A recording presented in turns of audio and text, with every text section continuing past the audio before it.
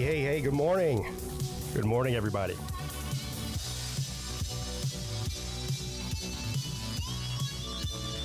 I don't know whose idea this was, but whoever's idea this was, you're fired. You're fired.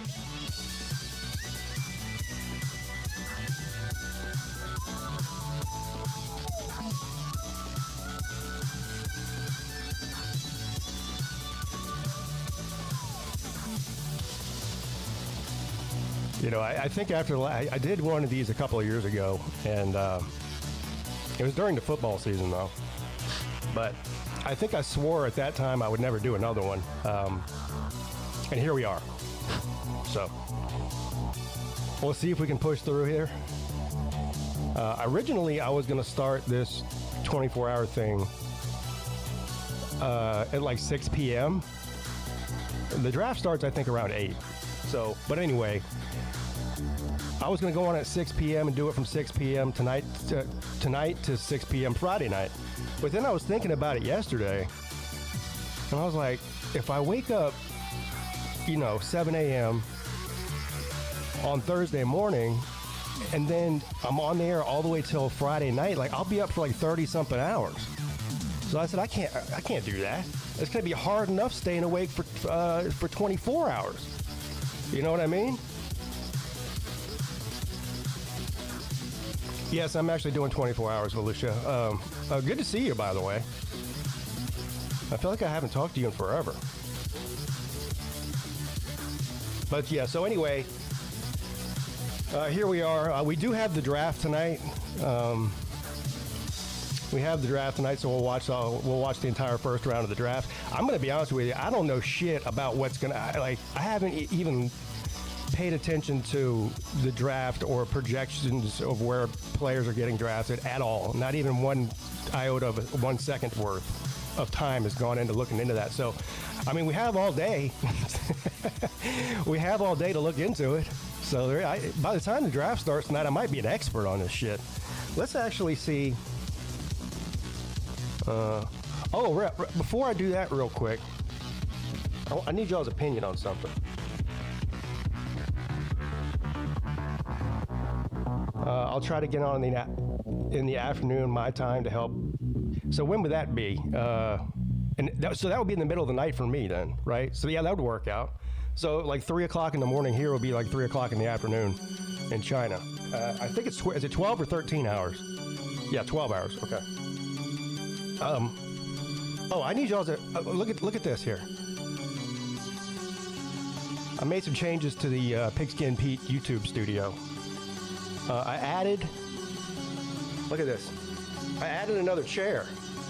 So now I got 2 recliners in here. What do you think? Is it too much?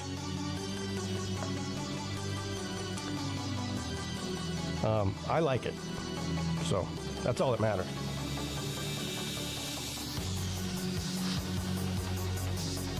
What was I about to do? Oh yeah, I was about to. Yeah, the only issue with the 2 recliners is, whenever I do the game streams, I'm pacing back and forth, and I use up like every square inch of this room. Now I just have less room to walk around. But whatever, I can figure it out.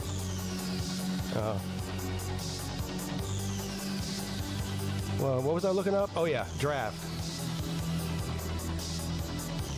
Who's that jabroni? Mel Kiper? Is that his name? Mel Kiper mock draft.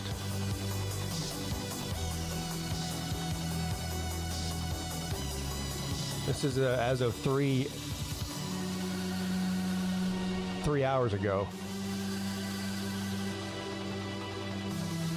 Yeah, hey, we got 4 minutes in. Oh man. Hey Lou, I told her, I said whoever's idea this was is fired immediately, effective immediately.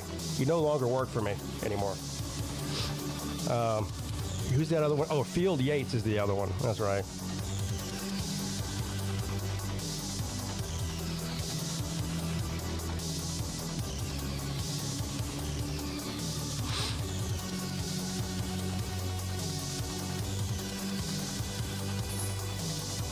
All right, here we go. So the Tennessee Titans get the first pick. According to Field Yates. Who the fuck names their kid Field, by the way? What the hell? He says Cam Ward from Miami to Tennessee. I heard that. I did hear that on the radio the other day from somebody else.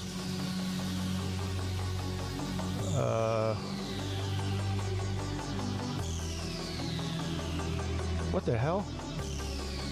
That's it? They're only going to tell us the first pick? All right, let's do Mel Kiper's top 150.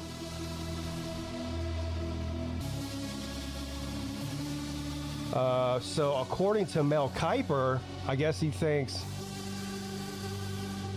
Oh, this is just who he's ranking. This isn't a mock draft. This is just him ranking the players. Travis Hunter, number 1. Where the hell are the mock drafts at? What's going on here? Things change in a dynamic environment. I'm getting frustrated. I'm only 6 minutes into this thing here.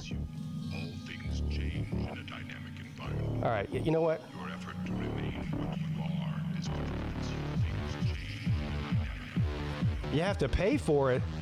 Man, get out of here with that. Hey, what's up? Always Irish is here. What's up, buddy? Casket! I don't feel well.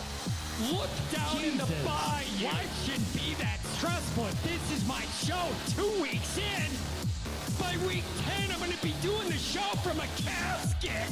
Casket! That might be my favorite sound drop on my whole board here.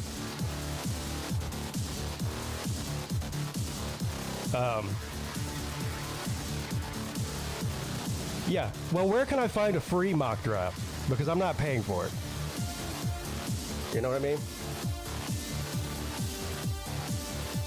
Hey, John, always Irish, man. Have you ever been as dumb as me and done a 24-hour live stream before? If you're thinking about doing it, stop thinking about it. Immediately. Just search one? Well, that's what I did last time and it didn't work out. I'll try it again, I guess.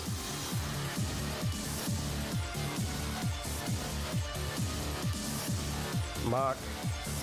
I know there's 100 of them. You know.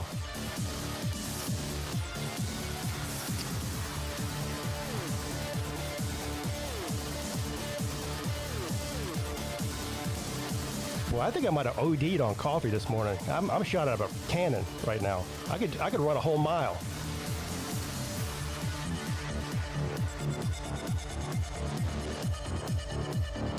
There really isn't a schedule. I mean, we got the draft tonight at 8 o'clock.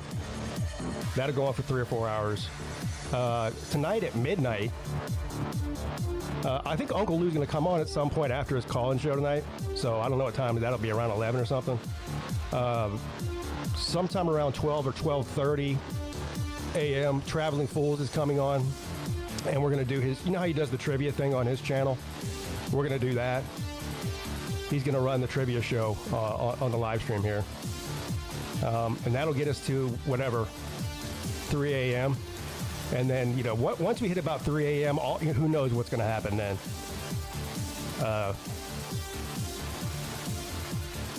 That's the hardest time to do this.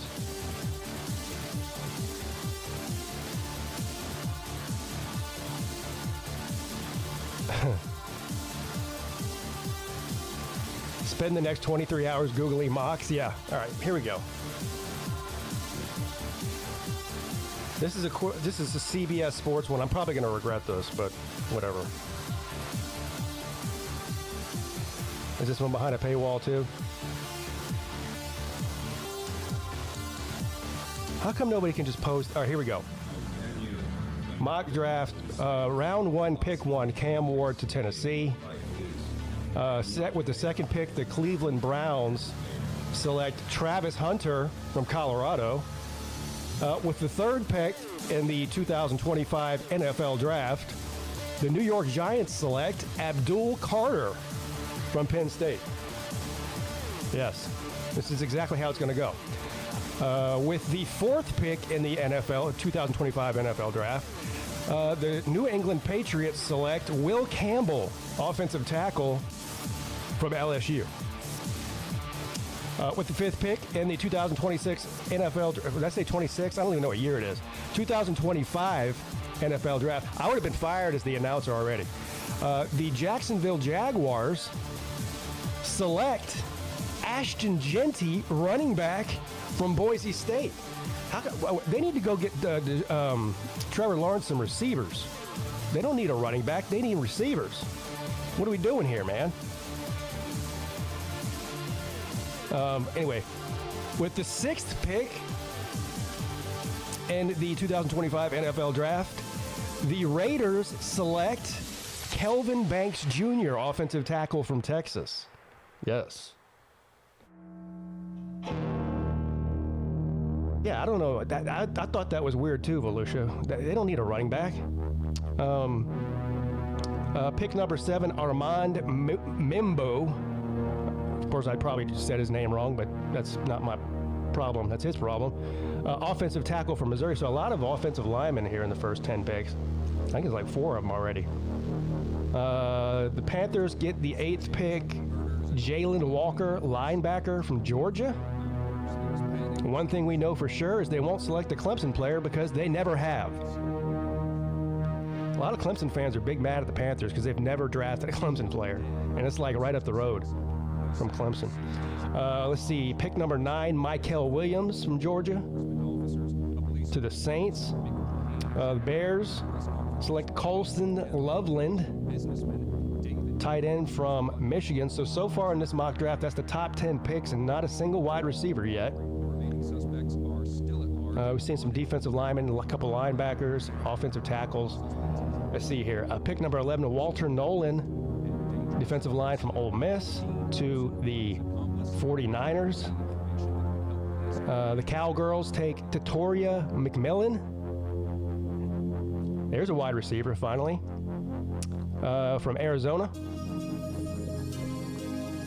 Dolphins, Mason Graham, defensive line. Colts, Tyler Warren, tight end from Penn State. Falcons, well, I don't know who they'll pick, but I guarantee it'll be a bad pick because they might be the worst drafting team in all of the NFL, quite honestly. James Pierce Jr. from Tennessee, edge rusher.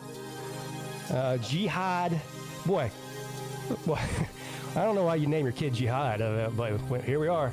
Jihad Campbell, linebacker from Alabama to Arizona. Derek Harmon,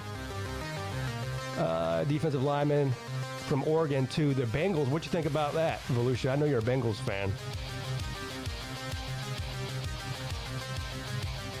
Nick Emenwari, safety from South Carolina to the Seahawks. I don't even know whose draft this is. Just some jabroni that works for CBS Sports, I guess. But Maxwell Hairston, cornerback from Kentucky to the Buccaneers. Emeka Egbuka. Now there was another wide receiver. Would Egbuka not be the first wide receiver taken? The other guy was from where, Arizona, I think. Is he better than Egbuka? They had him going significantly higher, like 8, 9 picks higher. Anyway, Ohio State wide receiver to the Broncos. Kenneth Grant from Michigan to the Steelers. Mike Green from Marshall to the Chargers. Matthew Golden, wide receiver from Texas to Green Bay. Malachi Starks, safety from Georgia to the Vikings. Donovan Jackson from Ohio State to the Texans, offensive lineman. Mason Taylor, tight end from LSU to the Rams. Shamar Stewart, edge rusher from Texas A&M to the Ravens. Gray Zabel, North Dakota State, offensive lineman to the Lions. Jahdae Barron, cornerback from Texas to the, you ready? Watch how I do this. To the Redskins. Yeah, the Redskins. not the fucking Commanders or whatever the hell their dumbass name is. Will Johnson, cornerback from Michigan, to the Bills. Josh Simmons, offensive tackle from Ohio State, to the Chiefs. And with the last pick in the first round of the 2025 NFL Draft, the Philadelphia Eagles select Josh Cornerly Jr., offensive tackle from Oregon. So there you go. There you go. I didn't see a single Clemson player on there.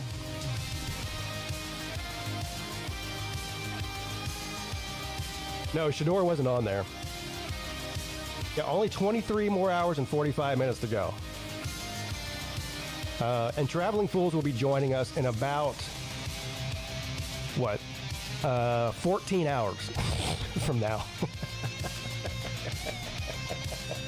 Oh, man. Hey, Traveling Fools, I'll see you in 14 hours, buddy.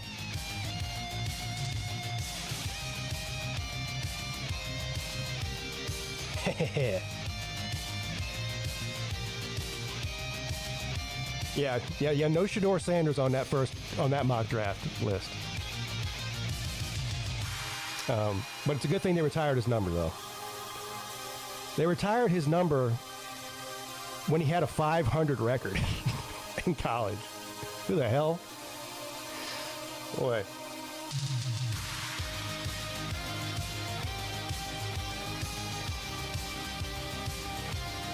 It'll be fun watching Pete turn into Jack Nicholson from The Shining. Yeah. Well, the StreamYard's open if anybody wants to come on and hang out with me. I wonder if we'll see Slim Shady Kane's. This is kind of a midday show type environment here, and time too. Usually the midday show's at 11 a.m. on the other channel, but anyway. Slim Shady Kane started that new job a couple of weeks ago, so he hasn't been on the midday show. He's been working. And, well, now that I'm doing a 24-hour stream, he's got to get off work at some point. You know what I mean? So maybe he'll call in when he's off work tonight. Or I don't know what his hours are, but...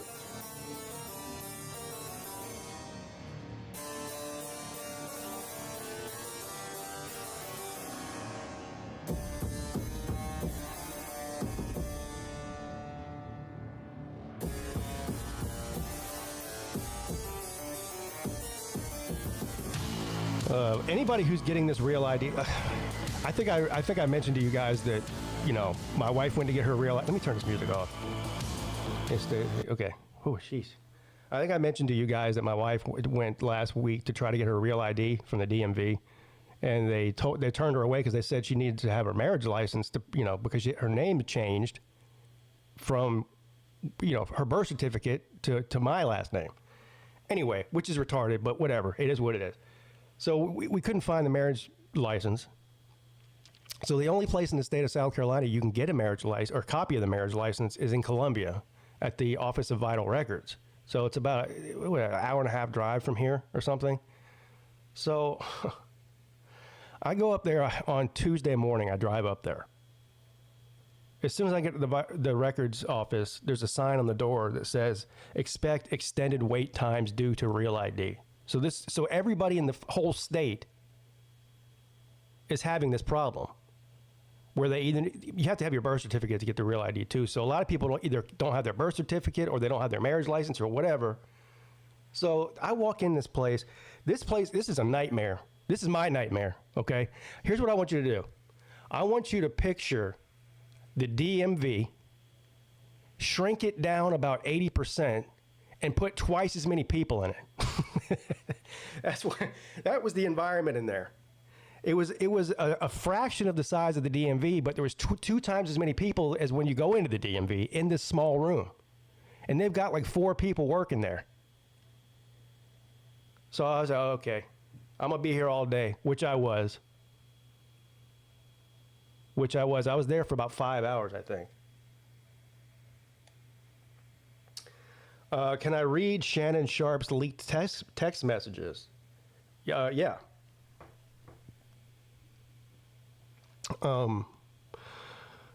Look, the whole Shannon Sharp thing,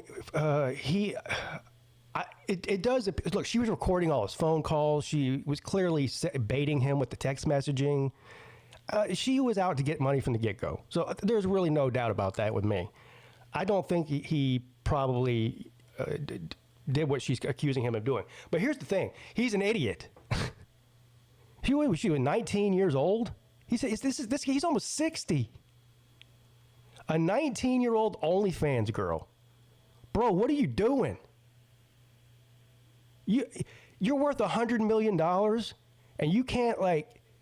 I don't understand it.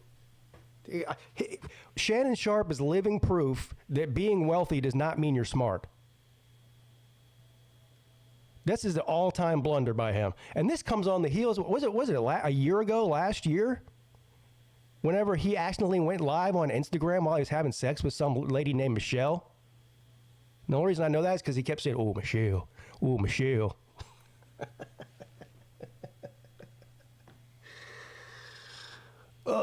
So I don't know what's going to happen here, but here's what I do know is going to happen. She's going to get paid, son. Right now, she says she wants $50 million. They'll come to some agreement. Apparently, he already offered her $10 million to keep everything secret, and she turned that down. So 10's not enough. Maybe she'll go for 25. Either way, he's screwed. Let's see. Shannon Sharp's text messages.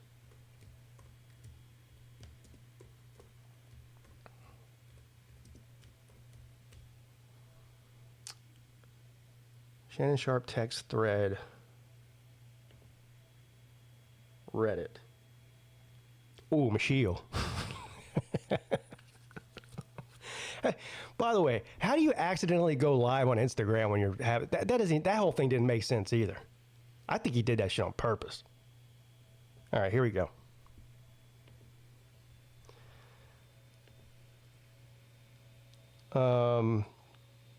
Let's see here. And by the way, have you ever seen a text message that looks like this before? What the hell kind of phone is she using? A Huawei phone? The hell is this? But I cried when you left because I begged you to put on a condom and not put it in my ass, but you didn't listen. What the fuck? I don't care what our history is. No means no, Shannon. And of course, see, he did the smart thing here. He didn't admit to anything and be like, or apologize or anything. He just said, "Can I call you later?" So this isn't an admission of guilt here, at least as far as I can tell. So, but there's other messages. Let me see. Well, this is her texting him. "I want to be abused, Daddy." So this is just some like dirty, some dirty talk stuff going on. And let's not beat around the bush here. She's not even really hot. I mean, I don't know what he's doing, man.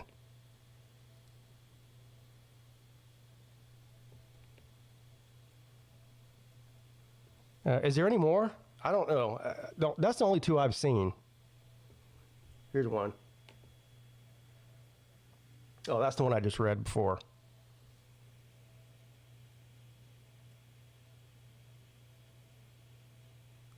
Yeah, that's the other thing. So this is the same lawyer. So Shannon Sharp put out a message or whatever on I saw it on Twitter. I don't know if he put it out somewhere else too. But anyway, where he basically said this Tony Busby character, this is the lawyer.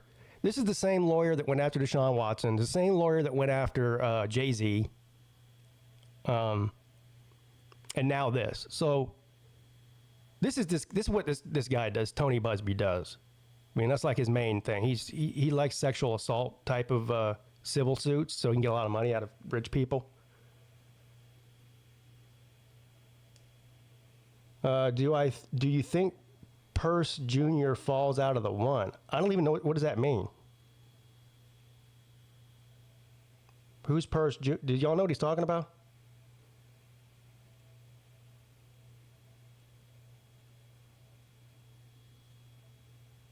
The draft. I don't even know who Purse Jr. is. I just read that. Let's see here. I just read that mock draft. Is he on here? James Pierce Jr. Oh, from Tennessee. Yeah. This may come as a shock to you guys, but I don't know every player. So I'm assuming if you're a Tennessee fan, you know who that is, but I don't.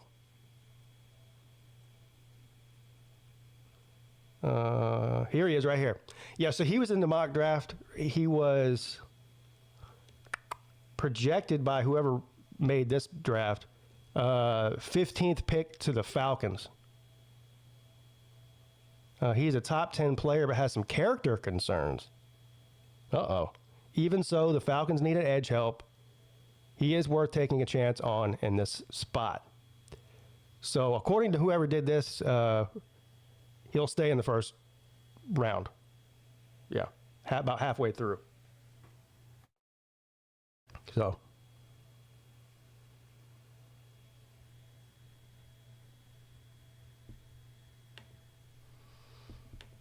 Yes. All right, so it's 10:26. It was a great show.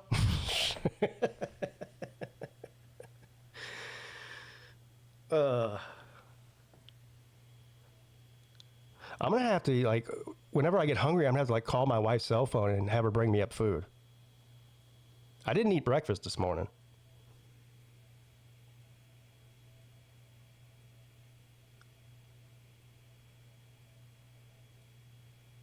Atlanta will pick a tight end to make Vic rage quit the draft. Like I said, whoever they pick will be a terrible pick. They're the worst drafting team in all of the NFL.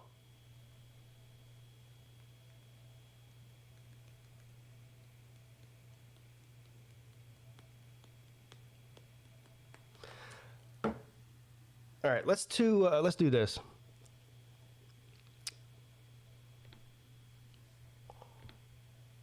Let's check in with the talk machine.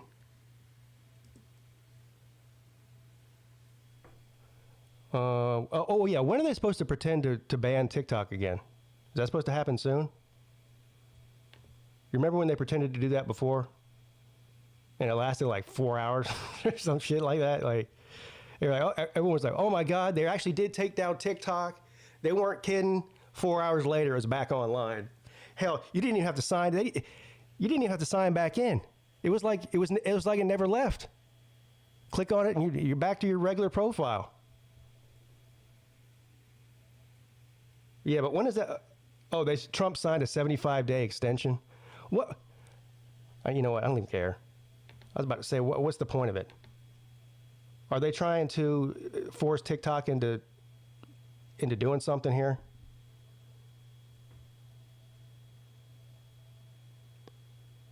And how come I can't go to TikTok on my computer right now? This is pissing me off. Here you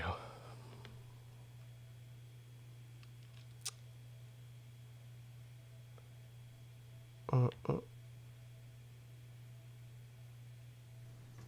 You ready to screen record? I'm gonna reply to you so you can. Trying to sell, force them to sell to an American company. Why would they do that? You ready?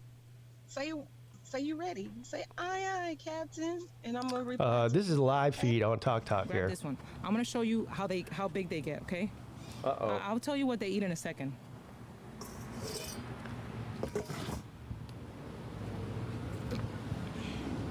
What is this here? This is how big they're gonna get. Look. What is Can here? you see? What is this? Wait, Iguanas? I'm my camera. Look at this. Look how tiny it is. This is a lizard lady. You know what? This is the parents. TK, Tiger Cat. She needs to start a see how Talk little? channel for that little spider. She you got guys one of see, them or is it stupid blurry? I little don't know. Is it Mexican jumping focused? spiders or whatever they're called. Is it focused, guys? Are they Mexican or some other kind of spider? I don't know. Is it blurry or is it focused? Okay, I've seen enough of this. How do I get out of this? That's how big it gets. Yeah, we got you, lady. That's how big it gets. We see that. I'm not here for the horse here. You understand that? Ashley, Kaleidoscope, Pop Fizz. I gotta do the puzzle piece, y'all. Give me a sec. All right, I got it.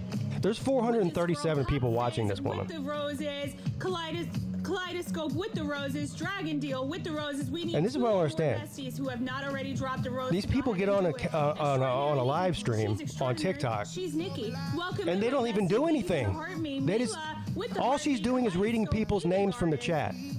That's all she does. Two more besties. Two more besties to drop one singular rose if you have not done so already. Go ahead. Yeah, 437 people, including us. Till 10K. Yes. There's 35 people in here, so. The heart puffs and the chilies. Leanna with the rose. Thank you, bestie. One more. Big Orange says he's ready to drink. Yeah, I need to hold out the alcohol till tonight, I think. Otherwise, I won't make it. I drank a lot of coffee this morning, though. I'm like shaking right now. That's the other thing. Watching people put on makeup is a whole nother thing. Like, there's 47 people watching this woman put on lip gloss.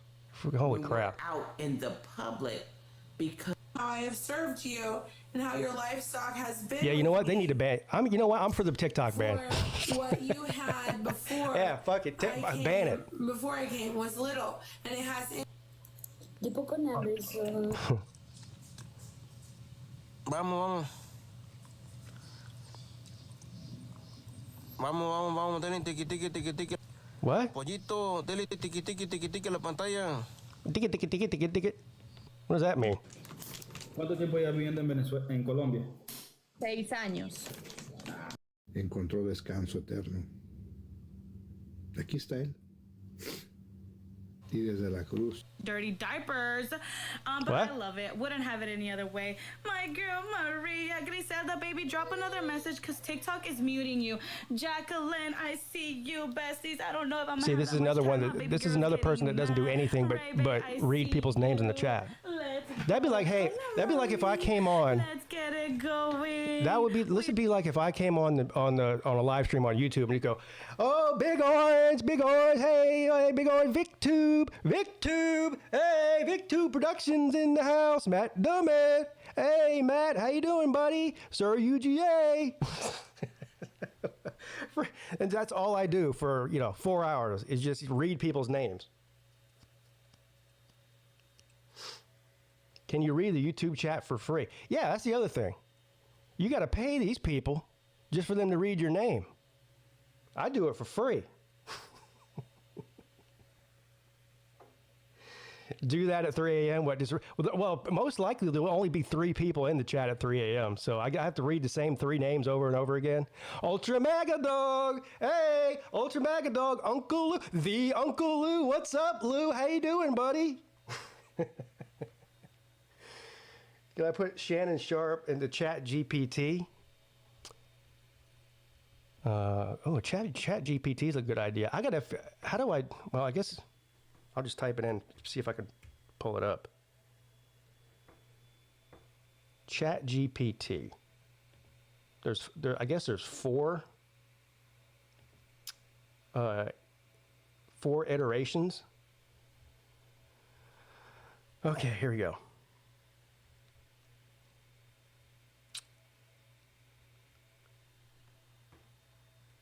What do I ask it about Shannon Sharp?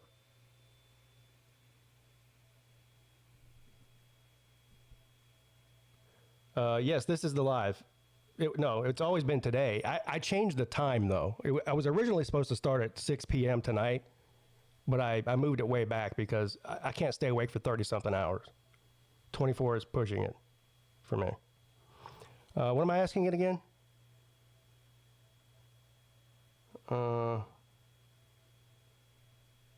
Who is Shannon Sharp? Dating.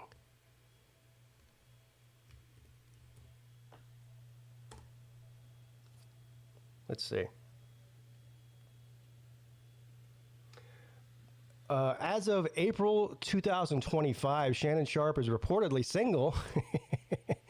He has been in a relationship with Katie Kellner, a fitness instructor, in the past, but there's no confirmed information about their current status. Sharp has been married twice, has 3 children from those relationships. Recently, Sharp has been in the news due to a lawsuit filed against him in Nevada, where he's accused of rape and sexual battery by a former partner. Sharp has denied the allegations through his attorney, calling the lawsuit a false, blackmail-driven accusation. Please note that personal relationships can change over time, and it's always a good idea to check the latest news from... What? Yeah, so it doesn't really say much about that. What the hell? It doesn't say much about that.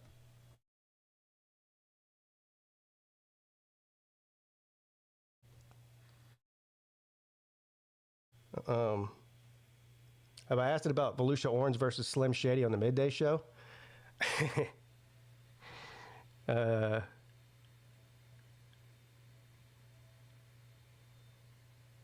Let's see if it recognizes Volusia Orange. Who is Volusia Orange on YouTube? We looked up a bunch of people the other day. It was pretty funny.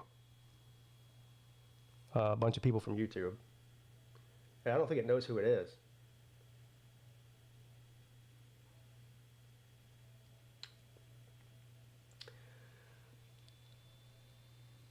As of April 2025, there is no widely recognized YouTube channel or content creator known as Volusia Orange. This might be a misinterpretation or conflation of two separate entities. And then it goes on to tell me that Volusia is a county in Florida, which I already know that, obviously. Why does it keep kicking me out? Let's see here. Here's what I'm going to do. Y'all remember Alonzo 1219?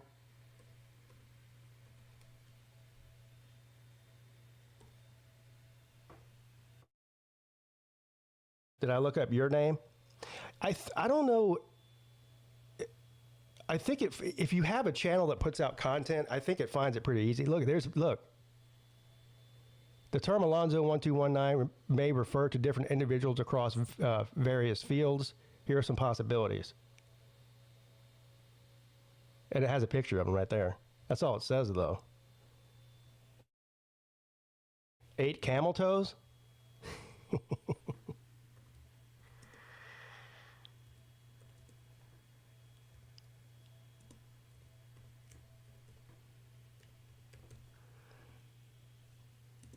What if it says that he's dead? Because he is. He's dead.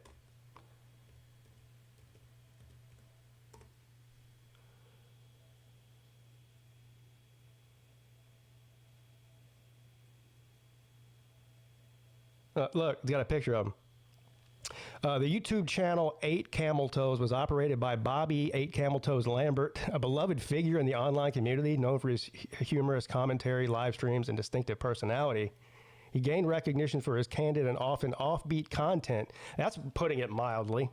The guy was certifiably insane, which resonated with a dedicated audience. Tragically, Bobby Lambert passed away in 2021. Has it been that long? Damn, time flies. It feels like it just like a year or two ago. It's been 4 years. His death was met with an outpouring of tributes from fans and fellow creators who appreciated his authenticity and the joy he brought to his viewers. I don't know if he brought joy to anybody, quite honestly. He was a miserable person. In honor of his memory, several tribute videos have been created celebrating his life. Okay, blah, blah, blah. For those interested in exploring his content, 8 Camel Toes YouTube channel still remains active, serving as a last testament to Bobby's impact on the community he fostered. So,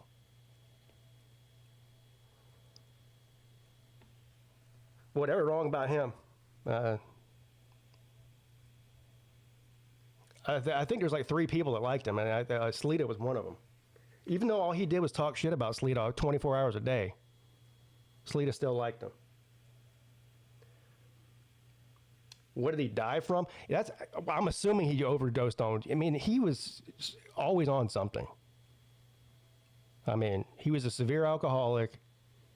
He smoked weed, like chain smoked weed all day long. I'm sure he was on some kind of pills. I've seen him where, he's probably on some kind of pills. He probably took too many pills. Heart just stopped. Or he drank himself to death. I don't know. He also had some sort of a disorder where he couldn't leave his house and go out in public. I don't even know what kind of disorder that is, but that's what he had, or that's what he claimed he had. He couldn't drive because he was too nervous to drive, which I probably a good thing because he was drunk all the time anyway. Agoraphobia, yeah, that.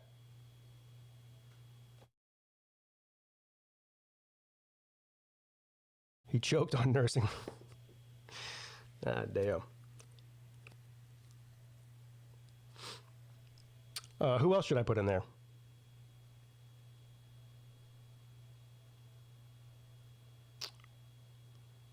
Let's do Mark Rogers.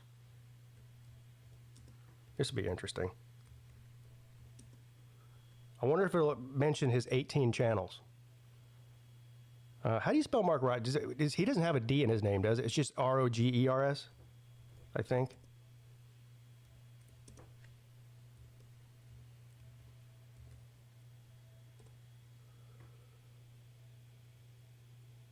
Oh, come on, man. Trying to get me to sign up. I don't know who this dude is, but that's not Mark Rogers there. That's a different, well, I guess his name's Mark Rogers, but that's not the one we're talking about. Here we go. Mark Rogers TV. Background, a seasoned television professional with over 20 years in broadcasting, including roles at ESPN and local affiliates.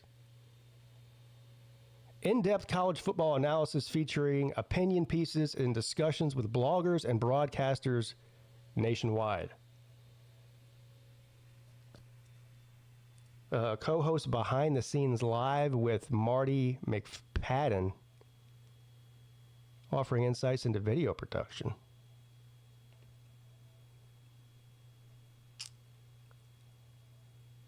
Christian gun owner. What? I thought it was said a lot more. Hell, it said a lot more about me. ChatGPT had a lot to say about me. Here, I'll pull that up. Again. Pigskin.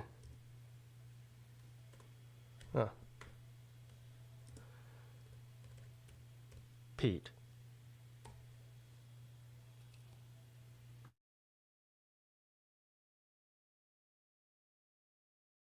Yeah, we looked up the Slav Olympics too.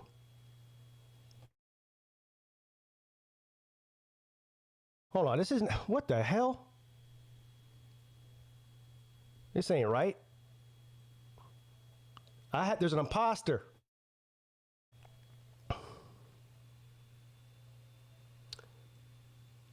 Pigskin Peete, whose real name is Tim Taylor. Tim the Toolman Taylor is a prominent sports personality based in Mobile, Alabama. He's best known for his extensive coverage of high school football. What? Come on, man. Let's try this.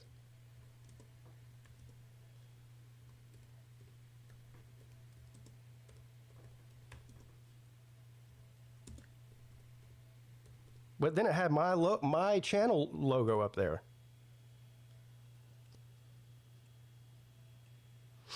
Celine Driver. I'll do him next. All right, here it is. I just had to add YouTube to it. But apparently there is another Pigskin Peete out there. I did not know that. Pigskin Peete is a YouTube content creator for his engaging and often humorous commentary on college football, particularly focused on teams like Clemson University, operating under the handle Pigskin Peete.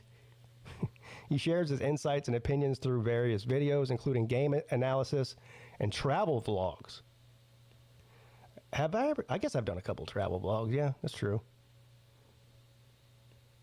His content has garnered attention with the fan communities such as Clemson's TigerNet forum. See, this says something different than it said the other day. Well, I've told you guys my whole thing with TigerNet. When I first started making videos on YouTube, well, I say when I first started making them, like, 2 years in or whatever, there was a whole thread about me on there. Somebody screenshot it and sent it to me. So, yeah, I post videos. I don't go on TigerNet, so I post videos and people watch them and then they go complain about what I said on TigerNet, For those interested in college football commentary with personal touch, Pigskin Peete channels offers a unique perspective. This is totally different than what it said the other day. But there you go.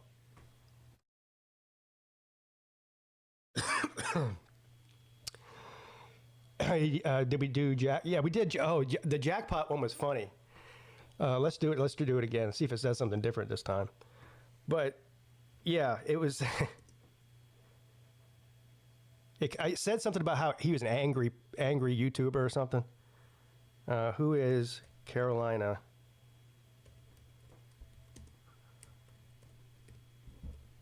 jackpot on YouTube?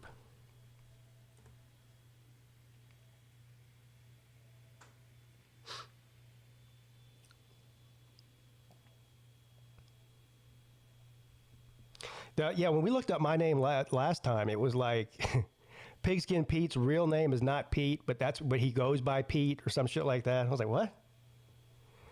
Carolina Jackpot's a YouTube content creator known for his engaging and often humorous commentary on college football, particularly focusing on teams like Clemson University. It doesn't even say the Gamecocks. It says focusing on Clemson, which is hilarious. Operating under the handle Carolina Jackpot, he shares insights and opinions through various videos, including game analyses and travel vlogs. His content is like saying the same thing about me, or about him that they said about me, almost word for word.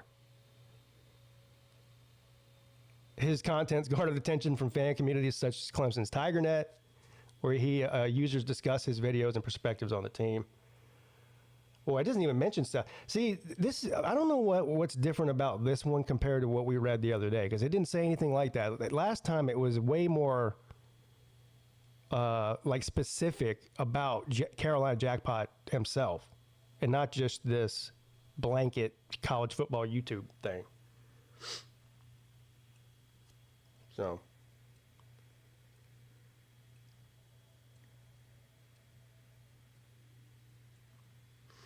Pete, you and Lou are good buddies. If one of them ever in need, you can tell they will do their best to help one another. Well, yeah, I'll do anything to help any of my friends. And I would expect the same from them. You know what I mean? Yeah, I don't know what's up with this this bootleg, jackleg chat GPT here. This isn't, for some reason, it's just not as good as the one we did. Now, I wasn't the one doing it last time, so maybe I'm doing something wrong. I don't know.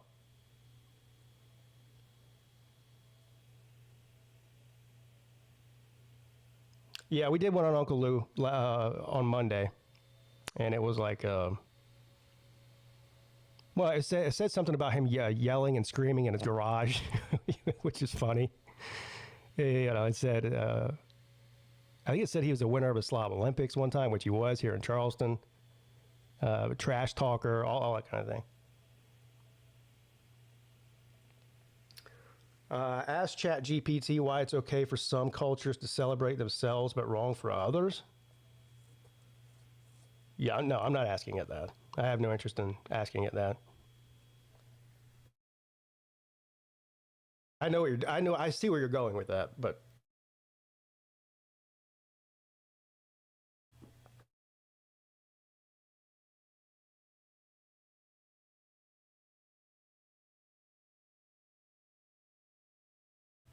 good news. Only 23 hours and 10 minutes left.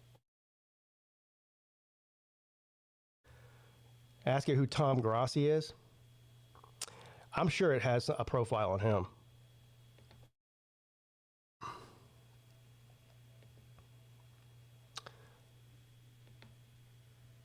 Here, I'll do it.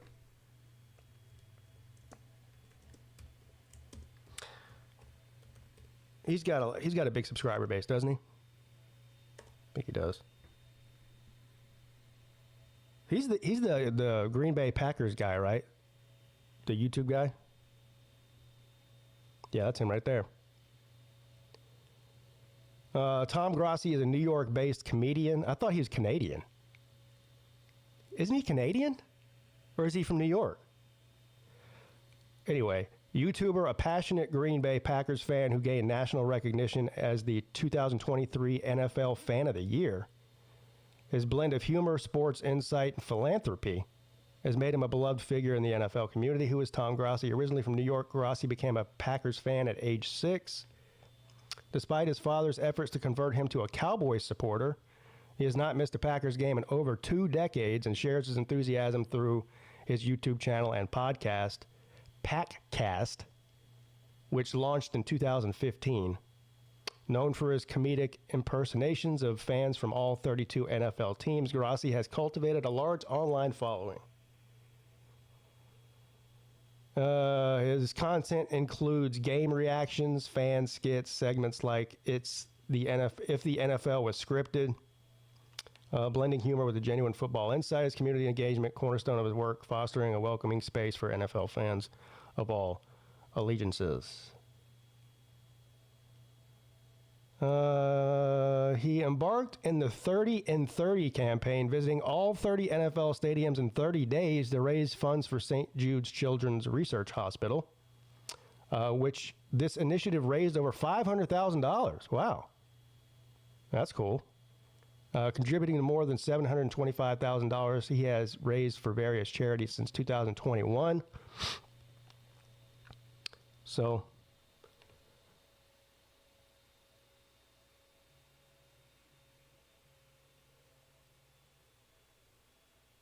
a lot of time to use. Want to talk about the theories of the JFK assassination? Yeah, sure. What else am I going to do? Come on in, buddy. I believe I put the link in the chat there. Let me look. Let me make sure it's in there. Because it's very possible that I didn't do that. No, it's in there. It's in there. If you guys wouldn't mind, there's one free way to support the show, is by hitting the thumbs up.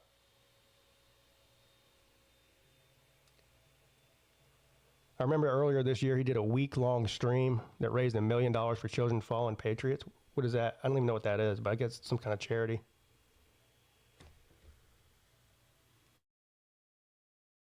I know it's early, but how do you feel about the LSU opener at the moment? I feel good about it. I do. I really do. I mean, not just being a homer. Well, for several reasons. First of all, I think Clemson's just going to be a better team than LSU this year. But and look, Nussmeier's a good player, but he's very inconsistent. But the real problem is Brian Kelly can't win a home opener out of conference. He's 0-3, isn't he?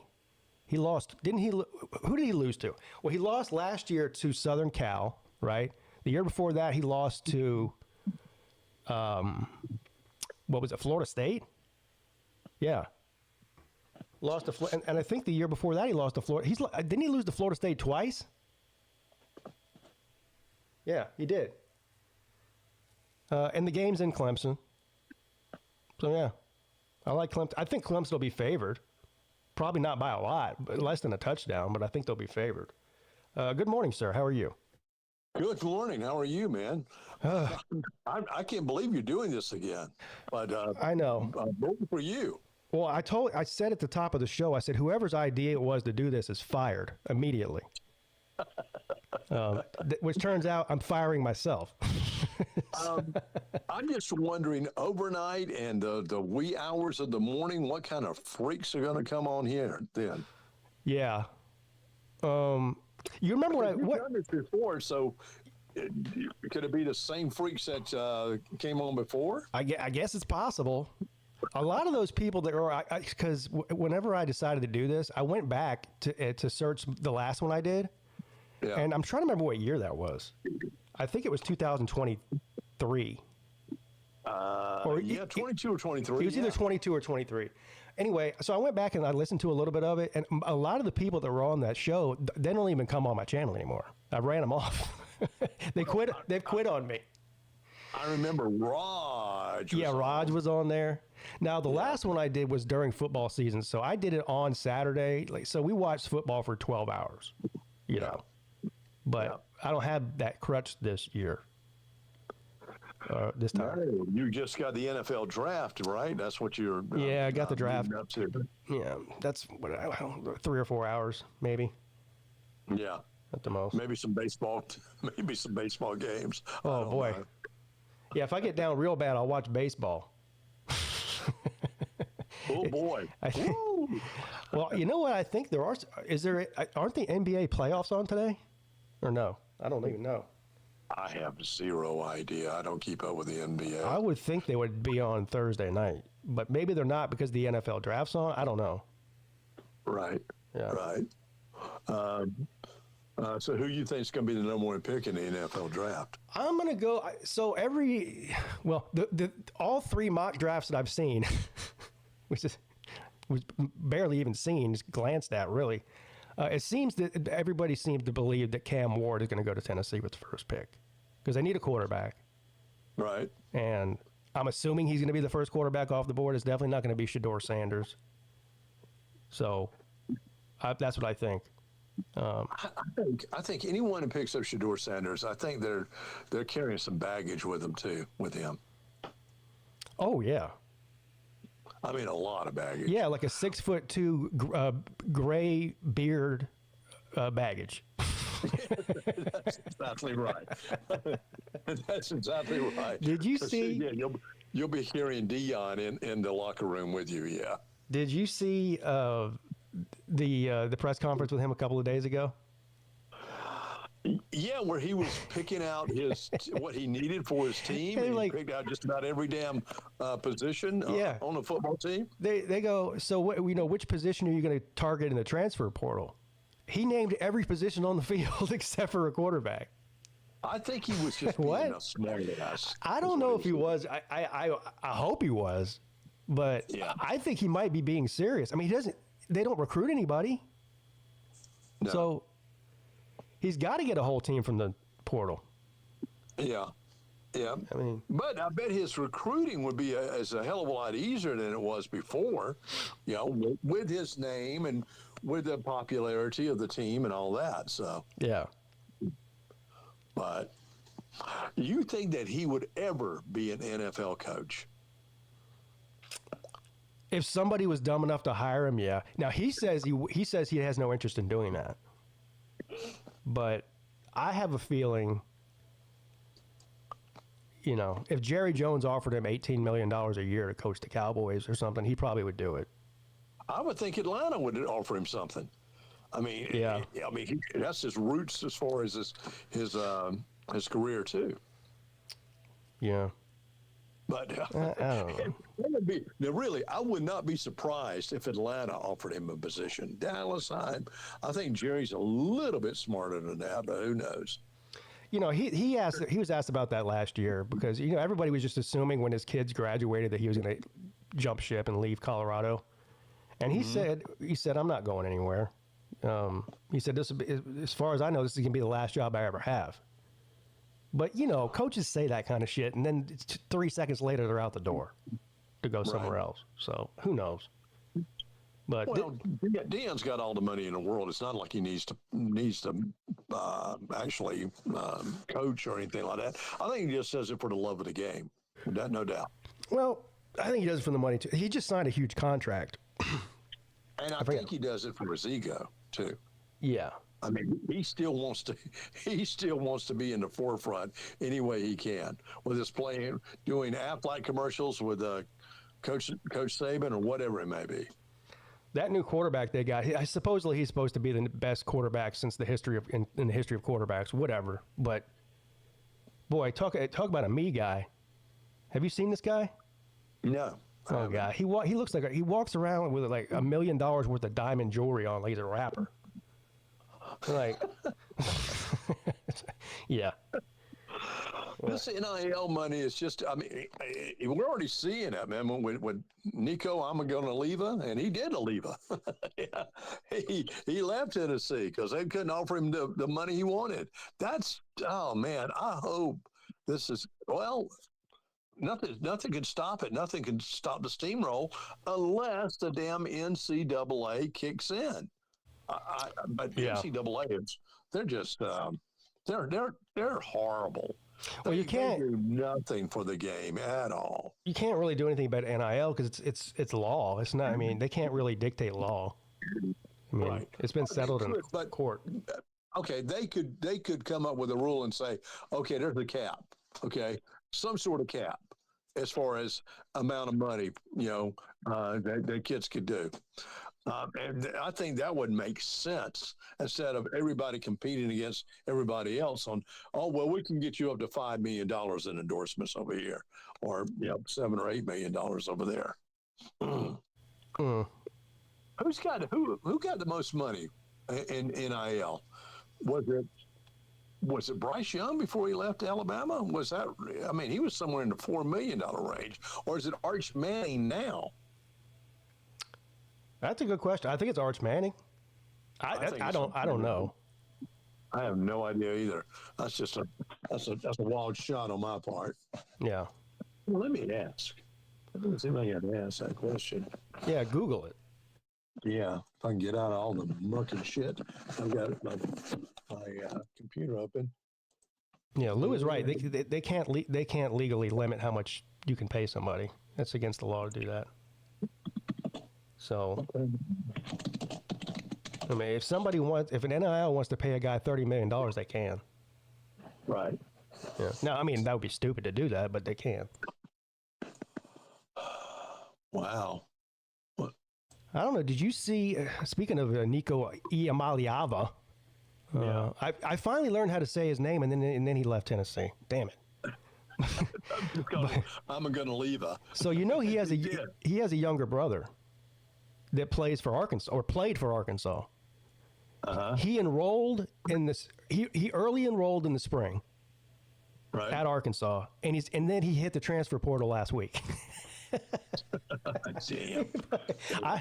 These guys, I don't know what they're doing, man. Well, we were right. Number one NIL guy is Arch Manning, $6.5 million. Now this is different, and this is something you wouldn't think. Number two is Cooper Flagg, who is a forward for Duke University, $4.8 million. Wow. And surprisingly, well, we kind of know that he did go because of the money, but Carson Beck in Miami, $4.3 million. Now, here's another one that'll throw you off. Libby Dunn, gymnastics at LSU for $4.1 million. What? Yes. Gymnastics? Yes. Why would they pay her at all? I don't know, man, but she's going to make $4.1 million for LSU. That's crazy. There's no money in gymnastics. That's one of those sports that loses money. Right. Yeah. Here's something surprising. I mean, just down the line a little here. Well, DJ Lagway, $3.8 million for Florida. Lenoris Sellers for South Carolina, $3.7 million. I wonder how much. Kate Klubnik. Yeah. How much? 3.3. $3.3 million. I didn't know he was making that much. So he's one of the he's one of the top 10 players. Yeah. As far as NIL money, yeah. Dabo hates the NIL. Meanwhile, Cade Klubnik's making $3 million a year. That's right. I mean, if you were smart and saved your money and put it to good resources, you wouldn't have to play in the NFL unless you wanted to. Yeah, I'm surprised that I think that number for Carson Beck for Miami is just a guess because that's a private university. I don't really know that they have to disclose that information. Well, there was all kinds of news articles about how much money that he was going to make by leaving Georgia. So I've seen people arguing online about that. About people are saying, "Oh my God, they paid." Like somebody on ESPN the other day, I can't remember who it was. They were shitting on Miami, saying that they went out and paid Carson Beck $4 million and he's not any good and whatever.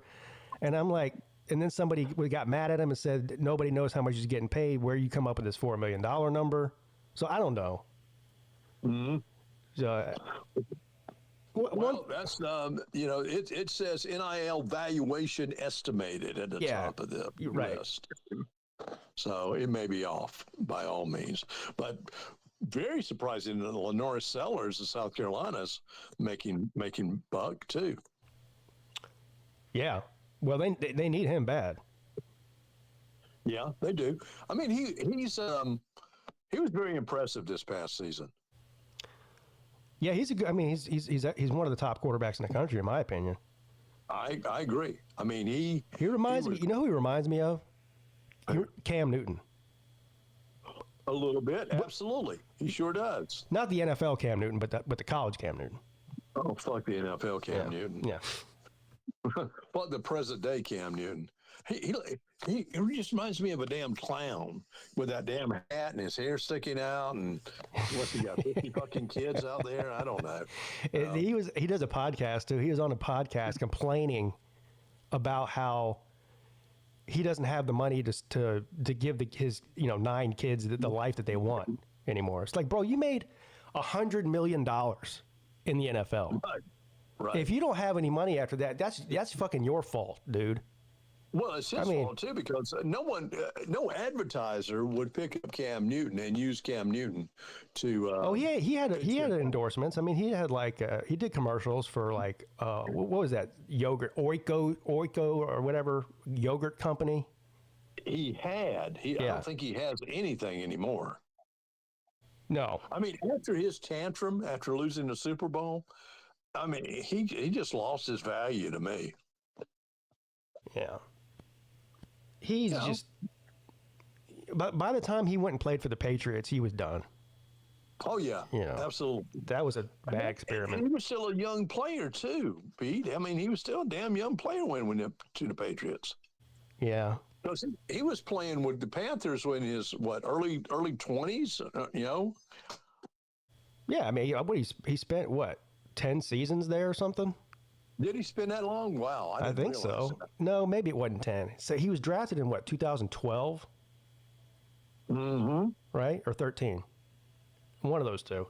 Well, the 2012 national championship was the Auburn national championship year. Yeah.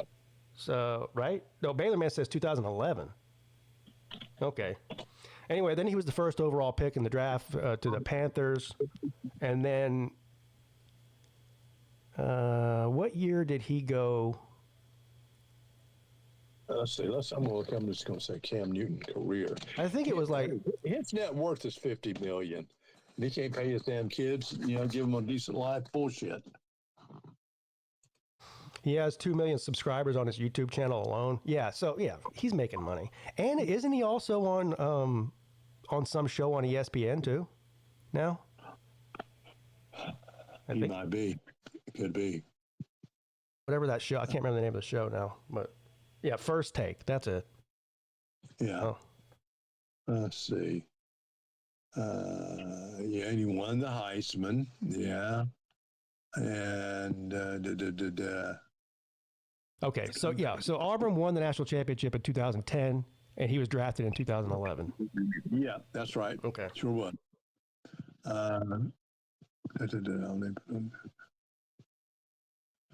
He was drafted in 2011, and how long did he stay with them? Let's see. What draft? I know. All right, see you later, Big Orange. You were 29. Yeah, Florida State was 2000. Wait, Florida State was 2013, wasn't it? Who? Momo says Florida State was 2012. I thought it was 13. Isn't 13 the undefeated season for Florida State? 14-0? I don't remember. Yeah, it was 13. I remember because they came into Clemson and beat the ever living shit out of them, like 56-10 or something. Right. With old Crab Legs Winston. Crab Legs Winston.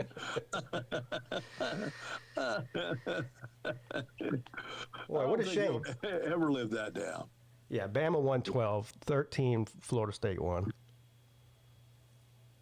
Then the first year of the playoff was 14. Yeah. And that was, Ohio State beat Alabama in that one, right? But Florida State was in it. They lost to Oregon in the first round. And after that, they pretty much fucking fell off a cliff until a couple of seasons ago when they went undefeated in the regular season. Cam was with the Panthers for 9 seasons, and then he went to the Patriots in 2020. Okay. Yeah, that's right. It was during COVID. Yep. Yeah. And you know, they called. This was right after Brady left, too, right? Isn't that right? And didn't he replace Brady? No. Oh, he did. No, there was another guy between. Wasn't there another guy? And now I'm forgetting who it was. Help us, chat. Who is it? Yeah, the chat. I don't know. Look, I have a terrible memory too. Well, so do I. You know what? I don't really have a terrible memory because I can remember things that happened 20 years ago, like it happened today. But you know what I'm really bad with is names. Like, well, so am I. Sometimes I forget people's names that I've known for like 10 years. You know, this guy, and he's always so friendly when I go to the bar, and he's a retired pharmacist. He used to live in Iowa. Just the nicest guy in the world. And he always comes over and shakes my hand and says hello. And I can't remember his damn name for the life of me. And I just go, why can't I keep remembering his name? Yeah. You know, and it just bothers the crap out of me because I don't want to call him Floyd or, you know. You know what's really sad is at my dad's funeral, when we went to Arlington for my dad's burial thing, my cousins from Ohio on my dad's side came down, and I've known them my whole life, but 2 of them I couldn't remember their names. My own cousins. That happens. I was like, oh my God, I was so embarrassed. I asked my brother, I'm like, well, what's her name again? He's like, what the fuck? Well, with relatives you haven't seen in forever, yeah, that can certainly happen. Yeah, it's just like I'm sure there's people in high school that you went to school with, and you would see them and go, "Who the? I know that person, but what the hell is their name?" Yeah, yeah. Oh, that happens all the time. Yeah, yeah. I mean, but you know, I've got people peeling off; they're passing away, and someone called me and said, "Do you remember Keith Claxton?" I went, "Yeah, I think." But I can meet somebody for the first time and, introduce myself. Hey, I'm Joe. And they go, hey, I'm Jared. And then I'm like, hey, Jared, how you doing? And then 5 minutes later, I forgot his name already. I'm terrible at that. I'm with you. You're supposed to, come up with something that will give you a kind of a boost of, like, think of something else that rhymes with that name or something like that. Yeah. So, but I know I'm not good at that at all. I mean, sometimes they have a different bartender up at the Ice House, and I know the girl that works there. It's going, God, I know her name, and then I have to just go, what's her damn name again? Yeah. See, I like the bars or the restaurants where they wear name tags. Then you don't have to remember it. You just read it off their name tag. That's true. That's very true. I always ask about, if I get good customer service, I always ask someone, what's your name? If I need to give you a good plug or whatever like that, I try to do that. And sometimes I remember those names easier than anybody else. I don't know a lot about that. I know neighbors that come down and they know me, and they go, oh, hey, how you doing, Scott? I'm good. I'm great. Great to see you. And I'm like, who the hell are they? Yeah. They're walking their dog. That's the other thing. I see my neighbors almost every day and, exchange conversation with them almost every day. It took me 2 years to remember my neighbor's name. Oh, same here. There was a guy across the street. He was a Bama fan, and he and I just talked football all the damn time. And I never knew his damn name. I had to keep asking my wife. I'm like, what's his name again? She's like, you idiot. I've told you 40 times already. I'm like, well it's about to be 41. I never asked for the name either, so that's it'll be.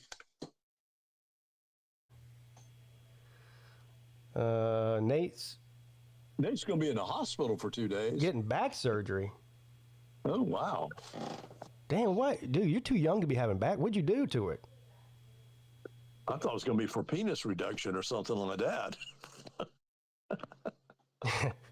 Yeah, Yoda, yeah, 50, yeah, just like that movie 50 First Dates where you meet somebody the first time every time you meet them, Yeah.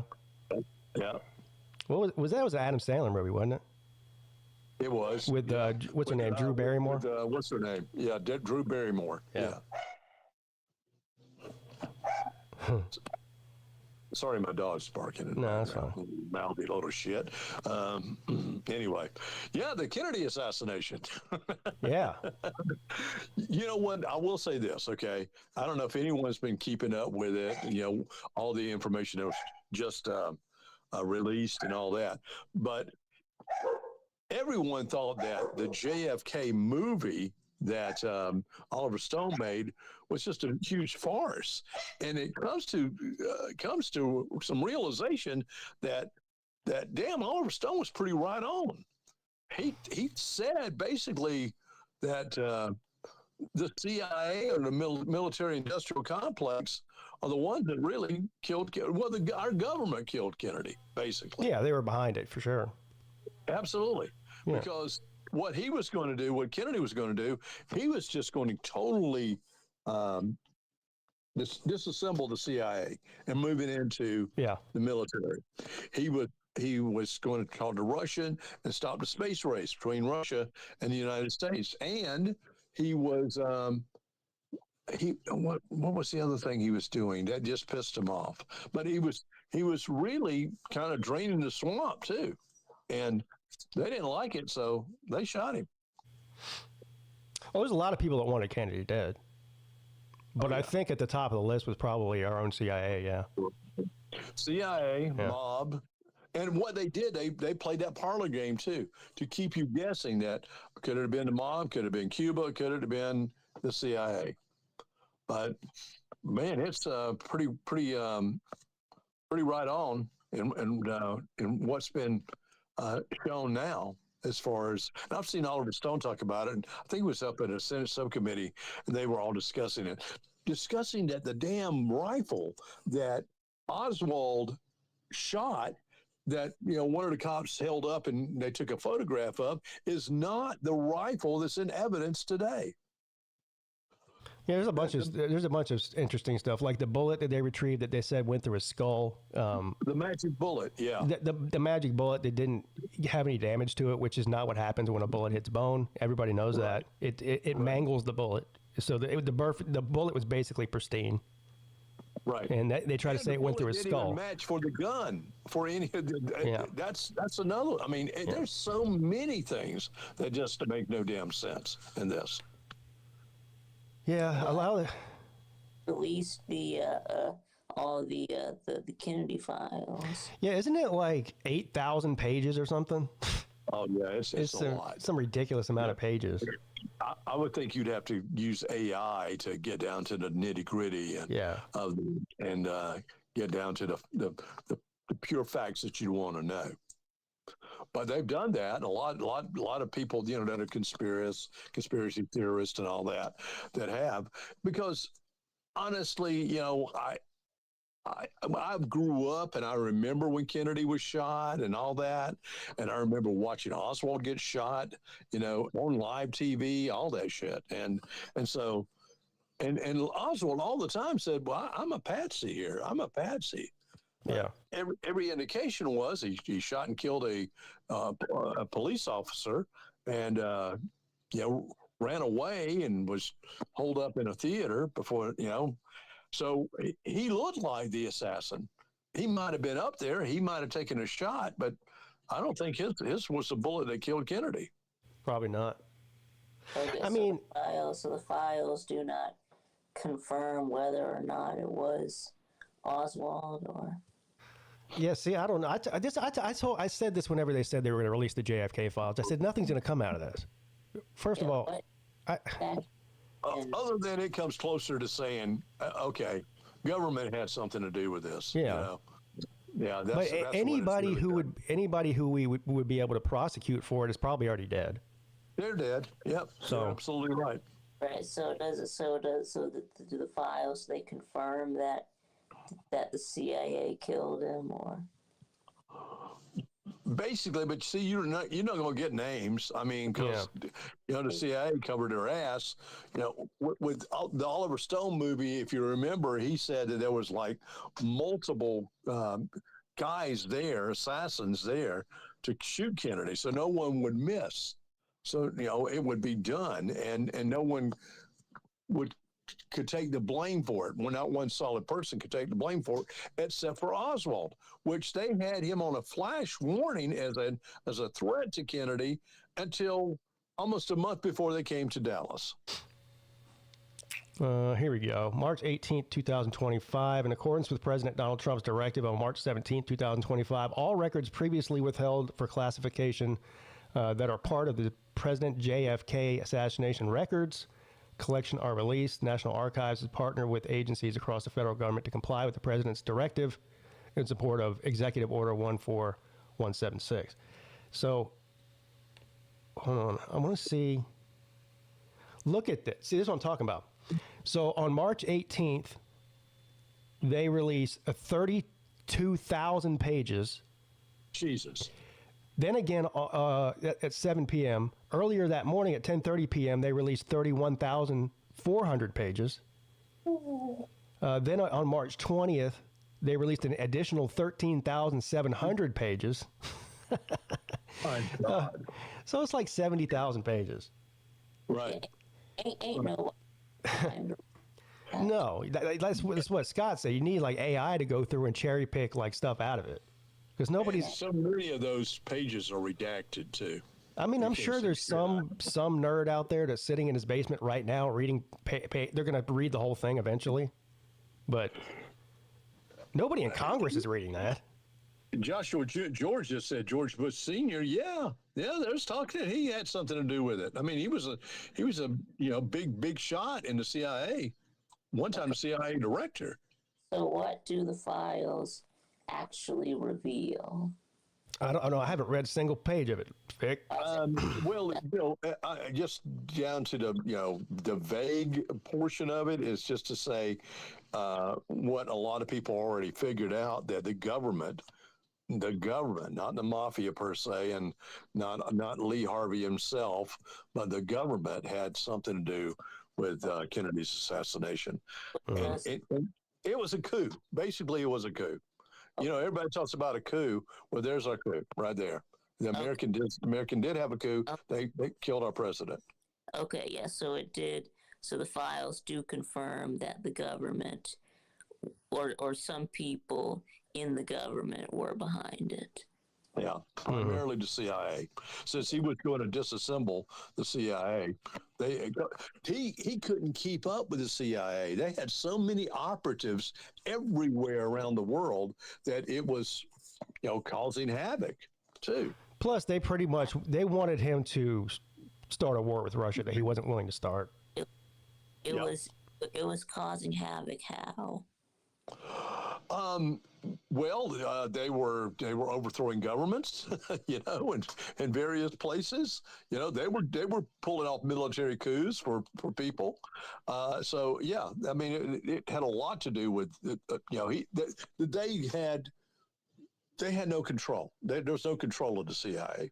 Yeah, that's a good. Yoda has a good. On their own, doing their own damn thing. Yoda has a good thing. Vic, I got some homework for you, buddy. So I'll give you 2 weeks. You got to read all 65,000 pages, and then you need to give me a full book report. I'm not reading 65,000 pages. Why not?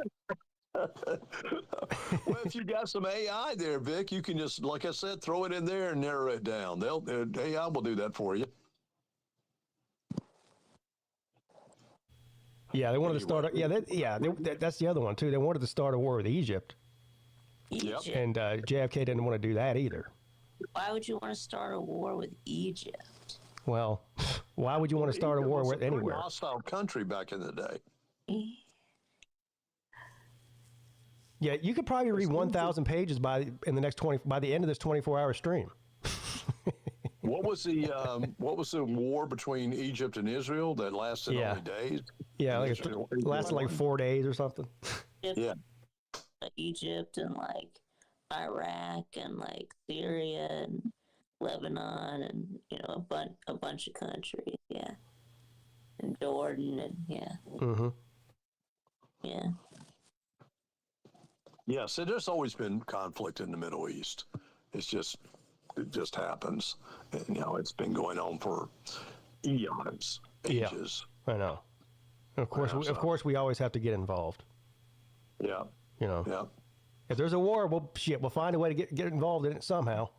Well, that's the thing. I mean, that's what Kennedy was trying to pull back on. Exactly. He didn't want to get involved in the war. Yeah. He would pull back out.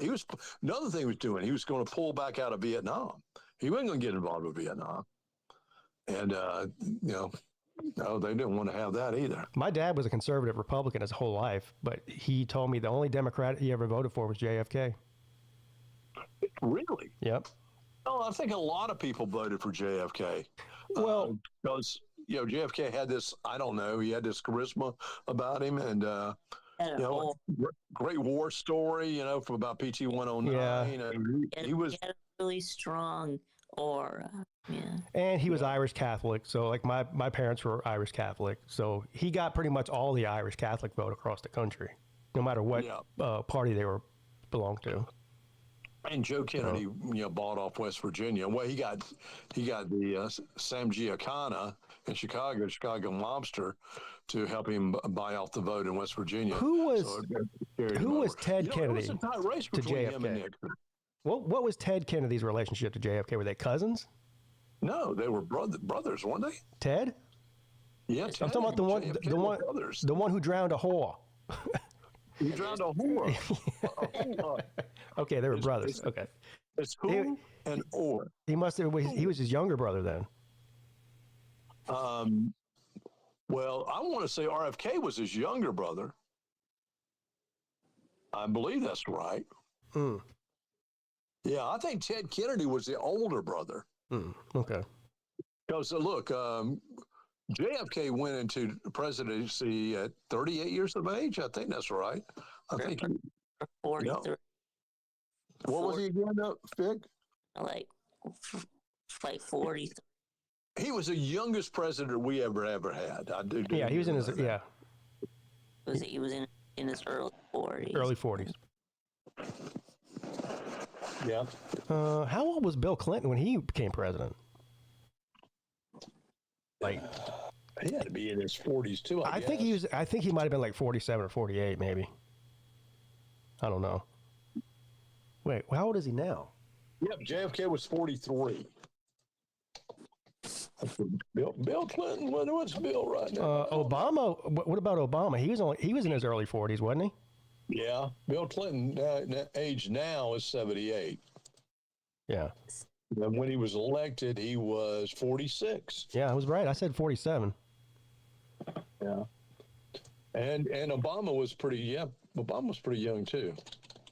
Joe Biden was 115.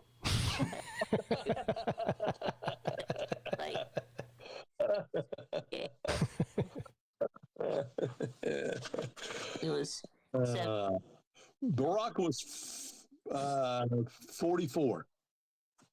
That's right. So he was the second youngest to Kennedy. No, because what about let's go way back. What about like John Quincy Adams? Like, wasn't he only like 30? Let's see. Or something like that? You got to be at least 35. Whatever he was. Well, has it always been you had to be 35, or was that after? That's the way it's always been. Okay.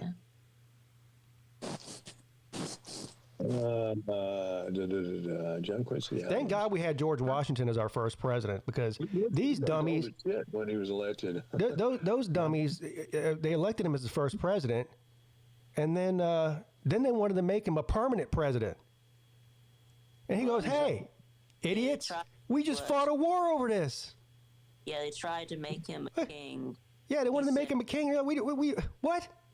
He said no. Yeah, because a lesser man would have taken, and ran with that, and then we would be no different than England. Is that what you're talking about? Yeah. Freaking idiots. Well, Quincy Adams, at age of 26, he was elected as a ambassador to the Netherlands. And I can't find his damn age when he became president. Yeah. I think there's no age requirement on being an ambassador. Okay, so Teddy Roosevelt was 42. Yeah. when he drowned the Hua? No, Teddy Roosevelt, not Ted Kennedy. Oh, Teddy Roosevelt. I'm sorry. Yeah. So he was actually the youngest. I forget what year was that Ted Kennedy drowned a Hua? Was that 1967, 68? I don't know. Oh, I thought for some reason I thought it was in the 70s. You might be right. He drowned a Hua. Yeah, Obama was 47. What's up, Celine? How you doing, buddy? He drowned a Hua. Yeah. Yeah, he ran his car off of a bridge into a lake, and he got out and swam away and went and passed out on somebody's couch, and he just left her in the car. And it was actually late 60s. It was 1969. He just left her in the car. He left her in the car. Apparently, this is what my wife told me. I didn't know this. Apparently, she survived. Like she was living in there was like an air pocket in the car, so she could breathe for a couple hours before she actually drowned. Yeah. Well, she was in there. Yeah, he could have saved her ass if he went to the cops. But yeah. Instead, he went and passed out on somebody's couch. Yeah, he's drunk. Yeah. And he didn't want to take responsibility of that. Why? How come he was never prosecuted for that? Because it was Kennedy. Yeah. Yeah. I mean, I guess they just chalked it up to being an accident, but he didn't even get charged with like involuntary manslaughter or anything like that, did he? He didn't get charged with anything. Yeah, not even DUI. Mm-hmm. Damn. No, they just drew it up as an unfortunate incident. Unfortunate for her, for sure. Absolutely. Yeah. And for the car, but fuck that car, Vic. A person died. Yeah. I think he was in just a little Corvair, yeah. So.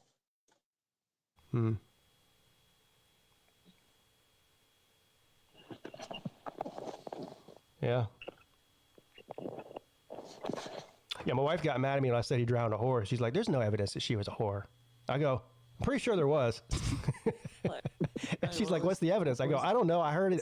She said she was what would you call her? A lady of the night, or kind of an entertainment person. Yeah. Okay. Like an escort. Yeah, like an escort. Yeah. Right. Hey, did he say that? Party girl. Call that party girl. Yeah. Yeah. Did he say that she was a whore? No, I said it. I don't know if Ted Kennedy came out and said, "I'm sorry I drowned that Hua in the Chappaquiddick." I don't think that happened. Don't think that happened at all. Paul, no. I mean, feel for the family, Paul is borderline MGTOW. You know that? He's starting to get up there with Sleeta. Yeah, we know that. With the women hating here. Sleeta and Celine, yeah. Yeah. The MGTOW. Yeah. You know what MGTOW is, don't you, Scott? Aren't all women whores to some degree or another? See, that's what I'm saying. I'm thinking all men are whores to some degree or another. Well, yeah. Until, yeah. I don't think all women are whores. No. You got to say it right, too. Hua. Hua. Yeah, what kind of accent was that he had, Ted Kennedy? He had a weird accent. Like Boston. Massachusetts. Yeah, Boston, Mass. Yeah. That's one JFK had, too. And Robert. Yeah. We will go to the moon this decade. Who says decade? That's right. Well, what does he say? Cuba. When he was talking about the invasion of the Cuban Missiles crisis, he came on and said Cuba. It sounded like he was saying Cuba. Yeah, when he talks about going to the moon, he goes, "We will go to the moon this decade and do the other thing." And I'm sitting there going, "What's the other thing?" And what? What is the other thing? Does anybody know what the other thing is? I don't know. I don't know. Here you go. How come nobody ever asked what the other thing was? I don't know. That's a good point. That's something that should be looked at. Yeah, if there's a speech, where he gave a long speech about the CIA and the corruption in the CIA, and they were talking about this on the Joe Rogan show. I forget who he was talking about it with, but he had a good point. He goes, Nobody talks like that anymore. Like the way that the Kennedy, like when he gave his speech, politicians don't do that anymore. They don't. Nobody talks like that anymore. They like somehow they were smarter 50 years ago than we are now. Well, well, you look, if you go back to even the days of Lincoln and look at the writing, the great speeches that Lincoln wrote, and his handwriting was just absolutely prestigious and beautiful. Yeah. I mean, can you imagine AOC fucking drafting the Declaration of Independence? Yeah, right. There's another weird thing that's happening just within the past couple of years. It's never been a thing. Is politicians use cussing openly, like it publicly. You never heard them do that. That's a good thing to do now, and they're what they call their dark woke stage now. Yeah, it's weird. It's weird as hell. I mean, they're cussing on the House floor. I know. Well, Nancy Macy's pretty good at cussing too. Yeah. I saw her in a recent video. Some guy came up to her asking about, I don't know, something, trans rights or something. And basically at the end, she said, well, fuck you. I was so pissed. We went to Washington, for my dad's burial a few months ago. And so while we were there, we went and took a tour of the Capitol building. Yeah. And they wouldn't allow it. Congress was in session, and they wouldn't allow us to go in there and see it. And I'm like, wait, hold on now. You just got done the entire tour telling us that this building belongs to us. Right. But I can't go in there? Yeah. And he goes, well, you can go in there, but here's what you have to do. Yeah, they make you jump through 18 different hoops. It takes 2 hours. He goes, you got to walk across the street to where your congressman's office is. Find that office, go in there and request a pass to go in Congress, and they'll have to give you an approval. Then you have to walk back. It's like you have to spend an hour getting a pass. How about just let me go in there? This is the people's house. Yeah, really. And by the way, they've probably tightened security down pretty tight. Yeah, these days. Exactly. That's what it is. Because you did used to be able to go in there. Anybody could go in there. Right. But now you can't. Right. In the name of safety.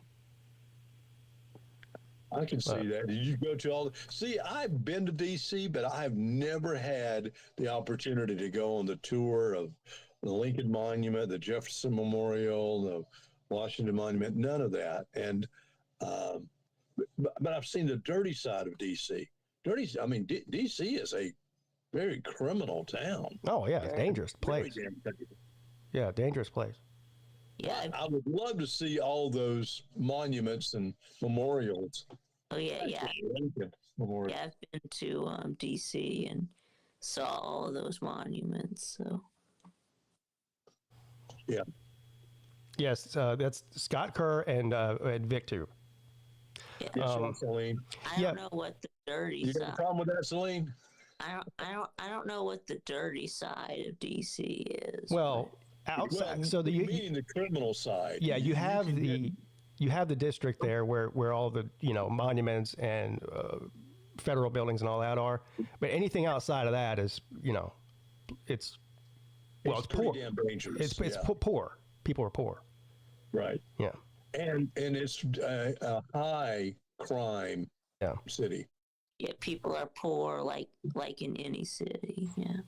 Yeah, but for some reason Washington. Not in any city, Vic. I mean, look, Miami's very wealthy. Okay, I mean, there's some crime in Miami.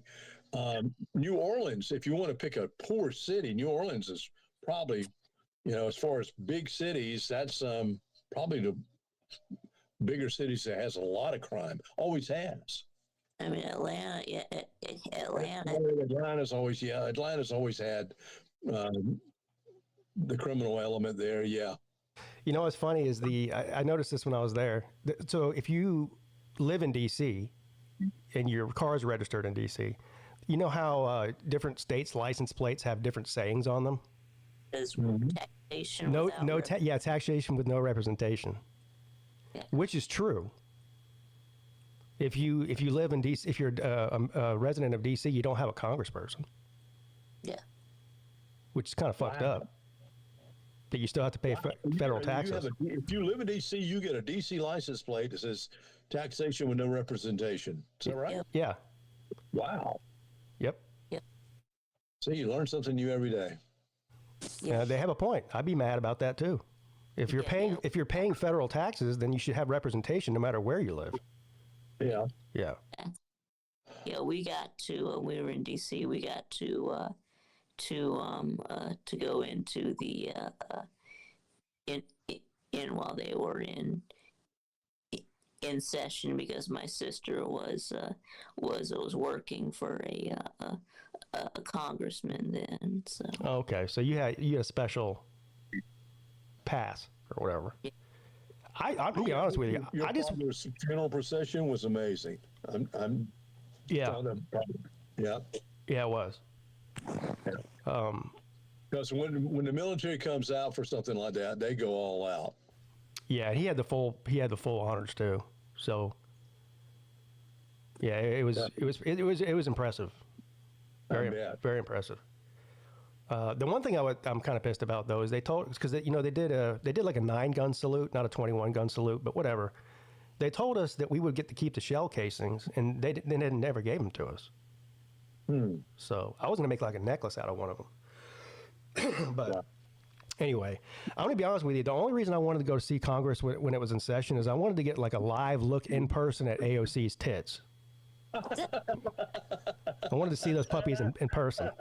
Well, she doesn't necessarily have a big pair, does she, Pete? She has a big rack. Really? I gotta look at her more then. yeah, I didn't know they were. I didn't realize they were that big. Well, say no more. I'm gonna pull up a picture right now. You know, she's the leading candidate in the Democratic Party now, as far as favorability right now. Really? Yes. Man, I don't know about that. And what they're trying to do, what's the guy from Illinois? He just announced his retirement. Durbin. Yeah, Durbin is going to retire, and what they want to do is put in a younger candidate for him. They're trying to turn the Democratic Party into a younger party. Illinois. So here's the famous picture of the see-through shirt she's wearing with their.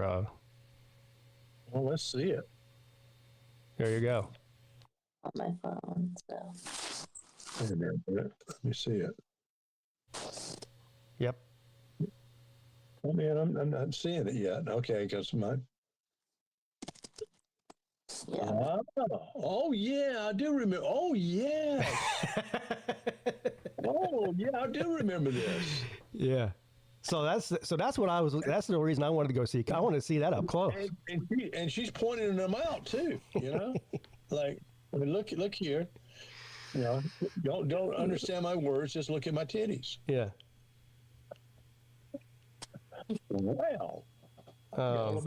She's married now, or going to get married, or what the hell's going on with her?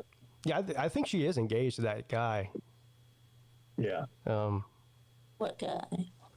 Well, who knows? I'll show you. Let's see him too. Honestly, she's out of his league. AOC's boyfriend. It's a white dude. I know that. Yeah. I thought she hated white guys, but she's about to marry one. Celine says she's engaged to a beta cuck. Okay, Here he is. He's not only is he white, you can't get any whiter than this. He's got red hair. Oh, boy, he's really white. Look at him. Okay, come on. Let's see. I don't know why I'm seconds behind. She's engaged to a beta cuck. What? Of course, that's something Celine Driver would say. Lord have mercy there, Celine. Oh, wow. Yeah. Not only she go white, she went see-through white. Right. He's clear. Right. Yeah. He's got an Irish guy or something, I would think. Oh. The guy is related to Prince Harry. Oh, I didn't know that. Is he not American? Yes. Yeah. I thought he was an American. Harry. Oh. As long as AOC is happy, we're all about AOC's happiness. Who do you think they are going to run as the next Democratic candidate? As far as president? Yeah. Damn, I don't know. I think common sense would say run the governor now of Pennsylvania, which is Josh Shapiro, but they won't do that. Yeah, I was thinking because he's more a centrist. Look, John Fetterman's in the dumps as far as popularity, but Fetterman is a centrist too. I don't know if he'd be a great president or not. That new Democratic chairman, David Hogg, is that young dick. Oh, God, that guy? Yeah. You talking about the guy he's the guy that was in the school shooting, right? Something like that. Yeah, he was one of the students at one of those school shootings. Yeah. Yeah. But he's made his popularity that way. But I think with him at the head of the DNC chair, they're going to keep so left progressive that I don't think they have a chance, honestly. I tend to agree with Celine Driver. I think they're going to probably try to get Newsom in there, Gavin Newsom. Well, you see, Gavin, now he's trying. Now, although he's favored left and progressive, and he's destroyed California in the sense of taxes and homelessness and all that. Yeah, the fires, all that. Gavin would probably, because he's a handsome guy, he's got a good-looking hair, and he would run where the wind blows. I believe Gavin would say whatever he needs to do to be elected. Yeah, somebody said so. Was it Stephen A. that said that somebody said that he should run, or that they would want him to run? I think that's ridiculous. What? Yeah, what are we talking about here? Yeah. Stephen A. Yeah, Smith. I think that's ridiculous. God. See, there's very few centrist, people that are somewhere in the middle. They're more. I mean, the Democratic Party's just gone so far left and liberal that they don't have anybody anymore to really look at and say, okay, is this person going to be someone that the public would choose to be the next president? Yeah. People say, well, Trump wasn't a Republican either. No, he wasn't. And everyone that's talking shit with Trump, there's all kinds of pictures of Trump with Chuck Schumer, Trump with Hillary Clinton. Oh yeah, he went to the on and on. Yeah. Reverend Al Sharpton, all of that. Oh yeah, he was buddy with the Clintons. Yeah. Yeah. Now they hate. Now they hate him. Yeah, they do. Boy, those were the days. That might have been the fun. His first, what was that? 2016, his first campaign. Mm-hmm. When he was debating against Hillary, that might be some of the most entertaining politics you've ever seen in your life. It was. When he would get her for every single damn time. He would get her so mad. Yeah, she would get so mad. I forget the one line he said. He said something about taxes, and he said, no one's changed the code, so I do what I can. Yeah. Yeah. Trump's good about that. Look, everyone knows that the fault of Trump is his ego. He's got the largest ego in the world. I know even the people that hate him, he is funny though. I mean, you might like all his nicknames for people, like Sleepy Joe and Bill Maher just went and met him at the White House, and Bill Maher was totally blown away by him. Yeah. How nice and charming he was to him. Oh yeah, they're ready to. Yeah, of course, Bill Maher is lifelong liberal, still is. Yeah. But now they're ready to kick him out because we had the dinner with Trump. Right. He spoke the truth. He said, "Look, the guy was, I was expecting, a Nazi, and there was no Nazi." I'm tired of that too. Tired of that rhetoric of Nazism and fascism and all that. I mean, you want to look at a party that's Nazis and fascists? How about the party that's so anti-Semitic these days? Well, here's the real problem with just calling everybody a Nazi is it loses its real. First of all, it's an insult to people who actually lived under the thumb of the Third Reich. Yep. It's an insult to their legacy. when you just call anybody that. It's sort of like the race card too. Up until 2020, it was pretty easy to identify who racists were. Now everybody's racist. So the word has lost its meaning now.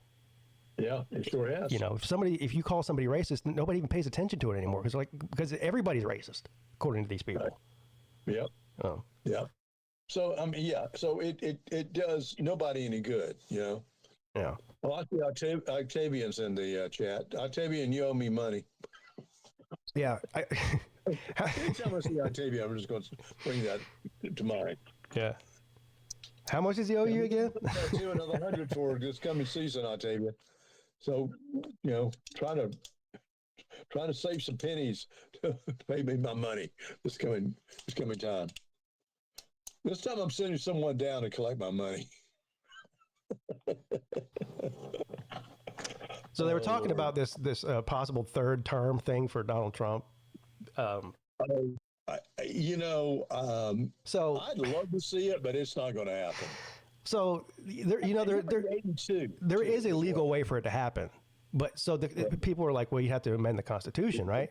Well, yeah, to elect Trump again, you would, but if he ran as a vice president instead of a president, and then get elected as a vice president, and then the president that ran steps down, guess who's next? So the Constitution says that you can only elect a president to 2 terms. It doesn't say that you can't be appointed.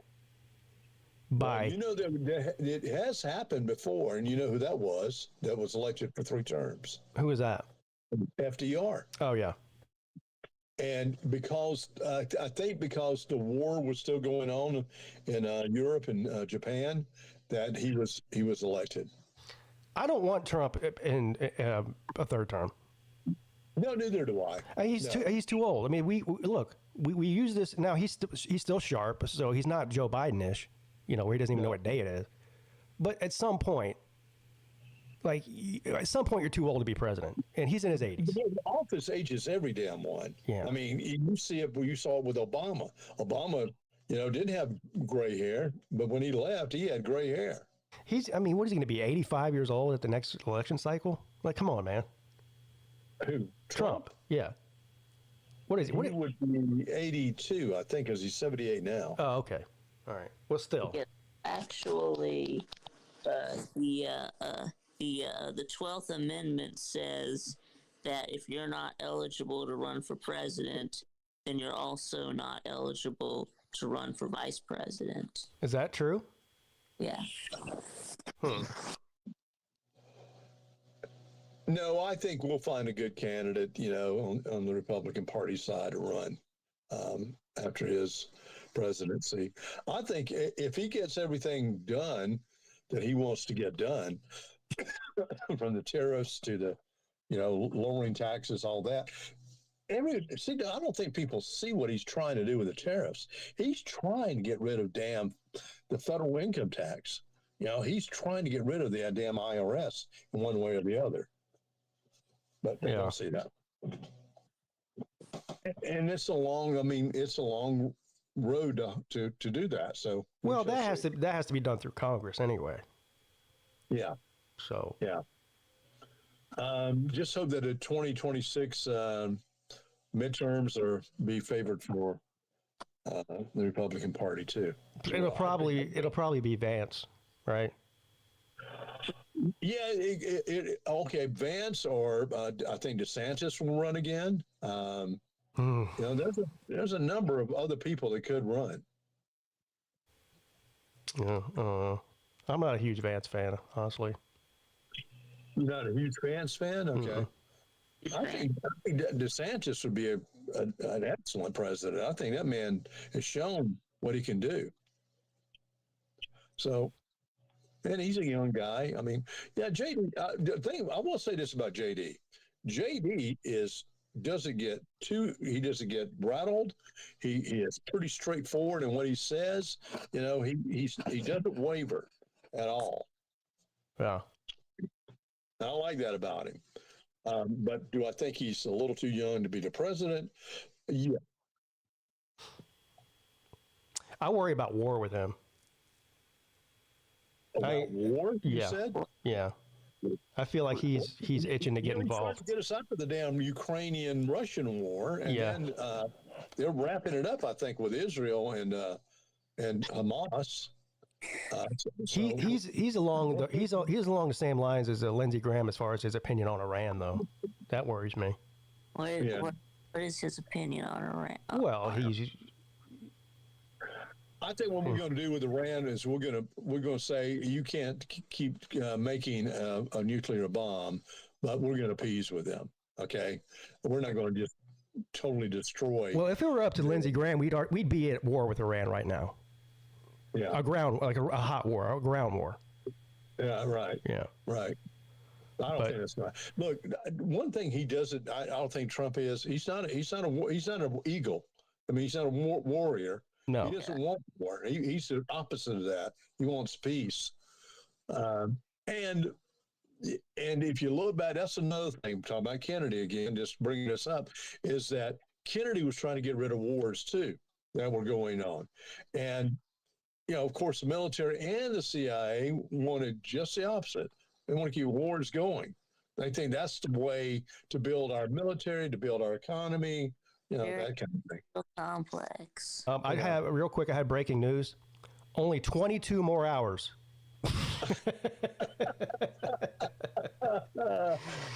We've made it through 2. Those 2 went by pretty quickly. Well, let's.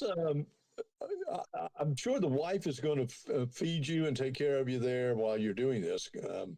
She asked me this morning. Well, first of all, so last night, my plan was, I'm going to go to bed at a reasonable time because I have to be up for 24 hours tomorrow. Right. Yep. So we a few weeks ago or a couple of months ago, I can't remember what it was. In my mini fridge outside of my porch, I had. Somebody gave me, or I bought one, I can't remember, one of these weed drinks. You know what I'm talking about? Like, it's like a soda. It's like a grape soda, but it has weed in it, like THC in it. Yeah. So I bought it and never drank it. And last night, for some stupid reason, I was like, you know what? I'm going to try this. Well, first of all, that was a terrible idea. I had no idea how strong this thing was.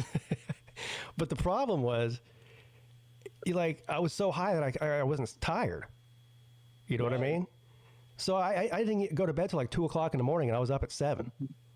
So, but yeah, we woke up this morning, and she was like, "What are you doing?" I said, "Well, I got to run to the city dump real quick because I had a bunch of shit I had to throw away, and then I'm going to come back and get a shower and start my 24-hour live show." She goes, "Oh, you mean you really are going to do that?" I go, "Yeah, I told you I was going to do it." She goes, "Yeah, but we were up until 2 o'clock in the morning. I figured you might back out of it or something." I said, "Listen, I'm a professional. If I say I'm going to do something, I'm going to do it."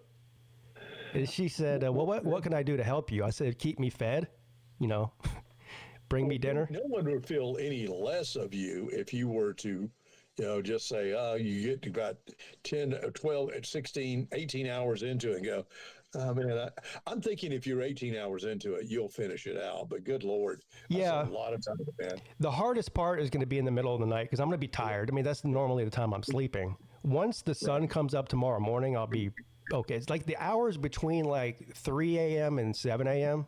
is probably going to be the roughest stretch of all of it. Right. Yeah. That's when you need to call somebody to bring you over some crystal meth. Yeah, if anybody lives in the greater Charleston area and you can get your hands on some meth, let me know. And if you can deliver it, I'll give you a big tip. That's a joke, everyone. YouTube, it's a joke. I don't want any meth. I don't want any meth. But it would make a 24-hour live stream a lot easier. I can I can bring you over some Adderall if you wanted there. Pete. Yeah, hey, that might help too. With meth, though, it would be a 48-hour live stream. Oh yeah, man! You would just be going. You'd be almost 72 hours going. Yeah. Yeah. So, do you have a need for speed? Yes, I have a need for speed. I do. You know what? I should have planned and actually got an Adderall. That would really help. Absolutely. Yeah. It would keep you steady. Yeah, absolutely. Yeah. I didn't plan it. I didn't plan accordingly. Of course, I don't even know where to get it. I don't have an Adderall dealer. Yes, my wife has a prescription, and I used to, back in my day, in my early 20s, I would take anything like a Black Beauty or White Cross, which was meth, and I would do it on a Monday night, because Monday night I would sit there at the radio station and listen to all the new records that came in. Then I would pick from several of those of new songs we would be playing on the station. And then the next morning, I would be calling all the record companies, or they'd be calling me and ask me what I added. But we were diligent in listening to every damn song that came in. So it would be hundreds of songs we'd be listening to. So we do it all night, me and my music director. And then we'd go to Huddle House about 4 or 5 o'clock in the morning, go get us some breakfast, go and maybe lay our heads down for 2-3 hours, and then go right back in and do our work. But I was young back then. I could do that shit. No way in hell I could do. I took an Adderall like almost a year ago on a Saturday, thinking, oh, yeah, I can handle it on a Saturday. And that thing had me so damn jumpy and buzzy and all that. Like, it was like, whoa. Yeah, I've done it a couple times. This shit makes you want to clean. Out there organizing the garage at 3 o'clock in the morning for no reason. Right. Exactly. It does. It will make you crazy.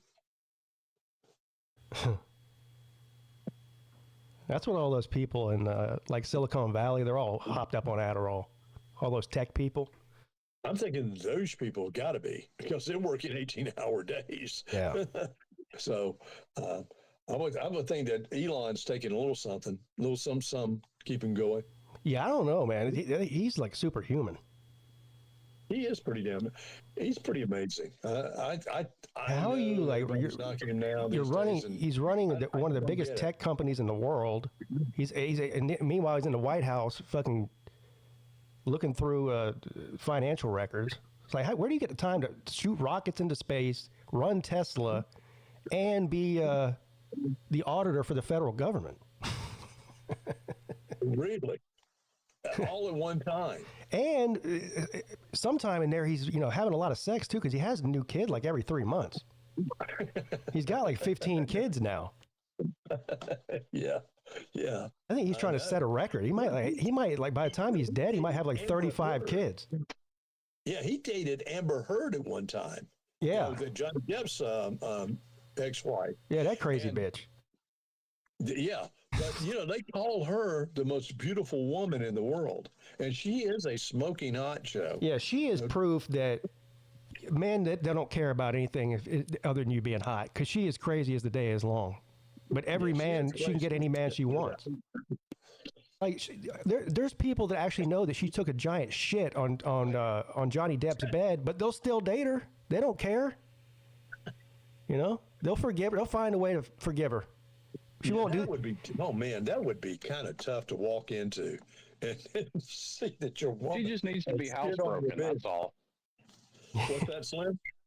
I said she just needs to be housebroken. That's all. I would think so. Good Lord. We got Slim Shady Canes on the show.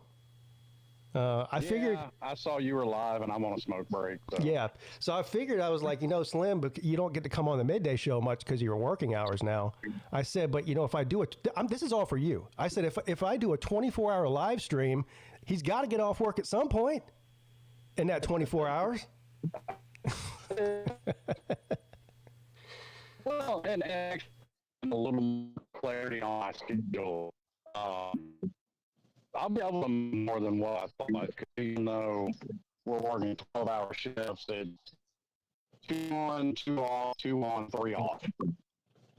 2 on, 2 off, 3 on, 3 off. Is that what he said? Basket. He's breaking up a little bit, but I think what he's saying is he's working 2 days off. Okay. Yeah. So you'd work 12-hour shifts. 2 days on, 2 days off. 2 days on, 3 days off. Oh, that's decent. That's not bad.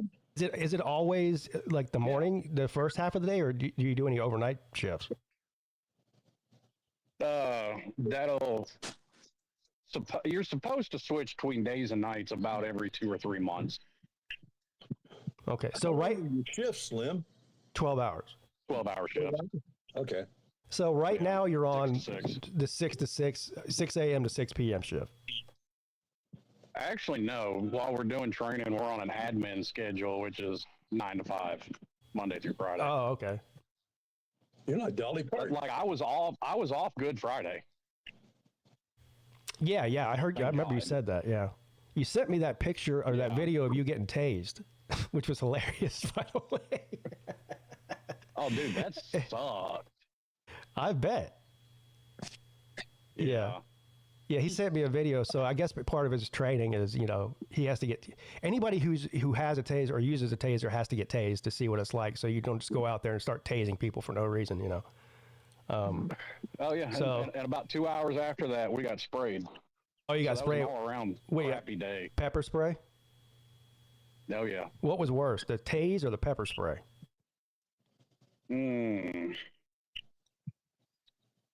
I would think the pepper spray would last longer, right? Yeah. The pepper spray lasts longer, but here's the thing with the taser: if they want to be a dickhead, you pull the trigger, it lasts 5 seconds. If you stay on the trigger, it keeps going. So you're at the mercy of whoever's behind it. How long did they stay on the trigger? They just pulled it and let it go, so it was just 5 seconds. But at 5 seconds felt like 30 minutes. So that was the longest 5 seconds ever. Yeah. Slim, how does it feel to be tased? That one, think of it like a whole body cramp. Wow. Let me see. I should have done my due diligence and already prepared for this video for you guys to see it. Give me a second here. I might be able to upload it. If you watch those police activities, not yet. I'm still waiting on an answer, a text message answer on whether or not I'm allowed to go posting it. I mean, you can send it to somebody; it's no problem. But I don't know if we're allowed to post it on the internet. Oh, you don't want me to play it? Not yet. Okay. All right. But whenever I get an answer to that text message, then it's it's probably no problem. But I'm making sure. Yeah. All right. If you see any of these police activity videos and they tase somebody, I mean, some will not go down at all, but some will just drop like a dead person. I mean, drop right to the floor. Yeah, so I'll describe this to you. I won't play it, but I'll describe what it looks like. So it's Slim in the middle, and there's two guys on either side of him, like with their arms interlocked underneath his armpits. And then they shoot him with the taser, and he falls forward. Like they help him to the ground so he doesn't just fall flat on his face. Yeah. And nice enough to do that. he lets out a when he gets shocked. He goes, that's all you could do, man. I swear, that's all you could do. Oh man. Yeah, I never want to get tased. That shit. I almost rather be shot. Fucking tased. Yeah, shoot me with a beanbag, okay? Just, yeah. No, don't tase me. Just shoot me with a beanbag. Yeah, we got them too.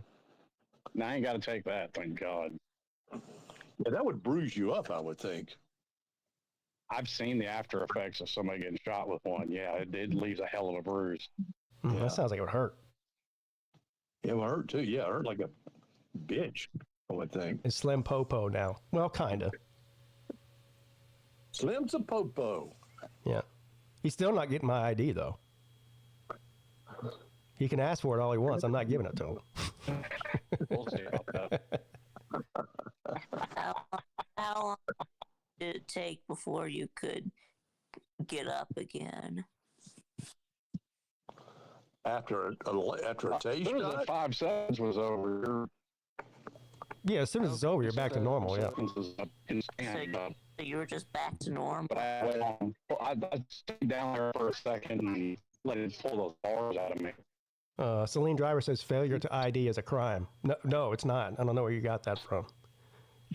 Failure to ID is a secondary crime. There has to be a first crime for the reason to be ID'd in the first place. This isn't Nazi Germany. We live in a free country. It's a...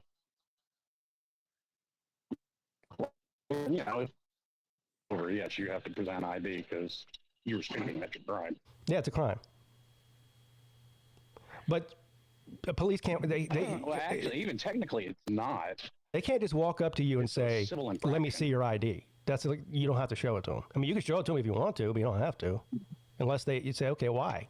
Like, what's the crime?" Actually, there is a handful of states that do still have like stop and frisk in law.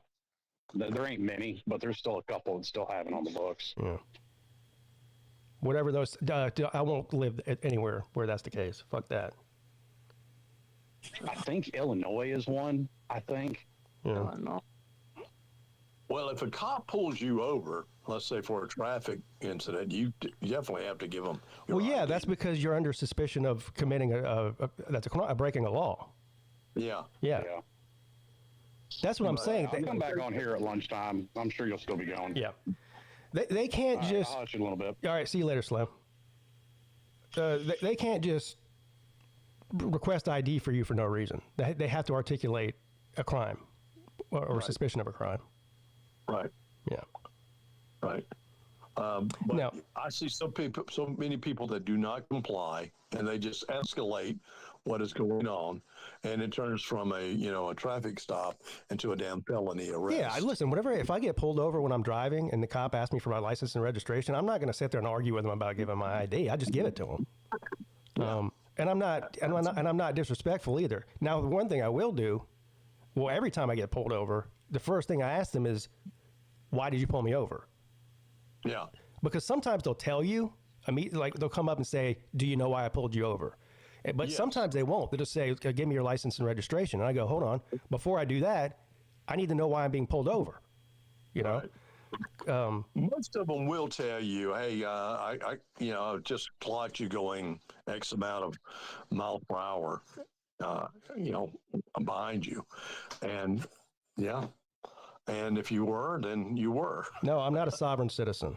Do you know what you don't even know what a sovereign citizen is if you're asking if I'm one of them. You're the dumbest damn individual in the world if you say that shit. And because one thing, what you're going to do is escalate the stop. Well, do you know who the real sovereign citizens? Do you know what a sovereign citizen is, right, Scott? These people that thinks that the laws don't apply to them. Yeah, well, they think that no laws in the country apply to them at all. Yeah, so the real sovereign citizens are actually the police force, because they're the ones that think that the laws don't apply to them. Yes, sovereign citizens do not exist. Yeah, there is no such thing. Yeah. So. Well, I have a dumb relative, and I won't say who's who, but he was drunk riding down Dorchester Road at a high speed, got chased by the Somerville police, actually Dorchester County Sheriff's Department. Wound up in Kings Landing area in that neighborhood, which I know you know well. Yeah. They stopped him, told him to get out of the car, wouldn't get out of the car. And so, they finally get him out of the car, and he starts resisting, and they beat the living shit out of him. Yeah. Which I don't blame them for doing, because he hadn't stopped. He was speeding. He was doing all the wrong things. And then he tried to pull that sovereign citizen shit on that. Yeah. Well, you committed the crime. See, that's the thing. But so I have no problem with, I have always cooperated with police. If there's a reason for it, I mean, there's a lot of idiots out there. The problem is they have to give you a lawful order.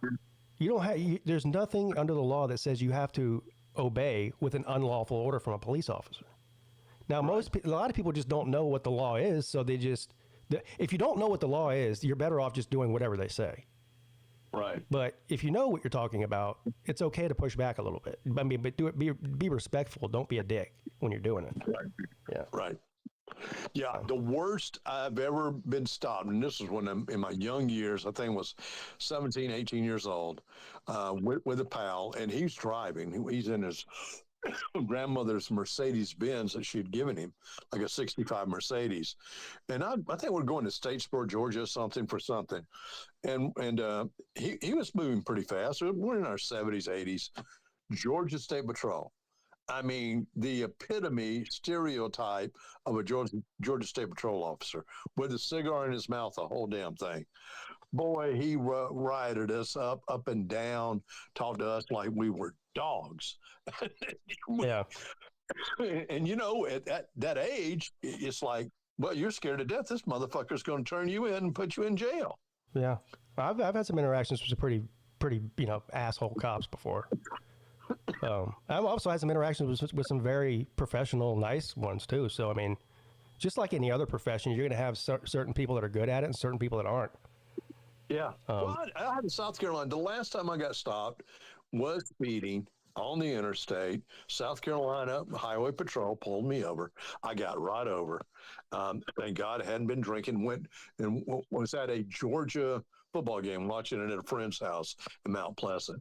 And when he pulled me over, I rolled down my window. I said, "Officer," I said, "I know." I said, "I sped up trying to get in the fast lane." He said, "I know." He said, "Look," he wrote a check and said, "Look, just call in." He said, "It'll knock down your points, all that."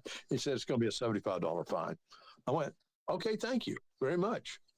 No, didn't make a big deal out of it. And he didn't make a big deal out of it either. Yeah, see, I got written a $450 ticket one time for something I didn't even do, and that really pissed me off because the guy knew I didn't do it. He just didn't like me. He didn't like me. He knew me. He knew me outside of this interaction, and he didn't like me. So he found an opportunity to stick it to me, and he did. And there was really nothing I could do about it. So that pissed me off. The only other time I really got pissed off at a cop, I told this story before. Did I tell you the story about how the cop came in my house? No, I don't think so, or I don't remember the story. Yeah, and I was initially very upset with him, but then I kind of get why he did what he did now. So here's what happened: I got home from work one day, in this house I'm in now, and we have an alarm system. So every time you come in, if the alarm's on, you gotta disarm the alarm, put the code in, whatever. Well, something happened. I came in, I disarmed the alarm, and the alarm company called me immediately and asked me for my passcode. Like, I don't know if I put the code in wrong or whatever. So I told her the passcode over the phone. She said, "Okay, thank you." And I hung up the phone, didn't think anything of it. I go out in my backyard, and I'm doing something in my backyard. And I hear, so we have these beeper sensors on our doors. So like when the front door opens, it goes beep, beep, beep, and same thing with the back door. So I'm on the back porch, and I hear that beep, beep, beep sound coming from inside the house, like very faintly. So I'm like, what the fuck? Because there's nobody. I'm home alone. Right. I walk into my kitchen out from the back porch, and there's a police officer standing in my kitchen with his gun pointed at me. Oh my God! Yeah, man. And I'm like, bro. What? Yeah, I stick my hands up in the air. I'm like, what are you doing? And he's like. He starts to back up towards the front door, and he gets all the way to the threshold of the door, and then he finally puts his gun down. And I'm like, what the fuck are you doing in here, man? And he's like, well, we got an alarm call here. I said, well, I said the alarm company called me, and I gave him the password. He goes, well, I looked inside. There's a window on the top of my front door. He said, I looked in there, and my son had been coloring that morning on the floor. And so there was a bunch of papers with coloring on it scattered on the floor. So to him, it looked like somebody was like rummaging through stuff in there. Right. So he tries to handle the front door. It's unlocked, so he just comes in. Now, meanwhile, I'm like, bro, I was in the backyard. You didn't even check the perimeter. Like, if you would have came around the backyard, you would have seen me back there. He should have announced himself, though, too, Pete. Yeah. If he's coming in your house, so that's what they're supposed to do, is announce himself. So then now he's asking me for ID. And I'm like, hold on now. I'm inside my own house. I go, I understand what you're doing here. He's like, I need to make sure that this is your house. And you're not, lying to me. Right. So originally I was going to push back and be like, but then I was like, you know what? He's got a point. I could just be anybody. So I show him my license. And of course, this was very shortly after we moved in here. So I hadn't had my address changed on my license yet. So my address on my license was my old residence. And he's like, that's not this address. I go, well, I haven't changed my license, my address on my license yet. He goes, well, I need some kind of proof that this is your house. So I said, you know what? I think I went and found like a utility bill or something and showed it to him. And I told him, I was like, because I was kind of a dick to him at first. Maybe I had a gun in my face. Well, I don't blame you for being a dick. Yeah. But I told him, I said, listen, I'm not really upset with you. I'm upset with the alarm company for sending you out here. Right. Because that wasn't the first time it happened. I mean, it's the first time somebody actually came in my house. But that had happened before, where they sent the cops to my house. And they knocked on the door, and I opened the door and just, told them what the problem was. But so, yeah, I was upset with the alarm. Boy, I called that alarm company after that cop left, and I gave him an earful. I'll tell you that. Yeah. Did you change alarm company? I did, yeah. I canceled right then with them. I said, I'm canceling with you. She goes, why? I said, because I just had a fucking gun in my face. That's why. Yeah, they squatted you. Yeah. What do you mean you had a gun in your face? I'm like, oh, you sent the police over here and they came in my house. She's like, oh, I'm so sorry. I said, yeah, you should be. Wow. Wow, oh wow. Well, that's scary, man. Because you know what? You could have jumped or something and he could have shot your ass. Yeah. You could have moved the wrong way or said the wrong thing and he might have shot you. Yeah. Wow, man, that's been ridiculous. I tell you, talk about a surprise. And you walk in your own house and you see a cop there with a gun pointed at you. That's pretty wild stuff. Well, I've never had a cop in my house. I mean, I've had, cops show up on my door for various things, normally something neighbor related, asking me about. And I said, well, this is all I know about this person. That's about it, so. My old neighbors, we have newer neighbors now that we get along with great, but our old neighbors, one year it was New Year's Eve and we were out shooting fireworks. It was like midnight.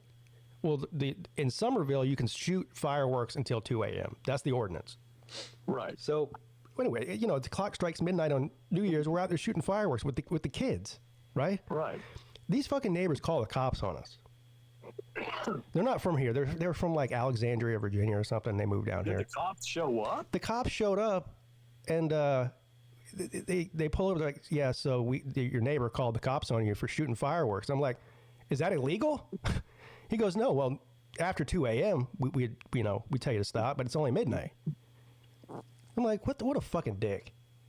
Well, first off, with the cops knowing that the law is you can shoot off fireworks till 2 a.m., why the hell would they show up? Yeah, and they didn't even investigate it. They went and knocked on his door and told him they're allowed to be doing this.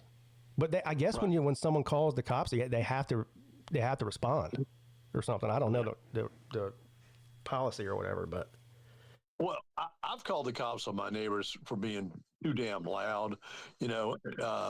I mean, I had a neighbor who thought he was a great singer, and he's trying to sing, excuse me, U2's "With or Without You" at 11 o'clock at night, and it was right on his back porch, and it was like, it was like a cat howling, and I called the cops and I said, listen, can I be an anonymous person that's called about the noise? They said, of course. So.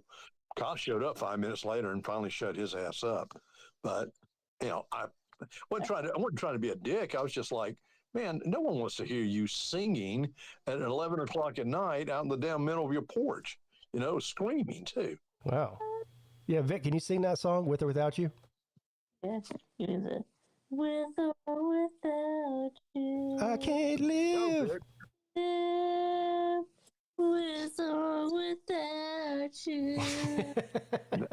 See, I wouldn't have called the cops on Vic. No, Vic has the voice of an angel. He does. I hate to run, Pete. You know what? I'll probably jump back on later. Okay. Yeah. Well, I'll be here. So. Yeah, you'll be here for a while, but I got to do a little bit of work here. Okay. All right, man. You take care, and here's to you. Good luck on the 24-hour marathon. Yeah, thank you. Cheers. Yeah, man. Cheers. Yeah, it's funny. Like Like Uncle Lou was like, I asked Lou, I said, will you come on for a couple hours at some point during my live stream to hang out? And he's like, yeah, absolutely. He goes, would it be okay if I came on at this time or that time? I go, bro, I'm going to be on for 24 hours straight. You can come on whenever the fuck you want. It's up to you. Whenever you can come on, just come on.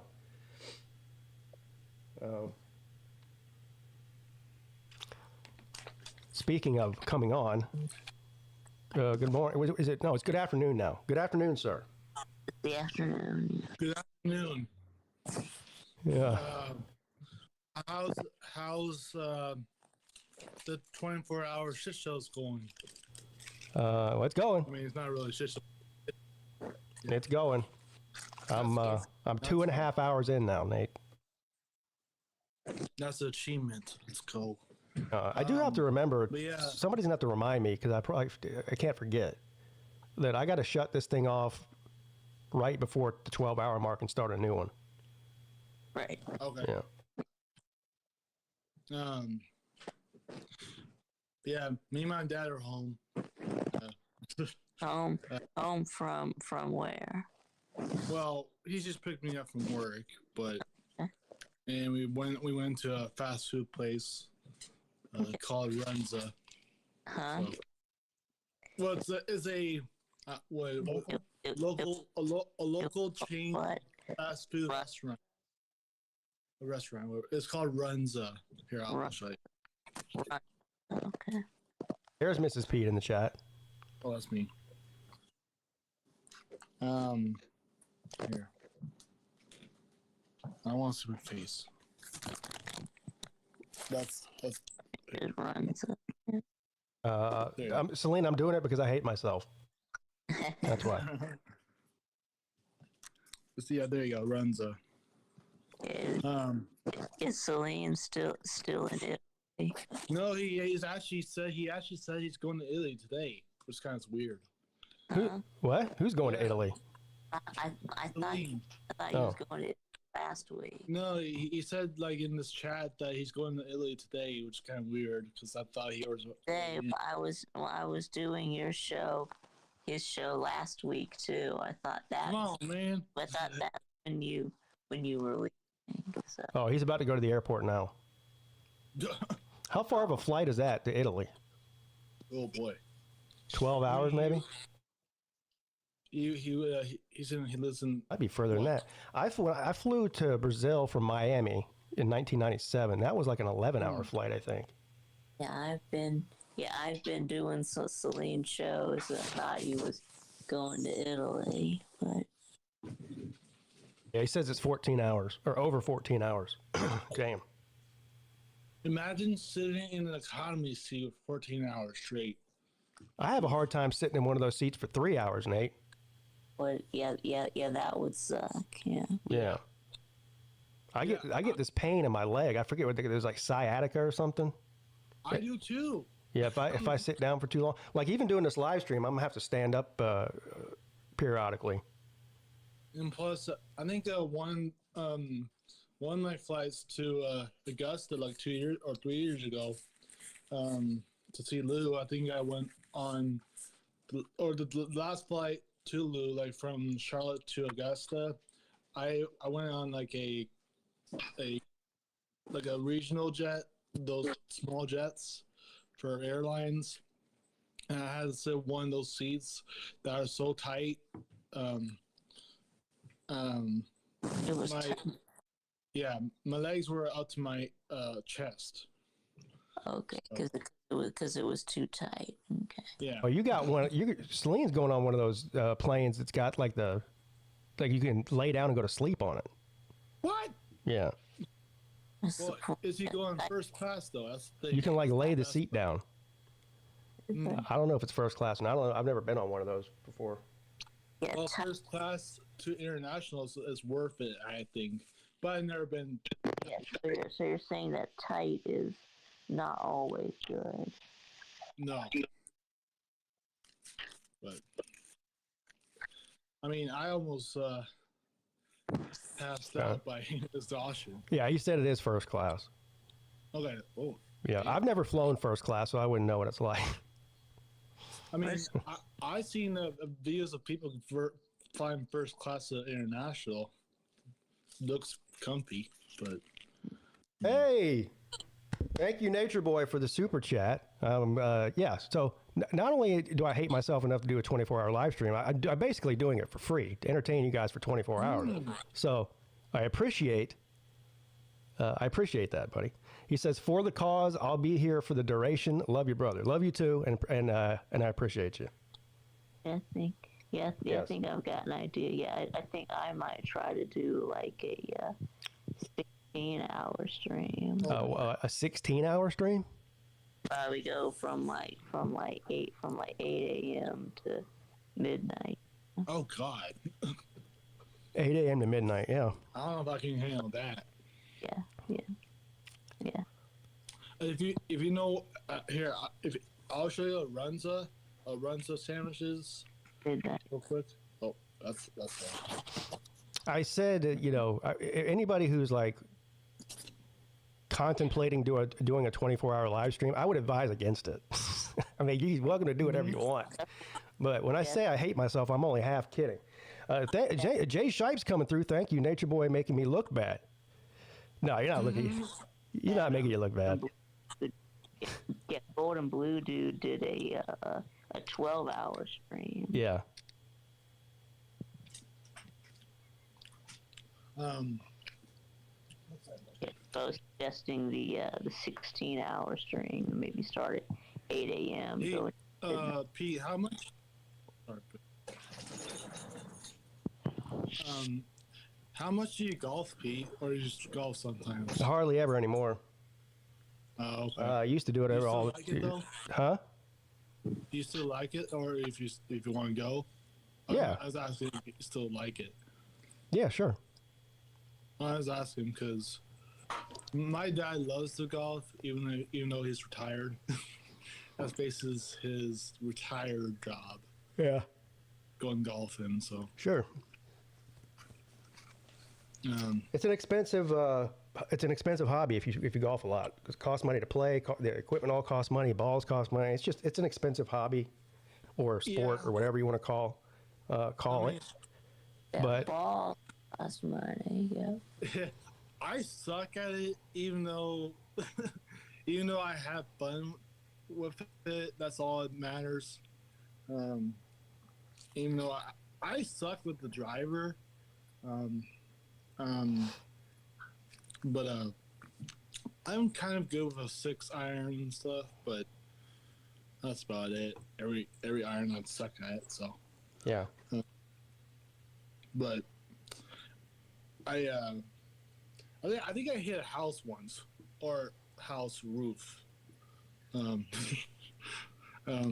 for a ball that curved outside. Yeah, people, if you live on a golf course and you get mad if somebody hits your house with a golf ball, I mean, that's, you knew you moved into a house that's on a golf course. You know what I mean? Like I've like hit my ball into somebody's yard before, and I go over there, and they're mad at me for it. I'm like, you're the one that fucking chose to live here, not me. This is a golf course, buddy. True. That's the true fact. Yeah. Calm down. And give me my ball. Well, what's worse is if you break a window, you have to pay for it. Fuck that. No. Who? According to who? This woman dad said. According to Nate, I guess. Yeah, no. No, my dad. If they say you got to, hey, sir, you're paying for this window. No, I'm not. What now? What are you going to do about it? What are you going to force me to?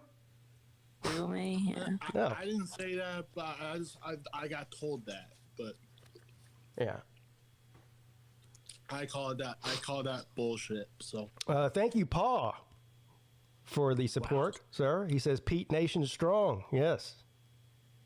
Yeah, we need Paul to come in. Yeah. I'm pretty sure Sir UGA lives on a golf course. Oh, he does? Nice. Yeah.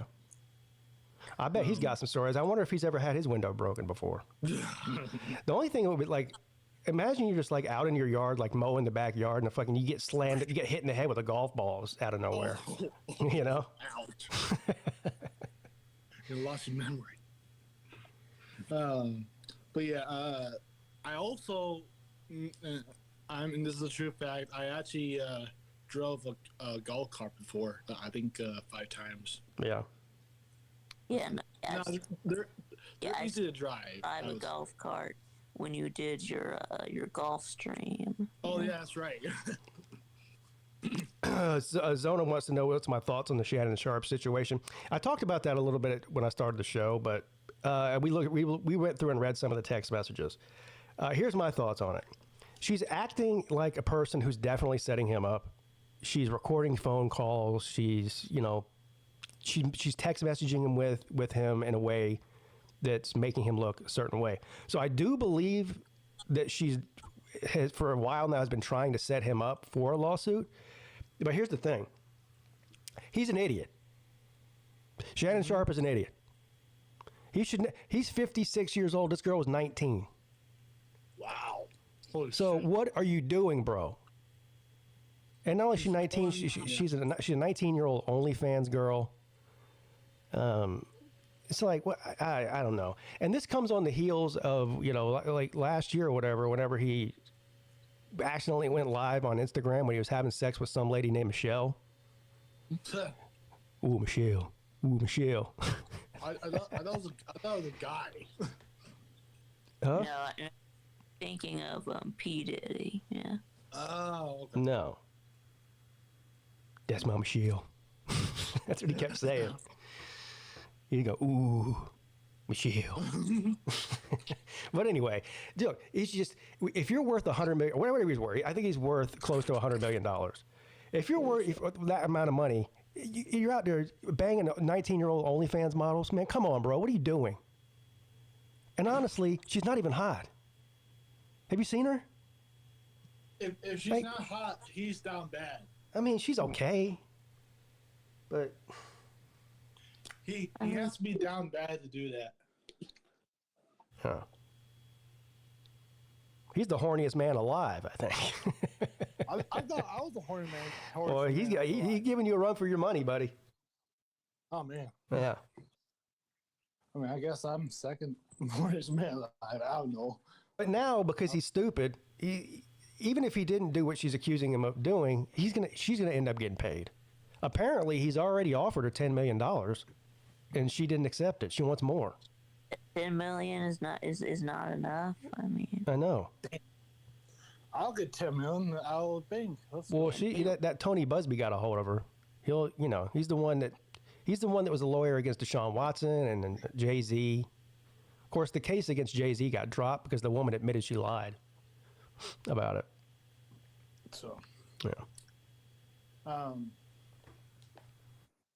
Hey, Vic, you want to tell Pete? You don't have to tell, but I was gonna ask Vic, tell you, Pete, that for ChatGPT, what I did to it. Yeah, we are. We already talked about. Oh, we did. Okay, sorry, I forgot. Sorry. Yeah, we talked about that on Wednesday on. We did. Not bad. Yeah, I guess. Right. Anyways, moving on. I have a somewhat bad memory too, so.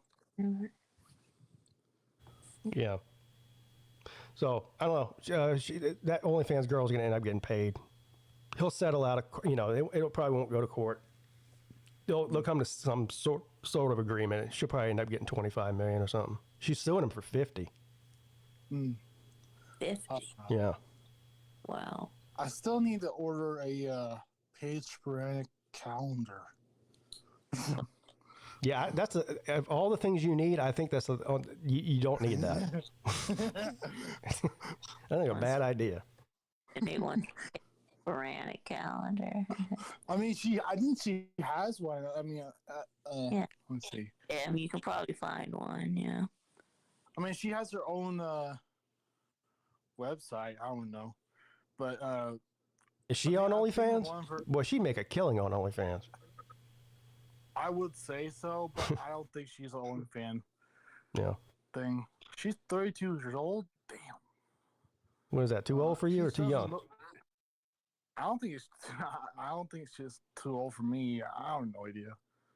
So 32 minus 23. That's like what, 12 years on there? Older? Yes, it's only 9 years. Yeah. Oh, my math sucks. Okay.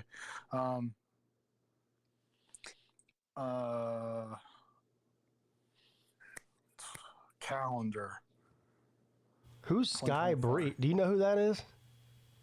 Yeah, I know Sky Bree is. Who is that? Huh? I think she's another golf. Here, let me look it up. I think it's golf. She's also a golf instructor. I think. So she's another. Mistaken. Another golf girl. She is. Yeah. I mean, what's the name? Are you sure? Well, that's what makes. What was the name again? No, she's a porn star. Okay. Yeah. I was way wrong. Oh, she's an OnlyFans girl too. Okay, yes, okay. Yeah, adult. They call her an adult actress. Yep. I mean, that's kind of yeah. She is. She's good looking. That's for sure.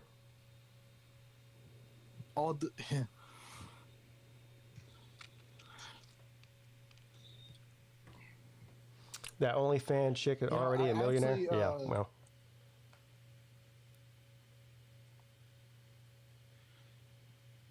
Yeah. It's weird that people pay for OnlyFans. Like porn's free. Like what? Like what are you paying for? It's weird. Yeah, and some states restrict the site. So. Yeah, it's restricted in South Carolina. Even here too. I can't go on there. I forget how many states there are. I mean, but it's weird. It's just that one site, though. It's like they don't really. I don't know. Whatever. Yeah, they restricted it in Nebraska too, which kind of sucks. They probably saw me beyond it too much. They shut you down. You had too many watch hours on there. Probably. But no.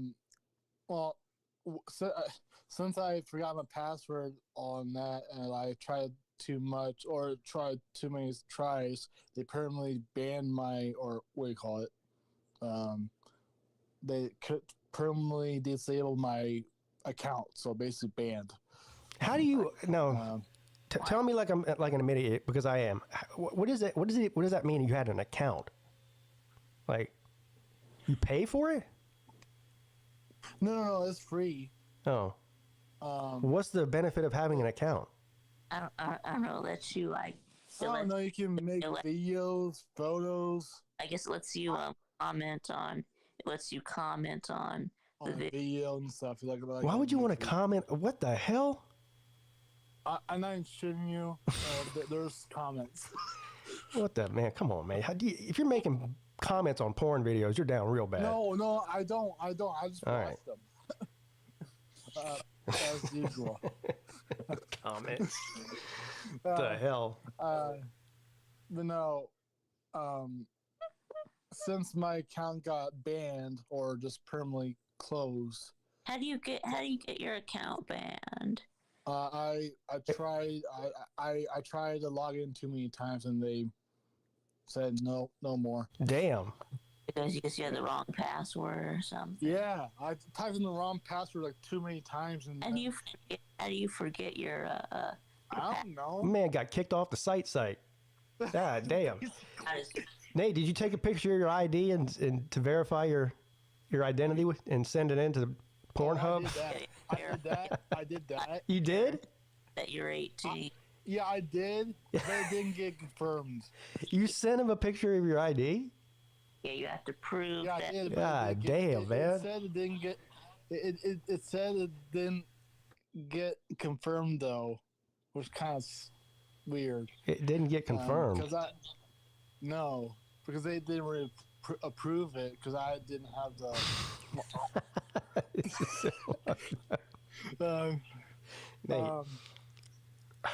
I mean, but seriously, I do need help in real life. Yeah, I think it's probably a good thing that you can't get on there. Honestly, you do need help. You need to take a break, bro. What's up, TB? Dude, I need Jesus. Well, I already have.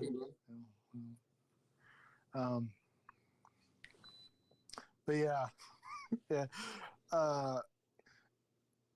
Actually, my dad for the upcoming talent show for YouTube. My dad actually suggested me bowling, like showing off my bowling skills. Just me, but I don't know if you feel like that. Nate, did you see when I started the stream? I showed my YouTube studio. Did you see that? I probably missed the way. Here, I'll show it to you now. Tell me what you think. Well, I got to get out of the way. But you can see. So I got 2 chairs in here now. See that? Damn. Yeah. 2 chairs. I got 2 recliners in here now. Problem is, whenever I'm doing like when I do my game streams and whatnot, I'm running around this room. I don't have much room to run around anymore. You know? Did you buy a new recliner so I couldn't break the other one? No, we're cleaning out my dad's place, and so he had a lazy boy that I brought over here and put downstairs in my living room. So I brought the one that was in my living room up here. So now I have 2 up here. I need a bigger man cave. Yeah, well, I don't know. It's a pretty big room. It's like 15 feet long and 12 feet wide or something. No, more than that. It's a pretty decent sized room. I get my desk in here. It's a door, so my desk is huge. My desk is what, 6 feet long? Oh, yeah. Yeah. 7 feet long, something like that. So is it the same desk that I was? The big blue desk. Yeah. Oh, blue. Okay, gotcha. Yeah, the same one. Yeah, when Nate came over to stay at my house for a few days, he went into my settings on my computer. He was doing all kind of weird shit. I came up, it was like 3 o'clock in the morning. He's like, "Can I use your computer?" I said, "Okay." He's up here fucking with settings and stuff. I'm like, "Nate, what are you doing?" Hey, why are you messing with Pete's settings? Yeah, bro, I'm a nerd. I don't know why. To be honest. Someone lets you use their computer and you start going on there and changing shit. I'm like, what? This is my computer. Just use a computer. Don't change a bunch of stuff. Yeah. Maybe it wasn't settings. Maybe it was the settings in StreamYard probably, but yeah. Yeah, but you were changing all kinds of stuff, and I was like, why are you doing that? Probably at that time I said, I don't know. But I think I remember now why I was doing it, because I don't know why I was doing it. But maybe it's because I wanted to improve your sound, but at the same time you sounded great, so I don't know why I was doing it. So yeah, I mean, I have the settings on my computer the way they're set for a reason. Yeah. Yeah. So once it's where I want it, I leave it there. Right. Yeah. Well, if I ever come to stay at your house, I'm gonna get on your computer and just start changing shit. See how you like it. Honestly, I do not. You can change it all you want. I really don't use it anymore. So, I mean, I hardly uses it.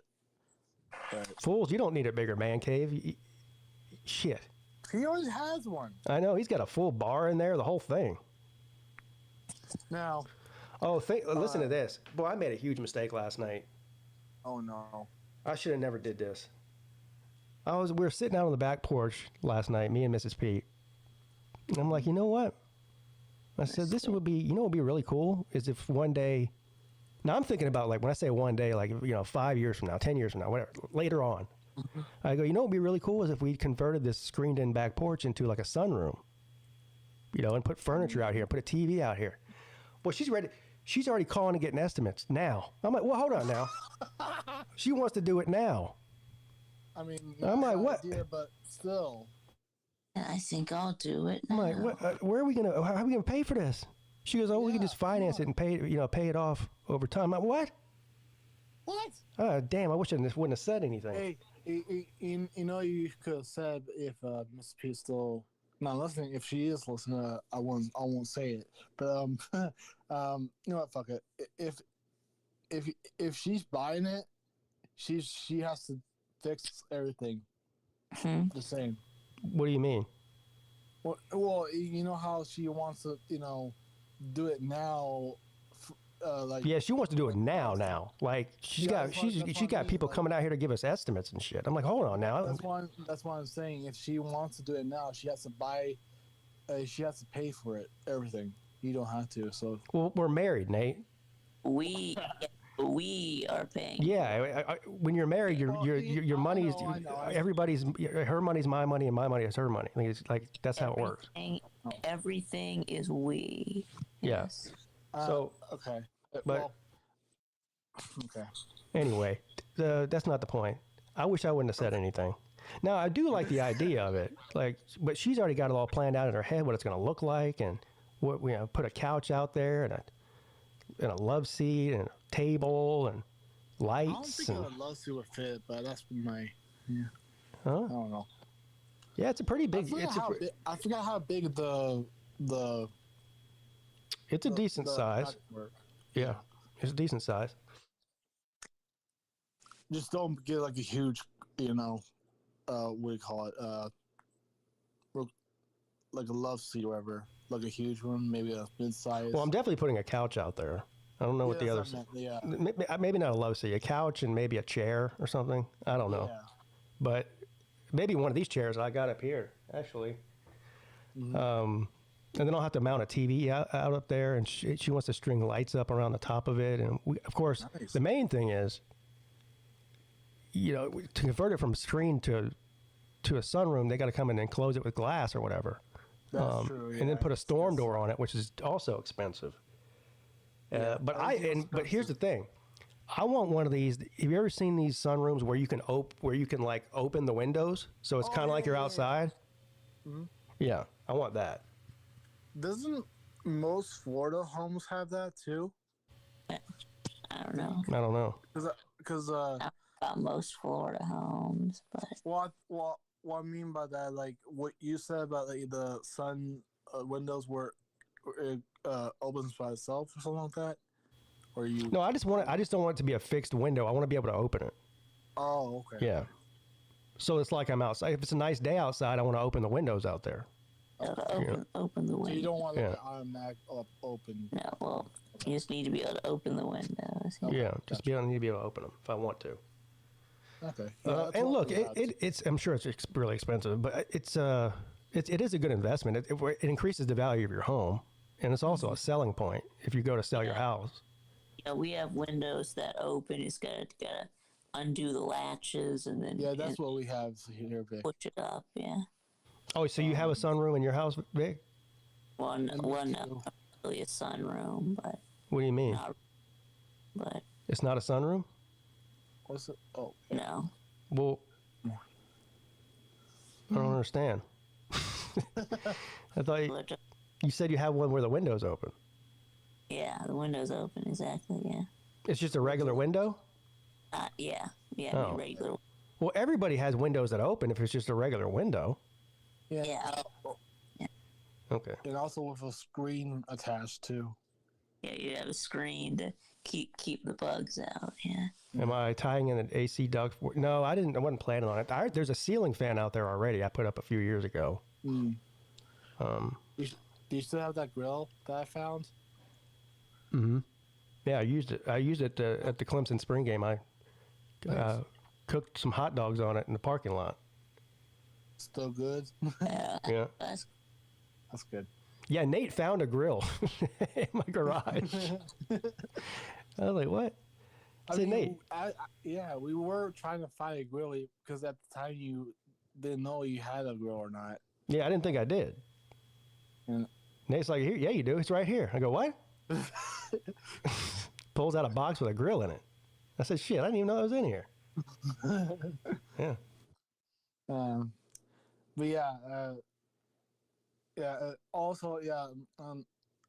I forgot to tell you. Well, I told you in the comment section about the back surgery and stuff. So, that's gonna be on May 15th. 2 days in the hospital. Mm-hmm. And so the whole point about the surgery is what the back doctor, well, I call it, found a broken vertebrae, or just a, I don't know. I'm not a back doctor, but that's what I think he said. A broken vertebrae with a tumor that is attached to it. That So, how'd you break it? I think it was like, shoot. Break it like playing hockey or something? No. I remember how I broke it. I forgot how many years ago. Well, how'd you break it? So I was carrying the travel boxes, right? The moving boxes. Mm-hmm. And I was trying to put it downstairs, the basement, and all of a sudden I slipped. My feet, because I have carpet. Oh, so you like slammed your backside on the steps? On the steps edge, yeah. Yeah, that'll do it. And I couldn't breathe for like, what do you call it? 2 minutes. Like I couldn't. I tried to. The wind knocked out of you. Well, I think it was just the pain was so severe he couldn't even breathe. Yeah. Exactly. All that getting the wind knocked out of you. Yeah. Yeah. Yeah, and that's what I remembered, and I told that to my back doctor, and he saw what he saw. We did like MRI scan, CAT scan, all that shit, and they saw that crack. Well, I hope it goes well for you, because I mean, when people start getting back surgeries, it's hardly ever just one. It's like they get one, and then there's another problem later, and they got to go back in and try to fix it, and it's usually. Hopefully they fix whatever needs fixed the first time. Nothing scares me more than the idea of having to have back surgery, because it usually lingers for the rest of your life. And I said what you said too earlier. I'm like too young to have this back surgery. Well, I mean, if you broke your back, you broke your back, but. Well, you know what I mean, but yeah. Yeah, and ever since I had that pain. And like every time I try to get out of bed, that what do you call it, pain aggravates my back when I'm trying to get out of bed, and then trying to stand up, and you can hardly ever walk. Yeah, Battle Angel, we're talking about turning it into a sunroom. I made the mistake last night of saying, it would be cool if we turn this into a sunroom, and boy, shit. We woke up this morning. She was getting text messages from contractors, like trying to come out. I'm like, hold on now. It was just an idea. Yeah, you gave. And after I got out of the shower, she's just standing there looking out at the back porch. I go, what are you doing? She's visualizing what she wants to do back there. And I'm like, oh no. What have I done? What have I done? I've awoken a monster.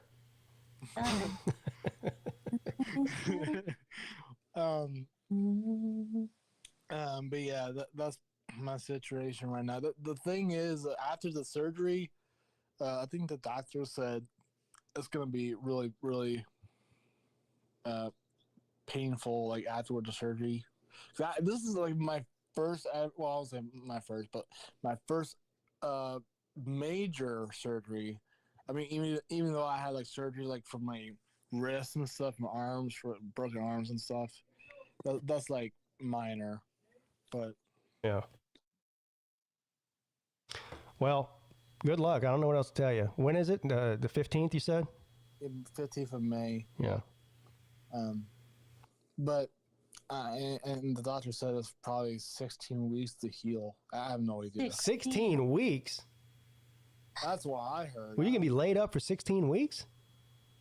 Yeah, probably. And plus, I could have a brace on my.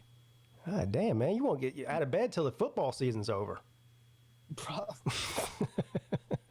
And plus, I probably won't work. I'm fired. I don't know. Yeah, well, I mean, you can't work from bed, can you? I mean, I actually found this out. You can't. There's a job you can sleep for money. Sleep for money? I'm not even shitting you. What? The easiest. I'm not even shitting you. Look up the jobs that are easy to make money. I think why would somebody pay you to sleep? I don't understand the point of that. I don't know either, but I really want to. I think that's bullshit, yeah. Nate. Nobody's paying you to sleep. No,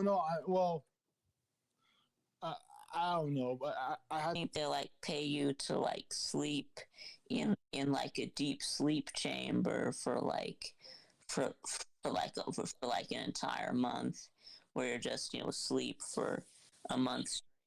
Yeah, but it's not a job that where you just like for the I'm gonna be a professional sleeper for the next 20 years and I'm gonna retire. I don't think it's a professional sleeper. It's just a regular job. That might be how they send people to Mars. Just have them sleep for the entire trip. Yeah. Yeah. True. Or I had a really weird dream last night. I had including Elon Musk, what do you call it? A hyper sleep, or cryo sleep, or that's what I was talking about. Yeah. Where you get frozen. I don't see how you could just sleep all the way to Mars. You have to eat, you have to pee, you have to.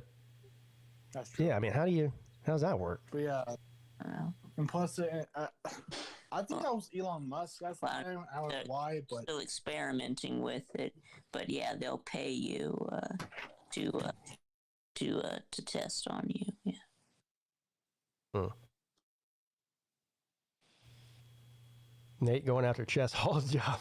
No, I don't think sleeping is Chess Hall's job. I think it's just his hobby. Whatever happened to him? Is he still on YouTube? Yeah, no, he doesn't make videos anymore. But yeah, I have seen him on my streams. He's using his Wrestling Talk account. But yeah, I've seen him in my chats. He hasn't come on the StreamYard. I've been trying to get him on a StreamYard, but. All right, Mr. Pete just came in here. Now the channel that he broke into and streamed on, was that your channel? No, that was Ballard. Ballard, that's right. Okay. Yeah, so Chess Hall had the login information for Ballard Sports Media YouTube page, and he hacks into it and goes on a live stream and starts talking about how he has a porn addiction. What? Yeah, you remember that? Yeah, I do remember. Oh, yeah, I do remember. Yeah, and Ballard's like, what are you doing, man? This is my sports channel. You're on here live streaming about porn addiction. Yeah. But that was Ballard's fault. But why would you give Chess Hall your login information? It was because they did a show together at one point. Yeah, I do shows with other people all the time. I don't have my login information. It was the unprofessional sports show. Yeah. Ted Williams did cryogenic sleep. Yeah. Here's, I don't want to be frozen and awakened, 500 years from now. Like, why would anybody want that? I don't understand. It would be like 2,000 years. It's just like that SpongeBob episode where Squidward gets frozen for 2,000 years. You remember that story? There's I forget what state it was in. It was one of these places that rich people freeze themselves, so in the hopes that in the future they can be, come back to life or whatever. This place, I think like the power went out or something, and all the body, like they all melted. Yeah. Oh man.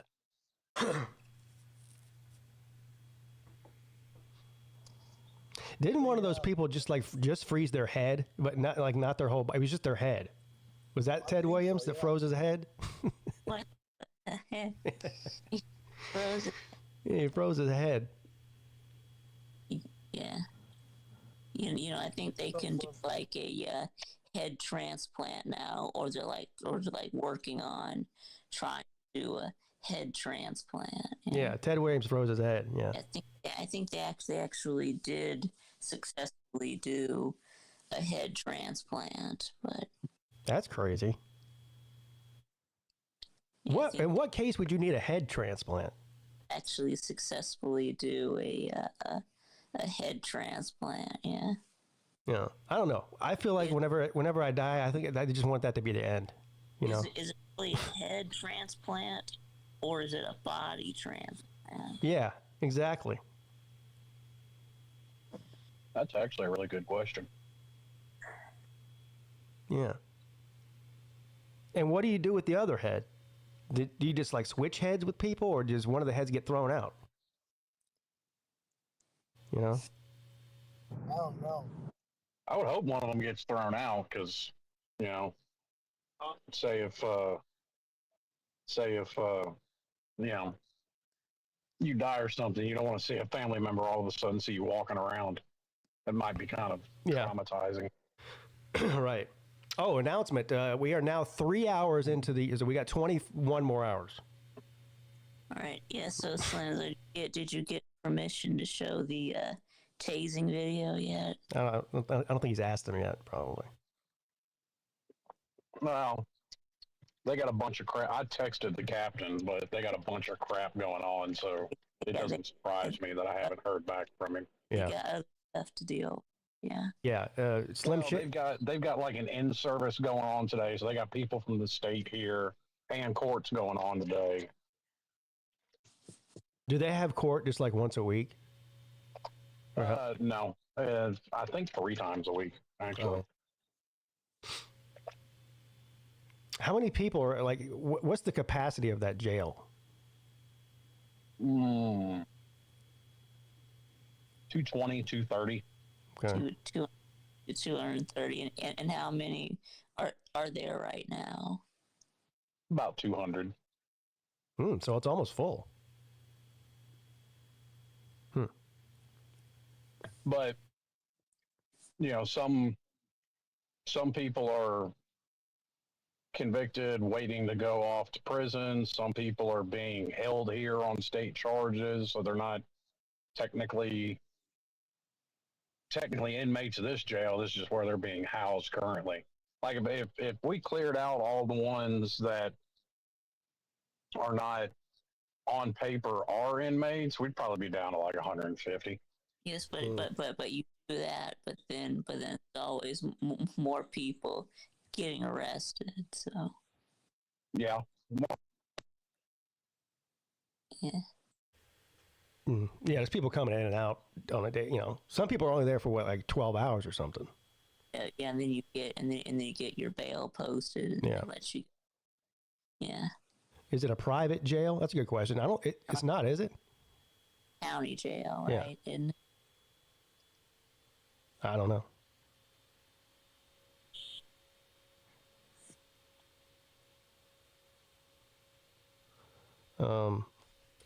I think something happened to his old. Here he is.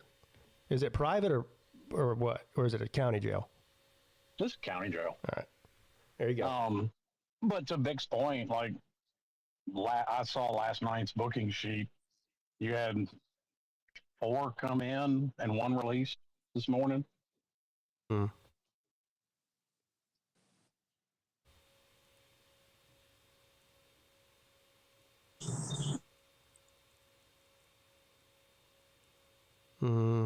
Do you think Cam Ward's going to go first overall tonight, Slim?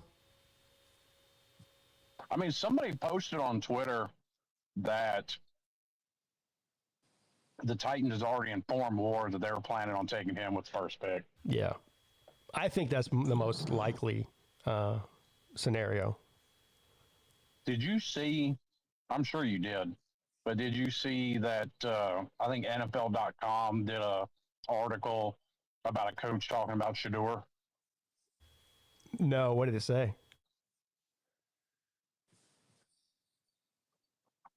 I mean, basically along the lines of he's the most entitled, spoiled brat I've ever seen. Everything is everybody else's fault. Yeah. And this was a assistant coach on an NFL team they were quoting. Yeah. We looked at a mock draft this morning from CBS Sports. I don't know whose draft it was, but it was somebody that works for CBS Sports, and he wasn't even in the first round projected. I mean, I'm not like some people. I don't think he's terrible. And, I mean, the numbers he put up, I think, are kind of amazing considering how bad their offensive line played. As a matter of fact, now that I think about it, that mock draft that we looked at earlier, here, I still have it up. There was only one quarterback in the first round at all, and that was Cam Ward. It wasn't any other quarterbacks at all. Nope. I've seen a lot that had Jackson Dart in them. In the first round. Yeah, I saw one that had Jalen Milroe going to the Steelers in the first round. Yeah. So, which NFL teams really need a quarterback? Like, so the Titans, we know. Who else? Titans, one. Steelers need one. I thought Aaron Rodgers was going to Steelers. Right. I think that the needs one. The Raiders. Yeah, the Raiders. I thought they already got. They got the Panthers. No, the Panthers. They're keeping Bryce Young. Yeah, Geno Smith. Yeah, the Raiders got Geno Smith. So. Yeah, Bryce Young actually played well last season. The rest of the team sucked though, but. Yeah, the Saints need a quarterback. Yeah, the Saints. That Derek Carr. Where's old Jameis going now? He's one of those journeymen that he's going to end up playing for all 32 teams by the time he retires. That's what he's become. Yeah. Yeah. Now, what happened to the albino rhino in New Orleans? Isn't he still there? Oh, you mean Mr. Rattler? Spencer Rattler, yeah. Yeah, he's still there. Yeah. So Jameis went to the Giants. Okay, wow. Yes. And they also got Russell Wilson. See, I thought he was still in Cleveland. Shows how much I'm keeping up with his funky ass. Yeah, they got Russell Wilson and Jameis Winston. So. Who would want Russell Wilson at this point? Apparently. He's out of his prime. Well, that's the most Giants shit ever. That's why they're no good ever. Yes. It is. Poor bad dog. I know. Anyway, how do you they let maybe the best player in the entire NFL go to one of the teams in their division? What the fuck? Yeah. Saquon Barkley goes over there and wins a Super Bowl. Dumbasses.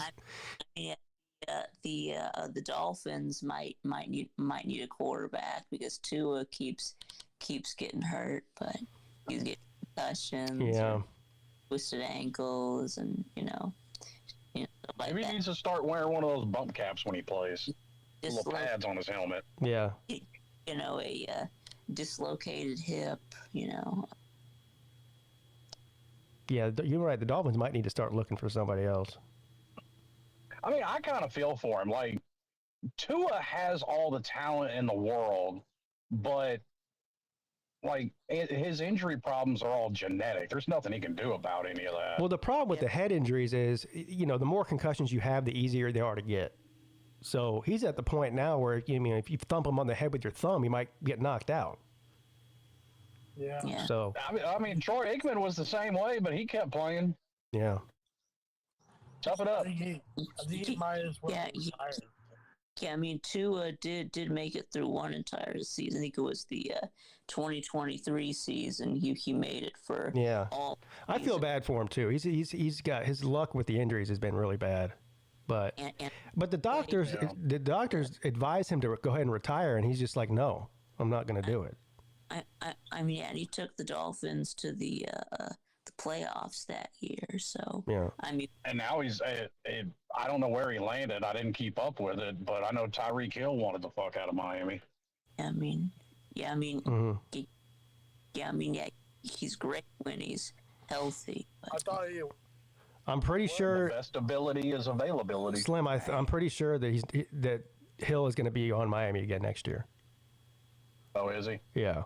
I think he said something about how he wanted out, and then like a couple of weeks later, he kind of backtracked it and said that, he he didn't really want out. He was just, he's just upset. So I don't know what's happening. Probably found out that he couldn't get out of his contract or whatever, and was like, well, I gotta pull a U-turn on this. Yeah. So somebody got a hold of him and was like, hey, buddy, you need to backtrack what you said before. Whoopsie. I found a. You found what?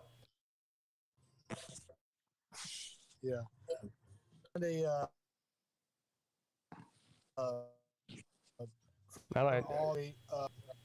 don't know what happened to your phone connection, Nate, but nobody can understand what you're saying. But Nate, I finally came across that Paige Sporanic chick on Twitter. Yeah. You may be onto something there. That wasn't too bad. Oh, no, it's not bad at all. Nope. No, I shared it to Pete for research purposes. Yeah. She's a smoke show for sure. She knows exactly what she's doing. Mm-hmm. Mm-hmm. She's good at it. Did you see that other video that got posted? The Cavender twins at some party talking shit about. Oh my God. Oh, that was. Well, actually, now I think about it, you sent it to me. I think. that was at the UFC fight this past weekend. Oh, is that what that was? Yeah, okay. Trump was there. At a UFC fight. Yeah, there was a bunch of Shaq was there, Trump was there. Like it was a bunch of famous people there. But you know who they were talking to? No, I have no clue who she is. That was the girl that they were talking to. That's Trump's granddaughter. Oh, okay. Yeah. Well, yeah, that makes the one that's on the golf team at Miami. Yeah. Kai Trump or whatever her name is. I think it's Kai. Yeah. That was Trump's granddaughter. Yeah. Yeah. That's who they were. That was that other girl they were talking to. Yeah, she was Trump's granddaughter is on a which to me makes no sense. Is on a golf scholarship to Miami. Ironically enough, I think Trump's granddaughter is the one that posted that video on social media. Yeah, who was filming? I don't know. It looked like somebody else was filming. Yeah, somebody else was filming. But I think that she's the one that posted it, though. I guess she's friends with them. I don't know. I guess. But have you seen it, Vic? Vic? Yeah. Have you seen that video? Yes, I have. Yeah. Okay. Yeah, so anybody who hadn't seen the video, is that basically the two Cavender twins just shitting on Carson Beck. Like, saying that nobody likes him. Yeah, and she didn't break up with him for cheating. She didn't find out about that till afterwards. She just broke up with him because nobody likes him. She's like, what? Damn. Yeah. I'm going to be honest. I don't know with the situation, obviously, but that really did not look good on her. No, it didn't. No, pretty bad look, actually. I broke up with him because of the person that he is. Yeah, but see, here's the problem. How long did they date? I mean, so she knew the person he was, and she stayed with him for all that time. Obviously, she said nobody liked him. Obviously, she did. Otherwise, she wouldn't have dated him.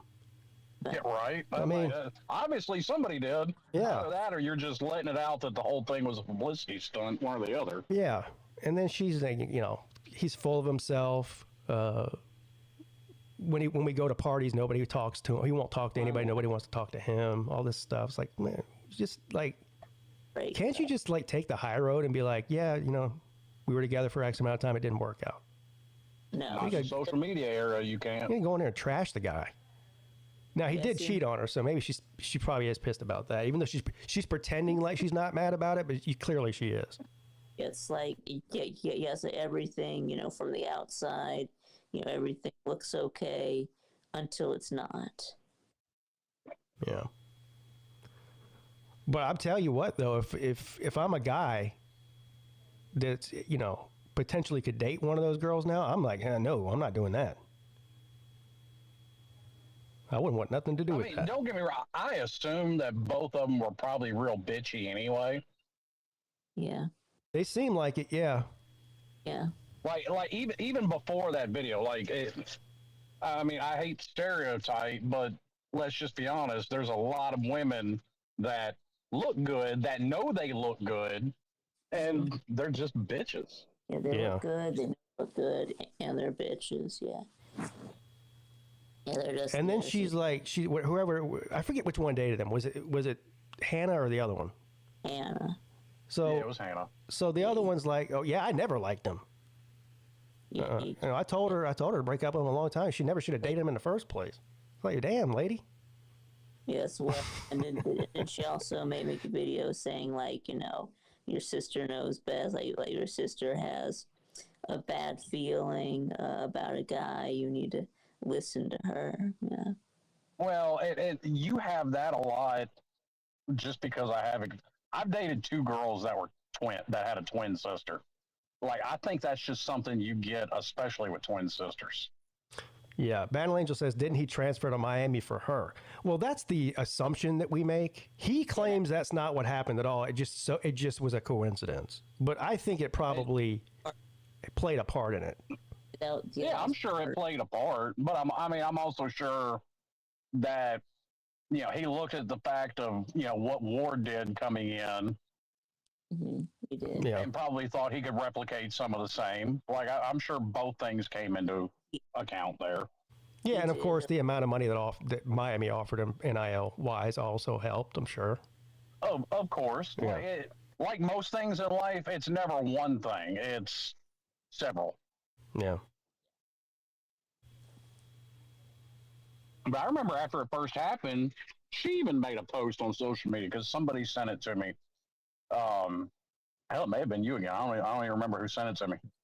But she made a post saying, you know, she didn't tell him to transfer there, and, you know, her being there had nothing to do with him coming there. And I'm like, listen, lady, it probably didn't have everything to do with it, but it had something to do with it. Sure. Yeah. But yeah, out of that whole interaction, I mean, I guess the idea was to make him look bad, but it really made her look bad. Yeah. I would be shocked if she didn't regret that at this point. Say, you know, or maybe she didn't know she was being videoed. I don't know. I don't know how you couldn't tell, but okay. Well, the other thing is, if you watch the video, it appears to me as if they had been drinking. Yeah. So, you know how that goes. Give a girl, you know, a couple of fucking white wine spritzers, and they lose all their inhibitions and just say anything. Or a couple of White Claws. A couple of White Claws, yeah. That's one thing women love to do when they get drunk is talk shit about men. Shit, my wife does that sober all the time. I know that from experience.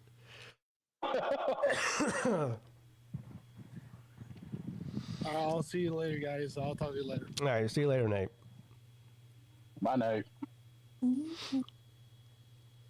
I was scrolling because I got that off of Twitter, you know, that video.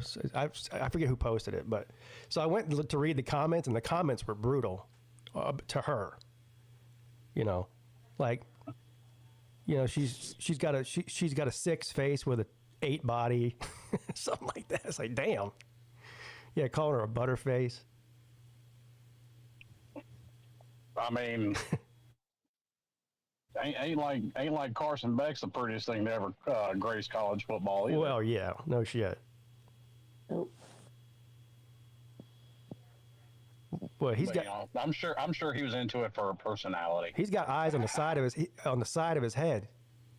He could see the whole field when he just looks straight.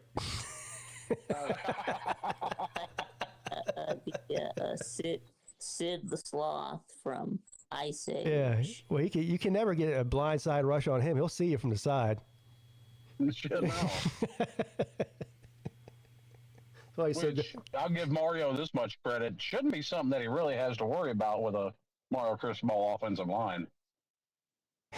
He looks like a flounder. Goddamn. Hey, he got a big ass set of chompers on him too. Oh, I remember Zima. Yeah, you remember that? Oh, I remember Zimas. Yeah. Yeah. It was like the precursor to those Smirnoffs. Yes, so it's like a seltzer type of drink. It's real sweet. It's clear, Vic, and it's got alcohol in it. It's kind of sweet. It tastes sweet. And you know, when we were like, 19 years old, we'd go get some Zimas, and we put like Jolly Ranchers in them. It was like the White Claws of the late 90s. Yeah, it was White Claw before White Claw existed. That's exactly what it was. Yeah. Yeah, Jolly Ranchers. Sometimes people would put Skittles in them to flavor it. Yeah. I guess I don't even make that stuff anymore. I don't think so. I think it went the way of Tab Cola. Yeah. The thing about Zima, I dated myself with that one too. Women loved Zima. So if you wanted to go drinking with a girl, you show up at the house with a 6-pack of Zimas. Yeah, girls loved it. I'll give you a tab. I drank a White Claw last night. Mrs. Pete went to BJ's. You know what a BJ's is, right? I've heard you talk about it. It's like a Costco or whatever. It's it's one of those big wholesale stores. Yeah. So anyway, she goes to BJ's last week. She comes home with the biggest pack of fucking White Claws you've ever seen in your life. There's like 50 in there. Jesus. It's like a suitcase full of White Claws. I'm like, what the hell? Party. He's like, yeah, it was only $30 or something. I'm like, Jesus Christ, you got enough White Claw to last a year. Party at Pete's house. Yeah, giant box of White Claw. So last night I was like, you know what? Let me drink one of these things. Cool. They're okay. Oh, listen, don't act like that's your first White Claw. No, it's not. No, it's not. Well, first of all, she drinks like seltzers all the time. She drinks Trulies, White Claws, whatever's on sale. So, if I run out of beer or something on a Friday night and I don't feel like going to the store to get any more, I just grab one of her White Claws. I ain't got no shame. Oh, yeah, we did that at Port Canaveral. We ran out of those little mini beers that you bought because, Oh, yeah. you bought the cute little ones. And, Truly or whatever it was that we had bought for the girls, we started getting into them when we ran out of beer. That was the biggest ripoff ever. There was a gas station right next to the hotel we were staying at in Port Canaveral, Vic. Uh-huh. And I was like, let's go on a beer run. So we walk over there. They hardly have any selection of beer at all. They had like 3 different types of beer. And it was like super expensive. So I found this 12-pack of beer. Was it 12-pack or 18-pack? I think it was 12-pack. I think it was 12. It was like $15 for this. And I was like, that's a lot even for regular size beers. But I didn't realize that they were small beers. So I buy them. I buy mini cans. Yeah, mini cans. I buy a 12-pack of Bud Light, a styrofoam cooler, and a bag of ice. And we get out into the parking lot, and I'm going to fill up we got back to the room. We get back to the room, and I'm about, put the ice in the cooler. I'm about to put the beer in there. I open up the box of beer, and it's these little tiny cans. Like, I don't even know, what are they, 8 ounces maybe? Probably. I think they're like 8-ounce cans. I was like, what the fuck? I paid $15 for this. We drank those. At least when Heineken did the little mini keg cans, the can looked kind of cool. I don't know, but we drank those 12 beers in like 5 minutes. Yeah, it didn't take long. It didn't take long at all. So too bad I didn't bring the kids. Otherwise, I'd have a little baby nipple to put on it. It looked cute. Slim just laughed at me. I was like, damn it. I got me. Yeah, because you got those, but I got bottles. I got the Miller High Life. Miller High Life. Yeah, those are 12-ounce bottles. Yeah. Yeah. Champagne of beer. But that guy was ripping people off, man. That cooler was like $10 for a styrofoam cooler. It was like $10. I was like, what? So for $30, I got 12 baby Bud Light cans, a styrofoam cooler, and a bag of ice. Damn. Yeah, but see, they know they're fools like us that are showing up and just want to grab something for the night. I mean, that's the state of Florida in a nutshell for you. You ain't even got to be in one of the tourist traps. Whole damn state is a tourist trap. Yeah.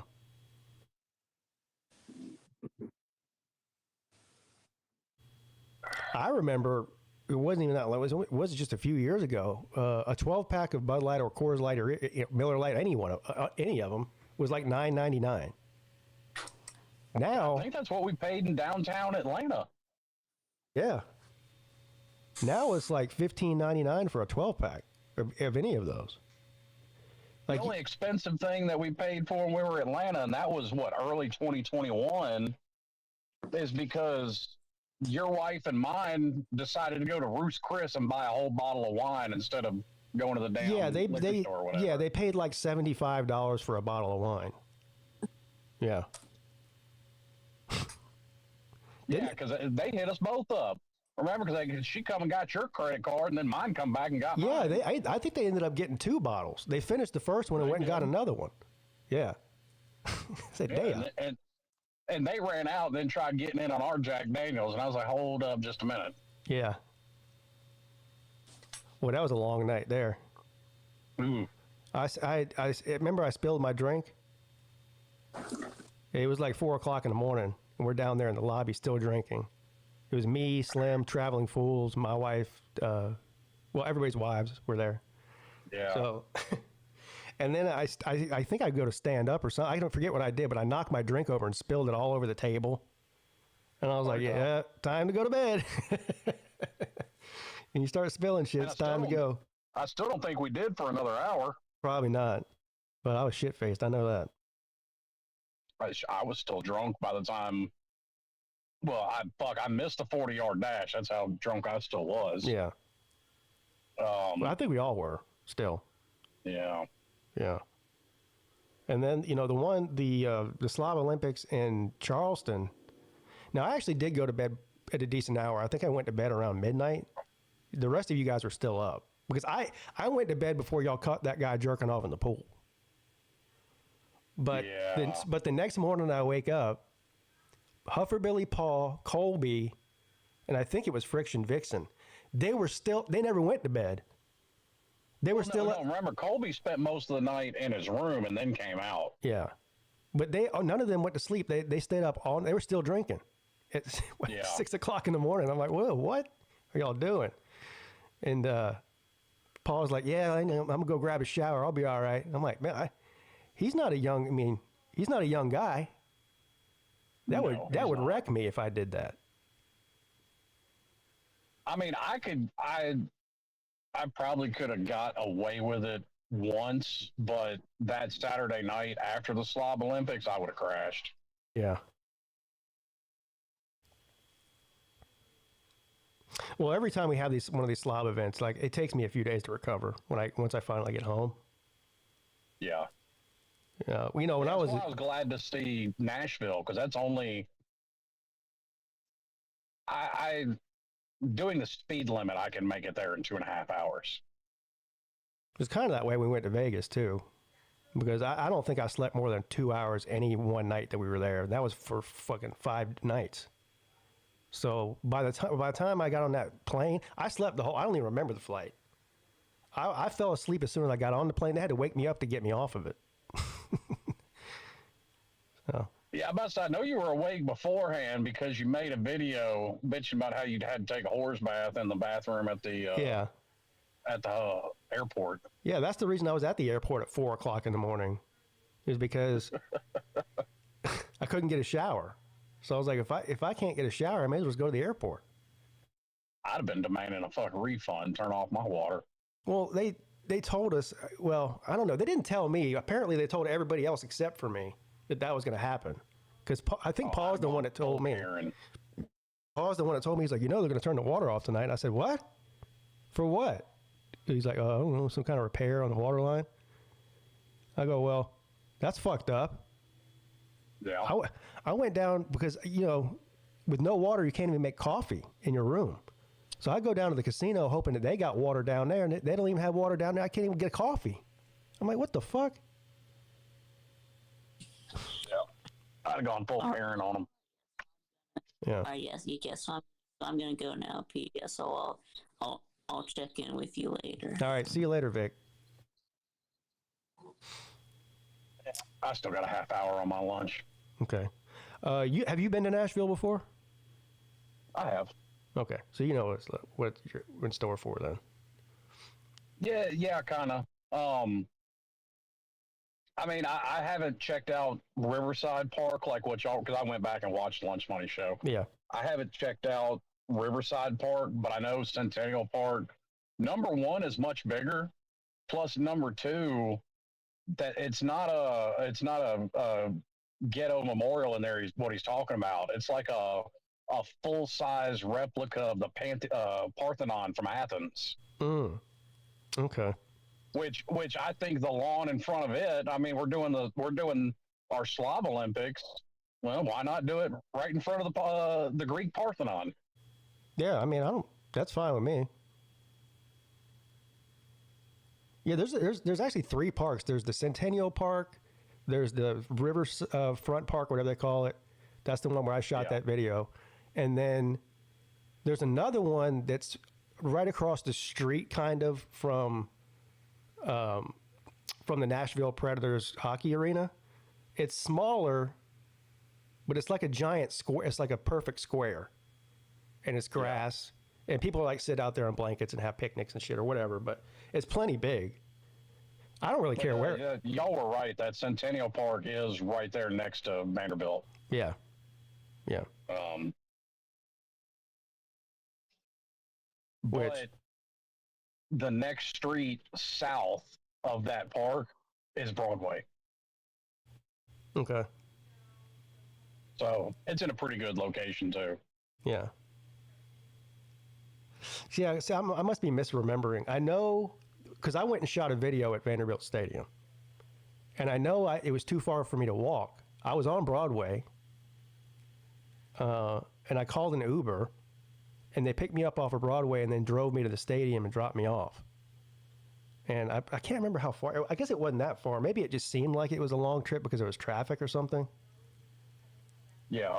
I don't know. I mean, you can either, to your point that you made on the Lunch Money show, you get a hotel probably closer to Broadway, and then, if we got to drive or Uber over to the park that day, whatever. Yeah. Yeah, whatever. Ain't no big deal. Right. Oh, I didn't tell you. I got a new gun. Oh, you did? What? Glock 17. Oh. Is it like an old Leo? Like, or is it new? No, it ain't. It wasn't old. It was brand new out of the box.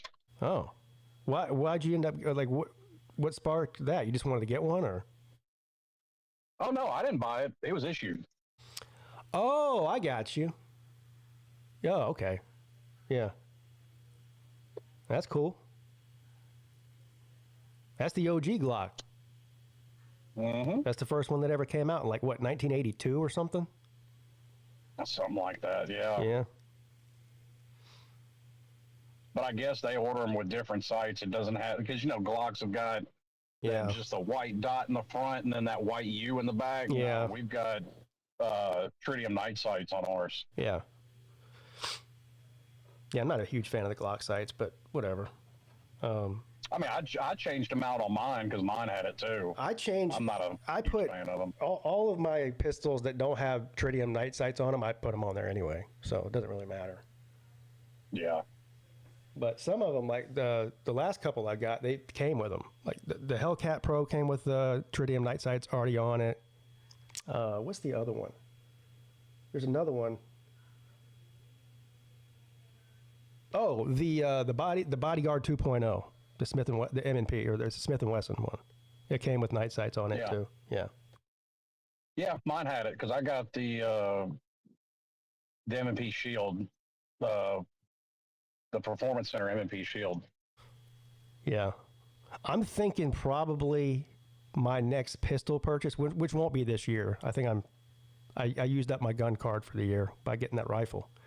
But my next pistol, I think, is going to be an M&P. I think I want to get the metal frame one.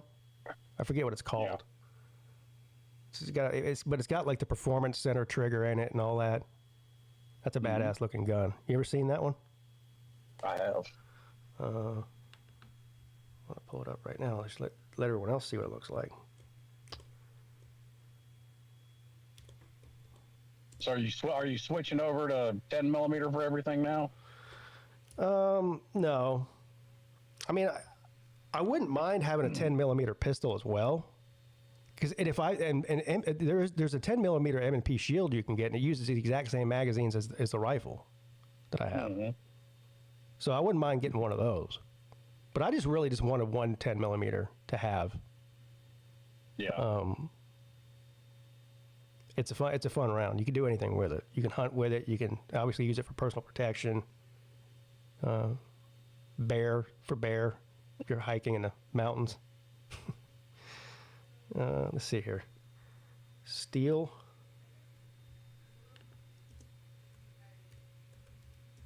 Frame. Now I don't know how much these things cost. I'm assuming they're probably around $1,000 though. That's the reason I don't have one now. But here you go.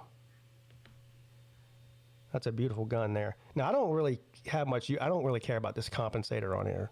I wouldn't put that on there. Just like this one in the middle right here. But I would like the black one. This one's like gray. You might want that comp. Why? Because I don't know. Because I can tell a hell of a difference between the, say, 4.5-inch barrel on my Glock and the 3.8-inch barrel on my Springfield. The shorter your barrel gets, the more recoil you have. Yeah, but it is noticeable. Yeah, so like I don't have any compensators on my pistols, but I put in all of my 9mm, well, except for one of them, all of my Canics for sure. I put threaded barrels in, so that adds another 1/2 inch to the barrel. So instead of a 3.5-inch barrel, for example, on my carry gun, my MC9, it has a 4-inch barrel. So people are like, why did you get a threaded barrel if you're not going to put a suppressor on it or a comp on it? Well, just for the longer barrel. You know. Well, I mean, to me, that kind of defeats the purpose of a compact, though. Well, it doesn't. The frame is still the same size. It's just, you know, you got a little extra barrel for a little better accuracy, and especially on those small guns, you need every bit of barrel you can get, because the smaller the barrel is, the less accurate it is. Well, sure, but I mean, a handgun's not made really to be shooting something past about 25 yards. Yeah, well, if you're using it for personal protection, you shouldn't be. Most of the time, it's going to be within 7 yards, is what they say. Yeah, 7 to 10 yards. 7 to 10 yards, and most of them are inside 5 yards. They're, like, you know, right in front of each other. Right. But you know, for sport, I like to shoot for fun too. So I like to shoot at distance for fun. So I'd like to be able to hit a target for 50 yards away if I can. I mean, I'm not trying to shoot at 50, but like part of our qualification was up to 25. Yeah. And, yeah, that's what for people that have never shot a handgun, 25 yards with a handgun is substantial. Yeah, so when I went and got my concealed carry license, that was part of the thing, was, you know, the shooting part of it. Most of it, 90% of it is you're in a classroom learning about laws and all that kind of shit. But the end of it was the shooting part, and so we had to shoot 5 rounds at 5 yards, 5 rounds at 10 yards, 5 rounds at 15 yards, and 5 rounds at 25 yards. And you had to, they had some kind of point system based on, you know, what part of the target you shot. And if you failed, right. Same way here, yeah. But I got, I had all at 25 yards with one of my handguns. I hit all the A zones, so, and that was with iron sights too. That I didn't even have a red dot on at that time. Yeah. I mean, ours is basically the same, but it's 50 rounds. Now they're mixing it up between standing and kneeling. And then of course you've got 2 reloads in the middle of that. But they're also varying up how many rounds per distance. Mm-hmm. And I mean, I think I qualified at 92 out of 100, 92, 94. Chess Hall's in the chat now. He's trying to defend himself for the thing that happened with Ballard. What happened with Ballard? I must have missed that. It's whenever Chess Hall streamed on Ballard's channel a while back. Oh yeah. Okay, I remember. That was last year. What do I think of red dots? Are they worth the money? Yes. Yeah. Yeah. I mean, here's what I would. I like them, but it's constantly in the back of my head. Fuck, what if my battery dies? Well, that's why you have to have suppressor height sight. You have to have ones that co-witness through the window of the red dot. So if the red dot goes, you can still see the iron sights through the window. Which some guns have sights like that, and most of the newer ones that come out, because so many people use red dots now compared to 20 years ago. Most of the newer model guns come with those on there with that in mind. Yeah. Like I know all of my. I have one with suppressor height sights. That FN, the one I have with the threaded barrel, that one has suppressor height sights, so you can still, use your irons even with a suppressor on. Yeah. Once you learn how to use the red dot, it's like a cheat code. Yeah. I mean, but there is a learning curve for it. Yeah, I tell you, you got to practice with it to learn for sure. Your eyes aren't used to that. I mean, it's not like. Well, first of all.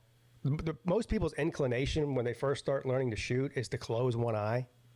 You really should probably learn how to aim with both eyes open. Now it depends on which one of you. Like I'm left eye dominant.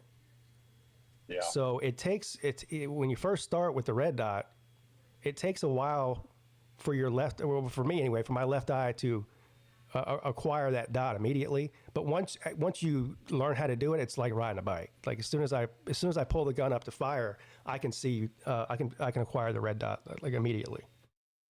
Yeah. But it wasn't that way at first. Something our firearms instructor does that I don't think is a terrible idea, and I may try it.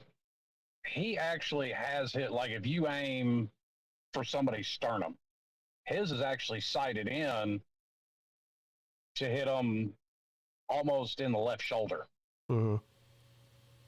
So if he has if somebody else gets a hold of his gun, they won't know that. They don't.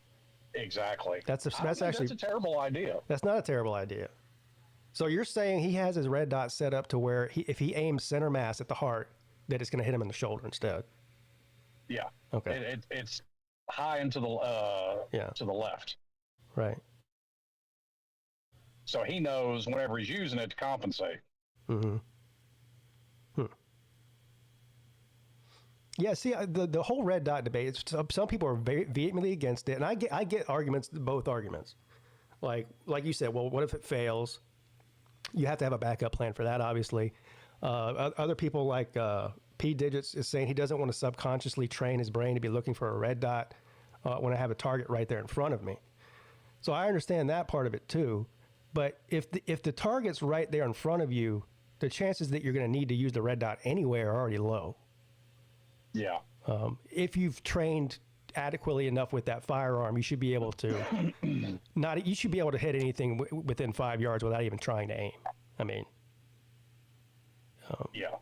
Which is like that little tiny bodyguard 2.0 that 380 that I have. I mean that. The sights on that thing are so small, it's almost like it doesn't even need any anyway. That's a point and shoot gun. You're not trying to shoot 25 yards with a fucking tiny little 380. You know what I mean? That is for somebody that's about to put their hands on you. You pull it out, and that's your last line of defense. When I take it to the range and practice with it, I really don't even try to aim with it. I set the target to 5 or 7 yards away and just practice, drawing and shooting it without even really aiming. Yeah. That's a fun. I mean, it's more like to me, the main thing that people would need to practice is that trigger reset. Yeah. Because that was one that I struggled with for a while. Yeah, I'm a bit snob about that. Well, for some reason, I don't really care on the rifles about the trigger as much as I do on the pistols. Well, it's much more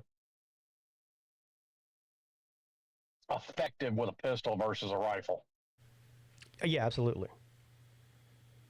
Which is why because we didn't have to qualify with rifles, but we did have to qualify with shotgun.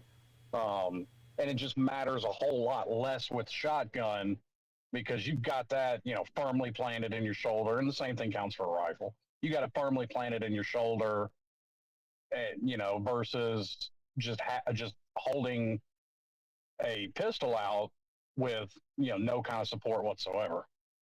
Yeah. That's one of the reasons that I get steered away from, and I probably will eventually one day buy a revolver, but the reason I haven't bought one yet is I don't really like the action of the triggers on revolvers compared to the polymer, you know, striker fired guns. Yeah. It's a long pull, it's a heavy pull. I like it short and crisp. You know what I mean?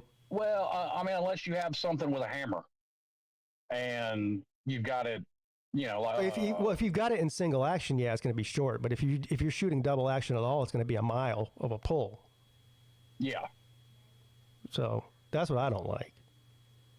I mean, I've got a revolver in the nightstand, but you know, also I've got that loaded with 3 rounds of triple-aught buck and 3 rounds of that Hornady critical defense 45 long hollow point.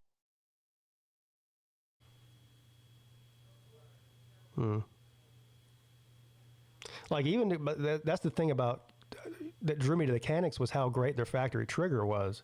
But I'm even more of a snob than that. Like I even changed out those triggers to upgrade them. You know?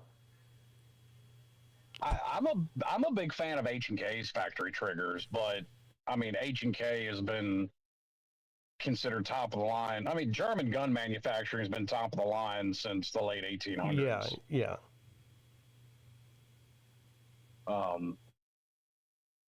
I don't know, man. All this shit I keep seeing about SIG is definitely making me all of a sudden not want to buy one. It's just that one model. It's the P320.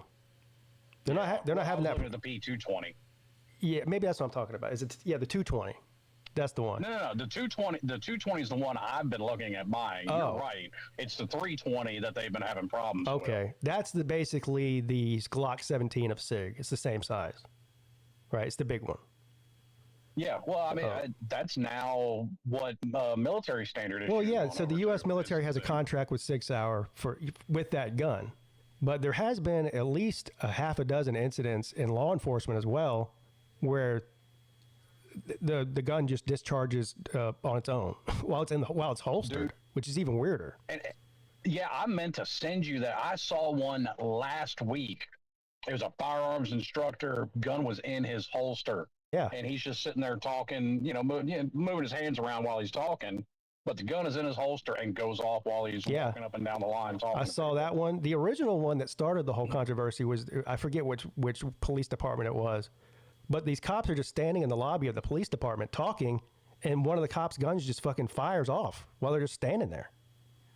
Yeah. right inside the lobby. I was like, damn. And so then people started saying, oh, well, he must have, you know, it must be the holster's fault, and something activated the trigger inside the holster, but it turns out that wasn't true. So they have a problem on their hands. Because I have one of those holsters. We have the exact same holsters that Patrol has. No, there's nothing in that holster that's going to set it off. Right. And if it happens once, maybe it's just that one firearm, but now we see there's a pattern here. This has happened too many times with the same exact gun. Right.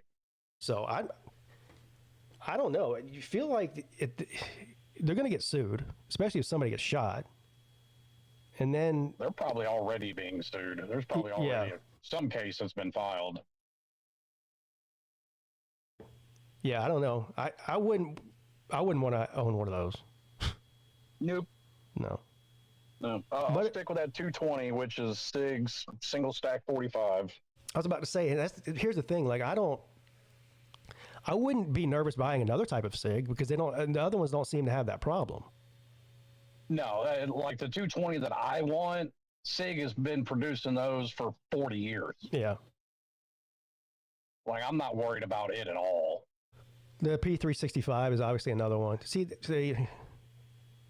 I've already got enough small guns. That's the only reason I don't have anything against them. I don't need another 3-inch barrel pistol. You know. Yeah, I've got a friend that's got a P365, but I'm in kind of the same boat as you. Like, I've got that Springfield XDS and then the Smith. Both of those are, you know, compacts. 3.5 to 3.8 inch barrels. I mean, how many compacts do you need? I got 2. Yeah. I mean, look, they were the original one to come out with those micro carry 9mm double stacked pistols. SIG was, but now they're a dime a dozen. Every company makes them now. Well, I say I'm not going to get one. I am going to get a Derringer just because it's a Derringer. I want one. Just for the novelty of it, yeah. Well, and I mean, it's only 2 shots, but I mean, Derringers have been continuously produced for 160 years for a reason. Raw for a reason says he carries the MC9 LS. So I have the original MC9. That's what I carry most of the time. The LS is just a slightly longer grip module. I guess it holds a couple more rounds too. It's got the bigger grip on it. But did you do anything with the trigger on it, Raw for a reason? I got a Freedom Smith trigger in mine, and I love it. But yeah, those MC9s are. I'm fixing to go back into work. I'll holler back at you whenever I get out of here. Yeah. All right, man. All right, man. Yeah. Slim Shady Kane's checking in. He's calling into the show from the jail, son.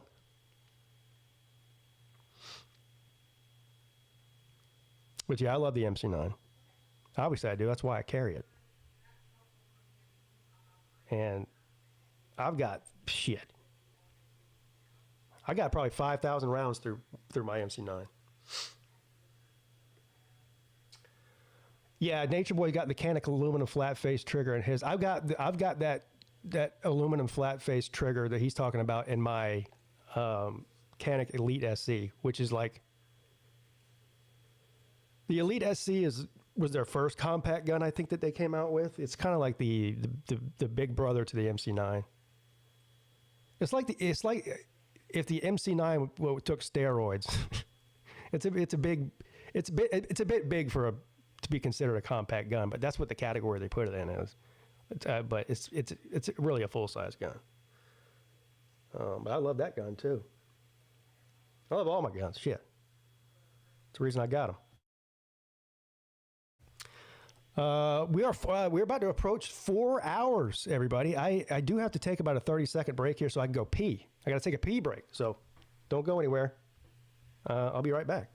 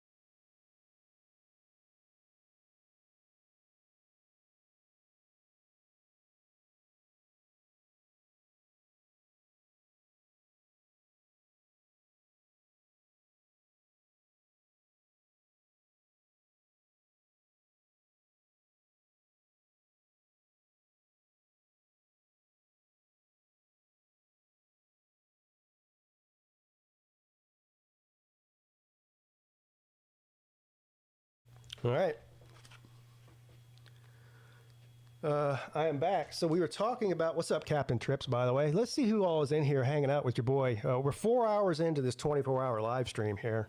So I appreciate all of you coming in and hanging out, showing support. Looks like we got Blazer Dog, Yoda, Traveling Fools, Robert, Tim Russell, Captain Trips, Nature Boy, Droid, Joshua, Rassin Talk, which I think is Chess Hall, Billy Cole, P Digits, Raw for a Reason, Stub My Pinky Toe, 89, G-Man is in the house. Vic2 Productions, Sir UGA, Wet Blanket. And if I missed your name, I apologize. I'm not very smart. And it wasn't on purpose. But anyway, we were just talking about this this Nashville thing. And the different parks and whatnot. I don't really have a preference, but just for research purposes here.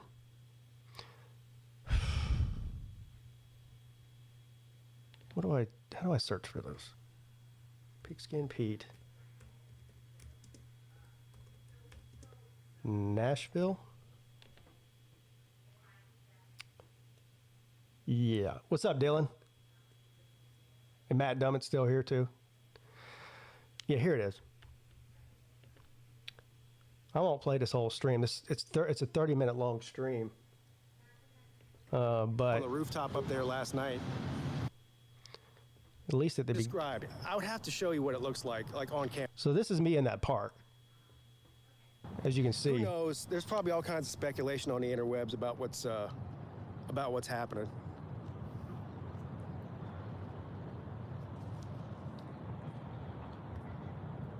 But other than that, what am I missing at home? Anything on the YouTube that I'm missing?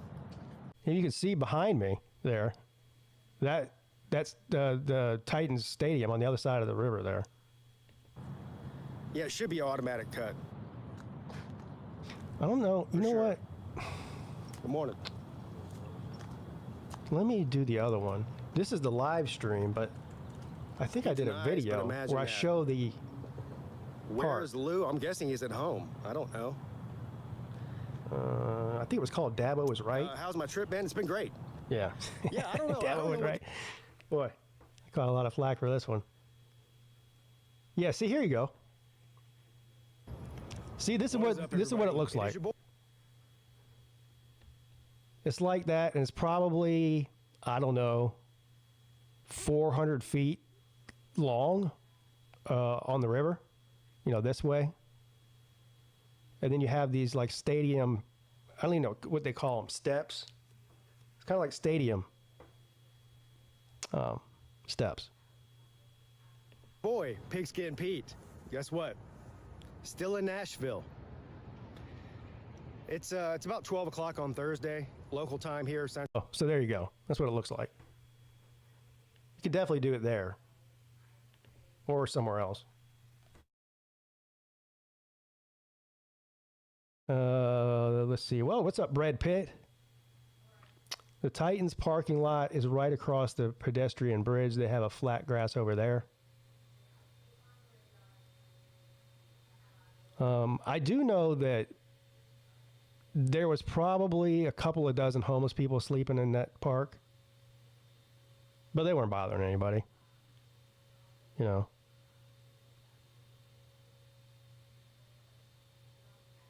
I don't know if there's different rules for different parks there as far as allowing people to sleep in there, but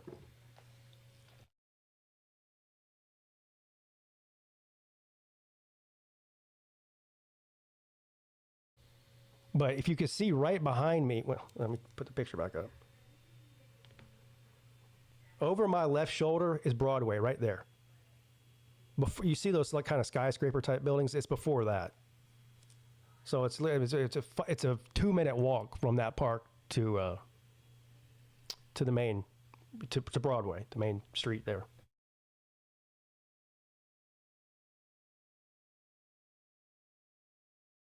I'm looking forward to going back there.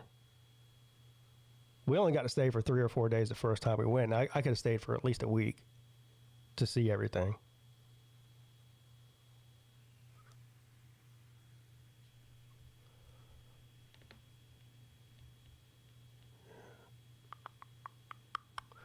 Let's look up and see.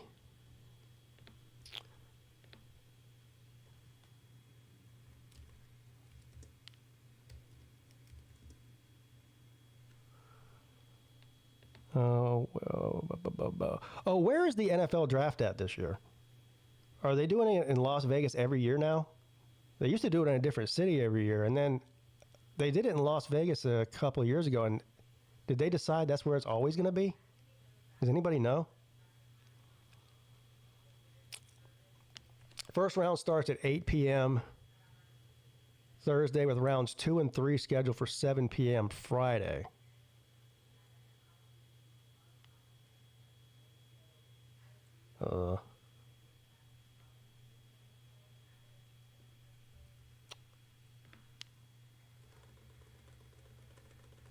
NFL draft location 2025.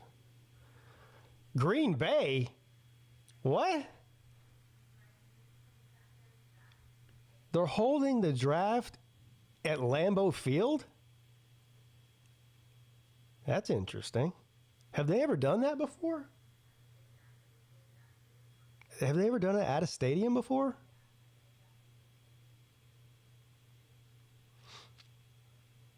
That's interesting. I think they should just do it in Vegas every year. Like that. I don't really have any interest in ever going to an NFL draft, but I guess if I had the opportunity just to do it, just to say I did it, I'd do it. But the one that looked the most fun ever, and I've watched a lot of NFL drafts in my life, is the one that was in Vegas.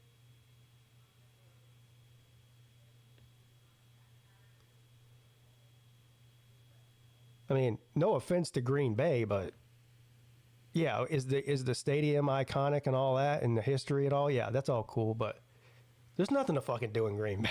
I mean, if you go there just for the draft, if you want to do, go sightseeing and go see some other stuff, there's nothing there. I mean, it's Green Bay. At least in Vegas, there's other stuff to do, A lot of other stuff. You got shows, casinos, you got all kinds of stuff. Oh. Good afternoon, sir. How you doing? Hello, is that me? Yeah, you're on, buddy. What's up, man? Hi, Pete. It's Millis. How you doing, buddy? Millis Vanillis. I feel like it's been. No, I have seen you in the chat, here and there, but I feel like it's been a long time since I've actually talked to you. Yeah, it's been a minute. I do hang out in the chat some. I still, watch a lot of the shows. Most of them I have to watch in the replay, because I'm usually driving during the shows or I'm in the bed asleep. But I do still hang out when I can and that. But yeah, it's been a minute since I've been on any stream, really. Everybody got mad at you whenever you kind of disappeared. Remember that? Yeah, I know. Yeah, everyone got mad at you, and I would like to.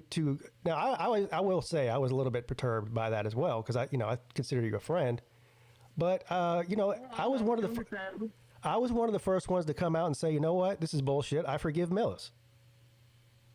Yeah, I remember that. I saw that, and I appreciate that. I did see that, and thank you for that because I was going through a time. It's been almost 3 years since then, and so yeah. And I was like, I'm what? Certainly over it. Yeah, exactly. I was like, what good is it to sit here and be mad at somebody for no reason? Like it's like life's too short. You know what I mean? Yeah, for sure. Yeah, for sure. And I consider you a friend, and I still watch your streams, and I love your content. I actually learned something this morning when I was listening, and I was unaware that the Panthers had never drafted a Clemson player. That was news to me. I was like, wow, I didn't know that. Yeah, so the interesting dichotomy there between the Clemson fan base and the Carolina Panther fan base. Now, certain college football fans don't care about the NFL at all, but some of them like both. Both. I like both. So, the Carolina Panthers' first season, they played in Death Valley in Clemson. They didn't have a stadium yet. I remember that. Sure did. So they sort of, right off the bat, got a lot of support from Clemson fans because they played in Clemson for their first season. But as the years went on, they never drafted a Clemson player ever, not once. And they drafted a ton of them from the other team in the state, the ones that we don't talk about, in Columbia. So a lot of the Clemson fans take that as some sort of slight, like that they're doing it on purpose, like they're purposely won't draft a Clemson player, which I think is ridiculous. I don't think that's the case at all. I think it's just a coincidence that they haven't drafted. That is.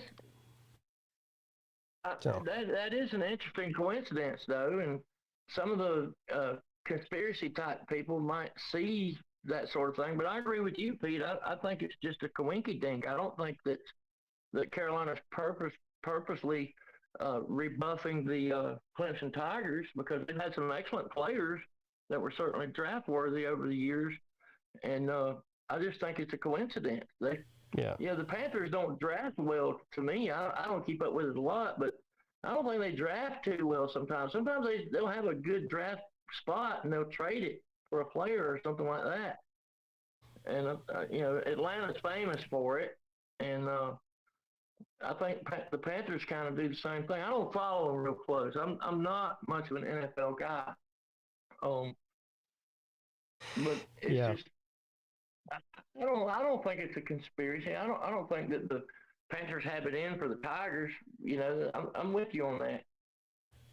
Yeah, I don't know. I think it's just a coincidence, but a lot of people sort of, Clemson people just sort of wash their hands of the Panthers. But, I mean, I don't know. I've watched less and less NFL over the past 5 years or so, and it's not really for any one reason other than just time. You know what I mean? Because with the YouTube thing, all of my Saturday for 12 hours is taken up between streaming and posting videos or whatever. And so then on Sunday, at some point I have to spend time with my family, Millis. I can't spend all day Sunday watching NFL football. So. Yeah. Speaking of family, my condolences to you for your loss of your father recently, dude. I haven't had a chance to tell you that, but man, I'm so sorry to hear about that, Yeah, thank you.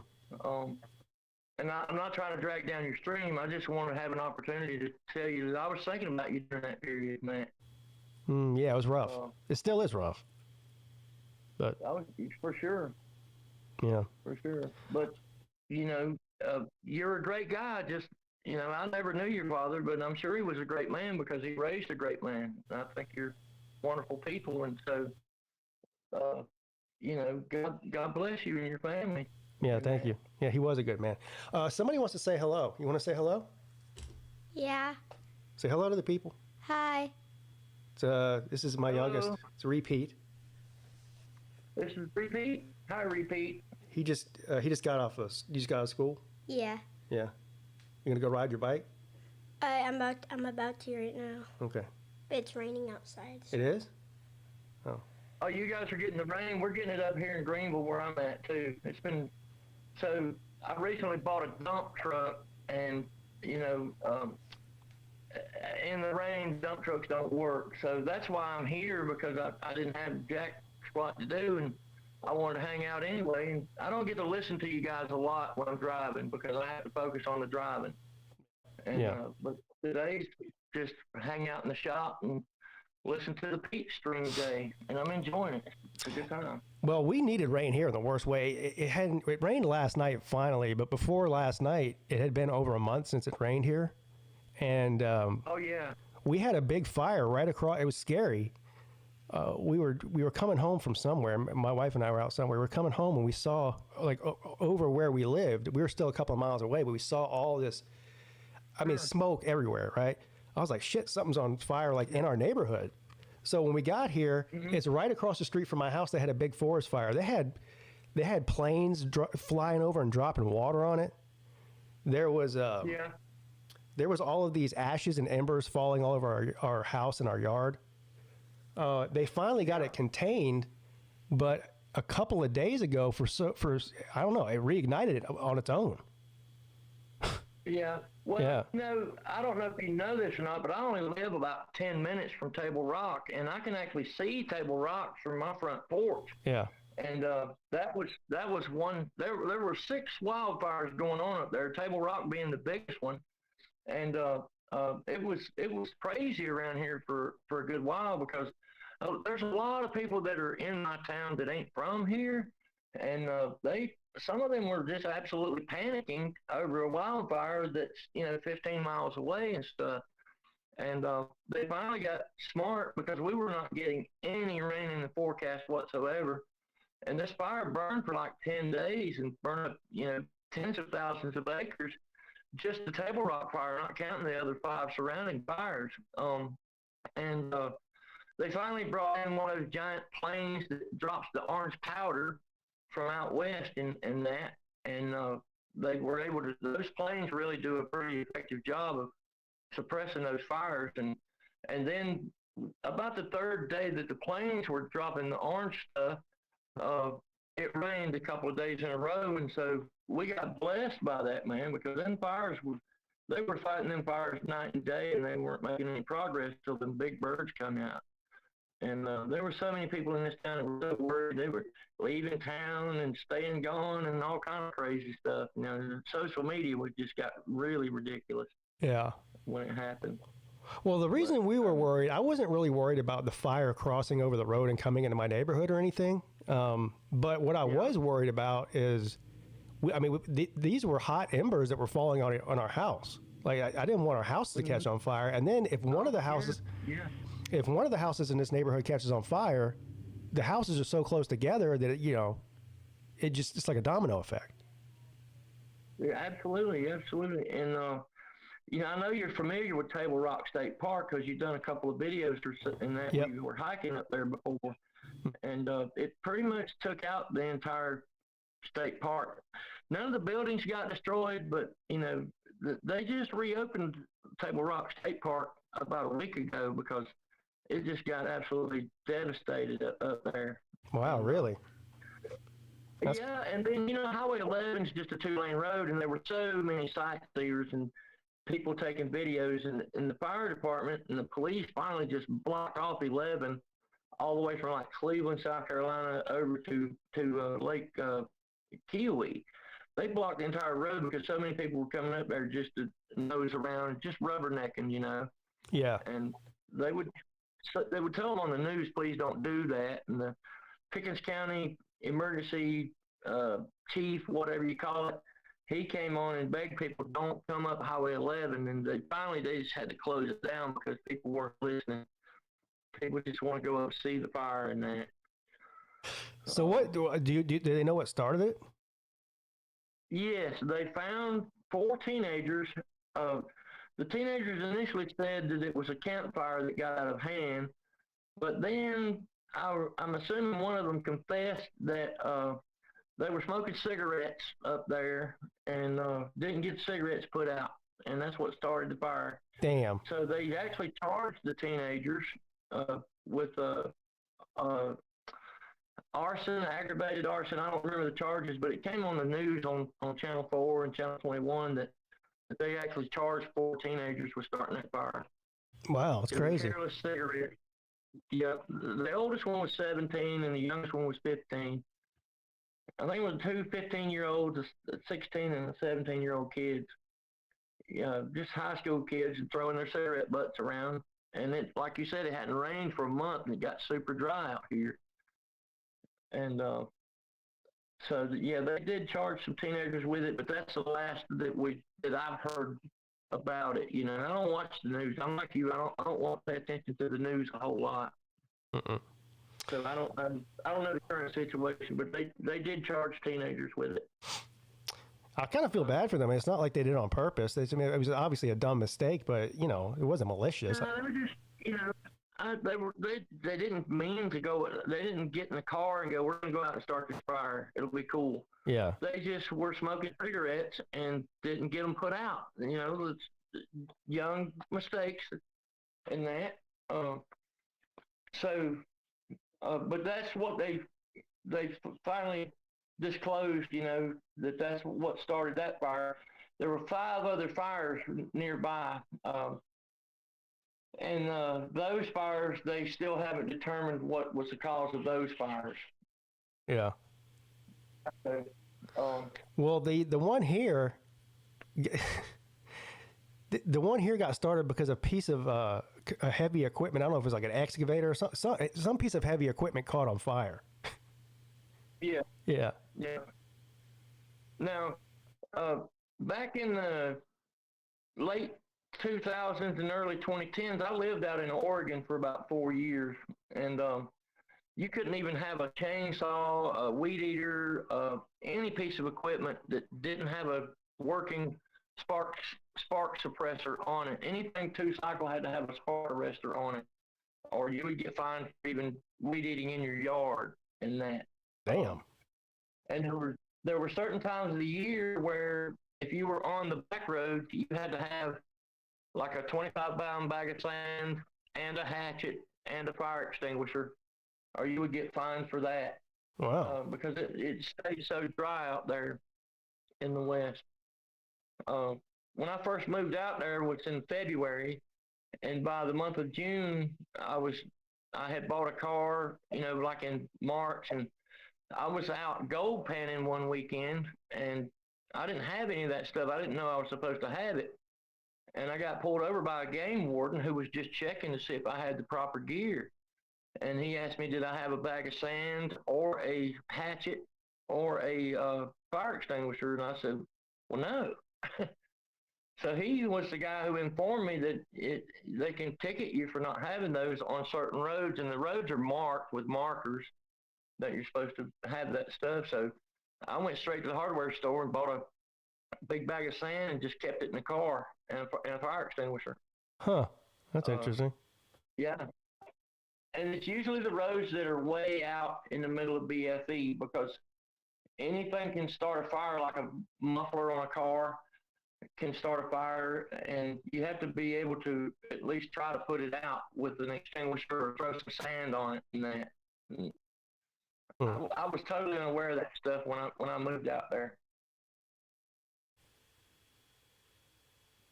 I always associated, I thought Oregon was like a wet state, or is that just Seattle? Well, so Oregon and the PNW, Pacific Northwest, is very wet at certain times of the year. But between June and August, or maybe early September, it becomes very dry out there. They don't have the humidity in the air like we have here. And so it becomes a very dry place in the summertime. It really does. The relative humidity can be less than 5% out there during the summer months. Even though all you hear about in Oregon is rain, yes, you do have that, say, between October and April, but between June, I'm going to say June, I may not be completely accurate, to September, Father's Day to Labor Day, it's so dry out there. All of the lumber mills either keep their logs in what they call log ponds, or they run sprinkler systems over the logs 24/7. Yeah, there's a lumber yard not far from my house here, and they have that set up. You drive by there no matter what time of the day or any time, they have sprinklers going on them 24 hours a day. Yeah. Yeah. But see, that's something that's kind of uncommon here on the East Coast, because we have relative humidity in the air. Our humidity in the summertime is usually in the 90% range. Yeah. But out west, the humidity just disappears for summertime. It takes a vacation, and so they have to constantly treat, the logs and keep them wet to keep them from cracking, and things like that. It only rains. It's a whole different thing, because when I moved to Oregon, I thought about rain. I said it's just going to rain every day from now on. But man, that rain would disappear, late May and early June, and just be gone until Labor Day. It's crazy. Oh, it's dry in the summer and it's wet the rest of the year, huh? Yes, sir. Yeah, it's two different climates. And the thing I learned about living in Oregon is if you don't like the weather, if you wait about 10 minutes, it's going to change. Yeah. See, that's the one thing I do like about where we live, the state of South Carolina. We do get to experience all 4 seasons here. We do. Up north, and even in a lot of the Midwest states, it's pretty much a winter and a summer. There's not really a spring or fall. But we get all 4 seasons here. Yeah, the summers can be very short, in the Midwest and in the northern states. Yeah, I guess it just depends on what you'd like. Some people don't like them summer months. I've seen people move out here, to South Carolina from somewhere out west, and they didn't stay long because they couldn't take that humidity and that. And if you're not used to it, it's pretty brutal. Yeah.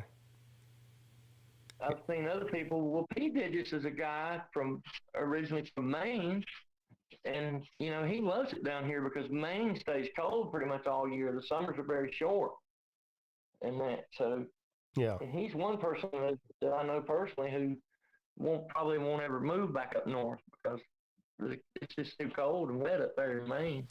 Well, I have a buddy that's from Ohio. He's from Columbus, and the way he would tell me, he said, like, the sun goes away in like September and it doesn't come back till May.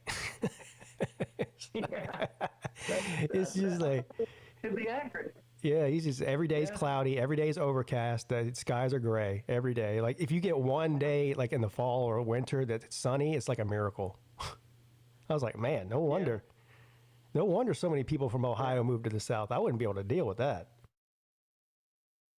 Right. Yeah, I wouldn't want that either. But it's just whatever you like, because some people move down here and they hate it because it's so hot and humid sometimes, and then they just disappear and go back to where they came from. We do have sometimes very short springs and very short falls. I've seen it here in the upstate go straight from winter to summer, and I've seen it go straight from summer to winter with almost no fall at all. Yeah, I guess the climate where I live is a little bit different from you, because you're up, you're up in the... You're more of a coastal plains climate, and I'm more of a mountain climate. Yeah, I'm in the low country, and you're in the upstate, so... So South Carolina can get 2 completely different climates within 3 hours of each other. It sure can. I spent a lot of time in the low country. As a matter of fact, my dump truck came from down there at Holly Hill, is where I bought it. And I've done a lot of miles down to Charleston and Savannah and on the coast, and it's a completely different, climate between the two. There's a misconception too that people have when I talk about the humidity here. For people who aren't from here, and talk about how brutal it is. 95% humidity in the summer, and they're like, "But isn't Charleston on the coast?" I go, "Yeah." They're like, "Well, aren't you getting that sea breeze?" Yeah. I'm like, "Yeah, but that." I don't know what the misconception there is. It's not like you walk out your house and you feel the sea breeze. I mean, it's still extreme humidity here. Oh, yeah, absolutely. The Atlantic Ocean produces more humidity, I think, than the Pacific Ocean. Yeah. I mean, that's my perception of it. And the coastal plain runs all the way from like New Jersey all the way around to the Gulf, Mexico, or Gulf of America, I'm sorry. And that coastal plain produces a lot more humidity than what I call the mountain region of this state. Our upstate South Carolina is on the south and the east side of the Appalachian range, and so we don't get a lot of the Midwest type patterns. The mountains kind of block all that stuff off. Mm-hmm. Yeah. And we don't get the coastal plain input too much because we're so far from the coast. Columbia gets a lot of both patterns, and Aiken and the central part of South Carolina, the Midlands. I'm convinced that Columbia, South Carolina, is the hottest place on earth outside of the Sahara Desert. It's like, I don't know what it is. Seems like we get a lot of weather behind Atlanta. Whatever's doing in Atlanta today, we're going to have it by tomorrow or Saturday. Yeah. If you live in the upstate South Carolina, you watch the weather in Atlanta, and whatever Atlanta's doing is what it's going to be doing here tomorrow or the day after. Most times, we do have some weather that comes over the mountains, and especially in the wintertime, it can snow over the top of the mountains and reach us. But a lot of our weather, winter and summer, comes straight up 85. Seems like. Yeah. And, that's just in my experience. if I want to know what weather's going to be like Sunday, I just watch the news in Atlanta tomorrow. I don't even trust it, when you talk about looking at the weather forecast in Charleston as far as rain is concerned. I have no interest in looking at it because it's always wrong. Now they're pretty good with getting the temperature right, like it's going to be 76 degrees tomorrow or whatever. But when it comes to rain, like yesterday, I think there was like a 10% chance of rain yesterday, and then we got like 3 hours of heavy rain. So, it wasn't supposed to rain today either. And of course, obviously it is right now. So it's hard to when you get the coastal climates, it's hard to predict rain because on any given day you can get those pop-up thunderstorms whenever the warm air coming from the west meets up with the cool air coming off of the ocean.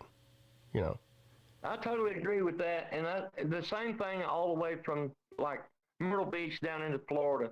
It'll pop up thunderstorm at 2:00 in the afternoon for an hour and a half, and then it'll be sunny the rest of the day. That's coastal plain weather for sure. Yeah, I mean, if you look at I have a weather app on my phone for Charleston, and from during June, July, and August, if you just pull up the weather app on any day, it says 50% chance of thunderstorms every day. Oh wow! Yeah. So they just cover their asses basically. Yeah, every day is a chance of thunderstorms. So that's pretty much the weather pattern here. Yeah. I would put that in the CYA category. They know it's going to do something, so they just go ahead and predict it. So that way they're right. They're sort of like Gold and Blue dude did with the realignment videos. Sooner or later, one's going to hit. Well, weatherman is a weatherman is like the only job where you can be wrong 100% of the time and nobody seems to care. You know what I mean? Yeah. I don't know. True. It's easy being a weatherman here in the summer. It's just all right, today's going to be 98 degrees and it's probably going to have a thunderstorm. Have a good day. Get us about 2 or 3 o'clock. Yeah. That's but what time does the draft actually start? 8 o'clock. Tonight? Yeah. Okay. So have you had any thoughts on which Clemson players are going to go first in the draft and where they might go? Have you thought about that any? Not really. I don't really follow the draft that much. I don't really put much thought into it. I don't either. But I do know that Milroe's in the draft, and a lot of folks are speculating that he's going to wind up at Pittsburgh. But I don't know if that's a good. I don't know. I don't know about Milroe at Pittsburgh. Yeah. And honestly, I feel like if he goes to Pittsburgh, Pittsburgh's still going to need a quarterback. Yeah. Clemson didn't have a lot of people. I followed that guy all through his high school career, and I was such a Milroe fan. And, he did a good job at Alabama, but man, I don't know. He just didn't. Well, I was a little disappointed with Milroe at Alabama. That's just how I feel. Clemson didn't have a lot of people leave this year, so there's not a whole lot of Clemson players in the draft this year. We got virtually almost everybody came back. So I mean, there's a few, but not many. Well, that's a good thing, I guess. Yeah. As far as who would be the first one taken, I don't know. Maybe Barrett Carter, maybe. I don't even know. I didn't know if you had already thought about it and made a prediction for that sort of thing or not. No.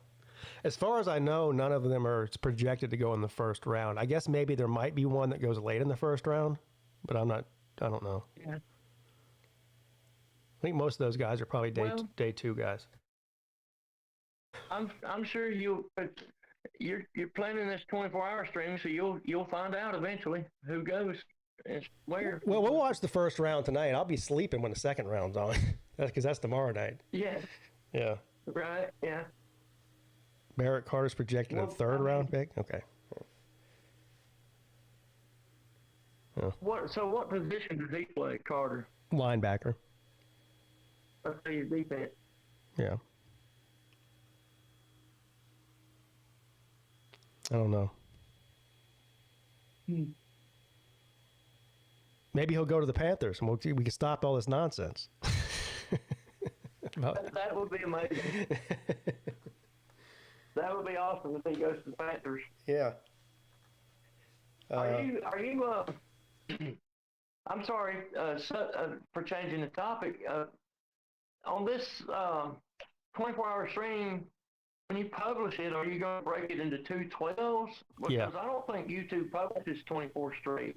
Yeah, no, you have to do 2 12s or 2 under 12. Okay. So I'll do 11 hours and 55 minutes or whatever, and then I'll shut it down and wait 5 or 10 minutes and start up the second one. I see. So you're going to actually shut down at 12 hours or 11:55, and then just turn around and start back up. Yep, that's what I did last time, and both of them uploaded to YouTube just fine. So now, what time will that be? Well, I started at 10 a.m. So, 10 p.m. Yeah, or just before 10 p.m. Yeah, and the draft will be over with by then. Probably not. I don't think the draft probably won't be over till like 11. I see. So okay. Yeah, but it'll only be a few minutes time off. Yeah. Cup of coffee and go to the bathroom, jump right back on, start a new stream. Yeah, there you go. I got you. Okay. Yeah. Well, good luck with it, man. I think it's awesome that you're doing this, and I got lucky that I'm not happy about missing a day's work on a truck I just bought, but I am happy to be able to hang out with you guys for a little while, enjoy some time off, and that. Yeah. What's wrong with your truck? Nothing's wrong with the truck. There's just no work in the rain. Oh, okay. It's a dump truck, and so it's very weather dependent.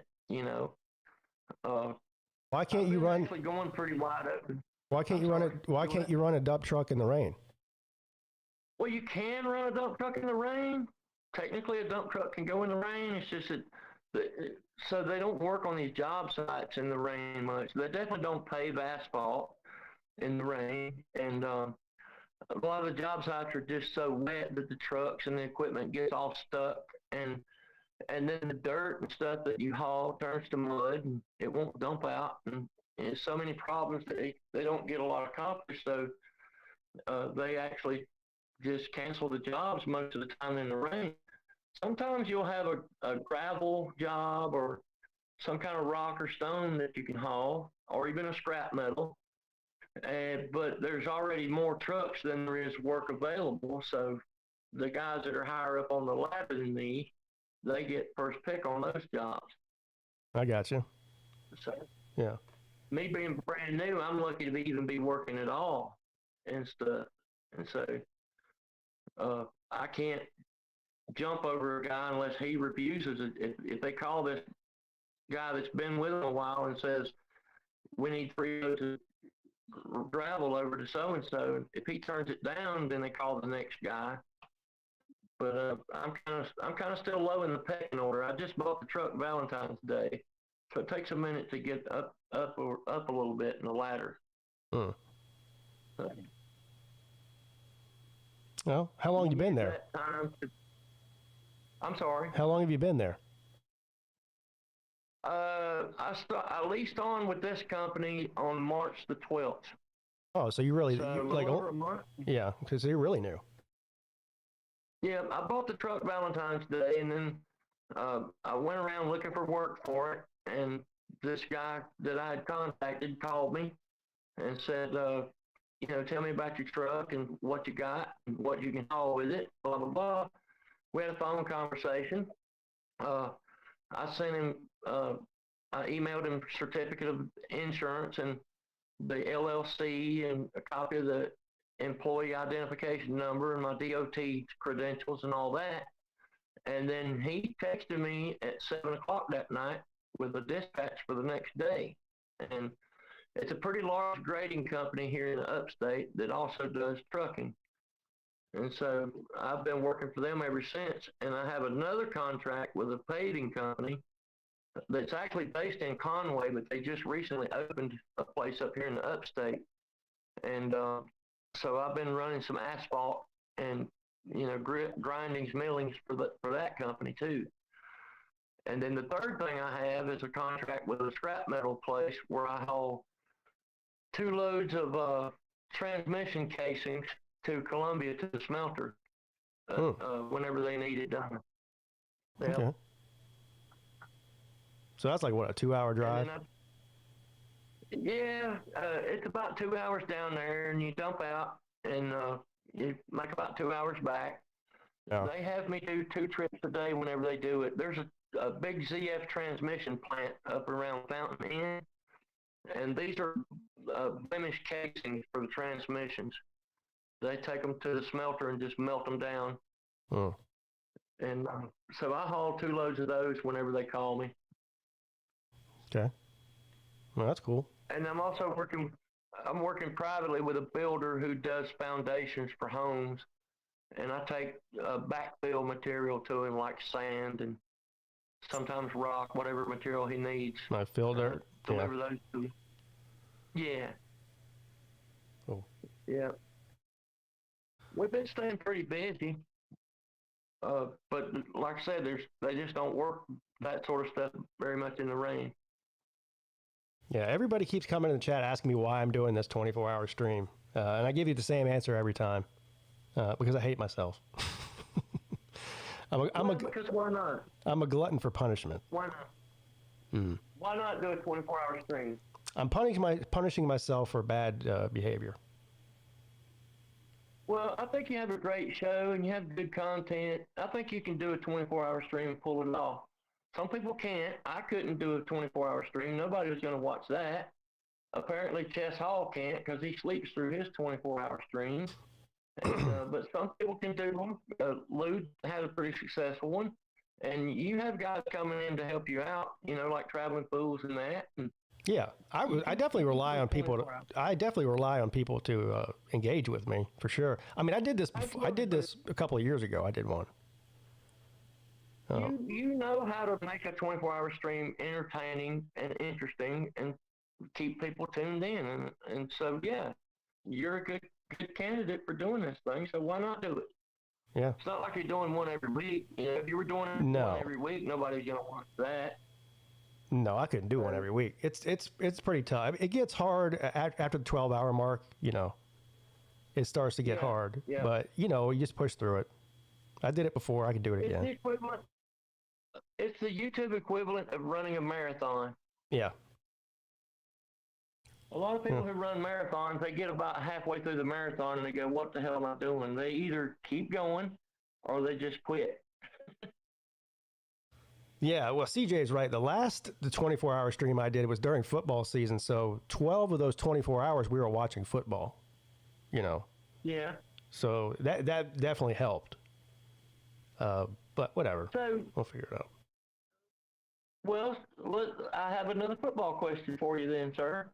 I know that you're a degenerate gambler. And yeah. Have you made any bets on any of the UFL games? I have not, no. But some of the other guys that I'm in my gambling group with have made UFL bets. Yeah, because I figure if a guy's betting on Chinese women's volleyball, he should bet on the UFL at least once or twice. Yeah, I did. I haven't. I mean, the worst thing I've ever done was place a bet on Israeli women's basketball one day. Well, there you go. I mean, that sounds about like a good excuse to bet on a UFL game. At least one or two every now and then. And really, I actually watched the UFL game last week. It was pretty good. It was a good game. It was I think it was Michigan and St. Louis or something like that. And it wasn't bad. I didn't hate it. There just wasn't nothing else on TV.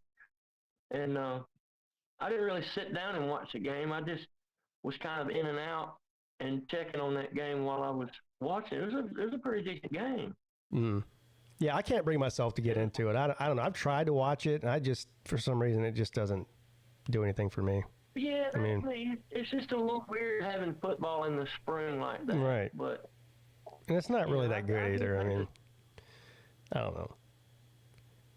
I don't know if summertime football will ever be successful in America, but what I did watch, I kind of enjoyed. I thought it was kind of cool. I was like, why ain't Pete and Lou betting on this shit? Somebody should be betting on this. Yeah. I don't bet on it. And even honestly, I make a joke about the Israeli women's basketball. I did that one time as kind of as a goof. You know, I wasn't like serious about it or anything. Yeah. But you know, our man Lou, he's went off into the Wild West on the gambling, so you know, he'll bet on anything. yeah, I will too. Just once. I mean, look, when we were in Vegas this last January, I was betting on electronic horse racing. Oh yeah, I saw that about the plastic horses. That's hilarious stuff, man. Yeah, little magnetized horses. I would bet on. If I was in Vegas, I would go for that sort of thing. I wouldn't worry about the roulette table. I'd be betting on these damn plastic horses. Yeah, betting on plastic horses.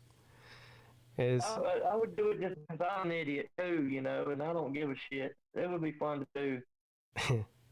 It is funny if it's a full table at that horse racing machine, you got people yelling at plastic horses like, "Go number 6!" Oh yeah, yeah.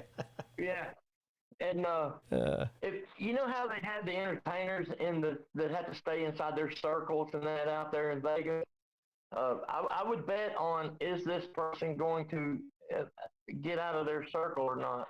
You know, that would be the kind of shit that I would bet on. Just ridiculous bet. Like the one night we went to what was the name of that place, Sir UJ? Was it the Riviera Hotel? I think it was the Riviera. We had dinner reservations at this other hotel across town, and I think it was pretty sure it was at the Riviera Hotel and Casino. So we Uber there or get a taxi there or whatever it was, and we go in and we eat. There's an oyster place in there. We ate, and then we were just kind of walking around the casino afterwards, just kind of throwing a $20 bill in a slot machine here or there, just kind of messing around. And we were dog tired, right? This is one of the last nights we were there. So we were all worn out. Right. It's like, whatever, 10 o'clock or 11 o'clock at night. We're all tired. So we go and sit down in this place called the Keno Lounge. Do you know what Keno is? I know exactly what Keno is. I've been to the Keno Lounge before. Yes, sir. The New Orleans, is that the name of the hotel we were at? Okay, I thought it was at the Riviera. Whatever. The New Orleans is the name of it. New Orleans, yeah. Anyway, we're trying to find a place where there's chairs for us to sit down while we're, well, first of all, I think we had lost Lou. He went to play blackjack somewhere or something. So anyway, there's 3 or 4 of us. We go in the Keno Lounge because they have chairs in there, and we sit down. This is degenerate gambling. I'm glad I'm not this bad. There's people that will sit in that damn Keno Lounge, Millis, and for 12 hours at a time. Oh my God. Yeah. And just bet on every single card and just stare at this screen with the numbers that come up on it for 12 hours straight. I'm my God. I'm not that bad. I'm not that bad off. Do you remember when South Carolina had poker machines? Oh, yeah. That was a long time ago, but yeah, I remember it. Okay, let me share a quick story about the poker machine era. So, everybody had lottery tickets, and we still had poker machines and that. Well, there was a little gas station around the corner from me called Jinx's, and he had like 3 machines in there. And the amusement company who serviced them, they would rotate these machines in and out once in a while, right? And they rotated in this machine called Super Ball Keno. And when they put that Keno machine in at Jinx's, it stayed. You couldn't get an opportunity to play it because people would stay on that fucking thing for hours at a time. And I'm like, how much money had you got to lose? And I said, get up, lady, let somebody else have a turn. And it would be almost impossible to catch the damn Keno machine at Jinx's. They kept it there about 6 months, and then they rotated it out and put some other crazy game in.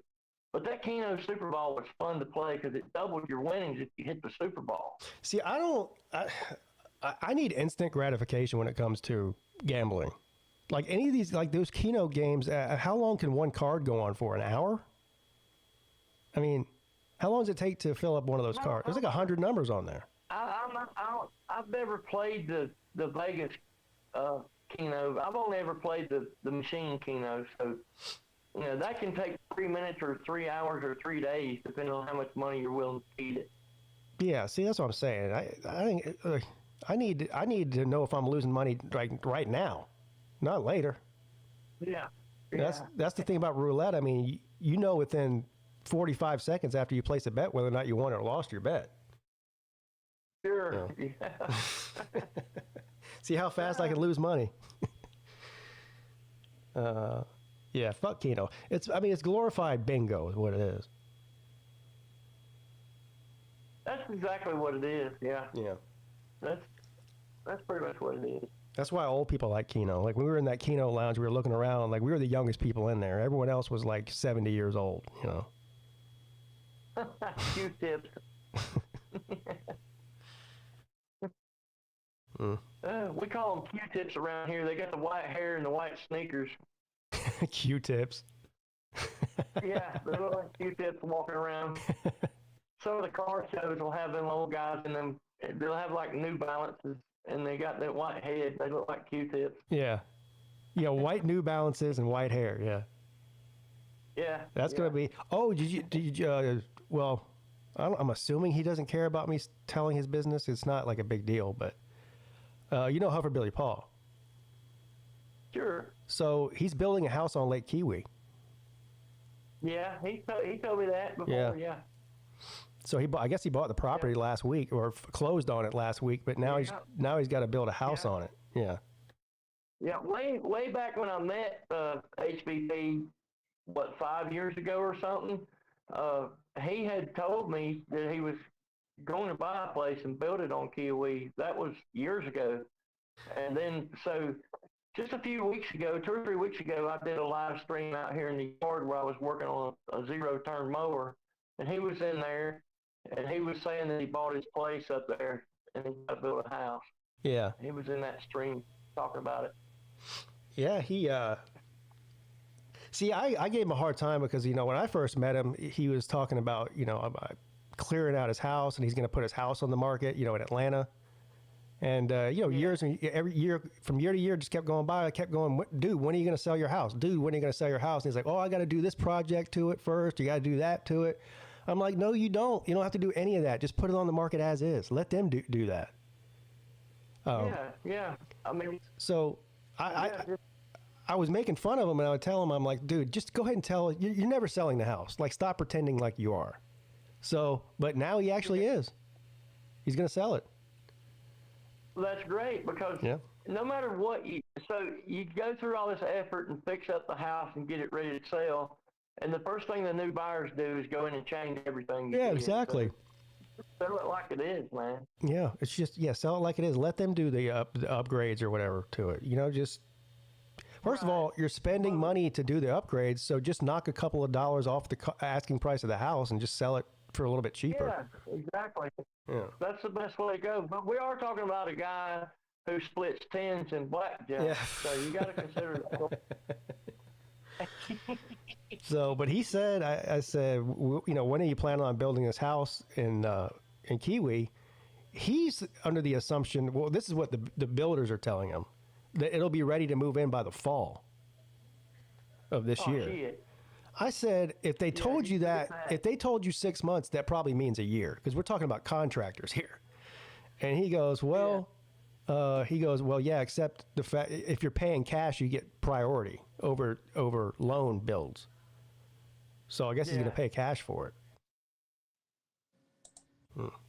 Well, so I have a message for Huffer Billy if he's in the chat or if he's listening. Whatever your budget is and your timeline is on this Kiwi house, double it, both of them. That's what I said. Whatever the builder's telling you, double them.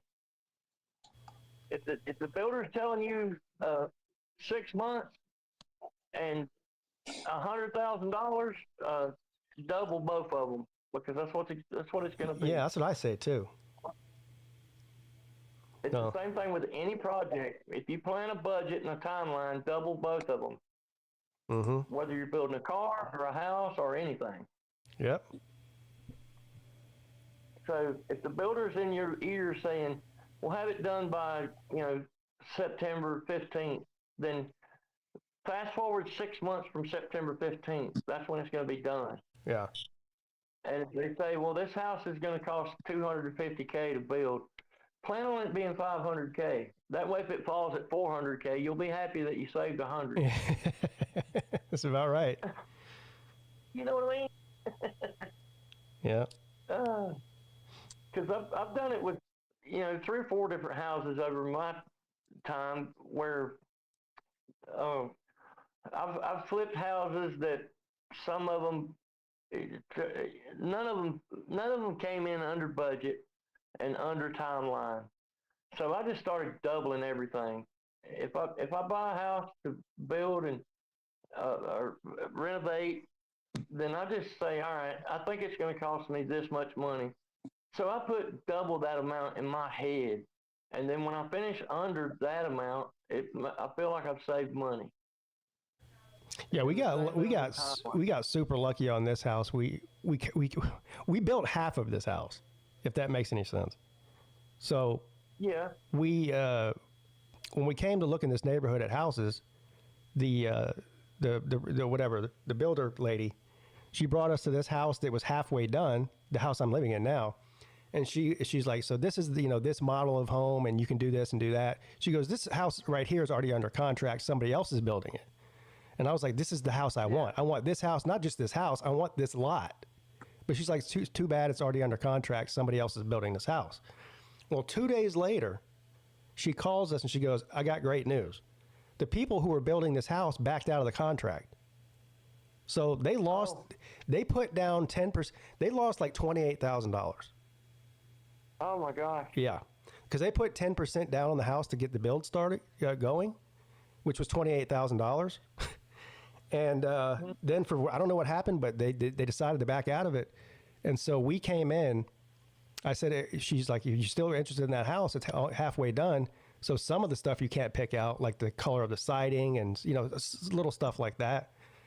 She goes, but there's a lot of other stuff you can pick if you want it. And I said, I sign us up. So we kind of swooped in and just like finished the build on this house that was already halfway done. Yeah. Got lucky though. So, yeah, you probably got an amazing deal on that place. Well, yeah, I don't know. I mean, I'm in the same house I was in, and I got this house in 2019, and so they built 3 ginormous freaking $750,000 houses right around. 2 are behind me and 1's beside me, and so my taxes have shot through the roof.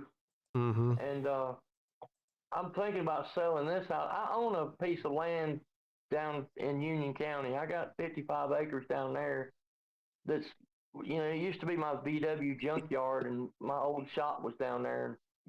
I'm thinking about maybe selling off 10 acres of that and just build me a place down there, staying down there. I'm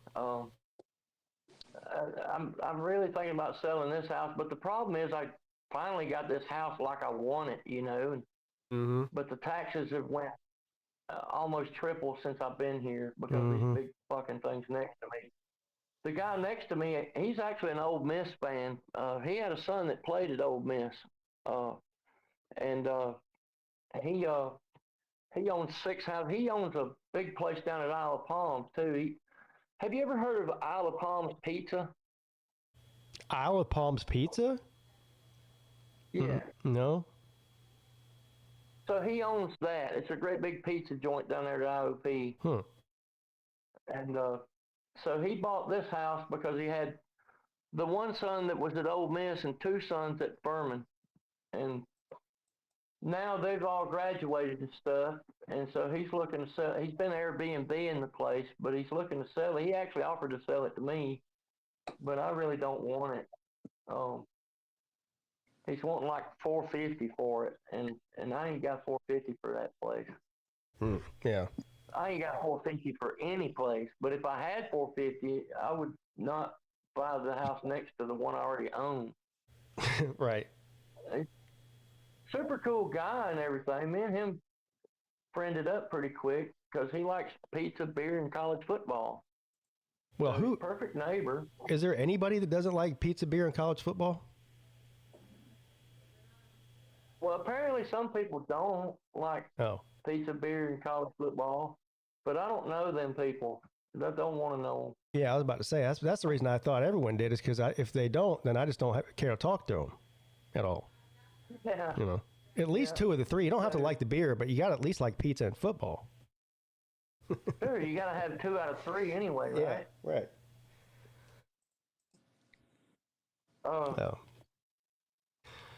I see. Sir UGA's in here. What's up, buddy? What's going on, man? Hey, man. We were talking. I don't know if you were. Hey, how you doing, man? Hey, Millis, how you doing, buddy? I don't know if you were in here earlier when I was. We were talking about you. We were talking about. Your house is on a golf course, right? Yeah. So what's do you have any stories about that? Like, have you had any of your windows broken out by a golf ball or anything?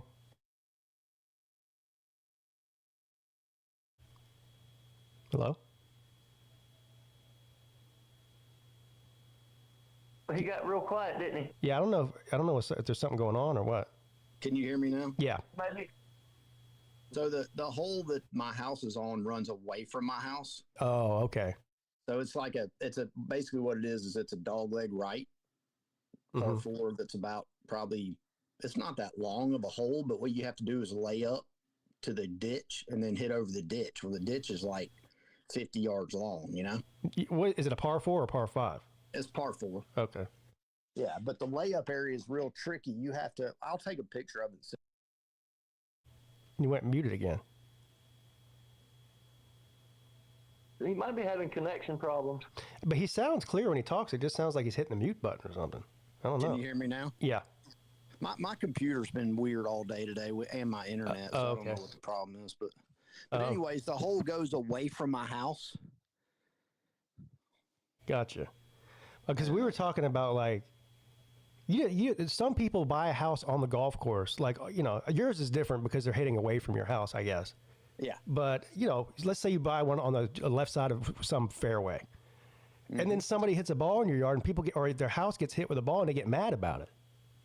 It's like, you're the one that bought a house on a golf course. and the worst thing is, like, when you play in like a really nice neighborhood, like there's a Jack Nicklaus course in Swanee that's not far from me. There you go. Can you cut out again? You there? Yeah. All right. Can you hear me now? Yeah.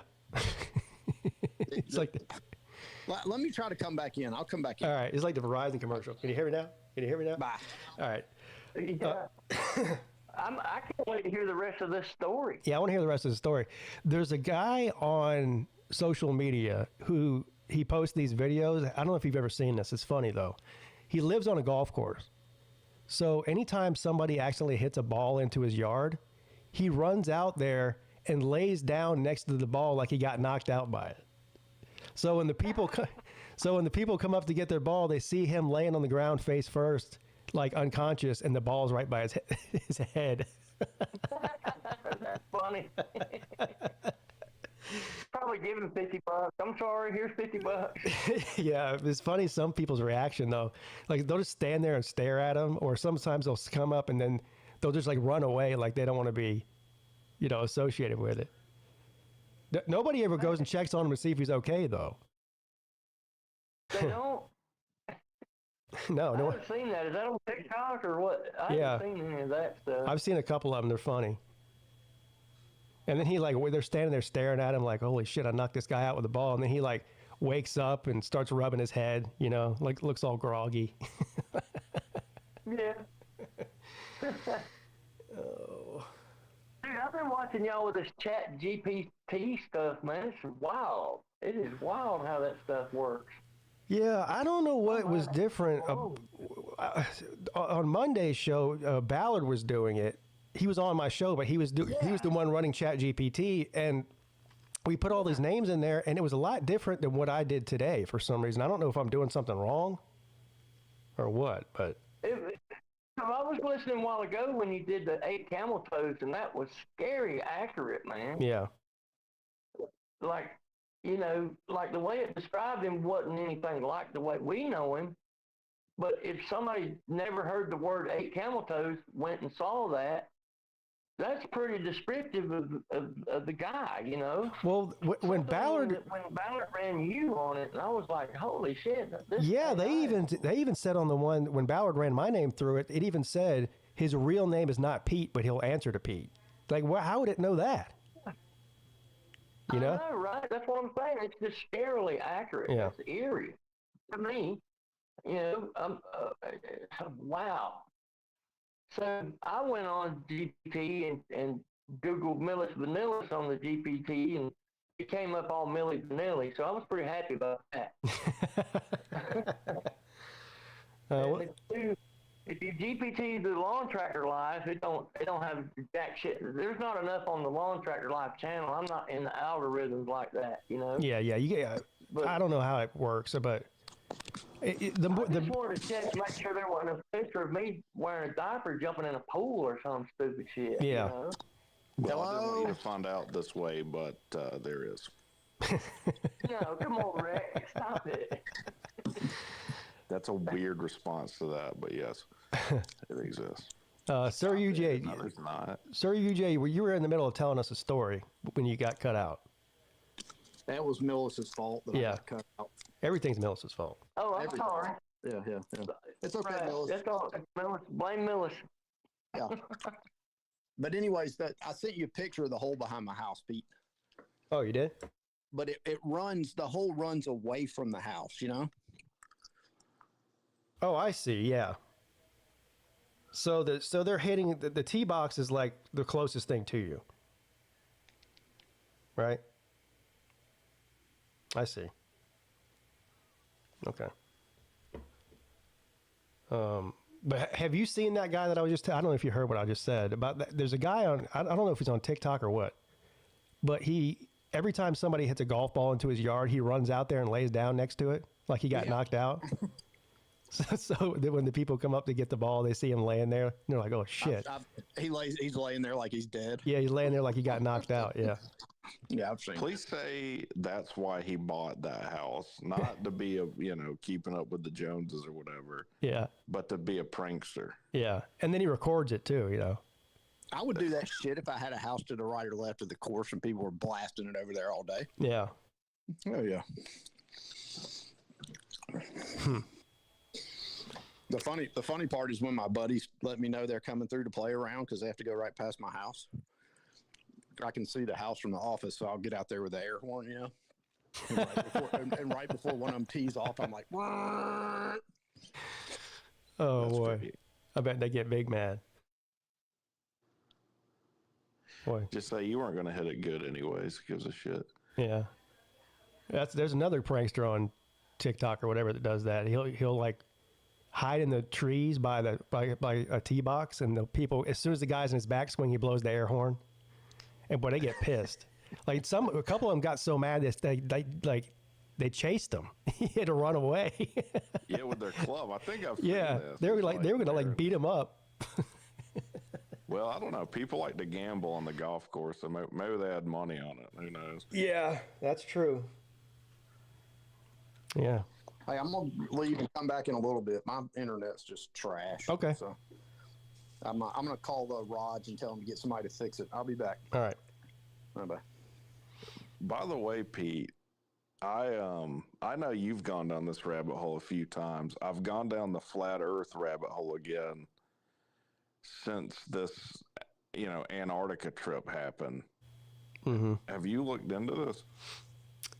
Into the Antarctica trip? Yeah, there's a guy who said, "Listen here, jackasses, we can just settle this right now. I'll pay for you to go to Antarctica and see the 24-hour sun," which is proof positive that they're wrong. Yeah. And two guys did it, and they're like, "Guys, yeah, we're wrong." Yeah, I saw the video of the guy. I saw he did a video where he said, "Look," and he did like a time lapse thing too, where you could see the sun just goes around a circle over him. And he's like, "Yeah, I was wrong. This actually is true. It's 24-hour sun down here." Because that was one of their main things is they're lying to us that there's 24-hour sun in Antarctica. Yeah, they'll say in the North Pole, oh yeah, that happens, but it can't happen at both poles. One, their model doesn't have 2 poles. Right. So what do you think the flat Earth community's response to that was? Probably that he's, paid for shill now. 100%. Yeah. Because anytime you prove them wrong, they go, oh, well, he's been compromised now. He was one of us, but, now they got him too. It's insane, man. That's what, usually if I'm going to debate a topic like that with someone, the first thing I do is ask, what would it take to prove you wrong? Like, how would I falsify your position? Yeah. And if there's nothing, then what are we even talking about? Mm-hmm. Yeah, the ones that are really got their heels dug in, there's nothing that you could do. I mean, you could even probably take them there and let them see it on their own, and they still would say it was flat. You know what I mean? They won't do it. The ones that are like really the main proponents of this, one of them, I saw his response. He's like, "No, man, like I don't like the cold, so I'm not going." Yeah, exactly. And it's paid for, by the way. This guy paid for them to go down there, no expense to them. You know who started this whole thing? I forget the guy's name now. He's like the godfather of the flat Earth movement, because whatever it was 25 years ago, like if you thought the Earth was flat, like you would definitely wouldn't admit it. And people thought you were an idiot because you are. But now, this guy, like starts convincing people. He's one of these like almost like a guru type, and he's got a YouTube channel. And he went on and basically convinced a bunch of smooth-brained people that the Earth is flat, and it sort of snowballed from there. I wish I could remember this guy's name now, because he's the equivalent to me of one of these evangelical preachers like Joel Osteen, except for the flat Earth world. Like he's very charismatic. What's his name? Does anybody in the chat know who I'm talking about? Yeah, get his name. It's exactly the same. In fact, most of these flat earthers are religious wackadoodles. Yeah. Oh yeah. That's part of their argument is that that the Bible says the Earth's flat. Yeah. Yeah. It's like, well, why should I believe what the Bible says? And they say it's because the ultimate question when you ask a flat earther, why would throughout time, why would all the governments in the world can't agree on any single one thing, but somehow they can all agree on to lie to us about the shape of the Earth? So they go, well, the real reason is to control us, because if you take God out of the picture, creationism, then you're insignificant, right? We're just what is the whole concept of God is being controlled by this almighty being. So what the fuck are you even talking about? No, because they say, well, if we realized how important we actually are, we actually are the center of the universe. We don't revolve around a star. The stars and all the stars and moon and sun and everything revolve around us. We are the pinnacle of creation in the entire universe. That's what they're saying. And no thinking person could believe that and look at the world today. Well, you're using thinking person and these people in the same sentence. So you got my text message the other day. Yeah. So Wiz Khalifa, before that, the most famous flat earther was Kyrie Irving, which Wild. I thought in order to be a Duke student, you had to be somewhat smart, but I guess you don't, because Kyrie Irving went to Duke and he thinks the Earth's flat. They should lose accreditation for that.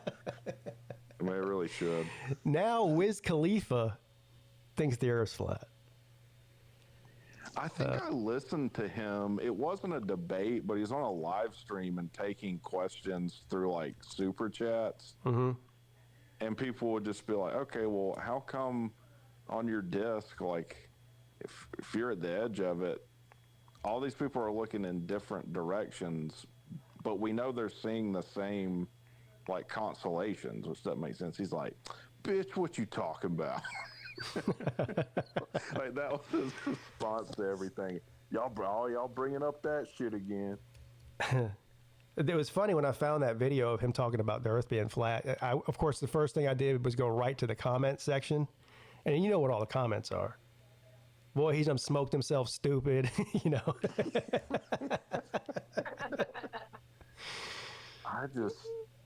It baffles me that, because it's not like, I mean, they are a minority, but the number of people they have in their minority is shocking. Yeah. Like, how many people do you think believe in flat Earth? Oh, at this point, I would say over 1 million. You think it's that many? Man, you could be right. I think so, yeah. Thinking tens of thousands, but hold on, where is it? Let me find the sound drop.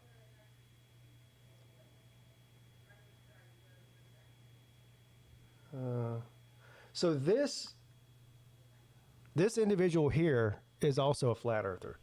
People are like, oh, dude, you fucking roasted her, you roasted. Y'all remember who she is, right? No. She's a smoking hot, like 10 girl on TikTok. Oh, yeah, with the black hair. Yeah, with the big boobs and whatnot. Her name is... She has all them globes, but she thinks the Earth is flat. Yeah, her name is Jenny Rose. Anyway, she used to do these live streams. I haven't been on her page in a while, but it used to be half of her videos on TikTok were just her showing how hot she is, like in a bikini or whatever. And then the other half was her explaining to everybody why the Earth is flat and we're all stupid. But she used to do these pop-up live streams like in the middle of the day. And of course, you know, the trolls come right in with the flat Earth stuff. And she would get so mad at people for suggesting that she was wrong about the shape of the Earth. I would say the Earth is as flat as your tits are, something like that. Yeah, people always make comments about your, you know, giant round boobs. And she would get mad. It's like, lady, you're the one on here flaunting your tits 24 hours a day. You don't get mad when people talk about them. Well, also, like, why is it viewed as bad? Like, in society, like, if I go to a job interview and say, I think Elvis is living on an island with Michael Jackson somewhere, like, I'm going to pay an immediate price for that. And it should be that way. Yeah, so what you're saying is going out and just, you know, arbitrarily claiming that the Earth is flat, there should be some kind of consequences for that. Socially, yeah. So, like, yeah. You should be vilified publicly. Like, yeah, look, dude, what you just said, that's fucking retarded. What is wrong with you? Why would you say that to people you respect? So here's the direct quote from Wiz. So, I'm sorry. Should the same thing happen to a person who says Tennessee's going 15-0 this Yes. season? Yeah. Exactly the same thing. So here's the direct quote from Wiz Khalifa. So apparently he was on this Patreon podcast, you know, a paid-for podcast. There's a clip floating around from the popular podcast exclusive Patreon episode where co-host Melissa Ford asks Wiz Khalifa straight up if the Earth is round. Quote, I would say no.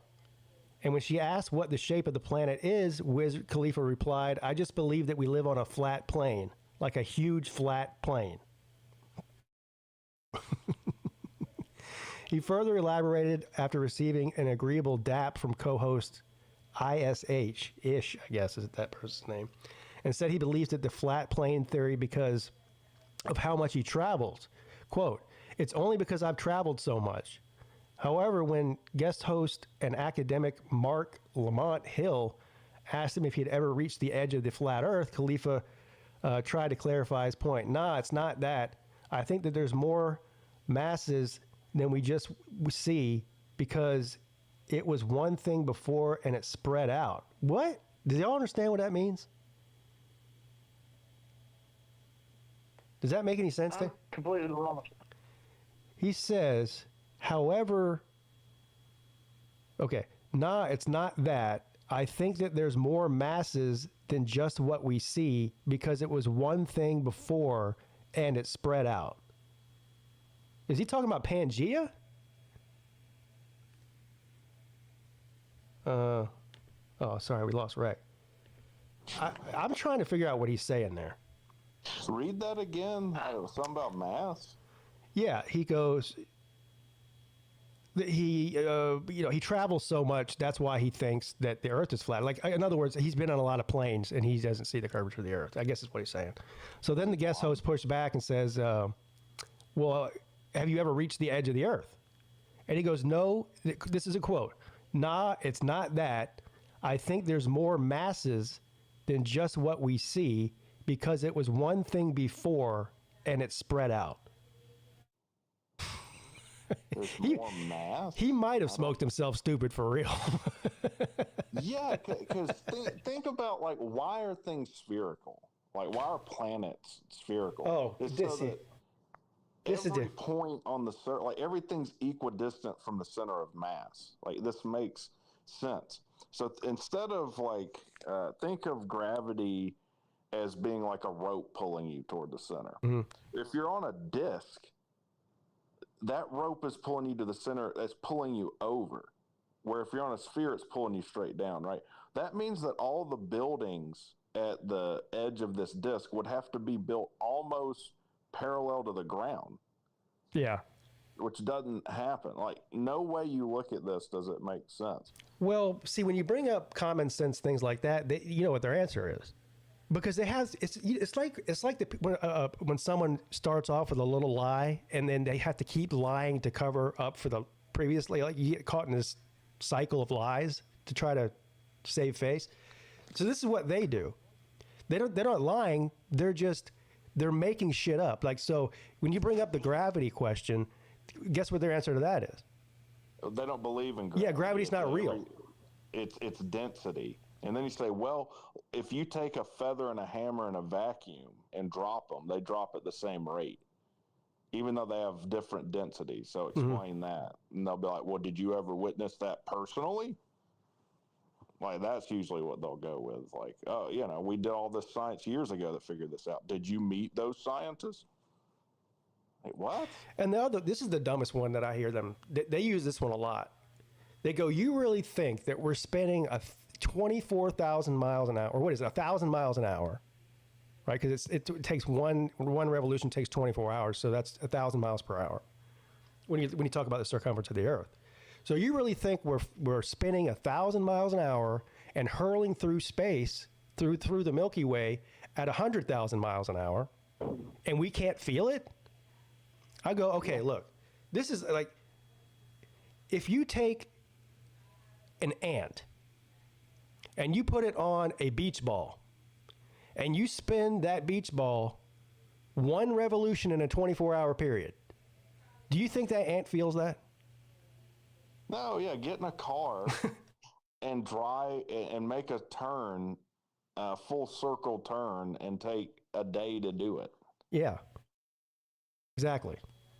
And as far as moving 100,000 miles an hour or whatever the number is through space, you're not accelerating, though. No. The only way you can determine whether you're in motion without having some visual reference is to be accelerated. Mm-hmm.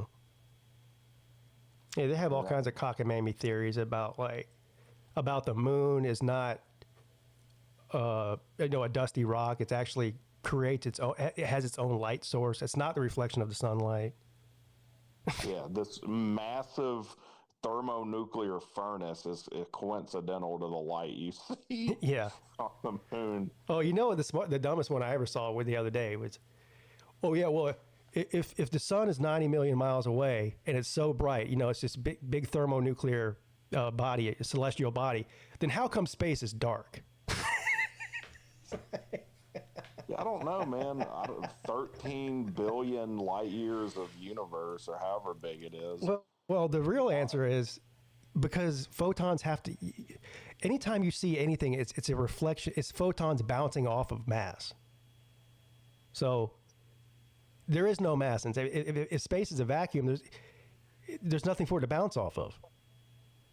So you're not going to see it. It's going to appear dark to you. Now, as soon as it hits the Earth lights up because it's mass. I mean, you got to have something to reflect the light. I mean, light is an electromagnetic wave, and waves attenuate. And look, I'm really stupid. I'm not a smart person, and even I can figure this shit out. Imagine if you're like a real astrophysicist, like a genius, and you have to debate one of these morons. I've watched it. I've watched it happen. It's usually if they ever do get pinned against the wall on something like, hey, how come in the North Pole you'll see stars turn? I don't know which one is which, but one will turn clockwise, and then South Pole you'll see it turn counterclockwise. Yeah. Like that is incompatible with a disc. They'll just pivot to something else. Yeah. They'll just keep pivoting to something else. And it's funny that they talk about the ice wall too. I mean, it's directly out of Game of Thrones. You know, the ice wall.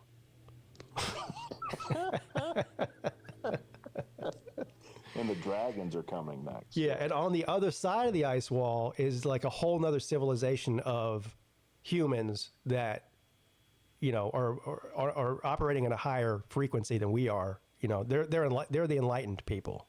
It's paradise on the other side. Like we're inside this container of water that's being held in by the ice wall, but there's whole other vast lands, beautiful lands on the other side of the ice wall. Well, I mean, it's like Christopher Hitchens said, that which can be asserted without evidence can be dismissed without evidence. Well, I mean, where does that come from? On what basis do you have to say there's a whole other civilization of people beyond some big freezer wall?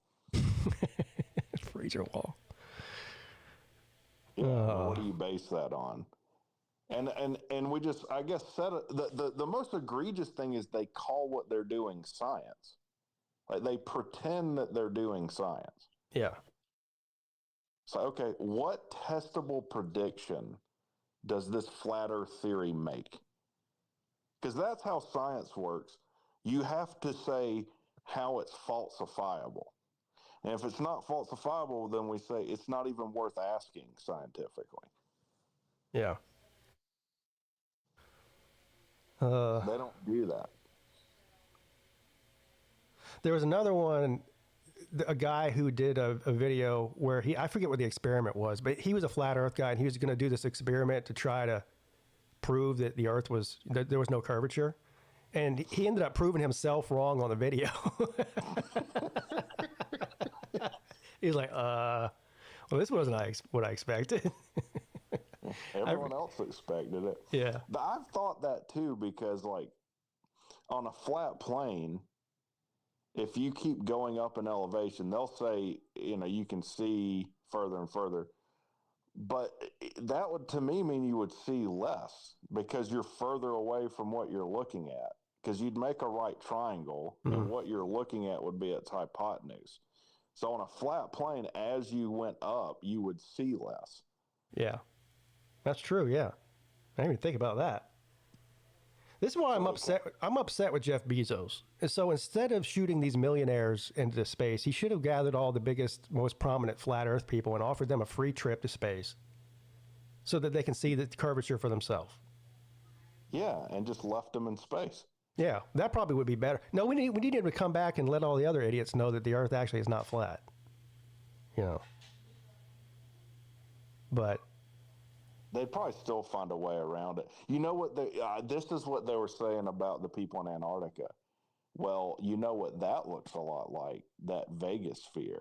They could have done all this inside something like the Vegas sphere. Oh, my God. So the conspiracy is so great that we're going to spend, how much did it cost to build that thing? $2-3 billion? Yeah, billions. just to fuck with the planet. Yeah, check these idiots out that are bent on the truth. Build us a sphere in Antarctica. Yeah. I mean, and here's the real kicker too. Like anybody can go out and buy like $150 telescope and look at Saturn and look at Jupiter and look at Venus and Mars, whatever. Like it's not that hard. It's not. You can see it with your own eyes. Yeah.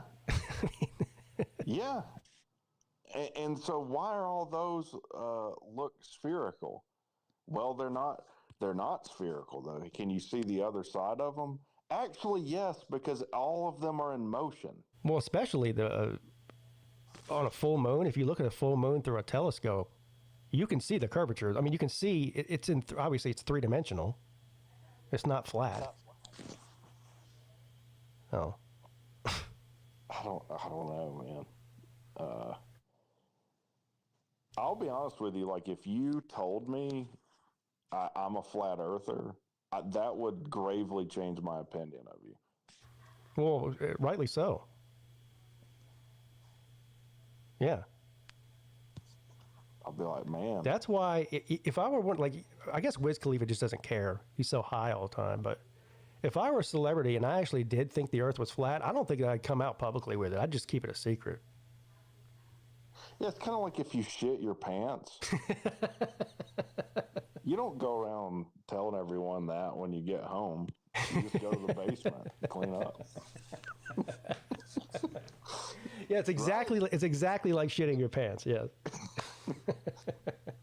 And should garner the same response. Like, whoa, dude, you need to get away from me. Yeah, it's kind of like if you're into some like really weird shit sexually, like Mayhem Matthew likes to pee on people. Like, what? Yeah. He likes to pee on people? Yeah, he revealed that a couple years ago, ironically enough, on a 24-hour live stream. Uncle Lou was doing a 24-hour live stream, and towards the end of it, it's like 5 o'clock in the morning. He's only got like 2 or 3 more hours left before he's done. And we're all in here. There's like 10 of us in there, because everyone's sleeping. And me, Mayhem Matthews in there, and a handful of other people. And Mayhem Matthew just bust out with confessing that he likes to pee on people. Yeah, I was in that stream with that. Oh, I'm sorry. No, I'm sorry. He likes to be peed on. That's what it is. He likes to be peed on, not pee on people. That's even worse. Yeah, it's even worse. But see, my point is, like, you could have went the rest of your life without telling anybody that. I mean, I don't. Yeah, that's the same night that he also said that every man has attempted to fellatio himself. Oh yeah, he said he tried to. He said he tried to blow himself. Yeah. Yeah, but he says every man has tried that. Not every man has always tried that. Not every man. But that's what he said. That was his statement. Did someone say, Rick, if you don't know Mayhem Matthew, you're missing it, man. Mayhem, he used to be something else now. Yeah. That is not what I would have guessed. Like, if you'd have told me that and be like, who in our community admitted this, I would not have guessed Mayhem Matthew. Yeah. He seems kind of meek. And it's not even like anybody was trying to dig it out of him. He just, for some reason, felt the need to tell everybody that. Yeah, nobody even asked him. He just totally came out with it like that. Nobody even asked him. It wasn't even a subject. That's kind of like Kanye just coming out and saying, I sucked my cousin's dick until I was 14 for no reason. He said that? Yes. What? You missed this? I must have missed that.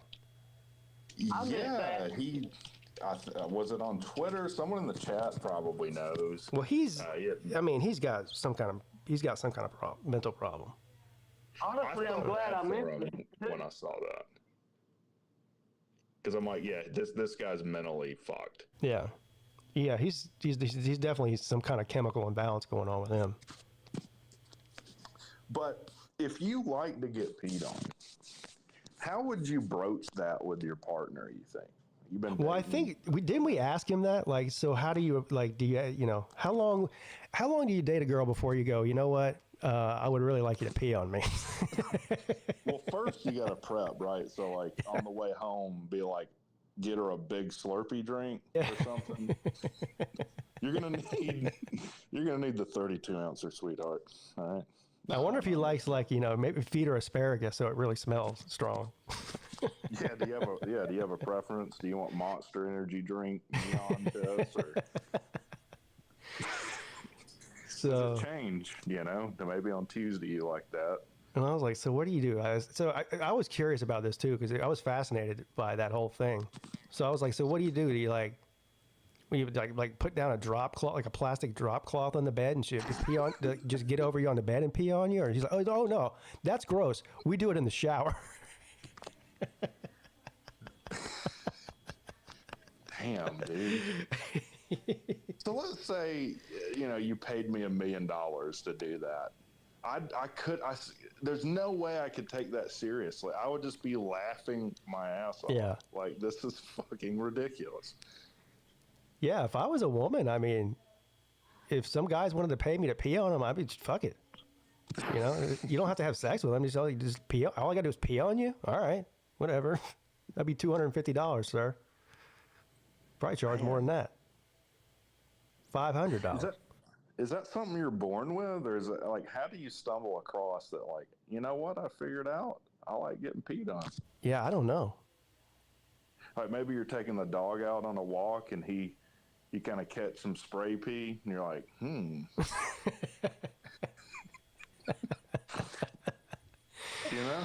don't know, man. People's brains are a mystery. What certain people are into, A lot of sexual deviancy I can understand. That's not one of them, though. Yeah, I wonder if it's some kind of traumatic childhood event, like, the bully in the neighborhood, like, chased him down one day and peed on him, as a punishment. Yeah, man, it was like, joke's on you. I fucking like that. Dummy. Wow. What else did you... There was something else you said he admitted impromptu. Was there? I don't know. You said TriStar. He said something else. Well, I don't know. I think that's the only thing. You guys are... How are we sicker than he is? I'm not the one getting peed on.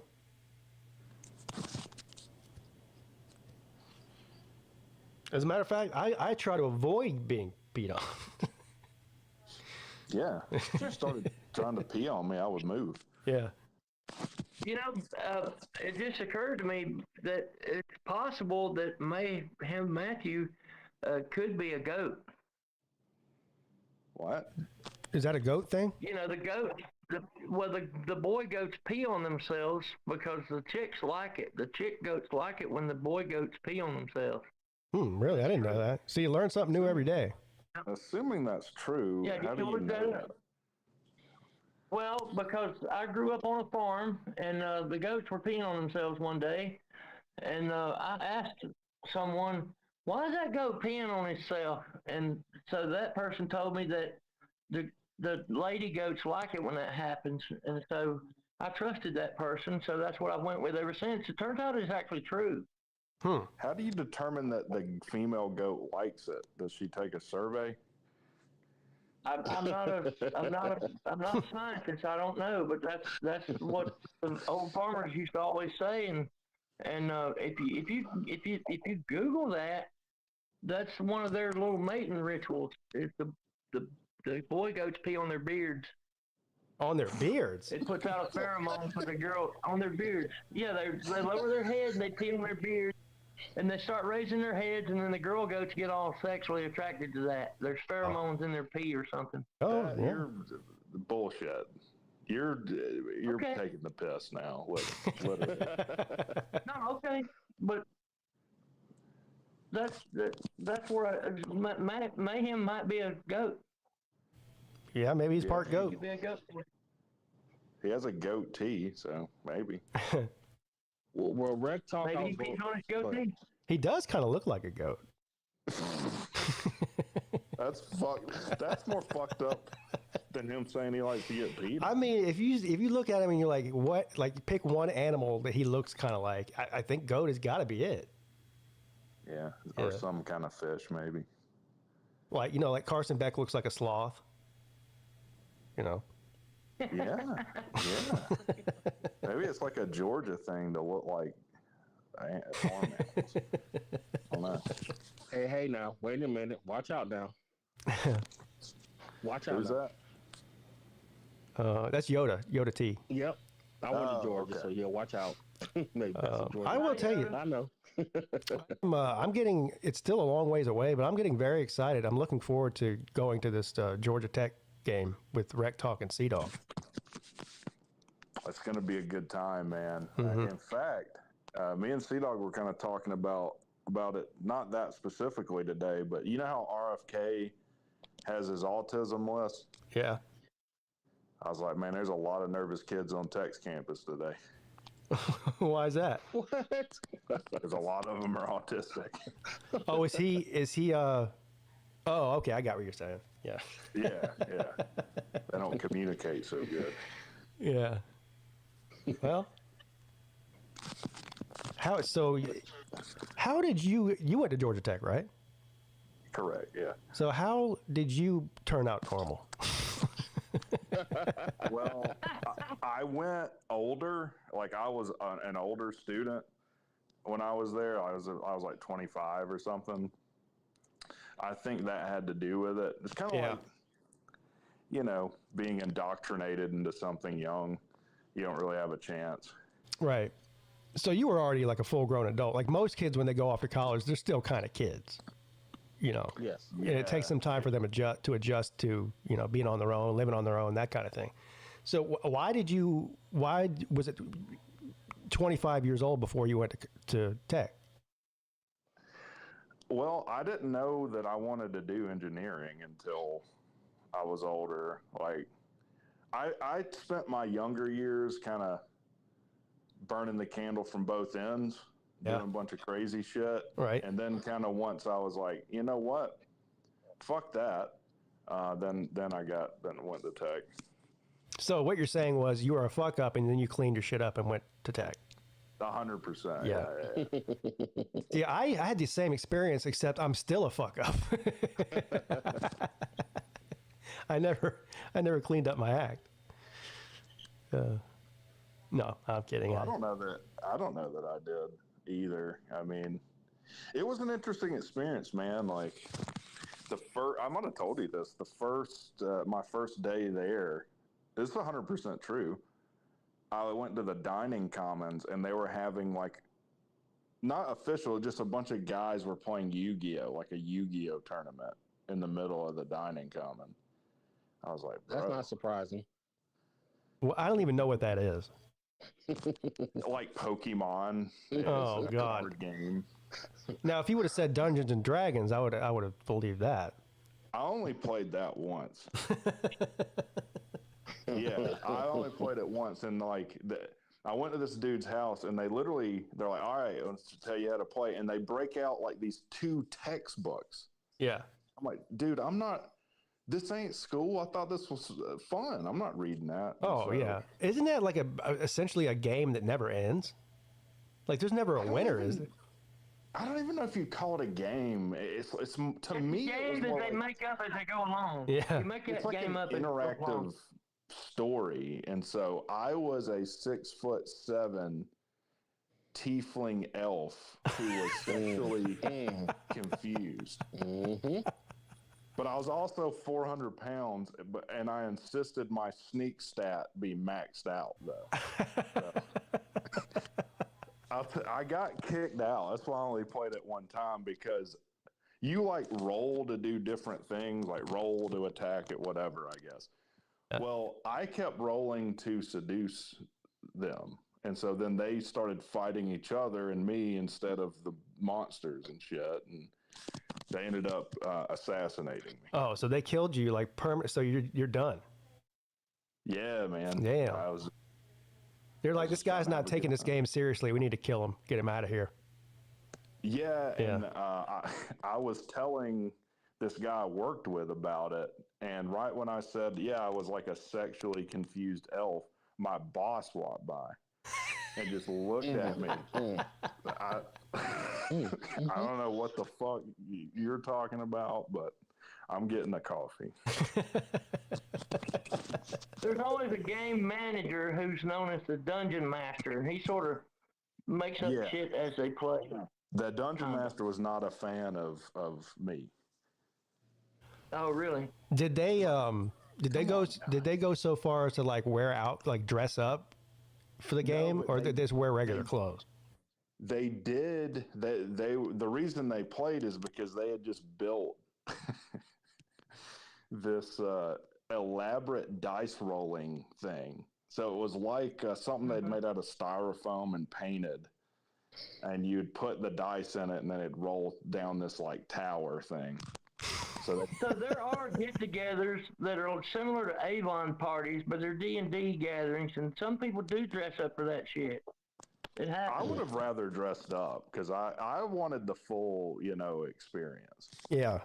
Yeah, you could have dressed up like a sexually confused elf. I would just like to say we had lots of women at UGA, so, that's all I want to say. We had lots of women at UGA. I don't know what the hell this... Yeah, go ahead. You had lots of women? Well, there was a woman there, too. I mean, she wasn't... There was a woman there. Yeah, she wasn't super normal or anything. There was a woman. I would say she probably wasn't normal at all. I'll put it this way, like, you'd probably fuck her, but you wouldn't tell nobody about it. That's most of the women I've ever known. Yeah, that's sad. That sounds like Georgia Tech.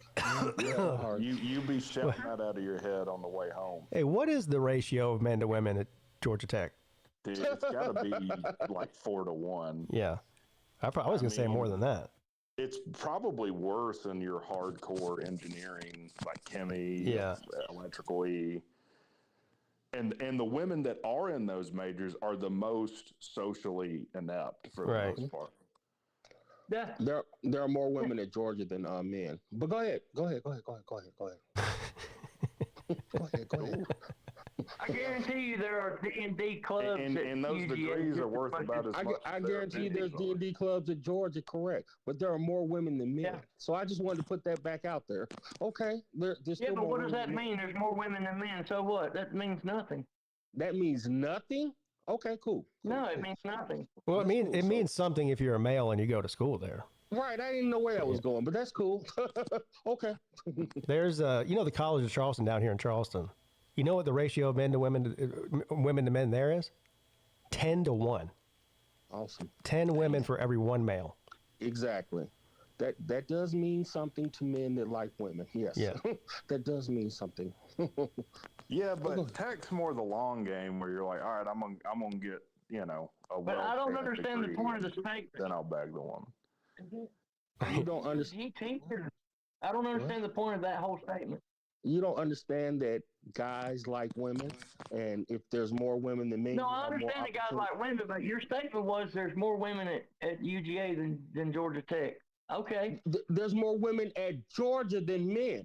Literally, at the University of Georgia, there's more women than men at Georgia. Yeah, that's what you said. But I'm trying to understand the point of that statement. That's all. I'm not trying to get an argument with you. I'm confused. Okay. All right. Okay, so there's more women at Tennessee than there are men. Okay, that's a good thing. That's still a good thing. That's still a good thing. I'm not saying it's not. Georgia Tech's great. I don't give a fuck what y'all say. I don't know. Right. That's a good thing. If we want to play D&D and Yu-Gi-Oh! And goddamn jerk off to Brazilian fart fetish porn, then that's what we're going to do. Yeah, if you're going to, you just got to lean into it, right? Right, Rex? You just got to lean into it. Yeah, just got to lean into it, man. Look, if you got the reputation of being a nerd, just lean into it. It just makes it easier. Yeah. Embrace the nerdism. I am a nerd. Just embrace it. Yeah. And also, I'm a nerd. Here's the thing about women. They don't like nerds when they're young, but when they get older, they like them because they generally have money. Right. Yeah. Britney Spears said she wanted, her dream guy was a nerd with a big dick. And I'm like, well, I'll meet you halfway. Right. But if I think everybody's a nerd. At some point, everybody's a nerd. Where's the Britney Spears example of that statement she made? Who did she date that was a nerd with a big dick? I'll wait on it. Well, she probably didn't date any, but that was her ideal. She went with the other half. Yeah. She left the nerd and went for big dick. Mm-hmm. I ain't gonna hate on that. It is what it is. Plus, she's insane, so there is that. Oh, she is good and crazy. That's true. Yeah. She's batshit crazy. This was a while ago. This was like when she was in her 20s, I think. I remember her saying this. Was Kevin Federline, was he a nerd? No. The thing about him is high school dropout. But he's halfway normal though. Right. Yeah. Yeah. He was not Probably has a big dick though. Like he raised their kids. She didn't. Right. He was a dancer, dropout, kind of did whatever. Yeah. No. Let me ask you this, Pete. How big does your dick have to be considered big? That's a good good question. Answer that, Pete. I don't know. You'd have to ask a woman, I guess. I don't know. I was like, why did you ask Pete that? Is there something you want to say, Pete? Yeah, why'd you ask me that? How do you have expertise in this? We don't have any females. This is like tech in here. It's all dudes. But I want to know how Pete knows this. Go ahead, Pete. I guess he's just asking. Isn't that an opinion? I mean, you asked your opinion. Are we talking? Say this right quick. Yeah. So I switched to the metric system because 100 millimeters sounds amazing to the women. What? VicTube's got an answer. 100 millimeters sounds like it's pretty awesome. I'm just saying. Well, VicTube, VicTube's got an actual number for you. He says 3.5 inches. What the hell is VicTube talking about? So we'll move on past that. That's below. So the average. What's the average of male? About 5 inches. It's 5 inches, 5.5 inches, something like that. 5 inches. Yeah. So I guess 3.5. So I guess anything over the average would be considered big, right? Well, 3.5. Technically, slightly above average. Like, let's say the mean is 5.5. Mm-hmm. If you're 5.75, that's not big. That's slightly above average. So you need to be. And I'm all right. So what I'll say is let's go 7 or over. I think that's fair. Would be big. Yeah. Yeah. But then you're not taking into account circumference. Well, that's true too. So you're saying like you can have like so you're saying it's not big if you have a long needle dick. Yeah, you don't want a pencil poker. You don't want no pencil poker. Can we go back to why Vic said 3.5? So I think you would have to satisfy some ratio of length to girth. Maybe the Goldilocks penis zone or something. Yeah, somebody just asked me a minute ago, what's the ratio of men to women at Clemson? I don't know the answer to that, but if I had to guess, I would say there's probably slightly more women than men. I think that's just in general more. I can tell you, there's a lot more women at Clemson than there are men. Yeah, so I can tell you because I live around here. I think that there a lot, almost every day. There's more women in college in general than men. That's true. Yeah. Yeah. Sad, man. I agree. Sad. That's a fact. Yeah. Fucked up. Clemson University's full of them. They're everywhere over at Clemson. Yeah. Hey, I've visited Clemson before. They got some pretty girls. Pete, is your wife listening right now by chance? If she is, she's not commenting. She might be. If gun to your head, in general, who do you think is smarter, men or women? Uh-oh. Here we go. So I'm going to give a political. I'll give you a definite answer, but I got to set this up first. Okay. So there's different definitions of what you would call. Are we talking about IQ? Yeah, that's a good question. How are you going to define intelligence? Yeah, because let's go with IQ because that's a metric. That's a number you can point to. Yeah, here we go. I'm going to say men have a higher IQ generally than women do. I don't know. I don't know either. But I'm going to say you're correct. I think women have more focus than most men, which leads them to be successful at whatever they're focusing on. Men are more easily distracted, but when it comes to what one would call common sense, I think it's not even close that men have more common sense than women do. Yeah, I would agree. Mm-hmm. And what are they really focusing on? Like Stanley Cups and shoes and stuff like that. Oh, shit. Well, right now, but see, my wife this is one of the reasons she's so successful academically and her career and all of that, is because she has a laser. When she is focused on something that she wants to accomplish, she's going to do it. You're not standing in her way, period.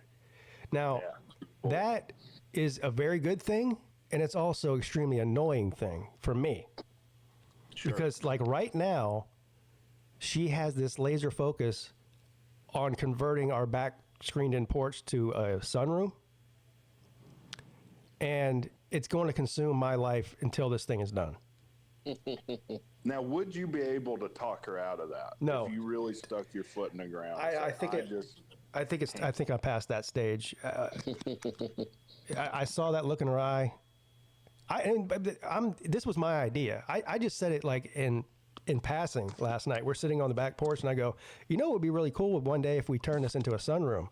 And boy, I saw the switch go off in her eyes, and I go, oh no, I just made a huge mistake. Yeah, you can't go against it now. It was your idea. Yeah, we woke up this morning. I'm not kidding you, Rag Talk. I told her that last night at like 11 o'clock at night. We wake up this morning at 7 a.m. She's getting text messages from contractors wanting to come out the house and give us estimates. I'm like, oh man, hold on now. Let's slow down here. Can I ask a question? Yeah. Mm-hmm. Would any of you guys vote for a woman president? Absolutely. Yes. I think you know the answer to that. I say yes. It's a big no for me. No. I say yes. I would if she was the right to answer candidate. Your correct question, Rick. I've actually seen like studies that were done on this, and on what? Like men tend to populate on like IQ differences between men and women. Men typically tend to populate the two extreme ends, and women tend to congregate about the middle of the bell. Yeah, so what he's saying is men are either really smart or really dumb. There's like really no middle ground. Regeniuses, yeah. Yeah. I think that men pretty are much. simple thinkers and women are complex thinkers. Women are very complex thinkers, and men think about pizza, beer, and college football. Men are simple thinkers. We can take things apart and break them down to a simple point, where women are very complex. Women can think about 17 things at one time, where men usually think about one or two things at a time. Yeah. You're right. And you know what? That irritates them. That we can get I don't such think joy. one's better than the other. I think it's just different. I don't think one is above the other. I think they're the same. I'm just telling you my experience that football can bring me such joy. Irritated my ex-wife. Yeah. Yeah. Yep. Like, why don't you have that much fun when we're on a date or something? I'm like, because you can't throw it 50 yards. Yeah, I completely that. Correct. I don't know what to tell you. I don't know, but I probably, if you put me inside of a woman's mind for 5 minutes, I probably would get so much anxiety. You know? Yeah, for sure. Because you know all they do is worry about shit all the time. Like 24 hours a day, they're always worried about something. Yeah. Usually us. Well, that's their nature. They're mothers. They're going to worry about their children, and so that they're naturally going to worry about other things, you know? Yeah. I think it's their nature. It's just nature. Yeah. But I don't hate women like Sleeta or Hufferbilly Paul. HBP hates women now? Yeah. What's that about? Well, Pete, I think if you did hate women, you wouldn't still be married. Right. Exactly. I don't think that would work out too well. Yeah, Paul is on his way to being like full MGTOW. Well, you know the whole thing that started this. A few months ago, or during the election, he said that women shouldn't be allowed to vote. Yeah, I remember that. Yeah. He said that just popping off. No. I'm pretty sure he was being serious. Yes. Wow. That didn't quite make any sense. His rationale was that women make decisions based on emotion instead of fact. Has he listened to college football discourse? Yeah, and that's what I said. I said, listen, Paul, you're telling me that when you go to the voting booth, your decision has zero to do with your emotion towards one candidate or another. Well, hold on. This is the same guy that wanted to fire Dabo based on nothing. Yeah. Based on a feeling. Right. Right. Yeah. Yeah. Yeah, we all make decisions based on feelings. So he shouldn't be able to be a fan of Clemson. I think you got to go back to Pete's original point that they hate women. So I think he's on to something. Yeah. Well, yeah. I know you guys know who Jordan Peterson is. I don't know who Jordan Peterson is. Yeah. Have you ever listened to any of his lectures or anything? I've listened to an incredible amount of Jordan Peterson. Okay. What do you have a fair or a low opinion of him? I have a fairly low opinion of Jordan Peterson. Okay. What is there any particular reason? Or? I don't think he's a great communicator. I think that he overcomplicates things to the nth degree to kind of hide the maybe smuggle in what he's actually not trying to dog whistle to people. Or that's my take on him. Yeah, I can see that a little bit. I'm kind of agnostic when it comes to him. I think some of the stuff, like you said, he overcomplicates things a little bit, but I think some of the stuff he says is you can learn a lot from it. So I agree with some stuff. I don't understand why he cries quite so much. Like he was on Piers Morgan the other day, and he literally started tearing up over telling the truth. He's like, it's just such a great responsibility to tell the truth. Something's going on with him. Yeah. Anyway, so I heard him talking one time about these type of men that have a low opinion of women or very overtly critical of women in general, not any one specific woman, but just women in general. And he hit the nail. It sounded to me like he was describing Sleeta. He's like, these men are usually middle-aged, have a hard time getting any attention from anyone. They've been rejected over and over and over again. So they lash out with these sort of blanket statements about all women. And that's exactly what Sleeta does. Yeah. Yeah, it's almost like you're conceding, like, I'm undesirable. Yeah. So I'll make sure I'm undesirable, and then I can say, well, I wasn't really trying to begin with. Yeah, it's like when you're in second grade and you race and you lose and you're like, well, I wasn't really trying though. It doesn't matter. Yeah. So Sleeta's been rejected so many times that he's angry about it. So he takes it out on all women instead of the one particular one that rejected him, or two or whatever. But it's bleeding out. Like his sexism bubble is now starting to burst into racism. Oh yeah. He's told a black girl, right? Yeah. Like, I have no fried chicken and water. Oh yeah. So he had that birthday stream. Damn. Listen, he had that birthday stream, and a couple of the girls that came over were black girls. And one of the girls, it was her birthday too. The other girl was just her friend or her cousin or somebody that came along with her. Anyway, Sleeta, he works at Publix, so he brings he basically catered his own birthday party with food from Publix. He had fried chicken and mashed potatoes and all this stuff, that you get at Publix. So they're sitting there talking, and one of the girls goes, I'm hungry, I'm going to go make myself a plate. So she gets up and she puts the fried chicken on the plate, and he goes, I got fried chicken for you, but sorry, I didn't bring any watermelon. That's what he said to her. And she didn't leave? No, she didn't say anything. I was like, bro. Believe it. I feel like I don't know, that warrants getting your ass kicked right there on the spot by most people. Yeah. Or you can just leave, or you can just say, cool, I'm out. Or cool, I'm out. But if you're willing to hang out with Sleeta for his birthday, not a part of a gag, you're probably... And he was... Yeah. On top of that, he was being like creepy, over sexualized. Like the girl, one of the girls had a big butt, and she had on these yoga pants, so it was very prominent. And she walks by, and he points the camera down at her ass. He's like, "Damn girl, look at that." I'm like, this is on a live stream. Do you think he paid him? You think he paid him? I don't know. I don't think he's got enough money to pay him. I mean, if he did, he wouldn't be begging everyone for money. Okay. How come you bitches won't super chat me or PayPal me? Okay. Well, because I'm just here to laugh at you for free. I got nothing on that. I don't know.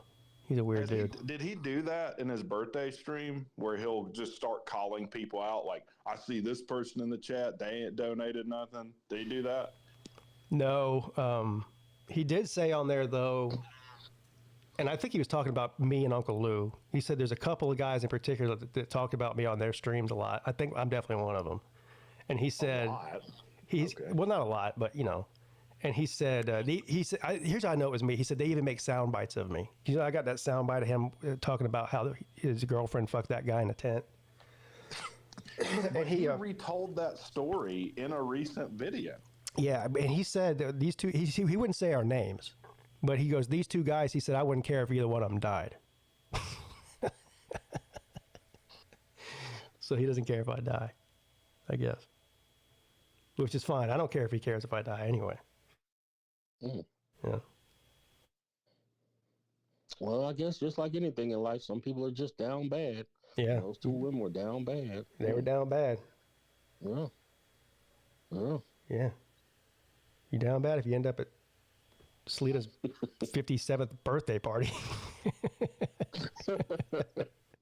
Damn.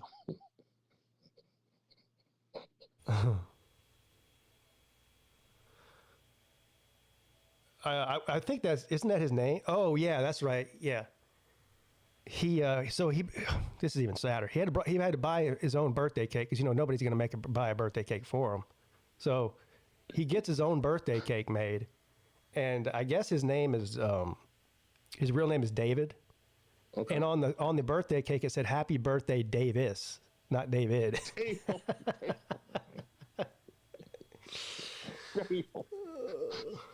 Hey, did you guys do the chat GPT on him? Yeah, we did. Well, we asked ChatGPT why does Sleeta hate women, and it didn't go down that road. I guess there's some sort of safeguard on ChatGPT where they won't. I don't know if the word hate threw it off. You know what I mean? I see. So, I don't know, but it basically said he's a NFL. It did say he was an NFL and a college baseball and basketball YouTuber, which is not true at all. So, really? Yeah. Yeah, AI still has some flaws there. Yeah. And it did say something about him liking to argue with people, which is also true. He does argue a lot. I remember they did a story on this AI thing, and this child came and told her mom that they wanted some cow eggs. And she said, "Where did you get cow eggs from?" My thing told me that cows lay eggs. So, yeah, there's some flaws in AI. Cow eggs. Yep. Where did you get cow eggs from? What? I would like to point out that we are now into hour 6. All right. Awesome. Yeah. So what is that, a quarter of the way? No. Yeah. Yeah. Yeah. 6 times 4 is 24. That's right. We're 25% of the way through this thing here. Only 75% more to go. Very good. So you don't have to do this 3 more times. You should watch the short of him talking to models in a magazine. Who's Sleeta? What? Talking to models. How old is that? Is it recent? If it's recent, I can pull it up. Wow. What is he, like, shaming them?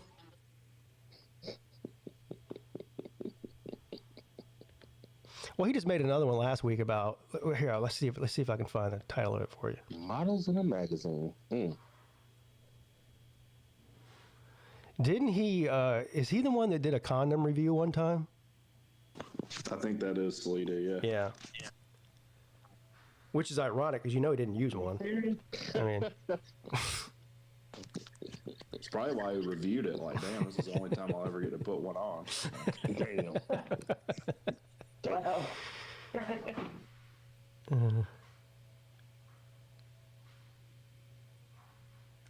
I don't even know what to search for here. Rick Talk, while Pete's looking for that, can I ask you a question I've always wanted to ask you, sir? Seems ominous, but yeah. Hey, Sports 70 I know it's very ominous, very random, and I apologize, but which to you, in your mind, would be more of a superpower, okay? Having one extra arm or having one extra leg? What? I'm sorry. I'm sorry. An extra arm or an extra leg? Well, I guess considering the hand and the foot are involved, arm and hand, or extra leg and foot, which would you rather have? I guess if I had an extra leg, I could probably run faster, but I can't run that fast anyway. I'd probably take an extra arm. Yeah, I mean, having an extra pair, an extra opposable thumb would be good. You can grab things. I got a question, Red Talk. How would an extra leg make you run faster? Because you could contact the ground more frequently, which is what makes you go faster. Okay. Yeah. So 3 legs, running. Okay. Okay. Well, let me tell you where I got the question from in the first place, if you don't mind. It's been months ago. I was listening to one of your streams, and I was working on a mower, and I just kept thinking to myself, God damn it, I wish I had an extra hand, because I was trying to hold 2 pieces together and put a bolt through at the same time. And I went, one extra hand would be a superpower, man, to me. And I went, I wonder what Red Talk thinks about that. And I never got a chance to ask you that. Yeah, anytime you ask somebody to help you with something, what do you say? Can you give me a hand? You don't say, can you give me a leg? Thanks, man. Yeah. Yeah, can I borrow your foot for a minute? Yeah, it's a good point. I think I just always, ever since that, wanted to ask that to him, and so now I have my answer. I don't even think that's close. It's another arm for sure. We got to think of another equally enticing appendage. Extra arm or a 1/2 inch larger dick? I'll take the extra arm. Yeah, me too. I use my arms way more than I do my dick, so I need the extra arm. Not only that, I could use an extra arm as a dick. 2 inches or extra arm. Rick, if you were going to make it a superpower, why wouldn't you say like an extra 5 inches? Like, why would just a 1/2 inch? Yeah, 1/2 inch ain't much. If I said you were just going to have like some kind of 12-inch dick, you're going to choose that over anything. Right, that's a superpower. But there's no other superpower you would like. You could give me flying, I'm a bigger dick. I don't even need to know the other option. Over flying? I definitely would rather fly. I sure would too. I'm like, wait a minute. There's a lot of superpowers I would have. Right. Yeah. Well. Hell yeah. But you're saying like abnormally large, to where I could just always strut over that. Like, the way I imagine this superpower is like, anytime someone is shitting on me for my team, like on a stream, I'll just be like, fucking 11-inch dick, dude. It is what it is. And they're not going to be able to say anything. Oh. So here's okay, I got one more. Hold on, here's a couple of videos. This is how women try to get your attention at the gym, and it's a picture of a girl bending over. And then these modern women think they know what a real man is. That's 8 days ago. So he's still at it. Go ahead, Millis. So which is better in your opinion? Infinite athleticism or infinite intelligence? Huh. What is infinite athleticism? You're just the best athlete ever. Infinite athleticism. So I mean, you say infinite. Does that mean you're like Superman? Right, like you just infinitely. Sounds like he's saying athletic. you're the most athletic person in the world versus the smartest person in the world. Yeah, that's easy. Smartest. Yeah, I'd rather be the smartest. Agreed, smartest. I mean, I feel like I'm already there anyway, so I don't really have to imagine, but I'm picking smartest. Yeah. Well, I'll take the athleticism actually, because I could climb like a house without a ladder and shit, you know. I think that that demonstrates. Yeah. Okay. Good. So now, but hold on now. But if you pick say you pick intelligence over physical ability, does this mean you're the smartest person in the world, but you have no athleticism at all? Or if you choose athleticism, that means you're just dumb as a box of rocks? Ooh, that'd be you're the smartest person in the world, but you're handicapped. You're like that dude in X-Men. Stephen Hawking. Like Stephen Hawking. Yeah, exactly. That makes it more interesting. I would be dumb athletic. Yeah. Because could Stephen Hawking fuck? I don't know. No. Weird to think about. Before he got crippled, yes, but no, not once he became when he can only talk using the machine. No. Yeah, athletic then. Definitely. Yeah. Athletic is, yes. Between those two, no question. Yeah. Plus, ignorant. You know what? There's also something to be said for ignorance is bliss. So you could be really dumb, but do you even really care that you're dumb? No. Now, them's facts, Pete. You know. Them's facts. Look at the I can only earthers talk I'm to a talking machine and I can't move it. No, I'm good. No. Like the flat earthers don't care they're dumb. Let's say so. If you had to be a woman instead of a man, but you got to choose, would you rather be smoking hot and dumb, or average and really really smart? I'll take the average, really smart. I don't have the slightest idea.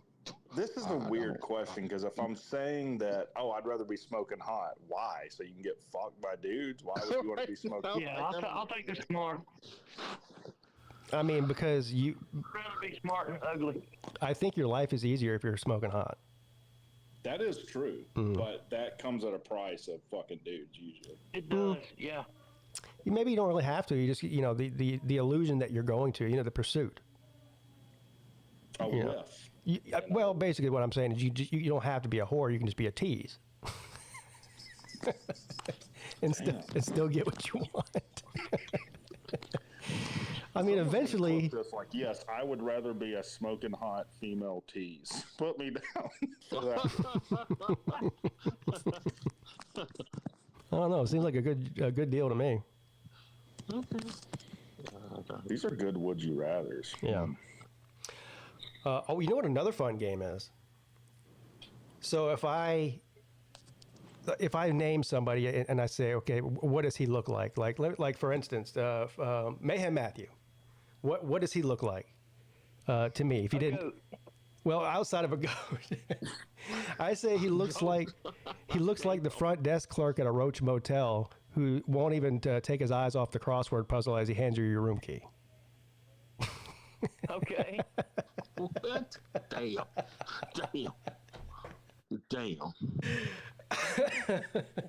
Well, damn. So you're basically just saying roast this person. Yeah, kind of. Yeah. Or, Okay, how about Sea Dog? Yeah, what does Sea Dog look like? Somebody else do it. We know what Sea Dog look like. He's had enough videos, so I got nothing. I gotta think about this. Because he is big. He got long hair. Huh? You know what he kind of looks like to me is one of the sound technicians for a band at a big concert. He's like the guy that rolls out the big speakers and plugs them in. Yeah. Yeah. Cool. We played this game before. It was pretty funny with people.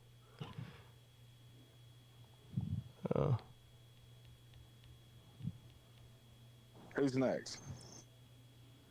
Yeah, who's next? A roadie technician? Yeah.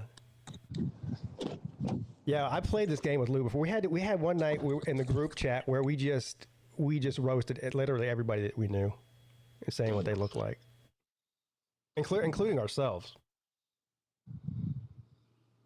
Maybe the chat has some suggestions.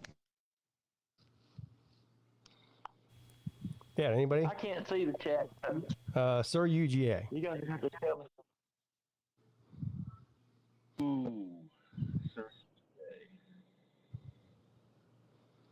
Sir UJ looks like he owns 3 used car lots, and he's like on those bad car lot commercials. And he's about to lose 2 of them. Yeah. Yeah. 2. He owns three used car lots, and 2 of them are on the verge of bankruptcy. Damn. Oh shit. Well, damn.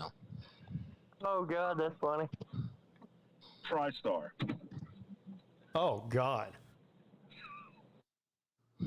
I don't even know where to begin with him. TriStar looks, to me, TriStar looks like the nephew of a guy on a cruise ship who gets pissed off over a spelling bee. Oh damn. Damn. You say Captain Hat. You say he looks like the nephew of Captain Hat? Damn. I would fight someone if they said that about me. Damn. Captain Hat. I ain't worried much about TriStar fighting nobody. I don't know, man. He might have some sneaky drunken ninja shit you don't know about. Yeah. He might, but he has to get out of a truck long enough to beat somebody's ass, and he's always in a truck ever since I've known him. Well, in his defense, most truck drivers I know are not guys you'd want to fuck with. I'm not saying Well, in fact, I've been a truck driver 40 years, so I know what you mean.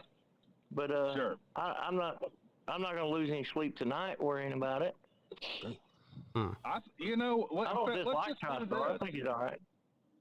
Rest of the panel, who would win in a fight between Billis and TriStar? Probably TriStar. Millis is a big dude. I'm a big dude, but I'm gentle. I'm not a fighter. Okay. I'm 300 pounds of nothing. I've never seen TriStar in real life. It's hard to judge sometimes, like, if somebody's big or not just by seeing them on YouTube. You know what I mean? Yeah. So, I don't know. Does anybody know is he short? Is he tall? What is he? TriStar seems fairly tall to me, but I don't know. I've only seen him sit down. Yeah, that's what I'm saying. Yeah, I've only ever seen him in the cab of a truck, ever. So, I don't know what he looks like, really. There used to be a guy that would come in my live shows. I don't know who the guy was, but he was obsessed with how tall I was or wasn't. Yeah. Really? Yeah, he would just leave, and I would make a college football video talking about, Clemson spring game or whatever, and he'd be in the comment section like, "I know you're only 5'4". And I'm like, "What?" What? Yeah. So I got one time I got so fed up just by I didn't really care. He just started to annoy me. So I pulled out a goddamn tape measure on live stream and measured myself. So he'd leave me the fuck alone. You know what I would have said to that? You got a special tape measure to scale 5'4" to 6 foot. You fucking jackass. I told him, I'm like, no, I was like, I'm at least 5'11", maybe 6 foot tall. He's like, no way, you're just lying now. I'm like, what? You know, that is interesting. That does seem to be something people obsess about with YouTubers, because when I had a tailgate, I had a guy come up to me and just like make this huge deal, like, oh my God, dude, I didn't know you were that tall. Like, I could have sworn you were, like, I guess he thought I was a midget. Do I look like a midget in my chair or something? Right. Yeah, that's weird. No, you don't look like a midget to me, but I don't know. I guess I just don't ever, like, when I'm watching somebody on video, I'm not sitting there going, I wonder how tall that guy is. Yeah, and to be obsessing about that. Yeah. What? It is really weird. Right. I mean, I'll notice it, like, if I see someone standing in a group of people and they're way taller than them, I'm like, damn, that guy must be real tall. I wonder how tall he is. Yeah, there's a couple people, like, when I first met, well, Sleeta's very tall. He's like 6'6". Yeah, Sleeta's tall. I've never met him. He's like 6'5" or 6'6". Obviously, Nate. Yeah, he's kind of tall and skinny guy. Yeah, he's lanky. But who was it? Who am I talking about? Oh, Bobby. Remember Catfish? The Volunteer Road Show? I remember Catfish. Yeah, the first time I met him, he's like 6'6". Like, when he walked up to me, he's like towered over me. I'm like, holy shit, dude, I didn't know you were that big. So yeah, that gets into freakishly tall, and then it distracts, I think. Like, I would not want to be so tall. That's what I'm known for. Right. I think Nate is about 6'6", isn't he? Nate's pretty tall. Yeah, Nate's huge. I think all these guys are about 6'4". Well, Nate's at least 6'5". Nate's probably close 6'5". Yeah. Maybe a little more. But I mean, I like I said, I'm right around 6 foot. So, maybe a half inch shorter. I don't know, but whatever. When I stand next to Nate, I look like I'm like 5 foot tall. Yeah, Nate makes me and Sea Dog look short. Yeah.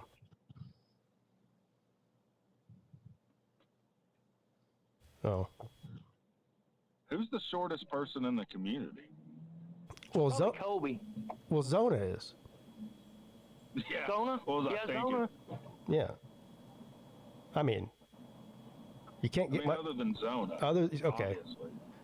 Kobe's a small guy. He's a little guy. Well, so Matt Dummett, he just said he's 5'3". That's pretty short. He's not much taller than Zona. Yeah, right. How tall is Vic? Oh, that's a good question. Yeah, Vic, how tall are you? Isn't he in the chat? Yeah, Vic's probably. He said it on air before. I just can't remember what the number was. I think Vic he's under 5 feet, so he's probably the shortest. Yeah. I have been paying attention to this because last year my daughter was just under being tall enough to ride one of the roller coasters at Six Flags, and then this year they raised the height, which I laughed about, and she got really pissed about. Say that again?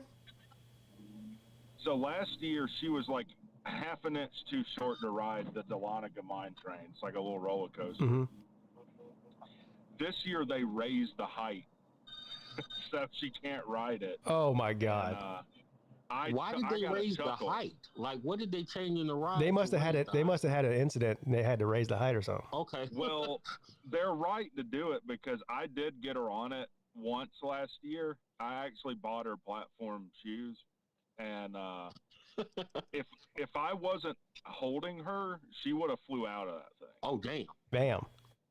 Well, it terrified me. Yeah, that's not good. Okay, then that makes sense. Makes perfect sense. So Vic, Vic is 4'10", he says. Okay. Yeah. 4'10". Respectable. The height's a weird. You, Yoda, are you a tall guy? Huh? 5'9". Yeah. 5'9". I think that's about the average male height, 5'8" or 5'9", something like that. Yeah, I think it's 5'9", and then females is like 5'4". Yeah. Something like that. Yeah, Mrs. Pete's like 5'4", or 5'3", something like that. Height's a weird thing. Like I'm taller than both my dad and my brother. I was significantly taller than my dad. My dad was probably like 5'8" or 5'9". My brother, he's only maybe about an inch shorter than me. He's probably like 5'10". But my oldest son, he's already almost as tall as me. Like, he's only 17. He's got another few years to grow. He's probably going to be taller than me. He's probably going to be over 6 feet. But I can still whip. I can still whip his ass though. Oh yeah. Yeah. Oh yeah. Has he ever tried you? No, he knows better. I got that man strength. That's a real thing. So I only tried my old man once, and he's like my height, but he's 170 pounds or so. And I was young. We're playing, if anyone knows it, King Griffey Jr. Slugfest on Nintendo 64. And he kept throwing me splitters, and I kept striking out, and he kept laughing, and I kicked him in the shin because I fucked that. Damn. And then he picked me up by my little Cub Scout scarf, and then we still had like 4 innings to play, so it was a little awkward. Wow. Yeah, he's chilled out a little since then. Yeah, I was pretty stupid my entire youth. Like, I just did dumb things. Yeah. I believe that. Orlando Bloom birthday party I insisted on, and my dad did not think that was funny at all. In Orlando Bloom? Yeah. Like, I told my mom, because I thought it would be funny. I wanted like an Orlando Bloom birthday cake, because like Lord of the Rings was a big thing at the time. Yeah. And then my dad just thought I was queer, and he went around the house. He just went around the house going, "Why?" So the shit I put him through, like, I hope my daughter doesn't put me through half the shit I did. Are you and your dad cool now?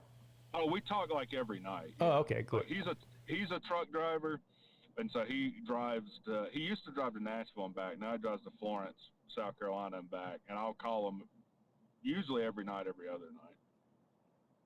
That's cool. Yeah. Battle Angel says she's 5'3". I would have thought she was shorter than that.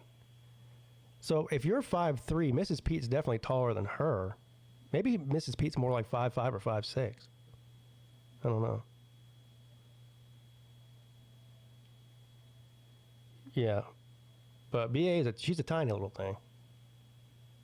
Yeah, BA's pretty small. But she's not small for being Korean. She's about average. Right?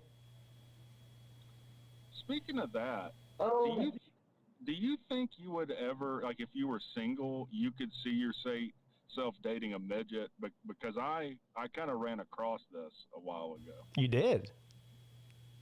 Well, I was into midget wrestling. I would go watch these midget wrestlers. In fact, I took my daughter to one, and they let her chop one of them. Like, they let her smack one of the other ones on the chest. And they were pretty hot. yeah, they're having that in Greenville this weekend.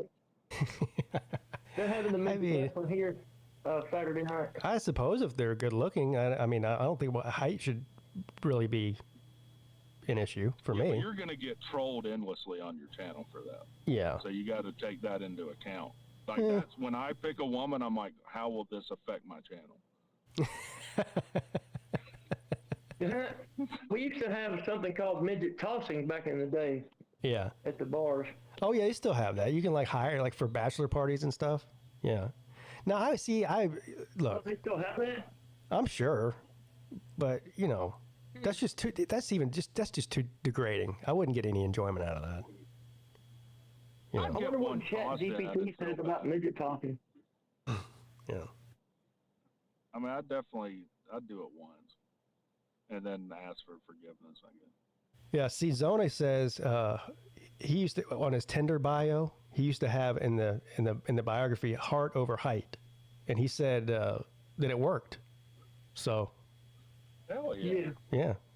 See, he's not letting his situation keep him down. No pun intended. No. Yeah, you know what I mean. We know what you meant, Pete. Well, because they have normal size wieners, so it's just fine. Yeah, so proportionally, it looks like you got a giant How hog. do you know that, Rick? Yeah. Rick, how do you even know this, sir? I saw midget How do you know the that? other day. I watched midget. Oh. Okay. And I was like, wow, that's kind of impressive. Oh, have y'all seen this new trend? I guess it's on TikTok or maybe it's on Instagram. I don't know. It's fucked up though. Where you know how they have filters. Yeah. So this new trend is women doing these Down syndrome filters. That's fucked up. Oh, shit. It is fucked up. So you get like this chick who's like smoking hot body, but she's got like a Down syndrome face. And they're like, "Would you?" Man. It's like, what? First of all, like, why would you make that filter in the first place? How is Instagram not like losing all advertising? Yeah, right. That shit's popping up in the Facebook reels too. Some of them Facebook shorts have that in them too. Yeah, I think I saw it on Twitter, but I'm pretty sure it's either being made on TikTok or Instagram because Twitter doesn't have filters. Probably, What's the one that has filters? Is it Snapchat that is the one with filters, or? Maybe you'd have to ask Snapchat, the yeah, filter, Snapchat. Yeah, that's probably where it's coming from. What is the one that you delete Snapchat. what you send after they read it? What? There's one of them. Snapchat. That's Snapchat. That does that not seem suspect to you? Well, that's only designed for one purpose. Yeah, I think that was the original purpose of it was to, like, I guess to cheat. Well, nudes, right? That or maybe that too. I don't know. I've never been on Snapchat before, but I think the messages last for, is it 24 hours? Maybe? I don't know. I've never been. I think it's right, 24 hours. I think it's a setting that you can set how long you want to stay on. Oh, so you could set it for like 5 minutes if you wanted to. Yeah, you can set it for 5 minutes, 30 minutes, 60 minutes, like that. Okay. I don't really know. My daughter used to be on Snapchat. Is the only reason I know anything about Snapchat. But I feel like I'm too old. I feel like I'm too old to get on Snapchat. Is that, if somebody, I'm a 45-year-old man. If somebody asks me, hey, Pete. Like Rick said, the boomers are the ones using Snapchat now. Yeah, that's what I'm saying. Oh, they are? Oh, so I'm not too old for it. I think so. It started out as young people, and then the boomers took it over. Oh, really? The same thing with Facebook. No, I said Zoomers. But it does terrify me because, like my daughter has an iPad, and she got some Minecraft toy in her Happy Meal, and she's like, "Oh, this is Minecraft." I'm like, "Well, how the hell do you know that?" It had to be something she watched. Oh yeah. Well, I mean, you don't think they talk about it at school? Like, well, she's 5 though, so it just still. I mean, it's not a bad thing. It just kind of yeah. It opened me up to like, damn, you try your best, but you don't have control over what goes through your kids. Oh no, yeah. Sometimes my son, my youngest one, he says stuff to me, and I'm like, how in the hell do you know about that? It's definitely the internet, but I just feel like I'm too old for Snap. Like, if the first time somebody came up to me and said, "Hey Pete, can you give me your Snap?" Like, I'm out. Like, you start saying Snap, I'm like, okay, I'm definitely too old for this shit. I mean, it's bad enough I'm on YouTube already. Well, it's like the streaming stuff. Like, how many apps is enough to fucking communicate with people with? Yeah. I don't know. I mean, what the main ones are. I've got. Here's my rule. I'm not on any social media app where I have to be my government name. So, yeah, Facebook's out of the question. I'm pretty sure is Instagram that way too. I don't know, but they all want to link your phone number, and you have to really pay attention to not do that, which I don't like. Yeah, and your email too. Yeah, right. And then it'll say, do you want us to message everyone in your contacts to invite them to? Oh God, that's the worst. No, I don't want that. Yeah. That's the reason I was on Facebook for about 2 weeks when it, back in like 2010 or something, when it first blew up, became real popular, everyone was getting on it. So I made a Facebook profile. Boy, within about 48 hours, I realized why it was a bad idea. I started getting contacted by people from high school that I didn't want to talk to anymore. It was just constant. Yep. Yeah. And I was like, yeah, there's a reason I haven't talked to you in 15 years, and I'm going to keep it that way. I didn't like you then, and I don't like you now. Yeah, so I got off of that. And then when I started my YouTube... I got an invitation to my 40th high school reunion through Facebook, and I ain't interested in that at all. I don't understand why the hell anybody would have a 40th for my high school class. When I started my YouTube channel, I started the Facebook... I tried to start a Pigskin Peete Facebook page just to promote my YouTube channel. But again, they... And I guess there is ways around this. I don't know. There's like some sort of exception for... Like a business? Yeah, right. But they sent me an email telling me that they needed me to send me a picture of my license to prove that my name is actually Pigskin Peete. And I'm like, this is ridiculous. Obviously, my name's not Pigskin Peete. Who names their fucking kid Pigskin? You know what I mean? Yeah. No, why would they insist like a couple years ago, I did that I started a Millis Vanillis Facebook page. They did the same thing with me, Pete. And I just didn't use it anymore. Fuck that. Right. I was trying to promote the YouTube through my Facebook, and it wasn't even necessary. And then when they wanted all this personal information, I wasn't going to send it to them. So I just didn't use that account anymore. Pete, why do they insist on that? Why are they so adamant? Well, they won't let... Facebook doesn't allow aliases. Yeah, but it's not about That's alias. true. They want your fucking information. Yeah. That's probably true too. They Yeah. want information so they can sell. It's for sale. That's exactly what it's about. It's about money. Yeah, because I'm sure in the terms of service it says we can do whatever we want with whatever information you provide us. That's what really drew me to Twitter in the first place, as far as a social media platform, as opposed to either Instagram or Facebook, is because first of all, I don't have to be my government name on there. I can be Pigskin Peete. You don't have to worry about friend requests and turning people down, or having to request to be somebody's friend so that you can see their profile. Like, everybody can see everybody's shit. There's no, you know what I mean? You can follow who you want or not, but you don't have to get permission from somebody to do it.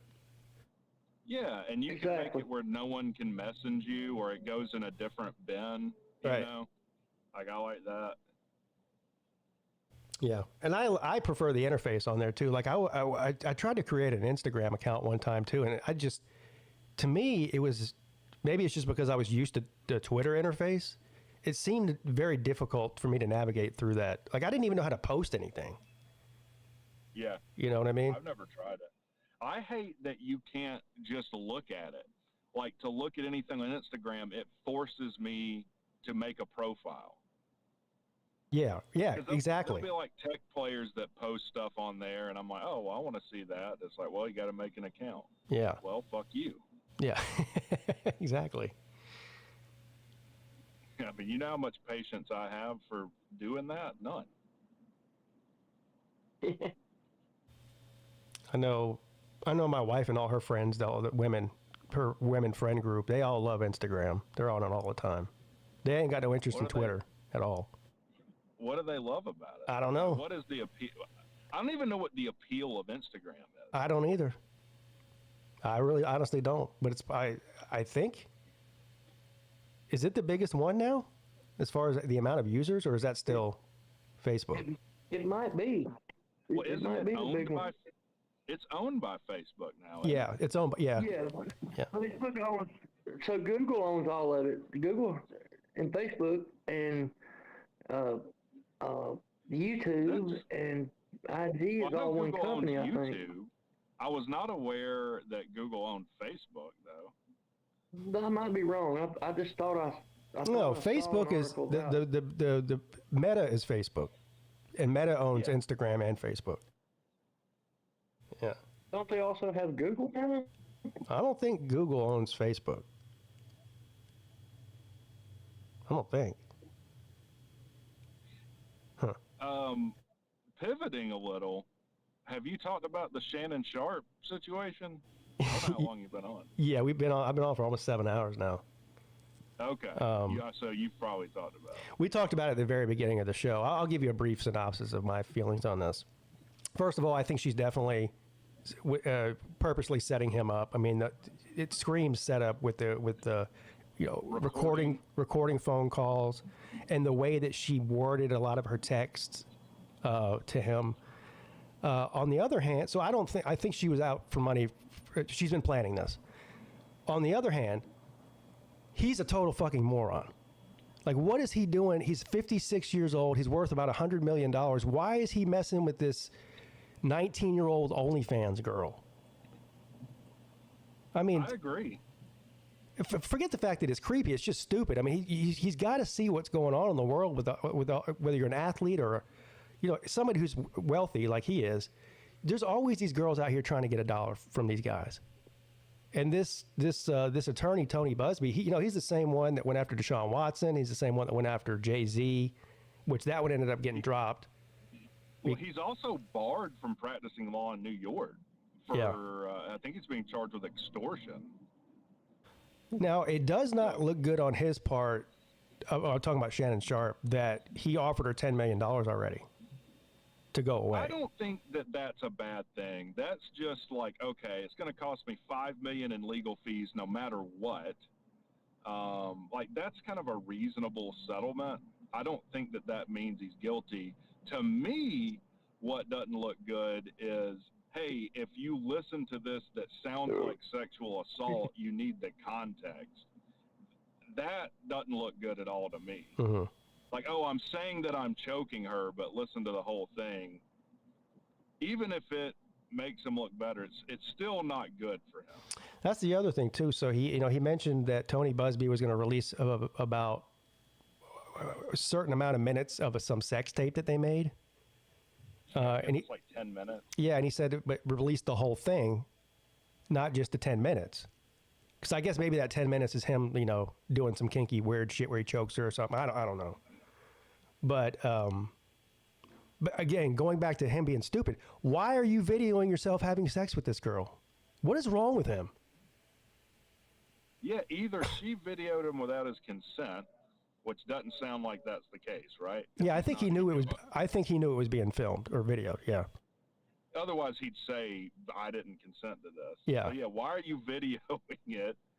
I mean, hell, he went live on Instagram, right, while he was clapping some girl. Yeah, Michelle.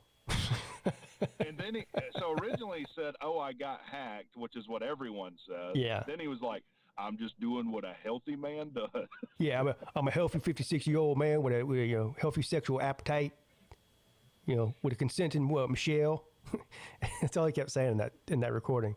Ooh, yeah. Michelle. Ooh, Michelle. Yeah. Yeah, this is probably going to ruin him no matter what, though. Yeah, I think no matter what, he's going to end up writing a big fat check. Now, whether they settle, I don't think it'll go to actual civil court. I think he'll settle out of court. The question is, how much is he going to settle for? They want $50 million. She said no to $10 million. So what do they come to an agreement on $25 million or something? I don't know. That's the least of his worries. His biggest worry, to me, would be whether Fox is going to keep him. Or ESPN, or ESPN, right? He's with ESPN. Yeah, he's in negotiation for like $100 million contract right now. Yeah, so he can kiss that goodbye. Even if they do retain you, it's going to be for way less. Yeah, I don't know. I think his contract includes both TV and a podcast or something. What's his podcast called? Club Shay Shay, I think. Club Shay Shay. And he had a woman on there that warned him of this. She's like, "What are you doing while he's you need to get you some old bitch." Is what this lady told him. He didn't listen. I mean, I'm not saying he has to date a 50-year-old, but can we like stay out of the teenager territory here? What are we doing? Yeah, let's get a safe distance from the age of consent, maybe. Yeah, I mean, she's not even old enough to drink alcohol. Right. So what is a safe distance from the age of consent? Huh? So that's a good rule. What would be a precedent then? 30? A good rule would be, first and foremost, can you take her to the casino? If you can't take her to the casino, that's a hard 21. Yeah. Okay, so 21. We're at least 21 now. What else? I don't know. If he I would think just do that, he would be okay, probably. I mean, I think if I'm 59 and I have a screaming 100 millimeters over here, Yeah, that's what an appropriate age is. I don't really know. I mean, it depends on your own personal standards. I would say at a very minimum, and this is a very bare minimum, at least 25, right? But probably more reasonably in your 30s if you're 56 years old. Well, look, just for me, like, I generally like older women anyway. But yeah, me too. What do you have in common with a 20-year-old? Like, Nothing. Even for me, I'm in my mid-30s. Well, hold up a minute. Older women for me is like 72. So I don't know if I like older women. Now wait a minute. Wait a minute. Bill Belichick. That one's creepy too. That's almost a 50-year difference between Bill Belichick and his girlfriend. Do it all the time. And I was going to say, Rec Talk, sex scandals don't ruin people like they used to. We got a president that was engulfed in a sex scandal. Yeah, but Trump is really an outlier to conventional what would ruin a person, to be fair. There's plenty of folks that have bounced back. I thought he was talking about Clinton. Yeah, I thought he was talking about Clinton too. I thought he meant Clinton. Mm-hmm. There's plenty of folks that bounce. Unless you go to prison for it, then you don't bounce back. Now, folk that didn't bounce back went to actual prison. He ain't going to prison for this. Well, there's no criminal charges. Go to prison and he's ruined over it. There's not going to be any criminal charge. This is just a civil suit. Say that again. Who yeah, there's not going to be a criminal case. The same thing with Deshaun Watson. That's who I said. Yeah. Well, Deshaun Watson, his football ability has went down the hill. Well, he's been he can hurt. Still play football. He tore his would be Achilles. fine. Yeah. His skill level doesn't match what his trouble level is. Don't really matter. He's laughing all the way. He had a $250 guaranteed contract, $250 million guaranteed contract.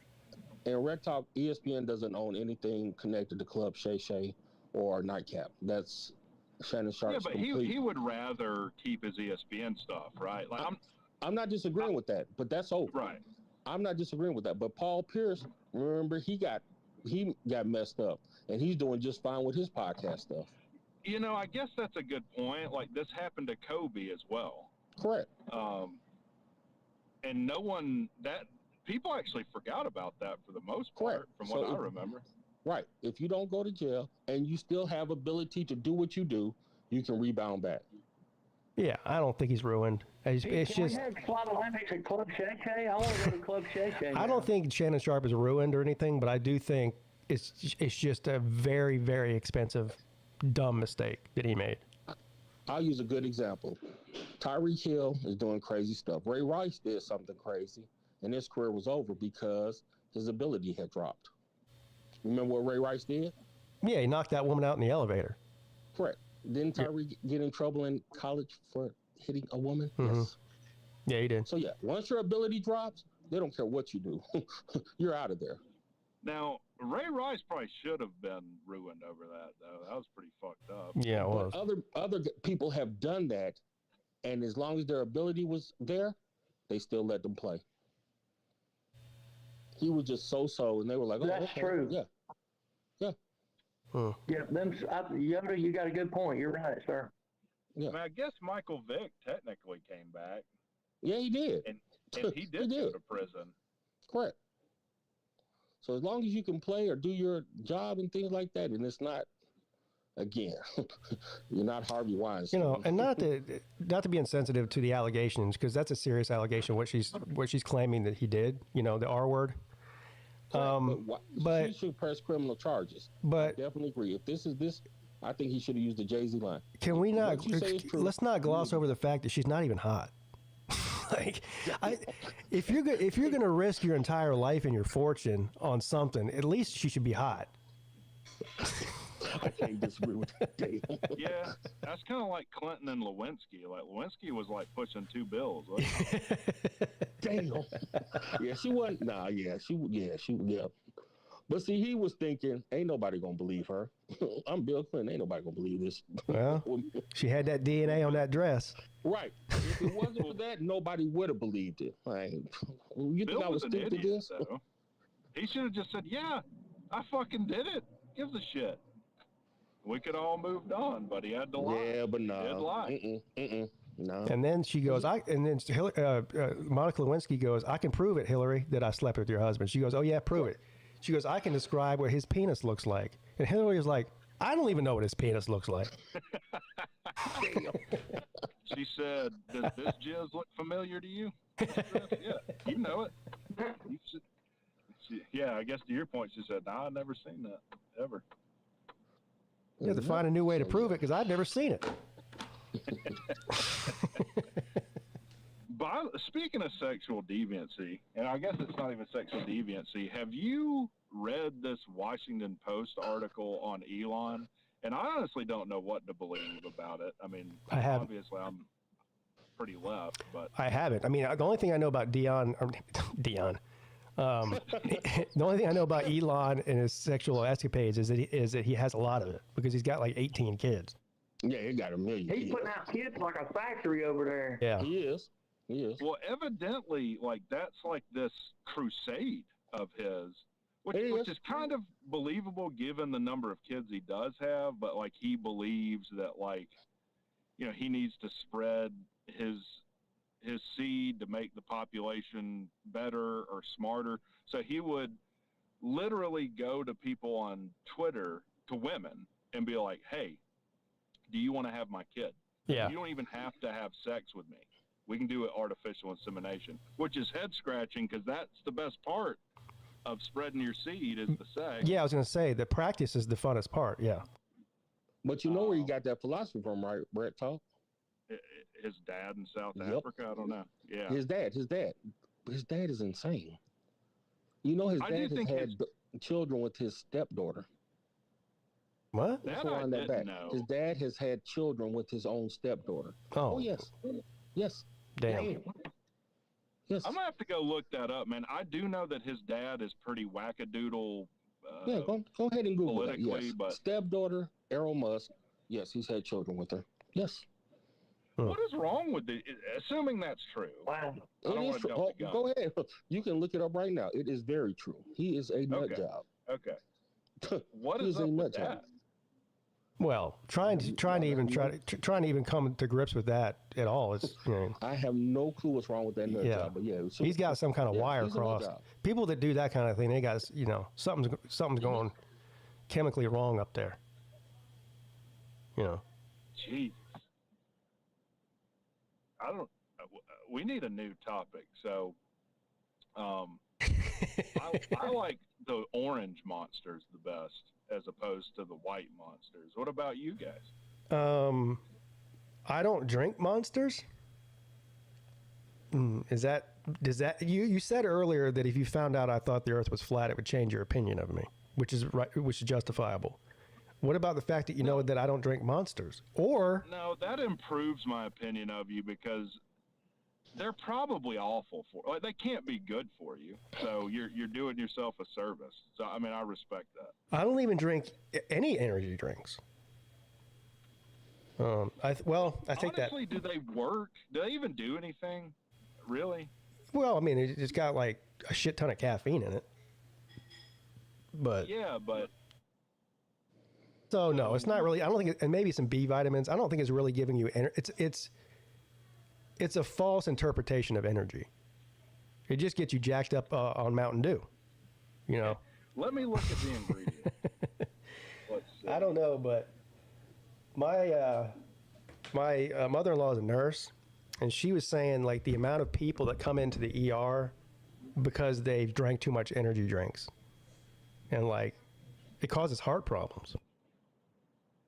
I believe it. Speaking of, this has yellow 5 and yellow 6 in it. Isn't there a ban on dyes from RFK Jr.? I think certain ones, but I don't think those yet.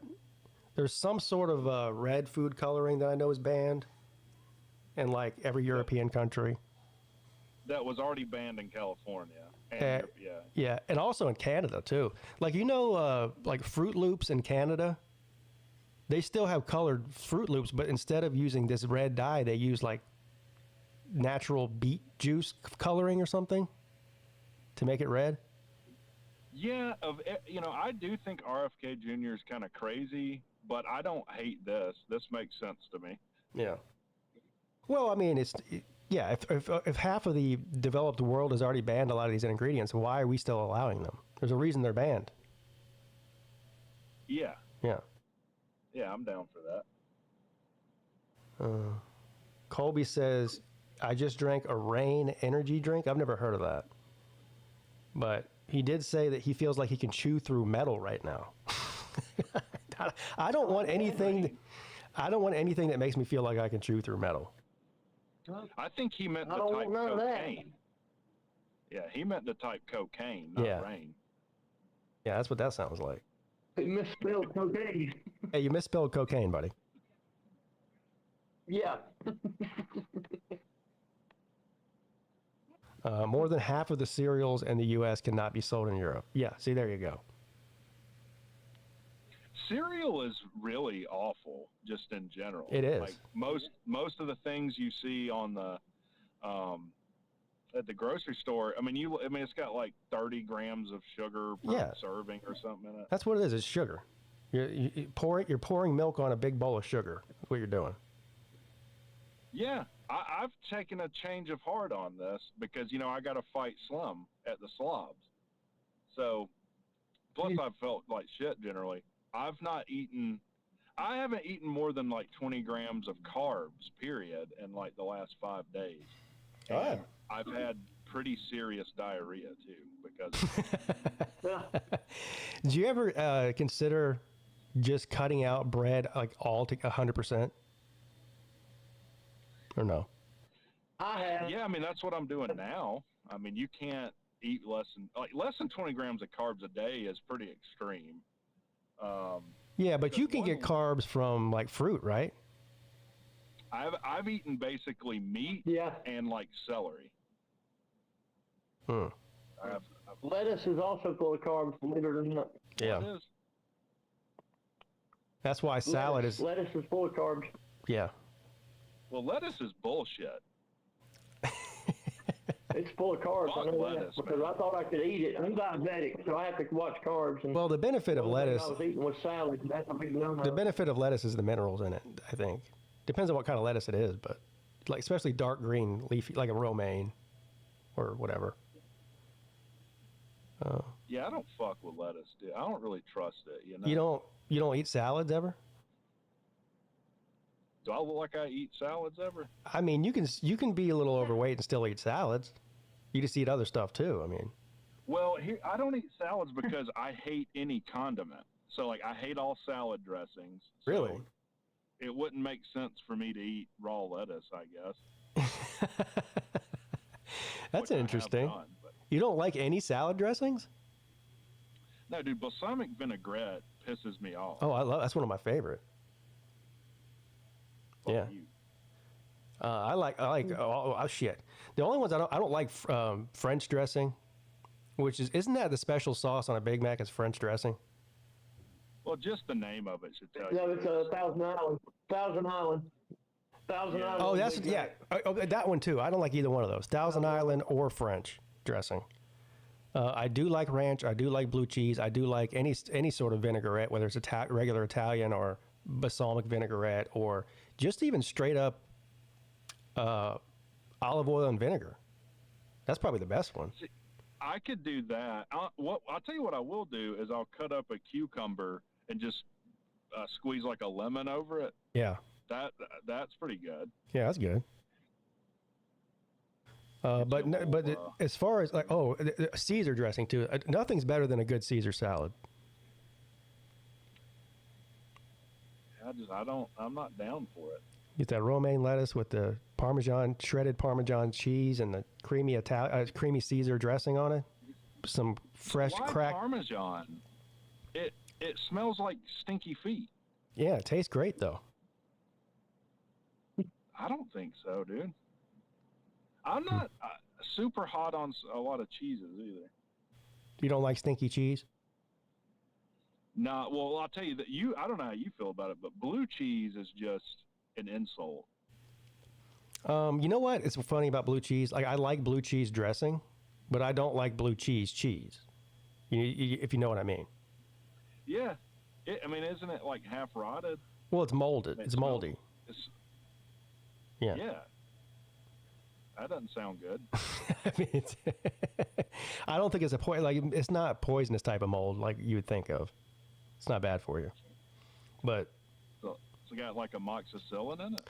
I don't know. That's a good question. But another type of cheese that I really like that a lot of people hate is feta cheese. Like I'll put that's a strong one. Yeah, I'll put crumbled feta like on top of a salad, or I make like a vegetable salad. There's no lettuce in it at all. It's just like cut up tomatoes and onions, and I usually add like chickpeas to it.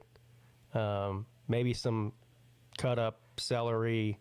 Anyway, you just throw like a literal salad of just like cut up vegetables, and then I put balsamic vinaigrette in it and mix it up with that, and then I top it with a bunch of crumbled feta cheese. That's delicious. Nice. Yeah. Blue cheese and feta are awesome. Yes, they are the stronger flavor profile than most other cheeses. It's the mold in them what gives them their strength, their flavor. Yeah. You know what cheese I like? The mold is what produces that. What? Cheese whiz, dude. That is definitely not cheese. I don't know what that is. That's not even cheese. That's a cheese product. That's some kind of yellow goo. Cheese-like product.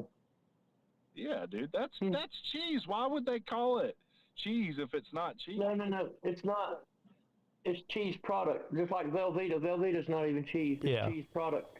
Now you're telling me Velveeta ain't cheese? Synthetic cheese. Yeah, listen, if you can have something that, synthetic. if you have a cheese that can sit on a shelf for 3 years without being refrigerated and it's still edible, it's not cheese.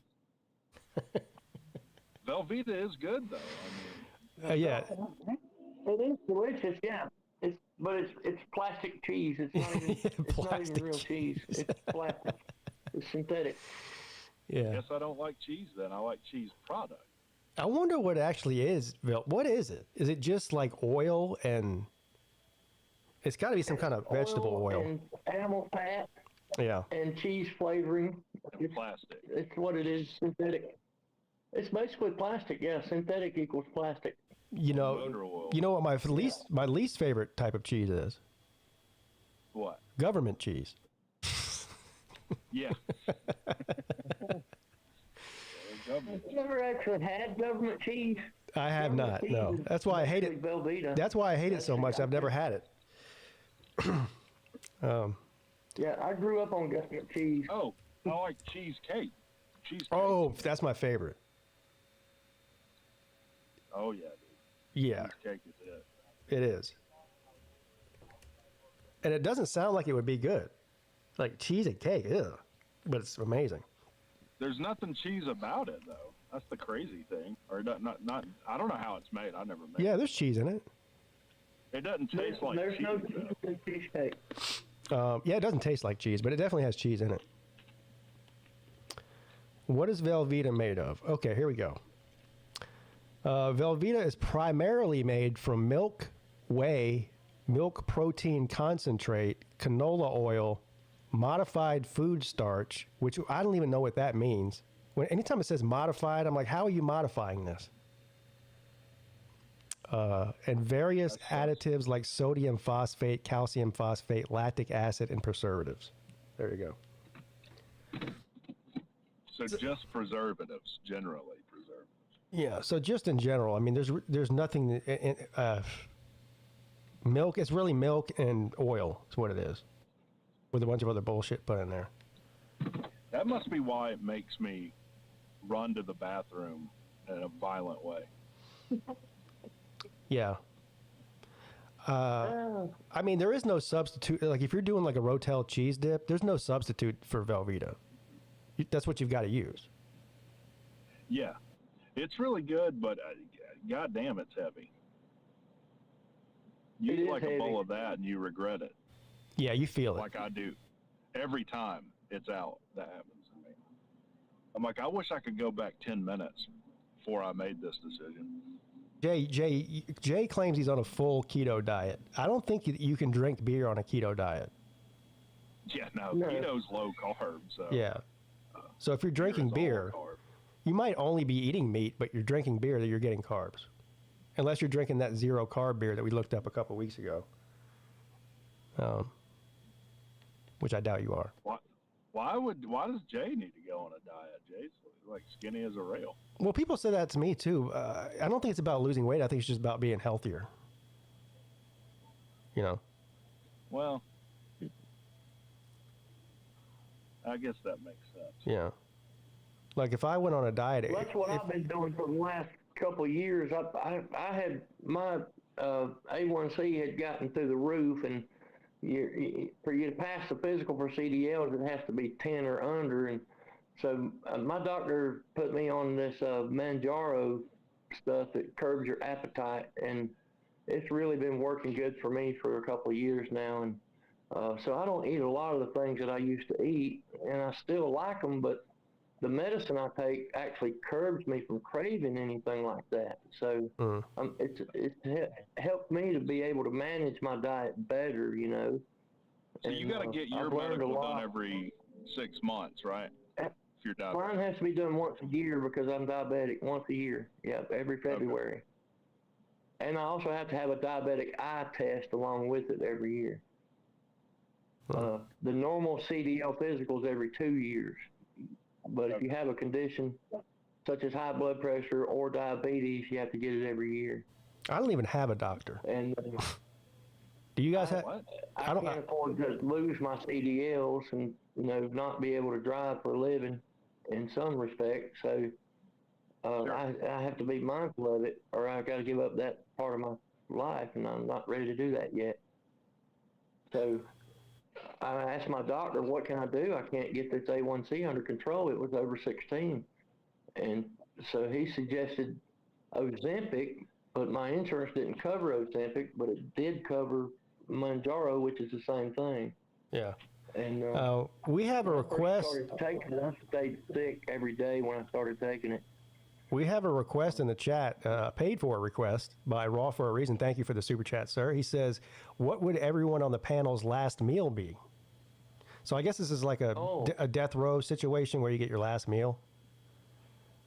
I know right off the cut, it would be a nice seafood risotto, and you get a dessert too. Probably some kind of cheesecake, man. That's what I'd get. Yeah. This is a hard one, isn't it? So my inclination would be like a big giant ribeye steak, like bone-in ribeye, medium rare, with a big giant loaded baked potato and a Caesar salad. That sounds good to me. And then for dessert, probably like a cheesecake or something.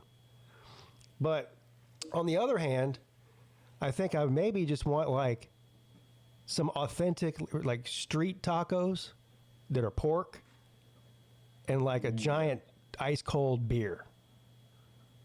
You know? Now I'm making myself hungry. That's pretty good. Well, so for me, this is my last meal ever. I want a 6-pound meatloaf with brown gravy over it. Damn. Made by Paula Dean. And I'll have mac and cheese and tater tots on the side, and give me chocolate Boston cream pie for dessert. That's my last meal. There you go. Nice. Pete, I thought you were going to say for your last meal, you just wanted a 6-pack. But yeah. But can I have the food and a 6-pack, or is that too much? No, I think you can't have 6 drinks and a meal. Why not? That just because 6 drinks is a meal. Just have a jumbo margarita instead. Yeah. Just bring me a fishbowl margarita. Yeah, just bring me a giant, like 48-ounce margarita. That way, when you execute me, I'll be so fucked up I don't care. Yeah, exactly. Yeah. That one Miller's threw me off with the meatloaf. I did not expect that. I want a Paula Deen meatloaf that weighs about 6 pounds, but I want it in brown gravy instead of ketchup. I have a sort of a weird feeling about meatloaf. I don't I'm not down with it. Yeah, so I don't dislike it, but I also don't like it. You know what I mean? Yeah, I don't like it because it's always got ketchup on it. Yeah, the ketchup part. Yeah. Yeah, that's why I say brown gravy, no ketchup. Give me brown gravy. They do it in Texas with brown gravy instead of ketchup. It's good. And But they use usually pecani sauce when they make it. Whenever I have had it, is dry. Now, maybe that's just because the person making it doesn't know what they're doing, but it just seems like it's Put the brown gravy on it, though. It won't be dry. It'll be fucking good. I could eat it every day. But I can't find a woman that can make an appropriate meatloaf. They just douse them in ketchup. Yeah. So there's one place here in Spartanburg that makes a brown gravy meatloaf, and it's off the chain, delicious. They won't give you but one slice of it. It pisses me off. And also, he said a 6-pound meatloaf. Yeah, it's my last meal. I'm gonna have all the meatloaf I can have. I don't know. I'll find out on my last meal. You said last meal, so I ain't never gonna eat again. So let's go. Yeah, but think about this. You could be about to be executed and have to shit really bad, and that'll be good. They can clean up the shit after I'm dead. They can clean that shit up. Well, I don't want to have to shit while I'm being executed. I don't think it'd be amazing. Just taking a dump. and you get up there and go, I don't know what that trail of brown is there, Jesus, behind me. They gave me a 6-pound meatloaf. Here I am. So, yeah, it's my last meal, right? So I don't give a damn what happens afterwards. Oh, They probably let you go to the bathroom before, right? I mean, I'm sure they do. Millis, when's the last time? Look, I'd get a state of execution. The governor would call it last minute. He can live, and then I would crap everywhere. That's how my life would go. Hey, Millis, when's the last time you had a hard-boiled egg? A long time. A long time. Have you eaten any since your little? How many did you eat that day? 20? Something? 27. 27. 27. Yeah. Yeah. I had number 28 in my mouth, but I couldn't digest it. Yeah. So what was the goal? 50? The goal was 60 in 1 hour. 60 and one egg per minute for an hour. That's right. No, it was one egg every 2 minutes for 2 hours. It was 60. We were going for 60. We boiled 60 eggs, and we were trying to do 60 in 2 hours. Yeah, that's right. So that's one egg every 2 minutes. Yeah, and we were taking bets. Up to about 20. We were taking bets. The over under was set somewhere around 42, 43. No, you're right. Yeah, it was 40, 42 or 43 was the over and under. Yeah. Yeah. Y'all weren't even close. And I made it to 27 was as far as I could get. But I will say this: the first 12, I didn't even know I had to eat an egg. By the time I got to number 18, I was starting to feel it a little bit. Yeah. And then by the time I got to like 23, I was really feeling it. And then at 27, I was trying to say, okay, can I make 30 in my mind, you know? And when I got to 27 and I put 28 in my mouth, I just knew I was done. I couldn't even finish the 28th one. So 27 was the official count. I'm not sure I could get 28 down. I'm sorry. Do what? I'm saying I don't know how much I can. Now, I love eggs and I eat hard-boiled eggs every day. I eat 2 or 3 of them every day. But I don't know. Like I might be able to eat 12, maybe. I don't think much more than that. For me, dude, I went through the first 12 like it was a snack. It was easy to do the first 12. I wasn't even struggling until I got to over 20. Yeah. And but nobody will ever know the night I had that night. Oh my God, I'll never forget it as long as I live. Well, that night was the worst night of my life. Oh, I know now. Yeah, and that was a one and done thing for me. I'm never gonna ever even attempt that shit no more ever. You were just in pain, or did you throw up, or what? I honestly thought I wasn't gonna make it. I've never slept a night where I didn't think I would live to see daylight, but that night I didn't think I was gonna live, dude. Damn. Yeah, I did. I thought I was gonna die. Yep, I really did. Damn. And I probably should have, because I was diabetic then and didn't give a fuck, and these eggs are 72 calories per egg. So I took in hundreds of calories that night, and it's a wonder I did make it through, really. And then there's the whole cholesterol thing, and you know, it was fun though. I don't regret doing it, but I won't do it again. So you were afraid you were gonna die legitimately, but you don't regret it. It was fun. Called 911 myself. He said it was fun. No, it was a fun time. Yeah, I know it sounds weird. Sounds like it. Yeah, I don't regret doing it. I regret having that night I had, but I would never do it attempted. Nor would I ever recommend that anybody else attempt it, because it's just. No, I don't like eating contest type things. I don't. It was something I did for attention. I was doing it to get the YouTube attention, you know.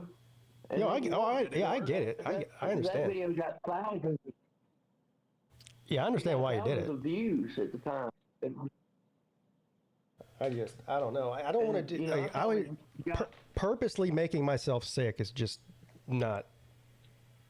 It was dumb. It was, but I mean, it was something I just did to entertain YouTubers, and you know, like that part I don't regret, but I would never try it again. I could never be talked into it. Well, I can't handle being nauseated, so I could never. Like, I'd rather get hit by a car than even feel nauseated. Oh man. Yeah. Oh. You ain't kidding, Rec Talk. It was the worst night of my life ever. It was horrible. Yes, devil. Oh, I love deviled eggs. probably wasn't close to dying. I'm not saying I was close to dying, but in my mind I was like, what the fuck did I just do? I thought I was going to die, man. I really did. I probably wasn't that close to it. Well, I know I ate 6 eggs the other night because I ate probably a dozen deviled eggs, and those are half eggs. So I ate at least 6 eggs on Easter. I don't think I touched an egg of any kind for a year or so after that. I never touched an egg of scrambled, fried. You couldn't give me an egg of any kind for 6 or 8 months or maybe a year. I don't even remember, but and I eat eggs now, like 2 scrambled eggs is tops for me. And I haven't had a boiled egg since then. And I really haven't. So, Pete, if you were forced to have an eating competition, like you have to do it, what food would you choose for the competition? I think no matter what kind of food it is, the outcome's going to be... Well, here's what I do know. It would definitely not be anything sweet. So, yeah, like donuts or whatever, because I'll throw up immediately. Like once you've had things get too rich, you've had too much sugar. Like that's the worst. You get the sweating. Yeah. Damn, I don't know. I don't know how the hell guys like Joey Chestnut. How does Joey Chestnut do what he do? Man, that guy's incredible. Yeah. I guess I would do something like, I don't know, like some kind of potato chip or something. Because you can eat a shit ton of those and not get sick. Well, eventually you will. He does his own training exercises and that. But he has to come up with his own training regimen. It's not like he's got a coach coaching him. He has to come up with his own ways to train for this stuff. Yeah, tacos would be a good one. I don't know. That makes sense. Chips, tacos. Hi, Vic. Is Vic frozen? No, I'm right here. Maybe it's my connection. I see Carolina Jackpot in here. He says soft tacos. Yeah. Hey, Jackpot, I heard you getting chastised by Uncle Lou this morning about not doing his green beans, his fresh green beans versus canned green beans food review on the Rockabilly 864 channel. And now that reminded me that now I also have a bone to pick with you because we talked about the what was it, Buffalo Wild Wings cheeseburger on the show the other day, and I asked you to do a review of that, and you said that you would. But you're out there doing cheeseburger reviews, but none of them are from Buffalo Wild Wings. Yeah. So he's not listening to his audience. I mean, that's for sure. I know he's got a Buffalo Wild Wings up there where he lives. Yes, but Lou asked Jackpot like 2 months ago to do that. Yeah, he's up here in the upstate somewhere, I think, Simpsonville or something. Now, to be fair to if Jackpot agreed to it, that's on him. But to be fair, I don't think that healthy vegetables is exactly his target audience. No. You know what I mean? Like the Gwyneth Paltrow audience? No. Yeah. But if he said he was going to do it, you got to do it. Yeah, he says he forgot. Yeah, he says I forgot. I'm sorry. All right. Well, I'll forgive you. But now here's your reminder. So now you can't say you forgot again because I just reminded you.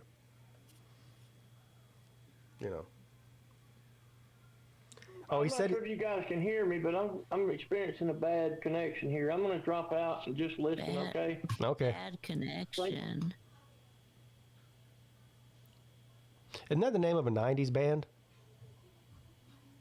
I don't know. Bad Connection. Bad Connection, probably. Yeah, there's probably been a band called Bad Connection. Yeah. Well, Pete, I gotta go too. I gotta pick up my kid here, but I appreciate it. It's been fun being on here, talking about wieners and food and stuff. See you later, buddy. Yeah. See you later, buddy.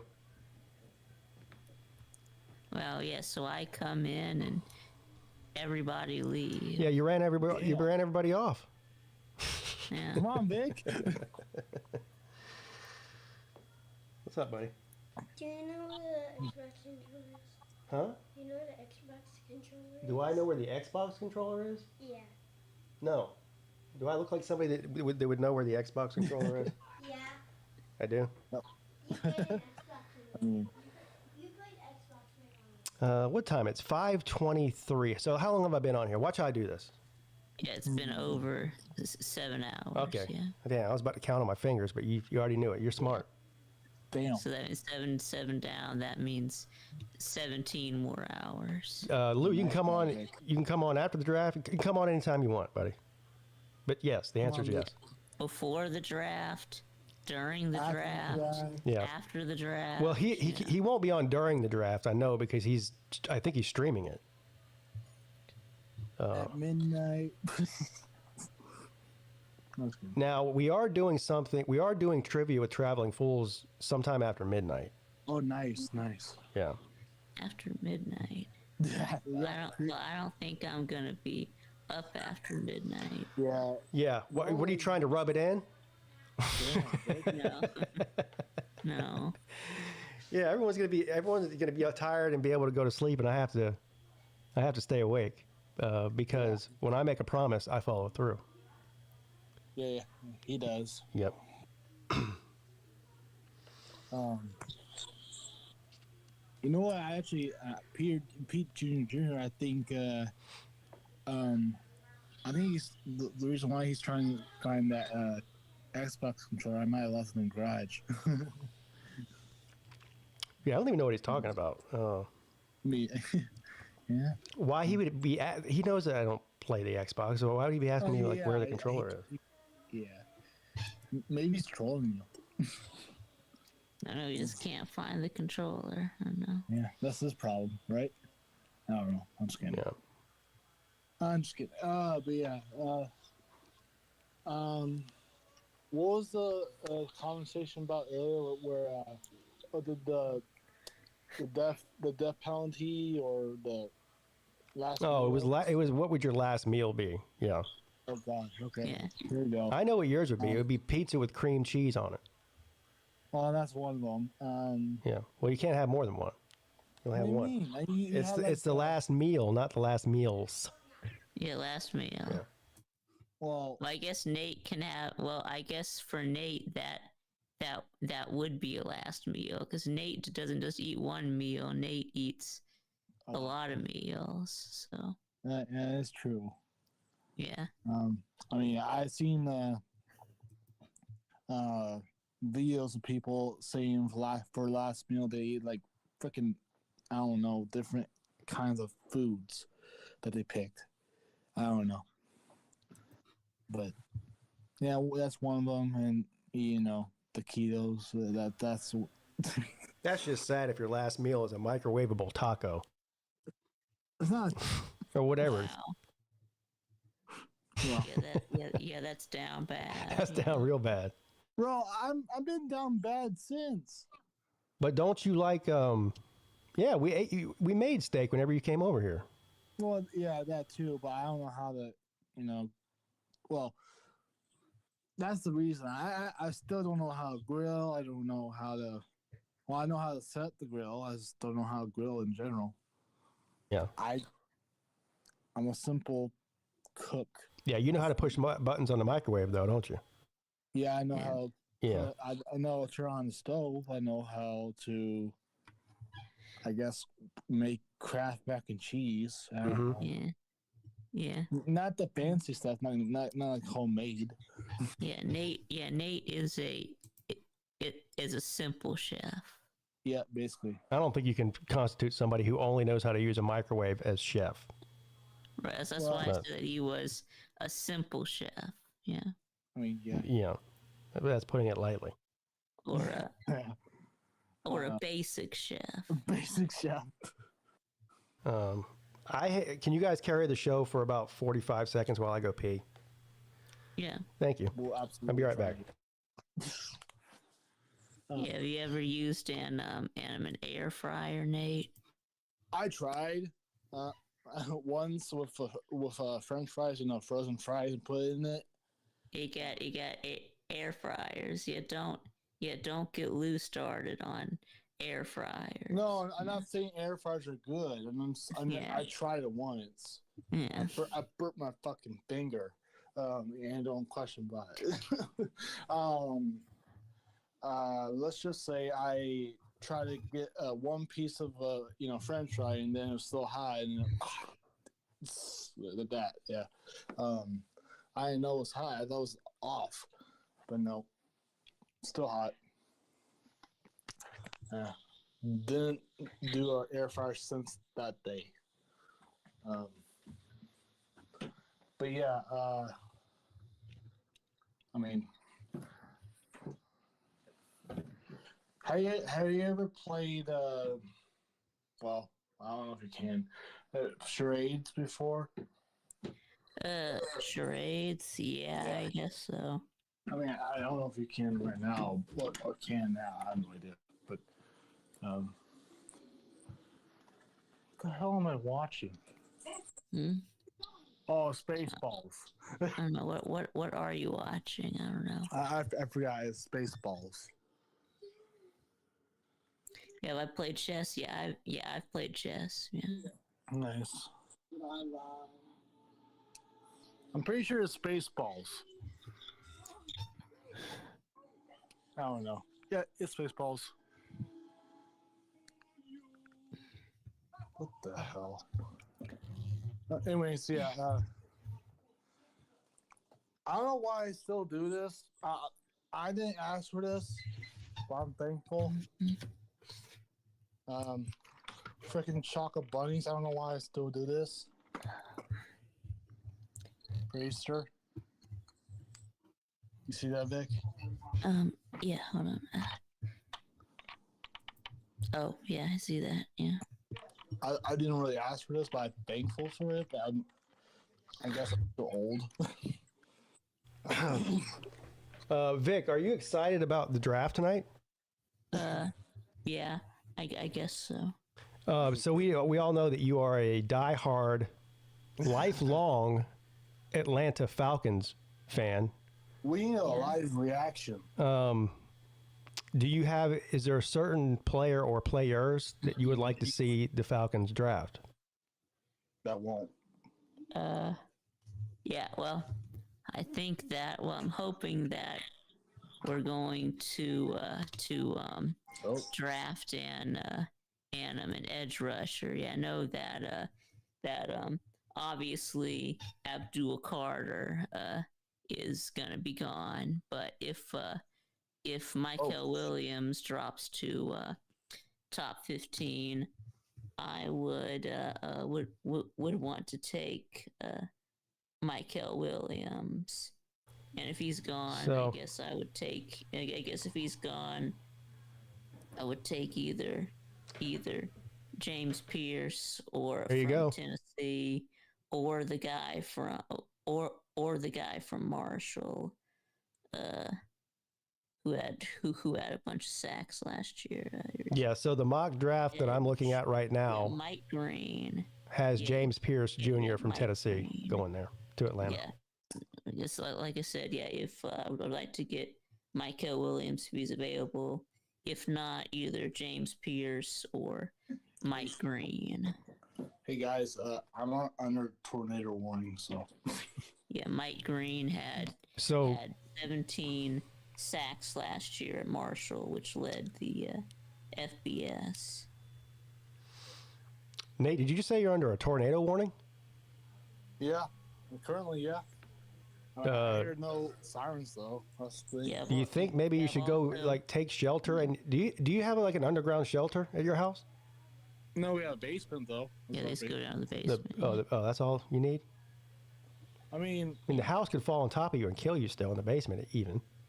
It could. Yeah. We usually go in here, the usual bathroom. So. Yeah, I saw a mock draft that had us actually 2 mock drafts that had us taking Mike Green. So I don't think Michael Williams is going to be there at 15. Okay. But the reason that it's so hard to predict the draft Well, particularly once you get outside of the top 5 or 10, it's almost a crapshoot after that. It's because you never know who's going to trade up. There's no way to predict that. And once one team trades up, that throws the whole thing off. Yeah. You know, like usually people trade up for a quarterback. So, but in this mock draft that I was just looking at, there's only one quarterback in the entire first round, and that's Cam Ward. Yep. Yes. Well, there are many mock drafts. So Yeah, I know. Everybody has a mock draft. a million different ones. Yeah. I think. I mean, yeah, I thought about doing a mock draft, and I did try to do one, but then I'm like, this is too hard. I did one like 7 or 8 years ago. Like when I first came on YouTube, it was like I did one that first draft cycle, and boy, the amount of people that get mad at you based on your mock draft is hilarious. It is. It's like, look at this idiot. He thinks so and so is going to go 6 to the Vikings. It's your draft. It's like, what? Why does that make you mad? Yeah, Hoghead says that Pierce was non-existent against good competition. I mean, he's not wrong. Well, I'd say Ohio State is probably the closest one, but. Or was he at Tennessee? Yeah. Oh yeah. So. Yeah, James Pierce Jr. Yeah, he was at Tennessee. Yeah. So the obvious one was the closest competition was probably Ohio State, like, so. Yeah, right now I don't see any blowing 50-mile-an-hour wind. So. Yeah, it is surprising. G-Man says wasn't Pierce projected to be? I don't know if he was projected to be the number 1 pick, but I think he was definitely projected to be in the top 5. And now they've got him going all the way down to 15. Year. Huh? Well, last year, yes. Yeah. I'm gonna go. This might be stupid, but I'm gonna go outside and see if back porch is. So when they tell you there's a tornado warning, your first inclination is to go outside? No, you gotta go outside to look at the weather to see if a tornado is coming. Yeah. That's us Midwestern do. It's normal. Yeah, you gotta go outside. Hey Nate, there's a tornado warning. Oh, okay. I'm gonna go outside. Look, I'm not even shitting you. Like, look, the Oklahomans can sit outside and look at this tornado like in a lawn chair. I'm not even kidding you. Oklahomas do. Yeah, don't go looking for a tornado, Nate. I'm not driving. I can't drive. You a storm chaser, Nate? I'm a camera guy. Yeah, Nate wants to be a storm chaser. I don't have equipment, so I'm not certified. I mean, hey, look, we can. My what do you call it? Backyard could be a. Yeah, that's true, Nate. You know that about tornadoes, right? If you're looking at a tornado and it looks like it's not moving, that means it's coming directly at you. Yeah, I know. Yeah. It's not moving. It's coming toward you. I just don't know which cloud is going to come from because I have no idea. What I did learn from the most scientific movie ever made, Twister, the first one, yeah. Did you see the new one? Yeah, I did. No, yeah, I seen clips of it. Yeah. I don't know. I didn't see the new one. But the first one, Bill Paxton taught me that tornadoes can change directions in an instant. Yep. Yeah, they can. Look at. So thank you. So even if it looks like it's not coming at you, that could change in a heartbeat. Right. And it was a day after tomorrow. That scene where it was like tornadoing in Los Angeles, Yeah. Which And will then the never tornado that destroyed the Hollywood sign. Yeah.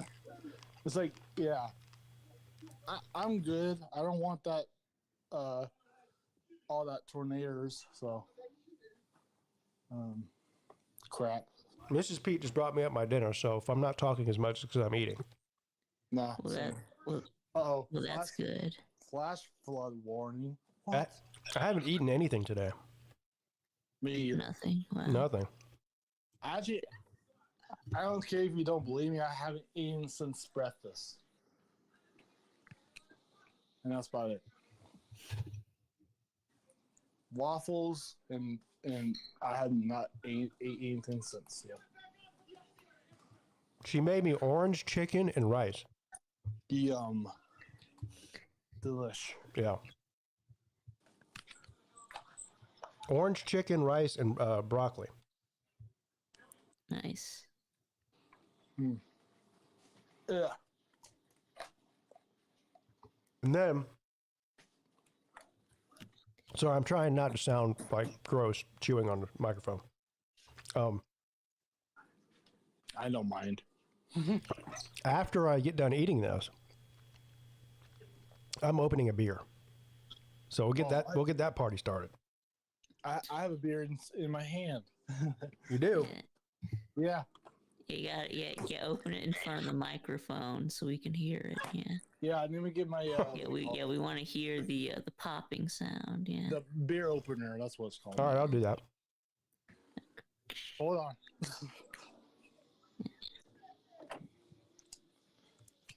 Might even be able to do you one better, Vic. I might be able to open it on camera too. What do you think about that?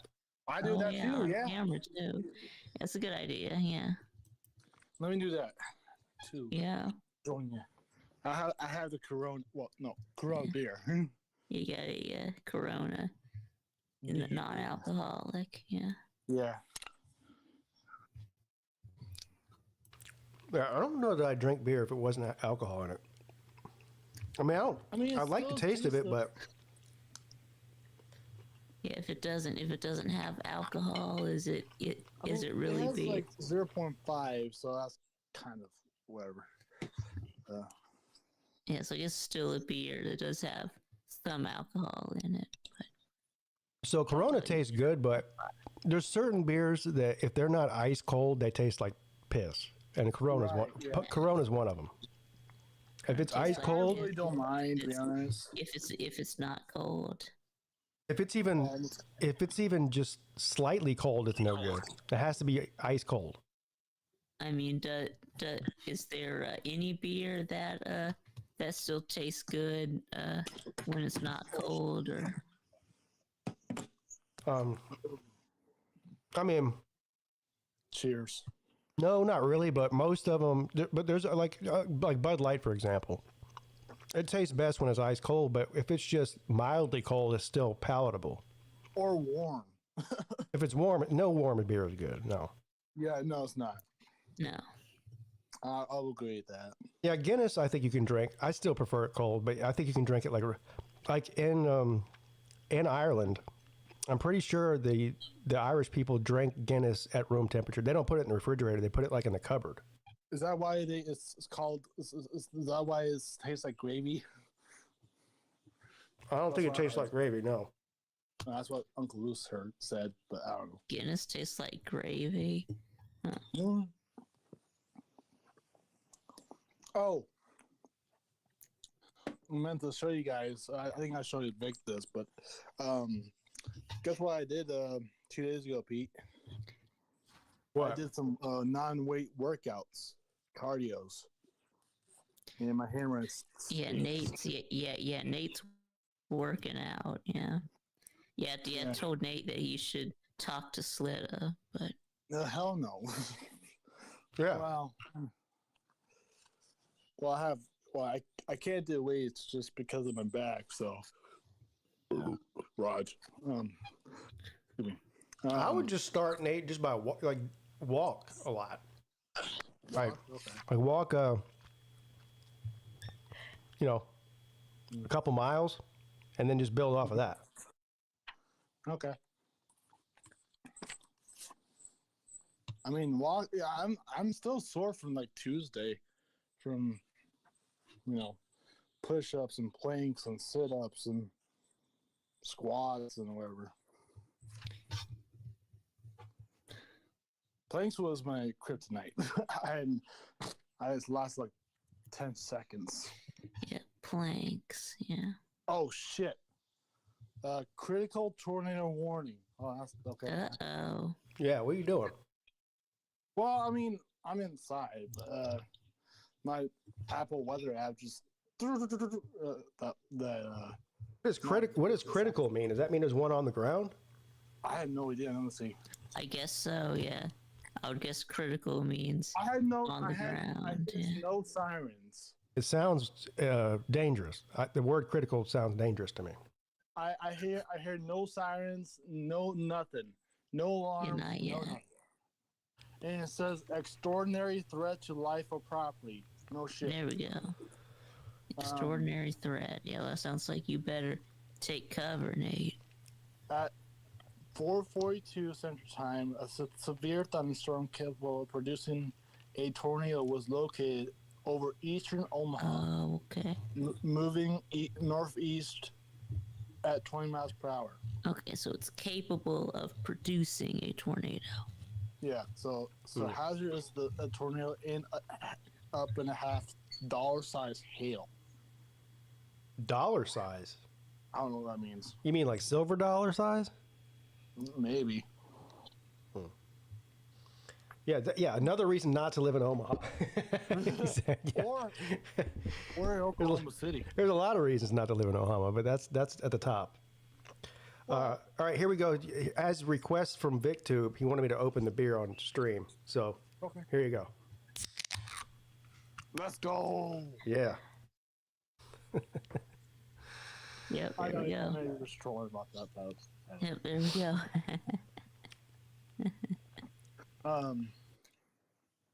Yeah, now if you do come to visit me, Vic, Vic or Pete, I'll be more happy to host you. But like you said, that's probably one of the reasons not to move.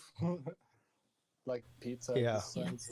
I don't know. I don't think will come visit you. I mean, the whole time I'm there, you're gonna try to drag me to that stupid zoo. No, I'm not that mean. I'm not. Okay. Hey, Nate, you know what there is in Nashville? There's a zoo there, but you know what else there is? Music. Well, yeah, but right there on Broadway, there's a bowling alley. Now bring my bowling balls. Yeah.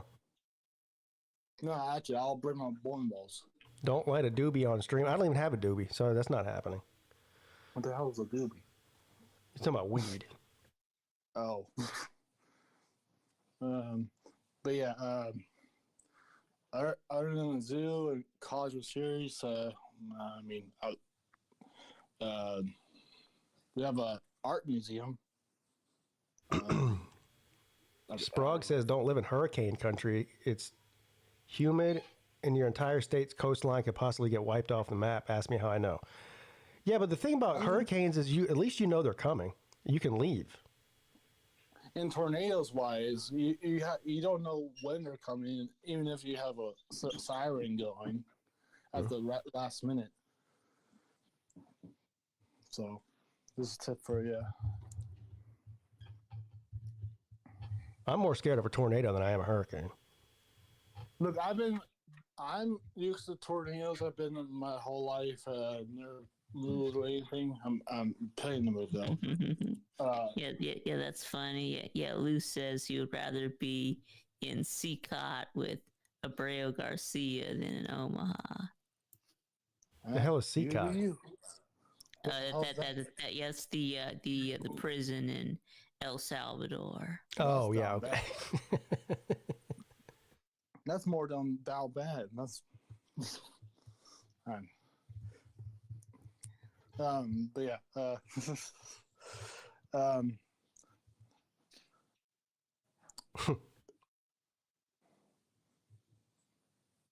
we're almost to 8 hours here. That's cool. Let's see a little win. Which 8 hours will be 1/3 of the way. That's good. Yeah. The only good thing in Omaha is Warren Buffet. Yeah. Buffett, not Buffett. Yeah, I know. I know. Is he? He's in Omaha. He lives in Omaha. Yeah, no, Yeah. you know it's Buffett, not Buffet. Oh. Yeah, he lives in Omaha all his life. Oh. Yeah, Excuse me. I don't know why he doesn't. I don't know why he doesn't just open a restaurant and call it Warren Buffet. That is true. That is true. I mean, I think that the biggest company is probably Brookshire. I think I have no idea. That's all I know about Warren Buffet.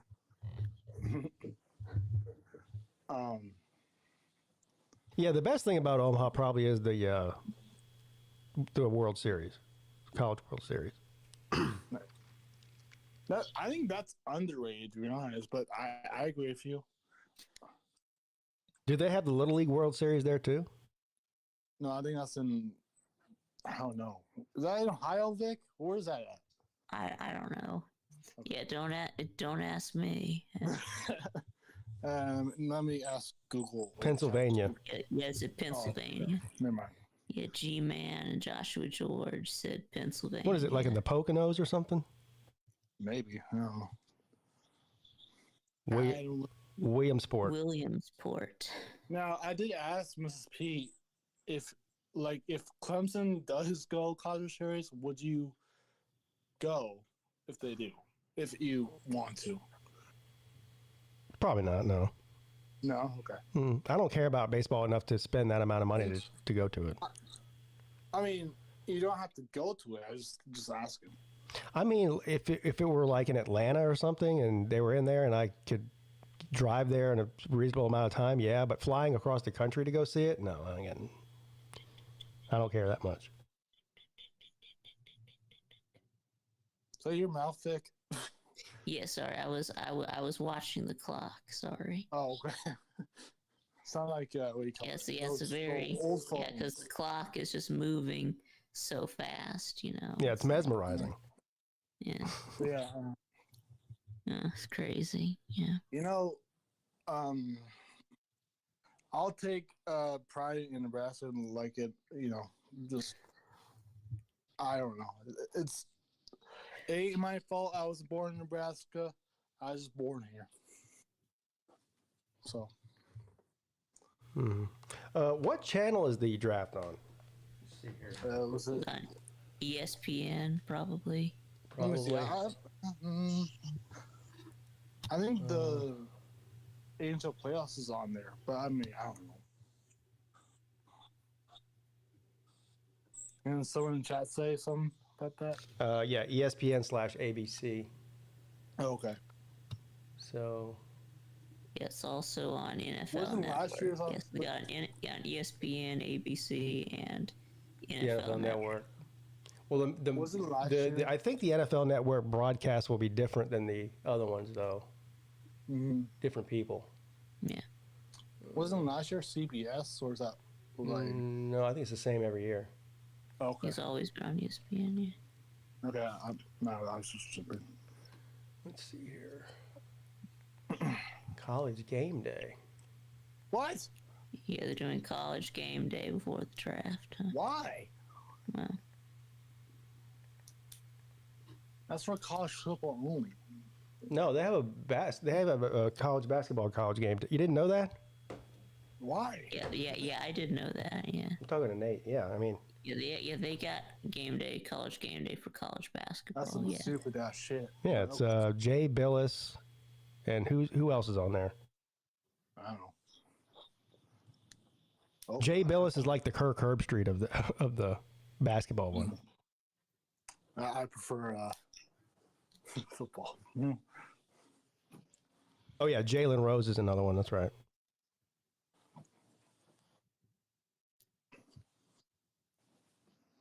Yeah, they got Reese Davis on there too. Yeah. Yeah, Reese Davis. Yeah, he does both, right? Yeah, he does. Yeah. Yeah, but see, Kirk Herbstreit, he's got the best deal because he just does College Game Day, and then of course he does the announcing, for college games, and then like he basically gets the entire offseason off. Meanwhile, and so he's getting paid to sit at home and go on vacation and whatnot. They're like Reese Davis is like, oh yeah, great, football season's over. I'm gonna go on vacation like my boy Kirk Herbstreit. Nope. You got to do basketball too, buddy. Not so fast. Not so fast, my friend. I don't know. Maybe he wants to do it. I'm gonna miss that voice though. Who? The Lee Corso. Oh yeah. Even though I agree it was his time to retire. Yeah, Kirk Herbstreit does NFL now, but he just started doing that this last season. Herbstreit, doing the Thursday night football. Yeah, Thursday night on Prime Video. Yeah. But yeah.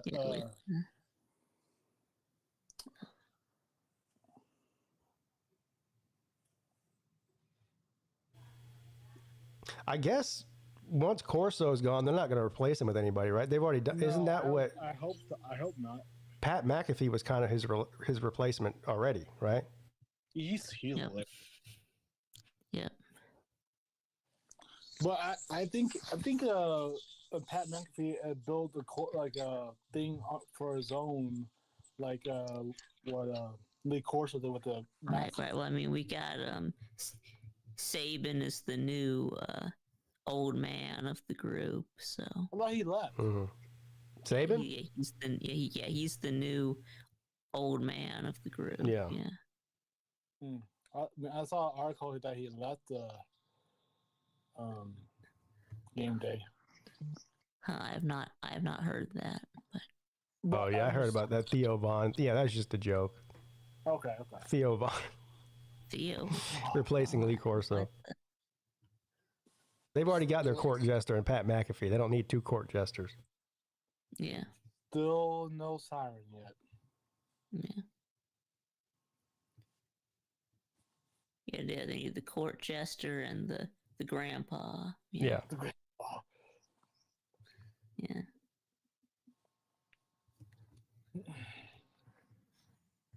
Rumors that Milroe might go to the Steelers tonight.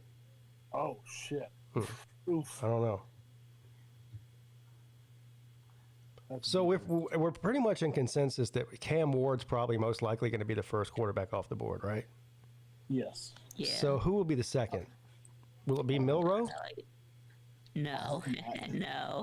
It might be Jackson Dart, maybe. Huh. That's what I was gonna say too. Yeah, Jackson Dart. Yeah. Jackson Dart. Well, who about third? Shador, I guess. Probably, and then there'll probably be Shador Sanders. Yeah. So in order for Milroe to go to the Steelers in the first round, then that means that Ward, Dart, who else did we say? Sanders. Yep. Would all have to be drafted before him in the first round. Yep. That's not happening. I know. Yeah. I don't think that the Steelers are gonna be dumb enough to draft Mildew, but yeah, aren't they the one that they're gonna get Aaron Rodgers, right? I don't know. I think they've tried to, but no.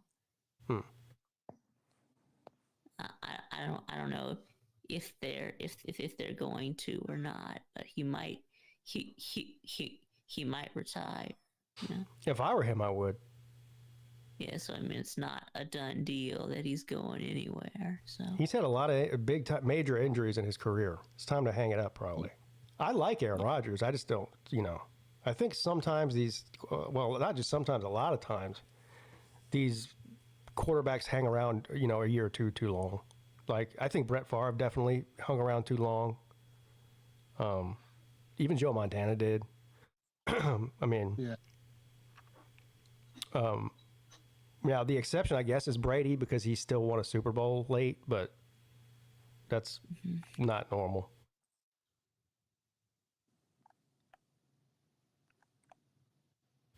Aaron Rodgers will only sign after the draft. He wants to go to the Vikings. Has he said that? Or are you just speculating? He hasn't said that. He's saying that that would be that it's. I think he said that it's on the table. But who's the quarterback for the Vikings right now? I know it's a J.J. McCarthy. Oh, J.J. McCarthy. Yeah. I mean, yikes. The what I heard, the Vikings kind of trust J.J. McCarthy, so they trust him. Yeah, Yeah. I don't know why they let Sam Darnold go. Because well, in my opinion, after the other season that he had, I'm surprised they didn't re-sign him. Well, the reason I think it was he has a 1-year deal, I think, for the Vikings, so that might have been it. I don't know. Is that he had a 1-year deal and they ended up not reaching an agreement, so he ended up going to Seattle. Yeah, I think it's probably a financial decision. Maybe, yeah.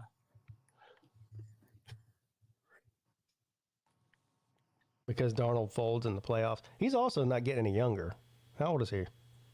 27ish. I don't know. Sam Darnold? He's in his late 20s. Yeah, I guess. Are you sure? I guess. I thought he was older than that. 27. Joshua says he's 27. What? Yeah, Joshua says he's 27. Boy, I was way off on that. So what year did he get drafted? It was in 2017. Wow. Old. I thought he was in his 30s. Sam. Well, no, that would make Darnold the same age as me. I mean, I don't. Unless when Darnold was a, when was he a freshman? Wow. 27. Yep. I know. Dang. Yeah. Well, dang. Well, that makes me feel old. Yeah, that I'm the same age as Sam Darnold. Yep. Wow. 27. How do you think that makes me feel, Vic? That's what I really am. that old now. That I'm older than. That I'm the same age or older than a lot of players in the NFL. I mean, yeah. Damn. He was drafted in 2018, I think. Not 17.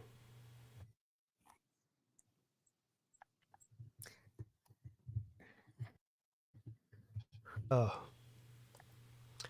Well, there we go. Officially 8 hours in. Good timing. Ooh. What is it? Where'd you get that? And then this is your midnight shot. All right. Where'd you get that from? Oh, I thought somebody gave them to you. I didn't know you left. Just take one. All right, here we go, guys. I'm going to put this on camera. Do you want me to hold this until? Whatever. I'm not going to drink it. Mrs. Pete brought me some party favors here. You're not gonna drink it? I'm going to right now. I'm just doing a cheers. No, this. Huh? Yeah, but not right now. Yeah, cheers. We got some Crown Royal Peach here. Look at that look at that cute little bottle there. See that? So cheers to all of you. Some of you have been hanging out with me in here for the entire 8 hours I've been on. So you guys are the real troopers. Shout out to all the people that come on. Shout out, of course, to the guys who are on right now, Vic and Nate. Yeah, cheers. Here's to another 8 hours, and then we'll take it from there. Cheers. Yeah. And cheers to Mrs. Pete, too, for bringing this to me. Yeah. Oh, boy. Yeah. Let's get an update. Yeah, and you've got 4 more hours on this stream before you've got to start another one. Yeah, I got to start another one before 10 p.m. It got dark. Ooh. Yeah, I got to start before 10 p.m. Well, I don't know exactly. I don't think I think I started this live stream. Was it right at 10? Let's see here. Yeah, I think so. Right at 10 or right before 10 or around there. Yeah, well, I guess it was 9:59. Sure, the exact. It was 9:59 because right now it's 6:02, but according to my live stream feed, it says I've been on for 8 hours and 3 minutes, not 8 hours and 2 minutes. So. Okay.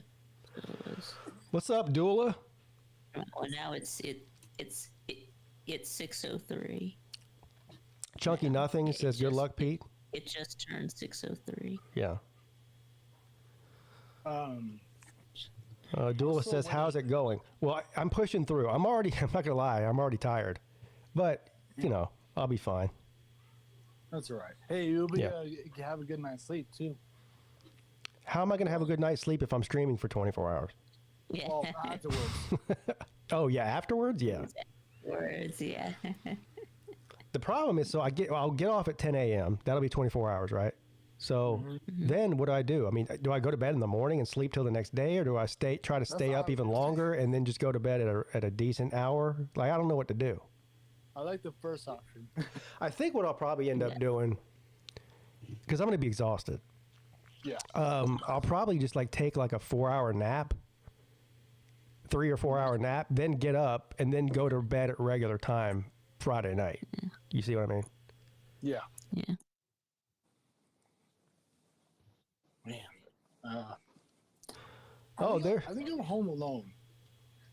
There is TK, or also T Skates. T Skates. I'm calling in after dinner. I'm taking the night off of skating. All right, good.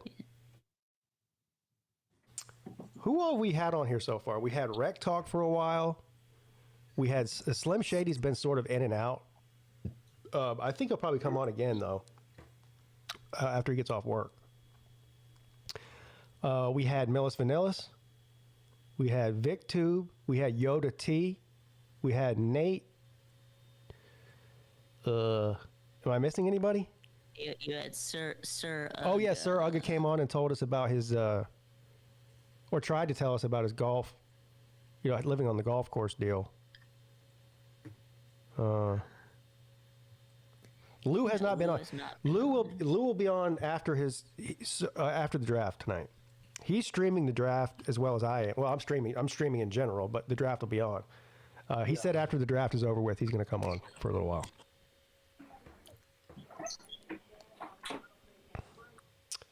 And then Traveling Fools will be coming on after midnight to do some trivia stuff. So hopefully that will carry us through for at least a few hours on the trivia deal. Yep. Yeah.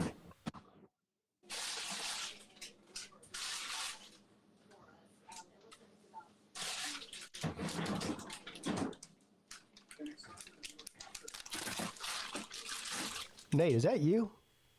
Yeah, it's all right. What are you doing? Making myself some dinner. Will Friction be on with TF? I didn't hear that. She's welcome to come on the trivia thing. I haven't talked to her in a long time, so I don't know. She's the one that usually runs the trivia, but he knows how to do it too. Yeah, TF usually have a co-host with Friction Vixen. So, Yeah. I mean,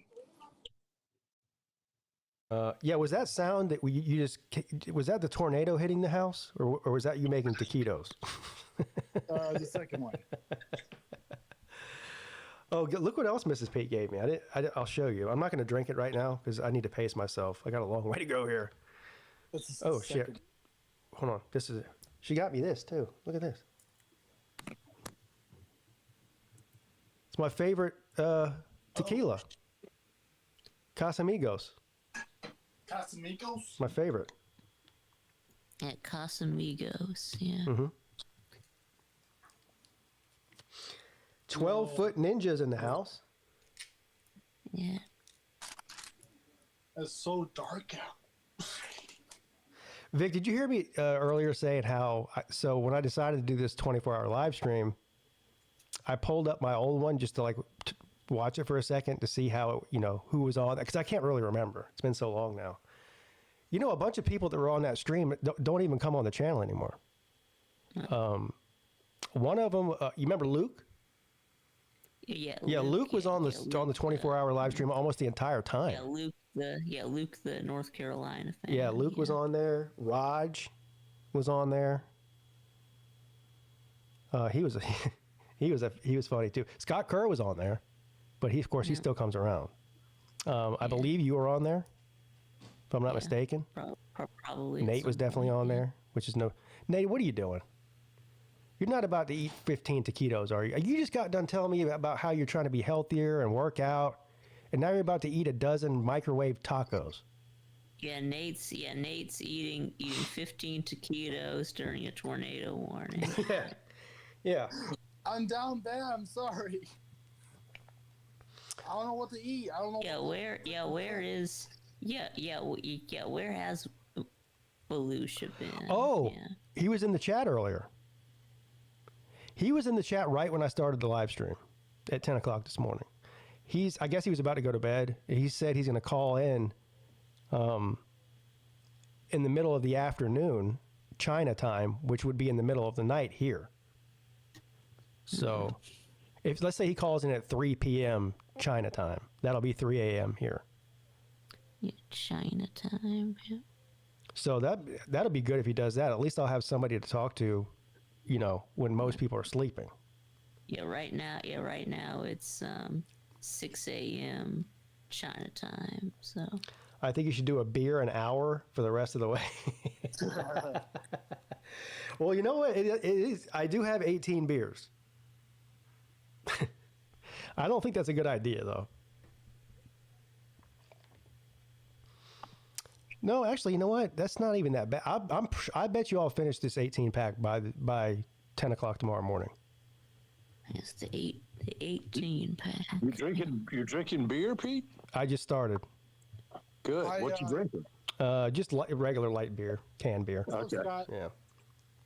Hey, what's up, Vic? You been here the entire time since I left? No, not the entire time. No. Okay. I came back on, so. What do you, Dane? What are you going into the hospital for? Are you for back surgery? Is that right?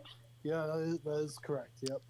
Okay. Well, I hope that turns out well for you. That is basically my first. Well, I'll say not my first, but my first major surgery, because mostly what surgery I got from was broken arms, broken wrist, those minor stuff, but not my back though. Well, that's good. I was supposed to go in for surgery today too, old man shit. That my cataract lens had went kaput, and they had to pull it out of my retina. Retina.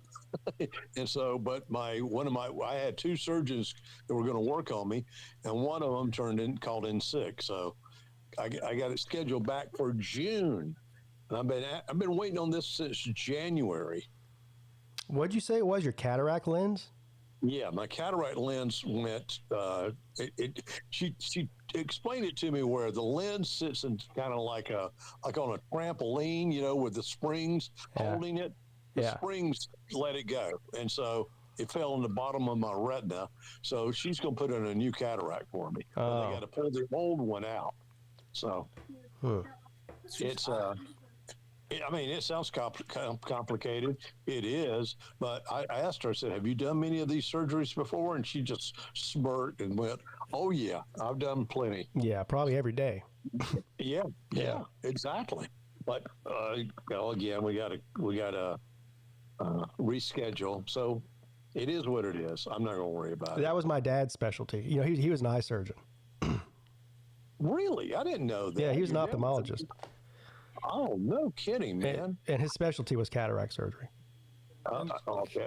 Bet he worked on a lot of people then. He did. Thousands and thousands. Yeah. He also... And he a lot of people fighter pilot eyes, So, he did thousands and thousands of cataract surgeries for free in Ethiopia too. No kidding, man! Yeah. Wow, that's awesome. Also, Scott, my back doctor found a tumor in my where my broken. Yeah, Nate broke his back. Basically. Okay. And he'll bring his back. Yeah, he fell backwards on the stairs. Well, he was. He said he was carrying something down the stairs and he slipped and his backside went down on the edge of the step. Oh, damn. Yeah. Mate, that had to hurt. Hell yeah. I was out of breath, when knocked out. And you've seen Nate before, haven't you, Scott, in person? Oh yeah. He's a big fella. Yeah, you know, it's true what they say. The bigger they are, the harder they fall. They are, the harder they fall. I mean, that's the only one of the cons about being tall. Yeah. You're not just tall; you're big too. You know. What? Well, one thing about cataract surgery, I will tell you, and you know, your father gave a lot of people just wonderful sight, because I've worn glasses since I was 10 years old, and to have full 20/20 vision, it was just absolutely damn amazing. And the colors were more vivid. Everything after surgery was just absolutely amazing. So bravo for your dad, man. He did God's work there. And, you know, yeah, that's really cool. He was a really great doctor, but toward later in his career, he really started to despise the medical industry, about just being all about money and profit and not about actually helping people. You know. Well, God bless your dad on that too, because I think that's all it is about, is money and damn profit these days. Yeah. Yep. Hey, evening, fellas. How you doing? Of course, there was no way I was going to go 24 full hours without Caden calling in. You know, it's just the same old days. I can't even figure out what the heck I'm doing one day to the next day to any day. I believe that. I mean, it's like, what the heck, man? I'm like, do something for Justin. Yeah, I don't know. Tell him to shut the fuck up. Justin is not an asshole. Y'all hear that background noise with him? Yeah, I did. It sounded like someone told him, "Why don't you just shut the fuck up?" Is that what somebody said to him? That's what it sounded like. I heard gunshots. I thought he was inside of that tornado that's about to hit Nate's house. I don't know what was going on. I mean, Scott, you weren't on here a few minutes ago, so Nate goes, "Uh-oh, we're under a critical tornado warning." And then 2 seconds later, he goes, "I'm going to go outside and see." I go, "What?" Nate, if you're in a tornado warning, you need to find a spot in your house, like a bathroom or something like that, even a tub to get into. Yeah, it's like he's out on the porch looking for the tornado. Hey, our yard's on fire. Oh, let me run out in the yard and look at it. That's right. That's right. Let me call the neighbors. Maybe they can bring some hot dogs over. Right. Yeah. Wow. Oh shoot. What's up, Paul?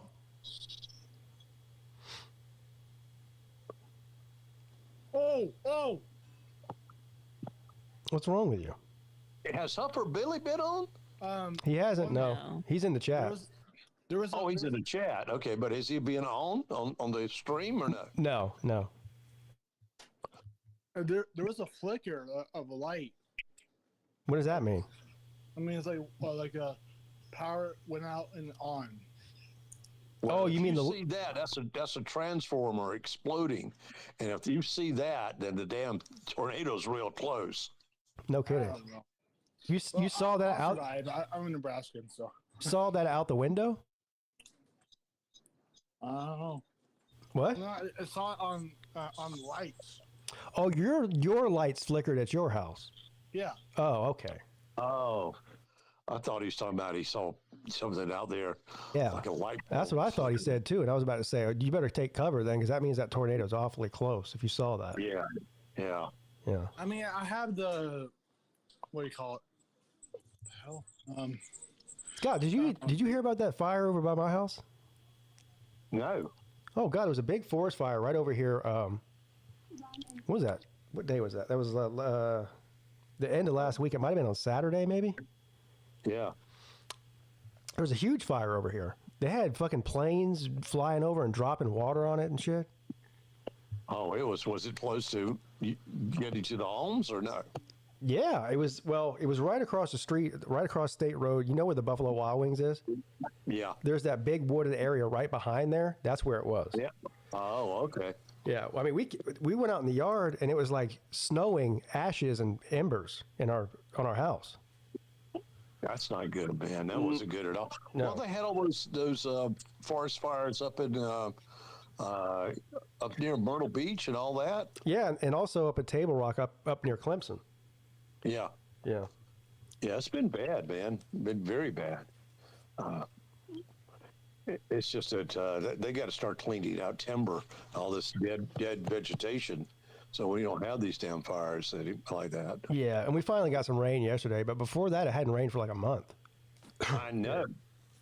Ooh, it's raining. Oh shit. Nate, what are you doing? Don't stop going outside. I'm giving you this. That's an order. Really? Stay inside, Nate. Lock the door. Go down in the basement. You'll be fine. Keep abreast of it. You know what's going on with the news of the tornado and the severe weather. And if they say, well, it's this path, and you hear anything that sounds like a train, go hide your ass. Have any of y'all ever experienced being even close or near a tornado? Yeah, I have seen one before. Yeah, you've seen one before. Okay. Yeah, I've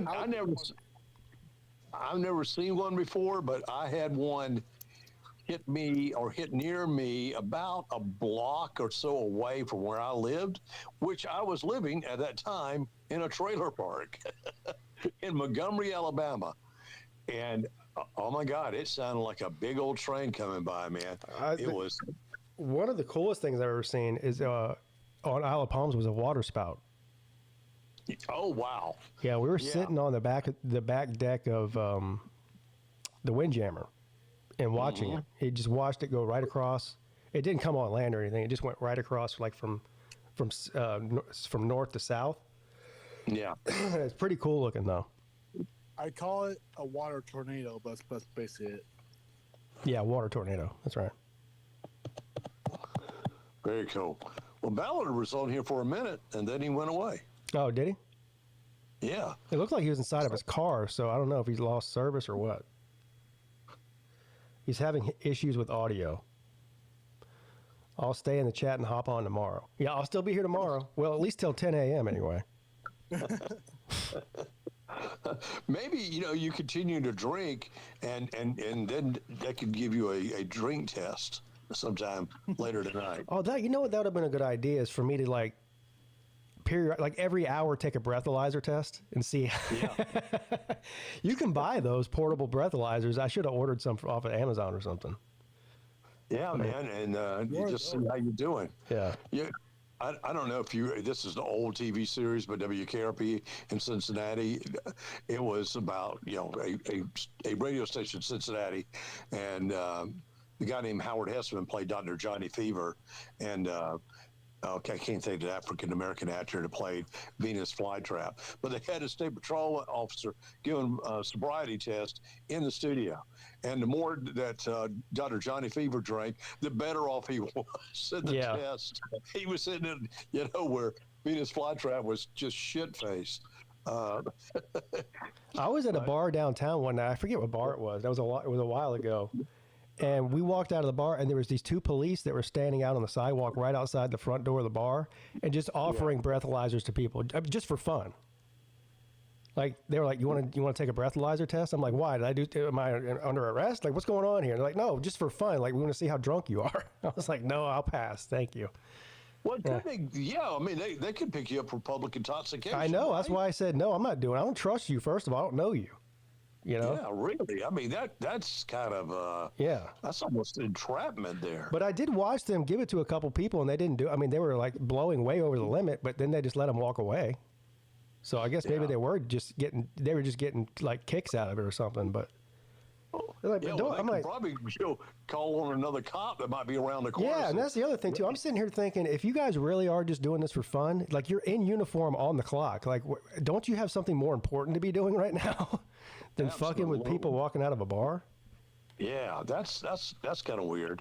Wait, who was publicly intoxicated? He was just talking about that he was down at a bar downtown and I was offering breathalyzer tests to people. Yeah, people walking out of the bar, and the cops were like, "Hey, you want a breathalyzer test?" And I'm like, "No." Have you ever been at a bar or club and then as soon as you walk out, there's the damn cops sitting right there? Yeah. That usually scares the shit out of me. Oh, who are they gonna pull over? Or if you blow a number that's too high. I had a buddy who got a DUI there used to be an Applebee's on Rivers Avenue. You remember that, Scott? Yep, I do. My buddy was sitting up there at the bar one night drinking, and he walked outside to go to his car, and there was a cop backed into the parking spot right next to his car. So he's like, shit, I'm not going to go get in my car. He sees me leaving the bar. I'm going to go back in and just hopefully he'll eventually leave. So he goes back in for another hour or two or however long it was, keeps drinking, and he goes back out again to leave, and the cop is still sitting there. Now the place is about to close. Yeah. So he's got to leave. So he gets in his car. As soon as he pulls out of the parking lot, the cop hits his lights and pulls him over and arrests him. Yeah. Yeah.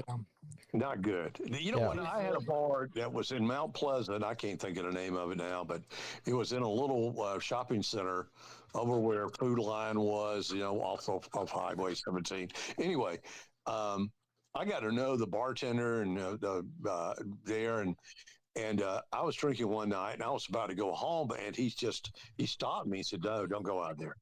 He said, "Because there's a Mount Pleasant cop sitting right out there waiting on people to leave." Yeah. They allowed me, now I didn't drink anymore, but they allowed me to stay in there even after hours until that cop left. Yeah. And I just sat there and, tried to sober up drinking water. But they saved my ass. But you just never know. When cops are like that, that's just petty shit to me. I think the whole public intoxication charge is bullshit in the first place because, I mean, if it's illegal to be inebriated in public, then why do you have places to drink in public? Yeah, I know. If you're not, a danger to yourself or anyone else, Yeah, well, it's just a way that they can charge you with something if they don't have anything else on you. Oh, well, you've been drinking a couple drinks. All right, well, we'll get you on that then. Well, they could, you might be shit-faced stoned, but if you don't have, let's just say you don't have any weed or anything like that, or any paraphernalia in the car, and they might pour you over, are they going to charge you for being impaired on weed? They can. I don't know if they could do that. They can. They can? Yeah. Okay. Now they have to take you down to the station and get a blood test and all that, which is also messed up because unlike alcohol with the weed, I mean, you could have not even smoked that day and be sober, but it's still in your blood, Right. The THC is going to be in your system for at least 30 days. Yeah, you're right. We talked about this before. I know over in England, they have these little strips, and if they think that you're high and not drunk, but high on weed, and they pull you over, they put this little strip on your tongue, and it turns a certain color if you've been smoking weed. It's like the THC in your saliva or something. Right. Yeah. They'll still fuck with us here in South Carolina, but I guess in the states where weed is legal, I guess they'll let you go. I don't know. If you're too impaired to drive, it would seem it's just like, okay, it's legal to drink alcohol, but if you get too impaired, you may go to jail. Oh, yeah, it's DWI, most definitely. They can get you. Yeah, so you think that they could get me for a DUI or on your power chair? Yeah. I don't know. Maybe. The way it's written in certain states, yes, because I know Arkansas is one of them. Any mode of transportation. So I mean, they can get you for being drunk on a horse by law. Yeah.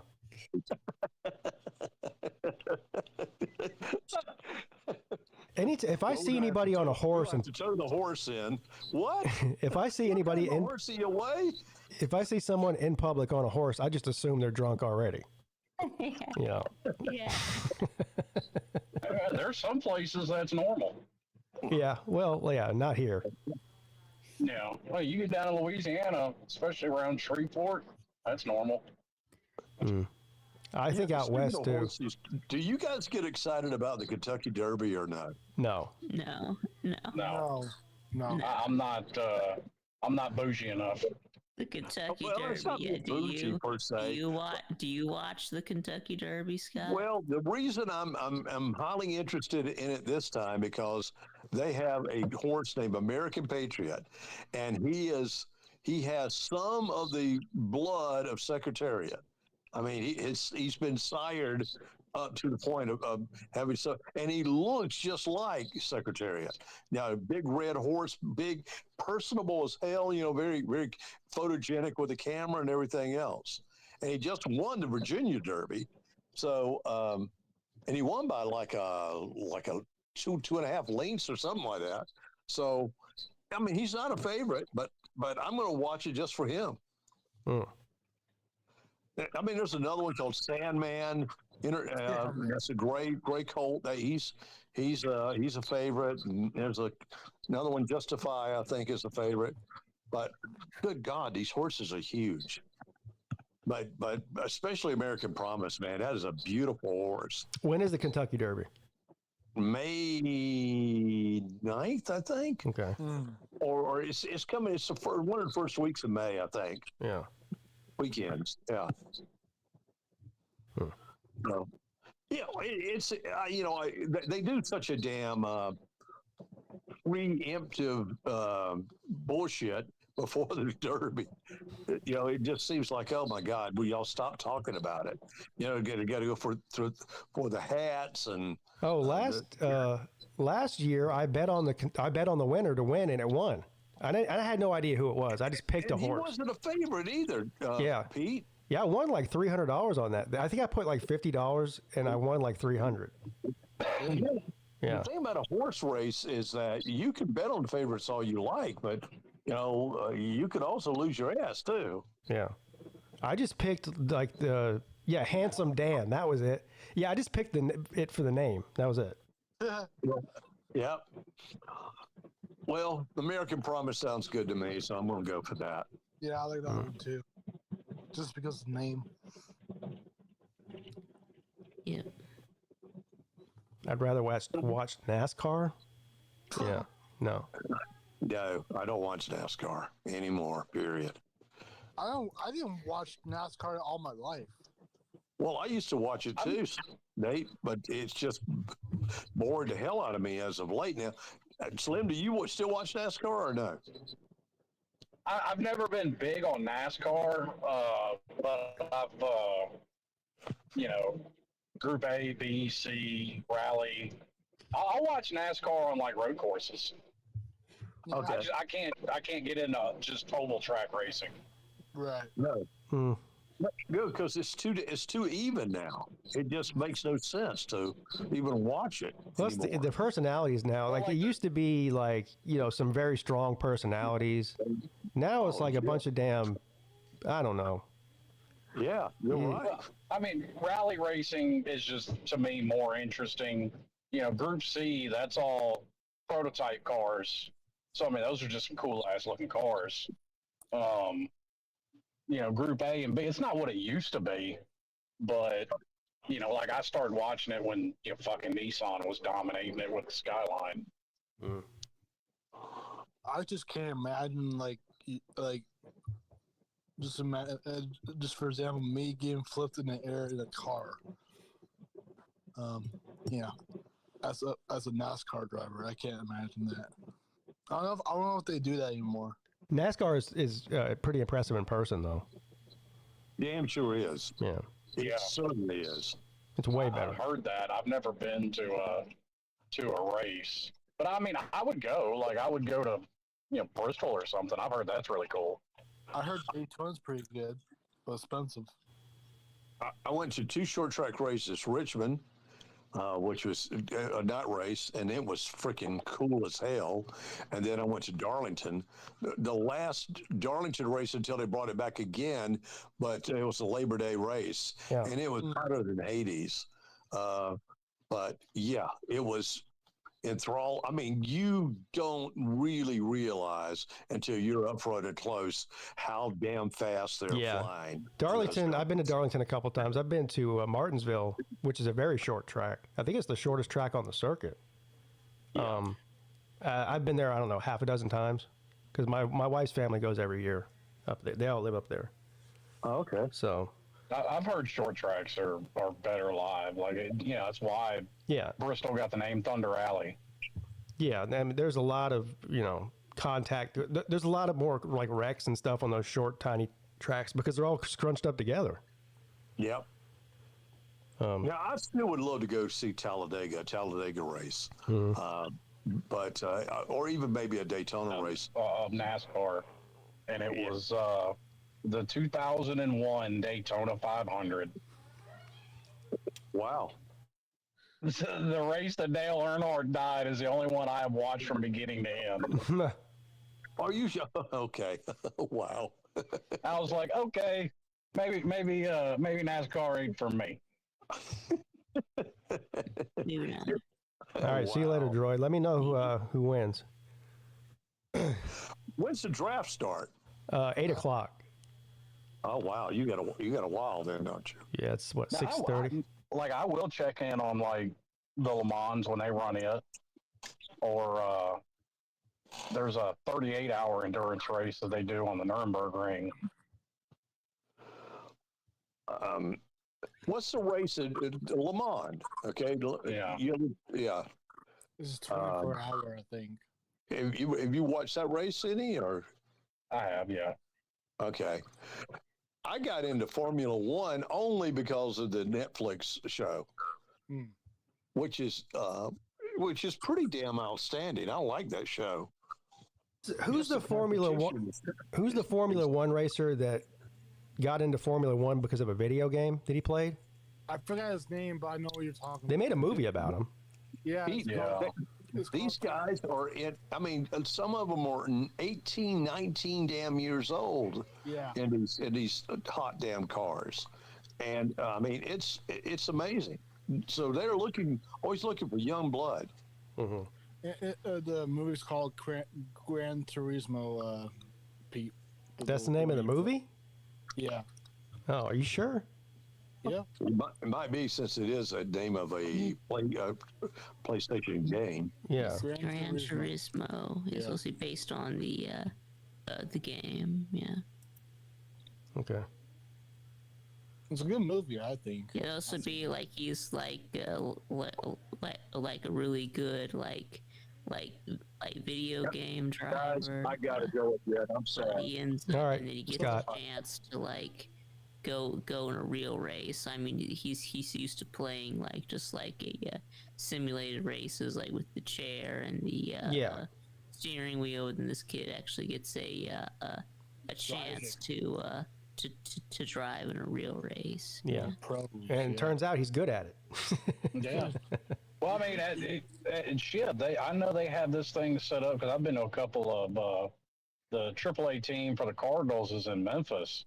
They got a thing set up. If you can throw 85 mile an hour, you get an automatic tryout with Cardinals. Really? Mm-hmm. That's crazy. I'll get my arm warmed up.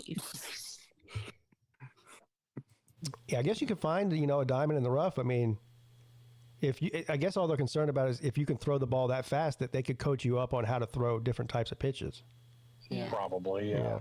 Yeah, we got Dan the Diesel Freak is back. Yeah, that's Caden. Yeah. Yeah, that's. I noticed Caden changed his channel name. And I was like, huh? He might be the He's rebranding him. He's rebranding himself instead of Caden the Man. Now he's Dan the Diesel. Yeah, I called him Caden last time he came on, and he goes, that's not my name. I go, yeah, well, Pete's not my name either, but what's that got to do with the price of tea in China? I'm still calling you that. That's a question that we have never asked Volusia, is what is the price of tea? Yeah, I think I've asked him that. I think I actually did ask him that one time, but I can't remember what he said, but yeah. I think he said it depends on what brand of tea. What type of tea? Well, Chinese tea. Yeah. Yeah. I don't think you're gonna get some Lipton sweet tea in China. I don't know. He was in the chat earlier, Sloan. So was he? Yeah. So he said, this is right when I started the stream at 10 a.m. It was 10 p.m. there. He said he was going to come on Friday afternoon in China, which would be the middle of the night tonight. So I'll ask him when he comes on what the price of tea in China is. See what he says. I'm curious. I have a feeling it's going to be like, it's probably, the same as the States. That's what he's going to say. Did Trump put tariffs on Chinese tea? Yeah, I would think. I don't know. I think you will, though. Another good question. Yeah, I don't know. Do we import a lot of tea from China? Or? I mean, I don't think so. Tea to the Boston Harbor. So. I think we just import like crappy toys and tools from China. Yeah. Tea leaves. Yeah. Where do we get tea leaves from? China. Right. Do we that sounds like that sounds like a Central or South American thing. Yeah, probably. Yeah. I know it's China. Yeah, probably. Yeah. I mean, you could be right, Nate. I have no clue. Yeah. I mean, we can grow tea here. Just we have the climate here for tea. Yeah. Well, yeah, you have what some part of the country does. We got pretty much every kind of climate the rest of the world has here. Mm-hmm. What's up, Aramita? Pete, you're a maniac for doing. Yeah, I'm almost on hour 9 now. Mm-hmm. So we're more than a third of the way there. When are you going to start a second stream? I've got to start it before 10 p.m. because I started it right at 10 a.m. Okay. Yeah. Yeah, I couldn't remember if it was 8 hours or 12 hours where they cut it off at that point. The last time I did this, I did 2 12-hour streams, and they both uploaded, so I guess it's 12. Okay. Yeah. Yeah, Caden said he was taking out the garbage. Yeah. He didn't think to take out the garbage first, then call into the show? Or That's not. It's like me, Pete saying to me.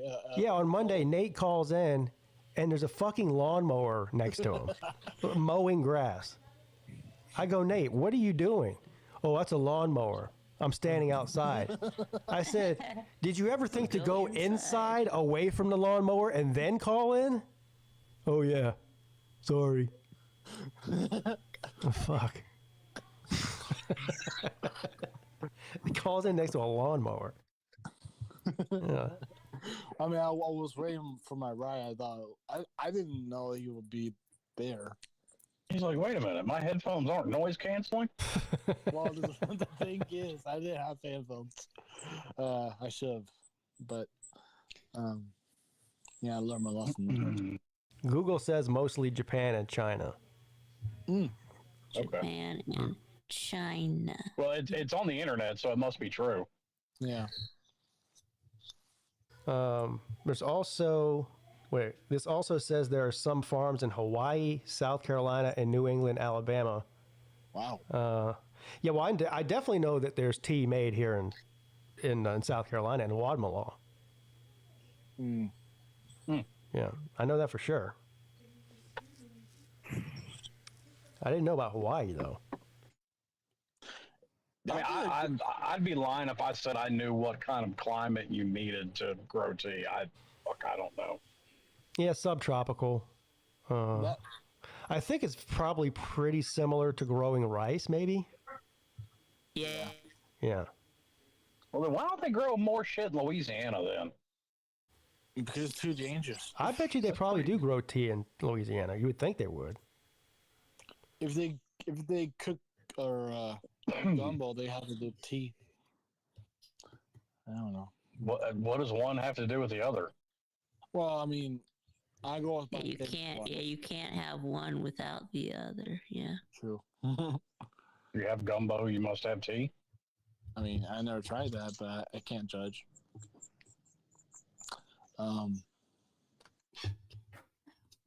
So, have we? Well, I don't. You know, actually, I actually predicted the dates for the Slob, this next Slob Olympics in my countdown. What? Yeah, I actually predicted the actual Slob Olympics be on March 14th, 2026. You predicted that? I think so. Yeah. When? Like by just guessing the number was going to be, you know. Well, you had a 1 in 4 chance of being right because there's only 4 Saturdays in March. I know. The minimum you had a 25% chance of being right. Right. Yeah, I get that. Yeah, I selected. But you knew they didn't want to do it in the first week again because we had all heard that. Yeah. So that ups you to at least a 33% chance. Yeah. Yeah. Yeah, that's why I picked the 14th because it'll be too cold the first week, I guess. But well, I asked Lou. I've seen it snow in the middle of March in Tennessee, so there ain't no guarantees it's going to be warm. Guess what else? So Traveling Fools brought this to my attention. I can't believe we didn't figure this out. You know what that weekend is? Well, y'all said it on the Lunch Money show that it's SEC tournament. Well, that too, but another thing on top of that. Oh, it's St. Patrick's Day weekend. Oh my! It is St. Patrick's. Yeah. Oh boy. So. Pick a hotel early and book it. Yeah. Yeah. Or do it now. I'm not just kidding. Because you know what they do? Well, they do this anyway in Nashville on the weekends. They shut down Broadway Street. There's no traffic on it. And plus, so if you add the River Green, if you add St. Patrick's Day to that, it's going to be probably a lot of people. Probably. Yeah. Do they dye their River Green like Chicago does, or no? Do what? The Nashville dumps green dye in the river like Chicago does every year. Oh, I have no idea. I doubt it. Oh, okay. Thought I'd ask. Yep. I don't know. I'm all for a short drive. Yeah, I think. Was it a couple hours? Yeah, doing the speed limit, I could be there in 2.5 hours. Yeah. So I'll be there in less than 2.5 hours. I think we decided, me and my dad and my mom, hopefully my little brother comes. But we decided to drive there for transportation, yeah. Oh, and now I'll definitely be there in under 2.5 hours. Because when I get off of work, I'll just hang my badge from our rearview mirror and haul ass. There you go. Yeah. Hell, my wife does the same thing. it's I think it's 11 hours from where I live. Jesus. Yeah. No. At this point, I would fly that. No, I experienced worst. My whole family and I took a drive down to Destin. Man, I'm joking. I'm not gonna lie. After flying now, if it's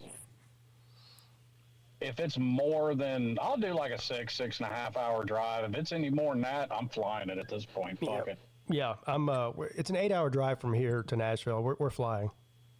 Yeah. Yeah. I mean, it's an hour and 45-minute flight. So. Yeah, I mean, exactly. That's what my flight down to Orlando was. Yeah. I'm like, gee, I might as well.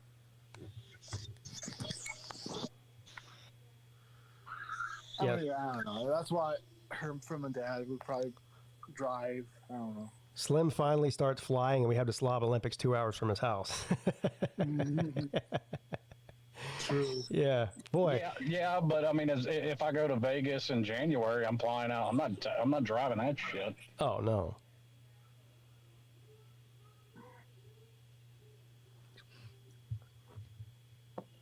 Now I'm gonna put you in a little bit of a pickle, Pete. Okay. Because we gotta hit the Glock store while we're in Nashville. Hit the what store? The Glock store. Oh, they have a Glock store there? Yeah, the Glock store. Dude, that thing is more like a warehouse. It has a full indoor range as well. Oh, really? I want to shoot some guns. Cool. So, I'm going to put you in a pickle at dealing with TSA and flying with firearms. Oh yeah, Yeah, I hope you go to Vegas, Slim, because we've lost a couple of our ride or dies. You know, Colby's not allowed to go anymore. Yeah. Until he has grandkids, and Slaw can't go either. So. Yeah, I'm gonna try and. What we can do is because I'm gonna make enough. I mean, I say enough, but we have the option for all the overtime we work. I can just turn that into comp time, and I can accumulate up to, I think they said 4 weeks of comp time. Really? Yeah. So you work overtime, and instead of getting the actual cash, they just give you like credit time off? Yeah. Oh. That's cool. I mean, I can choose either or. Right. So build up some comp time, and I'm not even having to use sick time or PTO for trips. So in essence, I'll have paid time off, sick time that accumulates, and comp time that'll accumulate up to a point. That's cool. You know, we can get you a place to stay out there. Yeah. A room, I mean. You don't have to pay for that. Yeah, because that'll be the big thing, because I don't get to get down in Tunica and like I want to and rack up some points. Yeah, I mean, even a basic room would run you, $150 a night or something. So you can save a lot of money. We can get you a room. Yeah. Yeah. And then when you get, I think that should be doable. And then I already said something to her. Wherever the girls plan the next trip, I'm gonna send her along, and I'll stay with the kids. Yeah, I don't know if the girls go on another trip. I doubt they'll go back to Vegas. Yeah, I mean, she doesn't. I don't think she'll care. She's not big into gambling anyway. Yeah. But, I mean, I know there's more to do in Vegas than that, but obviously that's the main attraction. But no, just be able to let her get away and get the hell away from the kids. She needs as much as everybody else. Yeah. Oi, Squid Tard. Oi, Pete, and everyone else. What's going on around here other than this 24-hour stream? We got a full panel now. Yeah, how you feeling, Pete? I'm not gonna lie, I'm tired. I'm going on hour 9 now. Oh my God! Were you able to? I know you don't sleep much at night generally, anyway. But would you get 5 or 6 hours of sleep last night? Yeah, right about that. Yeah. Yeah, we stayed up kind of late. I was gonna try to go to bed late and sleep as long as I could before I had to start the show today, but that didn't work. We stayed up late and I woke up early anyway. Yeah, I'm the same way. It doesn't matter what time I go to bed. I'm waking up sometime between 7 and 8 in the morning. It just no matter what. And I'm forced to wake up for work at 7 in the morning, so I feel your pain there. Where are you working now? I'm working on campus. Okay. Yeah, I'm doing part-time as a student. So yeah, some days I was gonna say maybe you don't want to say. Some days it's class, and then other days it's work. Yeah. How much longer you got? What are you majoring in? I can't even remember. They called it video technology over at my community college, and then they changed the name to journalism/electronic media. Yeah. Okay. So that's what I'm majoring in, but. Don't get it twisted. I'm not doing any actual journalism. I'm just doing like video editing and post-production mostly. Well, let me ask you something. In college now, are there still a lot of people in college who are trying to get into like traditional TV and shit like that? Like that kind of journalism or newspapers and shit? Yeah, definitely not newspapers. If anybody's getting into anything now, it's more like videography, sort of my expertise editing. But the thing is about UT is that it's not a video type of school. There's other places around here like Tennessee Tech and ETSU, which offer way more video classes. And I would have gone there, but they told me I had a full ride scholarship, but turns out that was a lie. I'm on my last semester starting in the fall. So I just considered I'd bite the bullet and then get my bachelor's and get the hell out of there. Yeah. Yeah. So so you'll have what degree now? Journalism and electronic media, you said, or something? Correct. Yes. Okay. And what do you want to do? You want to do editing? That's the plan. Yeah. Editing full time. Yeah. Like for what? For movies? Well, I guess if you want to think about it that way, the dream scenario would be that my YouTube pops off, which is so far it's actually doing way better than I thought it has been. But it's still a long ways away. So pending that doesn't go much further, I'm thinking about editing somewhere in sports production or something like that. Oh, okay. Yeah.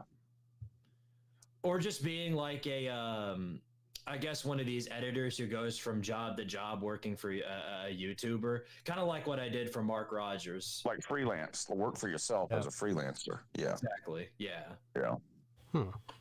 Yeah, that's good. I know editors, like movie editors are some of the highest paid, like production people on the planet when it comes, like they make way more than like the people that are holding the lights and the microphone. Like those editors on movies get paid a shitload of fucking money. Yeah, that's an actual skill. That's why.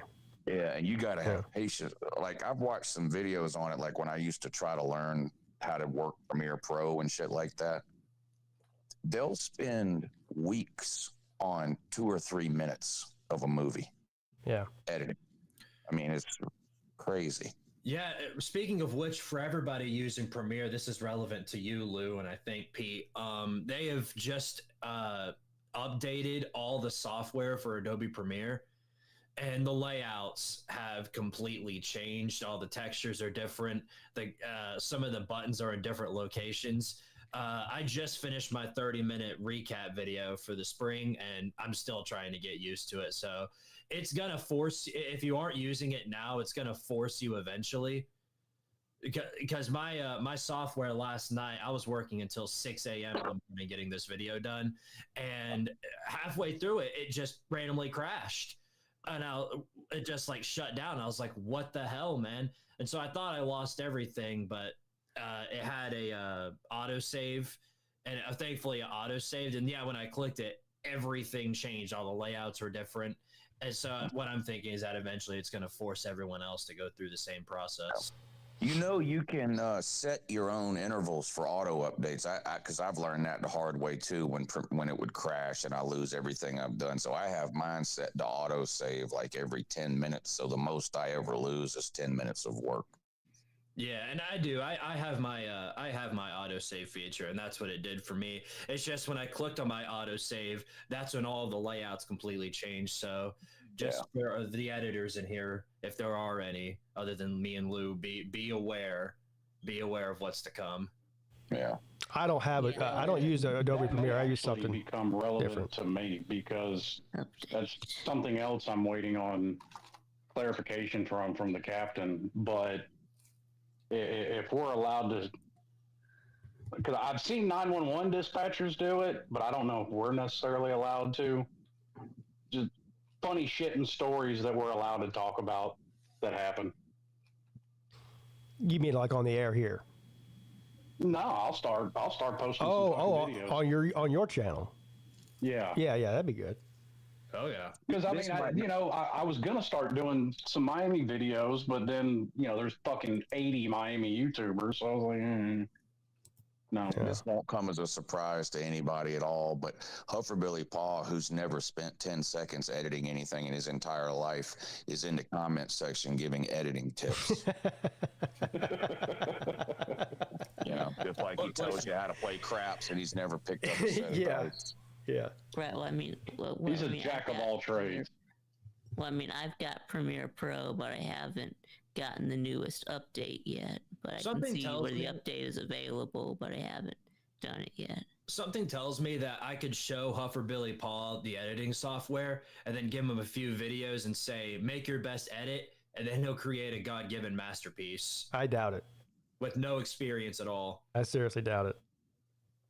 Well, was he the one that made, back in the talent show, was he the one that made that video of him sleeping in all those different places? Yeah. Yeah. Yeah, he did. That was great. That was he great. did, yeah, but I don't know if he did edit all that or. Well, he had to do pretty good on it. Won the damn talent show. Yeah. That's coming up soon, isn't it, Lou? First week of June. Yeah. That's you do it every year, the first week of June, right? Yeah. Well, I announced that it's going to be the first week of June every year. And then it's the second no week one of June. sends any videos, so I put it off for 7 days, and then everybody sends in their videos. So it's actually the second week of June, but I'm going to, again, tell everybody it's the first week of June. I did my part. I actually submitted it on time. Yeah. Yeah, that is a lot of fun, though. I'm going to be out of town the last week of May. So in all seriousness, it is going to be the second week of June because I need to get back into town, talk about it during the first week of June so that people will send it in the second week of June because I'll be out of town that last week of May in New York. Yeah, I'll be out of town, too. That last week of June. Or May. Y'all are going to Biloxi? Yeah, it's the 26th through the 30th or something. Yeah. Yeah, we're the 25th through the 29th. So Wow. we'll be about the same time, yeah. We're all going on vacation. I'm going in the 28th of May. I'm heading down to Gulf Shores. Going to be there for the week. A lot of people go to Gulf Shores. Sir UJ goes there too. I've never been there. Where is that? I've never been, but my wife has been. Is it in Alabama? Yeah. Oh, okay. This is my first time. I'm going down there with my video buddies. One of them you guys probably know. He's the one who rented this giant Airbnb. Remember Jared, the Vandy fan? Yeah. He's the one who rented the thing, and me and my other buddies in our group chat are going down there. Yeah, the office manager where my wife worked, her and her husband own a vacation house in Gulf Shores. It must be a pretty popular place. I hear about it a lot too. Yeah, I've never been. I've never been either. Yeah, yes, Michael, we're going to Biloxi in the end of May. Just me and the wife. When are y'all doing that cruise with the kids? That is the first week of August. Oh, okay. It's That's like right. It was close to right before school went back. Yeah, it's like July 31st through August 4th or something like that. Yeah. That's right before they start back to school, ain't it? Yeah, they start back the second week of August. Yeah. Yeah. And if Rick Talk is listening, I meant to say this when he was on earlier, but if Rick Talk is listening, he better get with the program because I'm already down below 280. Yeah, have you heard about this, Lou? No. So these two are going to fight. Yeah? Yeah. Slim and Rec Talk. Where? And so Slim is... Slim, how much weight have you lost now? You hear me? Slim? I don't know. He said he's down to 280. But I think he started out at like 320. Yeah. So I started out at 320 and I've gotten below 280. Yeah.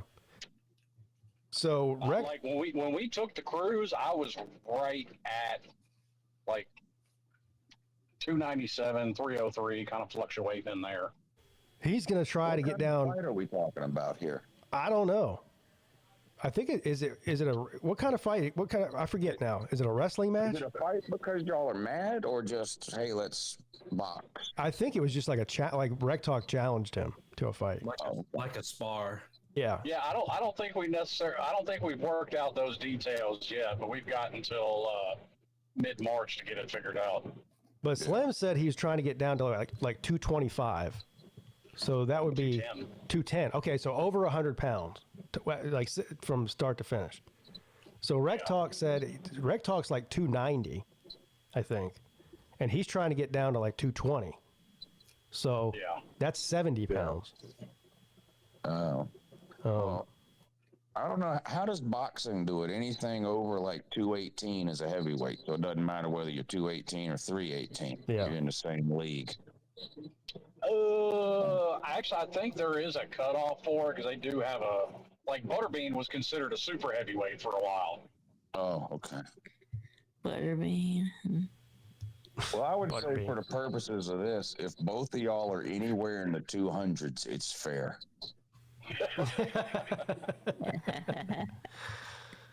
But Rec Talk on this whole thing where he's not eating carbs anymore. He's not eating bread.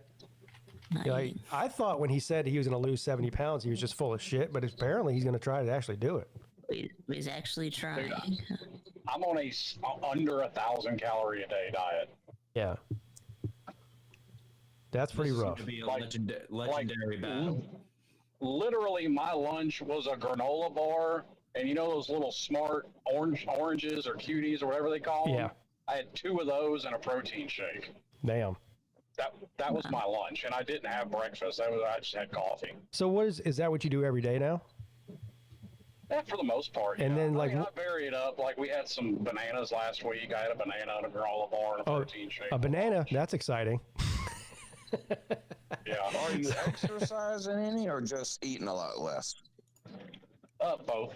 I'm actually on my way to the gym now. Yeah.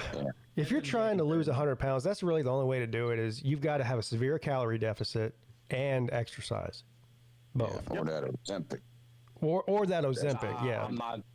It's too expensive. I mean, not only expensive, man. Like, there's a bunch of people in my wife's office on it, and the shit makes you feel sick. Yeah, I don't trust that stuff. I feel like people are just going to start dying from taking that shit. Yeah, because I mean, they don't know the long-term effects of it.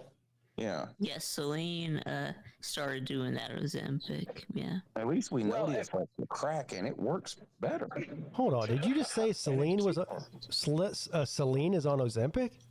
Well, that makes sense. It was developed as it's a diabetes medicine. Like one of the girls in my wife's office, she's legitimately diabetic. I think she's the only one that's legitimately on it. The rest of them just got the script. So is that true?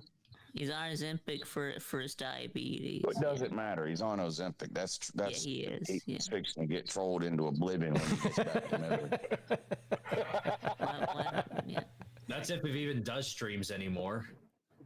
Yeah. No. I hope he does, because these things that Vic is starting to do on Wednesdays is setting back civilization decades. What'd you do, Vic? Nothing. It's what the I people. clicked on there yesterday. It was Vic, Nate, and Jarrett. I said, "Well, that's all I needed to see." Click right off immediately. Yeah, last year it was me and Joshua and Jared. Oh God. Wait a minute. Where's Sven? Yeah, I don't know. Yeah, we're Sven and streams in a while. Yeah. And Cowboy, Urban Cowboy, whatever his fucking name was. Homegrown Cowboy. Hey, Vic. Yeah, I haven't seen Sven lately. Hey Vic, did Sven ever find a way to get you your $5 that he owed you? Yeah, yeah, he did. Yeah. Because didn't he say some bullshit like I got to go to the bank and do this and do all that? It's like what? He did. Yeah. He did. I mean, PayPal works internationally. Yeah. I'm fairly certain. What did he do? Fucking send you a glass bottle with a $5 bill in it across the ocean, or what? Oh, he sent me the money. No, he used PayPal. Carrier pigeon. Yeah. Yeah, he tacked it to some bird on its migration path. Remember when he said he had to go to the bank to use PayPal? Yeah, that's what I was just talking about. It's like, what? How is that possible? Fucking Germany, man. He tried to say he didn't like to have Cash App or anything because of, I forget the reason he said, security or something. I'm like, what? Well, that was really weird. Imagine. I mean, I don't use Cash App that often, but I use PayPal for fucking it, because PayPal's, they'll cover you up to like, what, $10 million in losses or some shit? Yeah, I don't know. Is it like in Germany, like the bank just has a sign where it says "We have PayPal"? Is that what goes on? You can't actually get it from an app. I don't know. You can. I don't know. I don't know. I think he Maybe tried. It's an EU thing that we just don't know about. He tried to explain it, but it didn't make any sense when he did. I don't think it ever will. Yeah. I only understand about half of what he says on a good day, anyway. Brutal. I know I just got in here, but I got to prepare for this NFL draft stream, so I got to skedaddle on out of here. All right. So who's your? Your team's the Titans, right? No, I'm actually a Saints fan. Oh, so you hate yourself? All right, gotcha. Oh, of course. Well, that just comes every single day, week, and year. That never changes. Well, he's also a Balls fan, so he hates himself. Yeah, exactly. Naturally, it just Does Tennessee have any players left? No. No, everyone's dead. We may never win a game again. Y'all lost not only today. Not only that, I mean, the year Breeze retired, they were in cap hell. They were like $80 or $90 million over the salary cap. So they had to cut a bunch of people. And Derek Carr wasn't the guy we thought he was. Dang. Shocker. Damn, shocker. So one last question before you go. You're a Saints fan. I have a trivia question for you. True or false? Spencer Rattler's the only black guy on earth with freckles. Wait a minute. I know that's false. Yeah, it's false. I went to high school with a guy that looked just like Spencer Rattler. People called him khaki. Yeah. They said he wasn't black or white. He was khaki. Yeah, he was God damn. albino. Yeah. Albino. Oh, and lastly, to answer, I think it was Michael's question. He asked if I'm going to the slobs. I'd be an idiot not to. Now that's in literally my own state. Yeah. Hopefully we see you there. I will 100% be there. All right. Good. Well, yeah, I'd be kind of disappointed. Go out on a limb and say you're going to wear your mustard costume again. No, I got to change it this time. I gotta be different every single year, but I don't know what I want to roll with. So what? Maybe I'll get out the hot dog costume. I was about to say either ketchup or a hot dog. What about one of those Nico dresses? Last time I had that was BVD with Sheriff Nico, and he was handing out L's. No, I don't remember that. Yeah, he wasn't dressed up, but he claimed to be dressed up as Sheriff Nico. Was it his idea? I'm certain it was. He was handing out L's, and then he handed me a punch in the gut. I mean, is it just a prerequisite now that I dress up like the cop from the Village People? I mean, do I kind of have to do that at this point? Yes, you got to do that.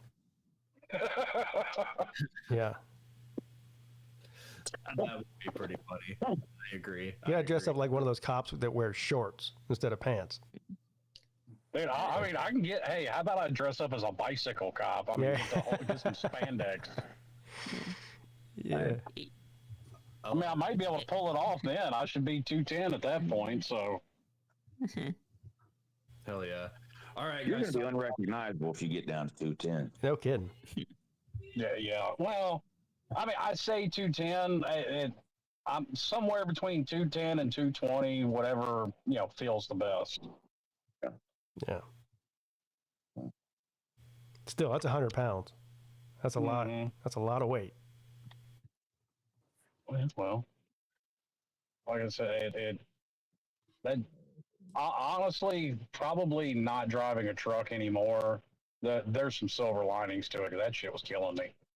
Like, not even joking, being serious. That you're always in a rush, so you had no time to really work out ever.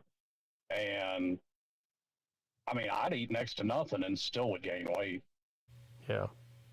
Because you're just so inactive. Losing 100 pounds, that's like losing an entire Vic tube. Yeah. Damn. Like, I can already tell the difference just in how my clothes fit. Well, yeah, if you lost 40 pounds, I bet. Well, even from March, the slobs, I can tell a difference between then and now. Yeah, that's one of the downsides. Now you got to spend money buying all new clothes again. Unless you're actually, I never changed pant sizes, believe it or not. I guess it's just I carried the weight good enough that I really didn't have to change pant sizes. So I'm all right there. Now, there's a bunch of shirts that I'll have to get rid of and buy some new ones, but other than that. Does your duck costume still fit you? Here's the thing. The actual bodysuit for that costume, I've never been able to fit into it. I might actually be able to fit in that son of a bitch now. Dang. Maybe I'll have to show up in that. Just put a leather vest and a badge on it. Yeah. Why does that costume need a bodysuit with it? So you have the whole body. But you were wearing the whole body. All I wore to the slobs was like some fucking knee-high socks, tennis shoes, shorts. Like the only thing from the costume I wore was the head. Oh. And the feet. Now you'll be able to. Yeah, I was going to say, I thought you had the feet too. Yeah, I had the head and the feet. Yeah. Yes. Yes, but then you'll be able to wear the whole thing now. Yeah. Mrs. Peete wants to know, if you lose 100 pounds, will you go shirtless at the next Slob Olympics? I went shirtless at this last one at the beach, and fuck it, I don't care. Yeah. Yeah. I mean, since we're in Nashville, like I said, I'll do like that cop from the Village People. I'll wear some chaps and a mankini. Oh yeah, I forgot. Put a badge on a leather vest and. Nature Boy lost 100 pounds. I didn't know that. Yeah. He was 246 and he's down to 140. Damn. Mm-hmm. 140? Yeah. I wouldn't want to be that small. That's Golden Blue Dude small. I didn't realize he was that small. I thought he was a little bigger than that. I asked him what he ate and he said nothing. He said he eats like a piece of baked like dry baked chicken every night. That's it. Yeah. That's a popular one. Grilled chicken, baked chicken, rice is another popular one. But actually, here's the thing, and I didn't know this until I've started like looking into calorie counts and shit. You can get more potatoes in a meal for the same calorie count as rice. So I've never quite understood that one. Yeah, I don't know which one has more carbohydrates, but probably potato. Well, probably, yeah. I haven't looked at carbs so much. I mean, I've tried to limit, bread, pasta, that kind of stuff that is full of it. Like we did, we had family over for Easter and we did one of those spiral cut hams or whatever. Yeah. And my wife did a baked macaroni and cheese, but she found this protein pasta for it. Oh God. Don't get me with the protein. That was actually good. Like we tried years ago this some kind of vegan pasta. I don't know if it's cauliflower or what. That shit was nasty and we never did it again. But whatever the protein one was, that's doable. What's that, Mrs. Peete? What's that protein pasta that you buy? Starts with a B. I don't know. It's like chickpea pasta. Whatever it is, it's made out of chickpeas, right? So one night she's like, "I got some healthy pasta instead of the normal one we eat." This shit was so disgusting. You overcooked it. You have to cook it. I did what the box said to do. Don't put this on me. The box doesn't tell you to cook it. Shit. That shit was disgusting. He fucked up the fake pasta. Yeah. Yeah, she brings home fake pasta and gets mad at me because it sucked. Like the time that they bought the bread, remember the bread that they bought? Oh, yeah. What about that bread y'all bought that one time we were over there? Yeah, the keto bread. Yeah. I've seen that, but I've never tried it. Well, don't bother. That's an oxymoron, first of all. You can't have keto and bread in the same sentence. That shit was like cardboard. So I was telling Lou about how terrible it was because I tried it. It was disgusting. And Lou's like, "I'll try it." So you made some toast with it, didn't you? I think so, like butter toast. Yeah, he made some toast and he ate it. He's like, "It's not bad." Like it didn't bother him. I mean, if you put enough butter on anything. Yeah. Enough lather it up with butter. Hey, enough butter and bacon makes anything edible. Yes. Joshua actually said something that's true for once. He says Dave's bread is the best. Have you ever had that? Dave's, I think it's called Dave's Crazy Bread or something. Dave's Killer. Yeah, Dave's Killer. Bread. Dave's Killer Bread. Yeah. It is the best. Never had it. Never heard of it. Yeah. I do nature's own bread. Yeah, that's fine. Yeah, I think that's what we get. And like, I'll still do like that. wheat bread better than white bread. Just the taste of it. Forget about if it's healthy or not. I like the taste of wheat bread better. I think I do too. I didn't used to be that way, but I am now. I don't like multigrain. The bread that's got all the bunch of shit baked into it. I don't like. Yeah, it's just like plain wheat bread. I love wheat bread. Yeah, you got chunks of oats and shit inside the bread. Yeah. Yeah, I don't like that. It's like, my bread is not supposed to be crunchy. I'll still do some bread occasionally. Like, one of my favorites for breakfast whenever I do eat it, like 3 eggs and a piece of toast is 300 calories.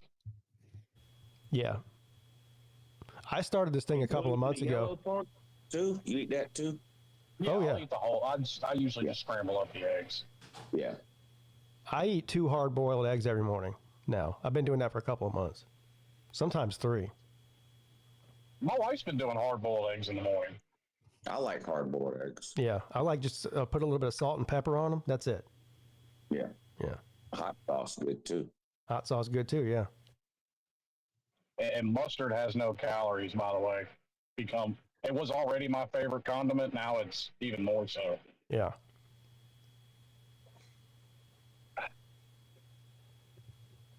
Oh yeah, Mrs. Peete wants to make sourdough bread now. You know what I got her? Her birthday was earlier this month. You know what she asked me for her birthday? There's a joke there, but I'm gonna leave that one alone. This isn't well. It is funny, but it's not a joke. It's true. She actually asked me for this, and I got it for her. No, I'm talking about her baking a loaf of sourdough. Oh, well, that's wrong. She asked me for a Ninja Creamy machine. Do you know what that is? Ninja what? Creamy. CREAMI. No. No, I haven't heard of that one. Yeah. It's made by Ninja, you know, the coffee maker company or whatever. Yeah. I've seen other stuff they've made. So it makes all kinds of stuff. It makes ice cream. It makes milkshakes. It makes smoothies. All this different stuff. What is it? Just puree everything? It's a puree machine? You know what? I don't. You'll have to ask her how. I don't know. I go. You want a what? I know my captain got one. He was talking about it. It's like a make your own slushy machine, but they do like some frozen slushy margaritas in them. I remember when that used to be called a blender. I don't know, but she did make some milkshakes the other night for the kids, and I tasted it, and it tasted like a restaurant like caliber type milkshake. Yeah, So- my wife's got one of those Ninja Bullets, and she would do milkshakes in those. Because every time Joey has a surgery, he's on a liquid diet afterwards, so she got to puree everything. But I almost passed out when I looked up this thing, the price of it. I was thinking maybe it's like $50 or $60. No, it's like $400. Jesus. Yeah. Here, I'll show it to you. For anybody who's yeah, this is the one we got, I think. The $349 one. Which is ridiculous. That's insane. Hey, I'm fixing to walk in here, so let me know if it's too loud, and I'll jump off. All right. It was not that much. How much was it? All I know is we got us on some sort of payment plan. We didn't even buy it outright. You got to pay like $35 a month for a year or some shit. So there it is right there. I don't know. The thing's got more buttons on it than an airplane, though. I know that. Yeah. So I can't tell from the picture, but is that single serve? Like it makes one at a time? No, you can make like a whole. It's almost like It's almost like, you see that? It looks like almost like a coffee pot at the bottom. Yeah. Okay. Yeah. All right. Yeah. So it's about the same size as a coffee pot. Okay. Yeah. Which I don't know, whether a quart maybe or whatever. You know what my brother has? Have you seen the bar machines you buy? It's all pre-made. It's basically a Keurig, but it makes mixed drinks. What? I've seen that. Oh, you shouldn't have told me about that. Yes. Yeah, I saw it on TikTok. He has one of those. I mean, they're pretty convenient, I guess, but I don't know. Is it like a coffee machine or just a mixer for drinks? No, you buy you buy the liquor and the mixer. Oh, okay. Yeah, the mixer comes in like a little Keurig pouch or whatever, and then it's got like 4 bottles that you can fill up on each side for well, so one vodka, gin, tequila. You have the 4 different bottles. You add the liquor that you want, and then you put the mixing Keurig K-cup thing in, and it makes a mixed drink. Well, that's crazy. Yeah, I have seen that. I saw it on TikTok. Huh. Yeah, that's the last thing I need. Yeah, I go over there and he's got this drawer. He pulls out this drawer and there's like 100 of these pods in there. And like, one's a margarita, one's gin and juice, one's vodka cranberry. And I'm like, what? Yeah. Can't you just pour it in a cup? I mean, what if I want a double? Arameda says those mixer pods are nasty. I tried it. Well, have you tried all of them though? You might have tried one that you just didn't like. Now I didn't try them at all, so I don't know. But he had it over there, and I was like, "Oh, I'm good, thank you." Yeah. Although technically he lives in North Augusta, which is out of town. I could have one. But I only drink when I'm out of town now. Yeah. Yeah. But he chose not to. So yeah, I mean, my brother lives in a whole nother state. That's definitely out of town. Yeah. Yeah. You can't get no more out of town than that. Lou only drinks when he's out of town. I drink in every town. Yeah, I'm on the Pete plan here. Yeah. It doesn't really affect me, but that is a downside to my new job. I'm not allowed to go to any bar in the county.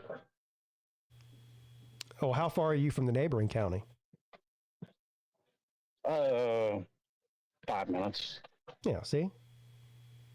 Like I said, it doesn't really affect me because there's like 3 bars in the county and I'm not going to any of them, so whatever. Yeah.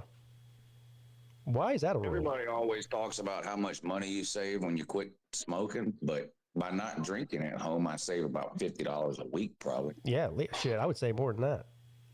I only drink beer, but I might drink a couple of 12 packs a week. Yeah. Well, see, that's part of my secret. That's why I haven't quit smoking yet, because as it turns out, nicotine and caffeine are great hunger suppressants. Yeah, that's true. Coffee and cigarettes is what makes me healthy. When I went to the doctor the other day, they took my blood pressure. They said it was perfect. I told the lady, I said, that's why I smoke. I have abnormally low blood pressure. So by smoking, you make it regular. Yeah. Right. My wife's got the same problem. Her blood pressure tends to run low. Oh. I'm 6 weeks without nicotine now. I have these vapes, but there's 0 nicotine vapes. Yeah.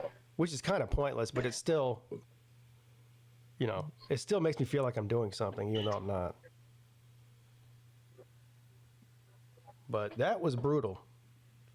Oh, I tell you, I was having hallucinations. I imagine. I was having hallucinations. Ooh. Like I was hearing and seeing shit that wasn't there. It was almost like I was on a drug. How long did that last? The really bad part of it with the hallucinations and me waking up in a cold sweat in the middle of the night and stuff like that, that lasted for probably about 3 or 4 days. Yeah. And then after that, it was like the first week was brutal. The second week was not great, but it wasn't near as bad as the first week. And then after that, it's, I pretty much lost all cravings altogether. Yeah. What about do things taste better and all that, like they say?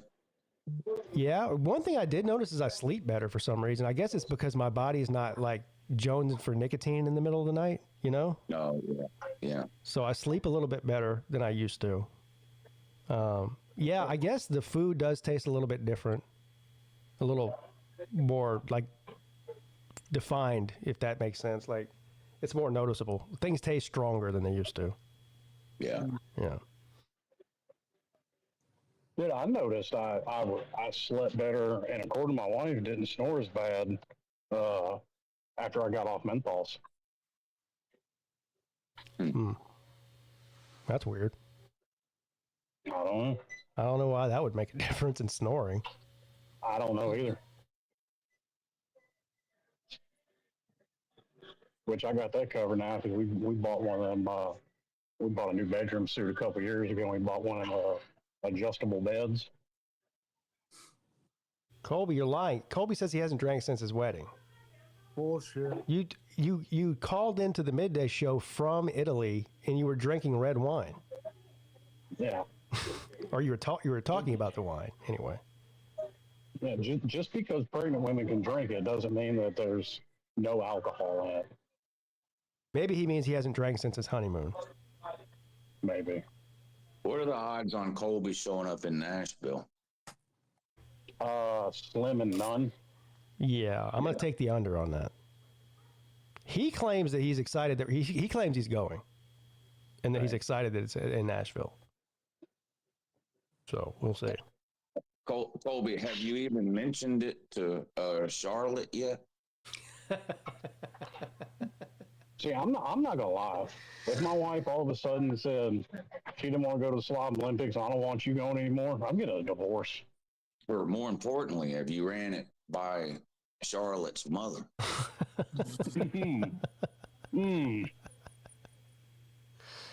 ain't touching that one. So I think Colby will come. The question is, will Mrs. Colby come with him? Probably not. She's got work. Yeah. Yeah, he requires adult supervision like the rest of us. She's got to. Yeah, she'd be crazy to let him come on his own. He'll probably just wander off and like get lost somewhere in the city. Sure, I know I would. I might be the first one to be lost. I don't know. Oh yeah, he's having that baby pretty soon too, isn't he? Oh yeah, I forgot about that. Yeah, when does she do, Colby?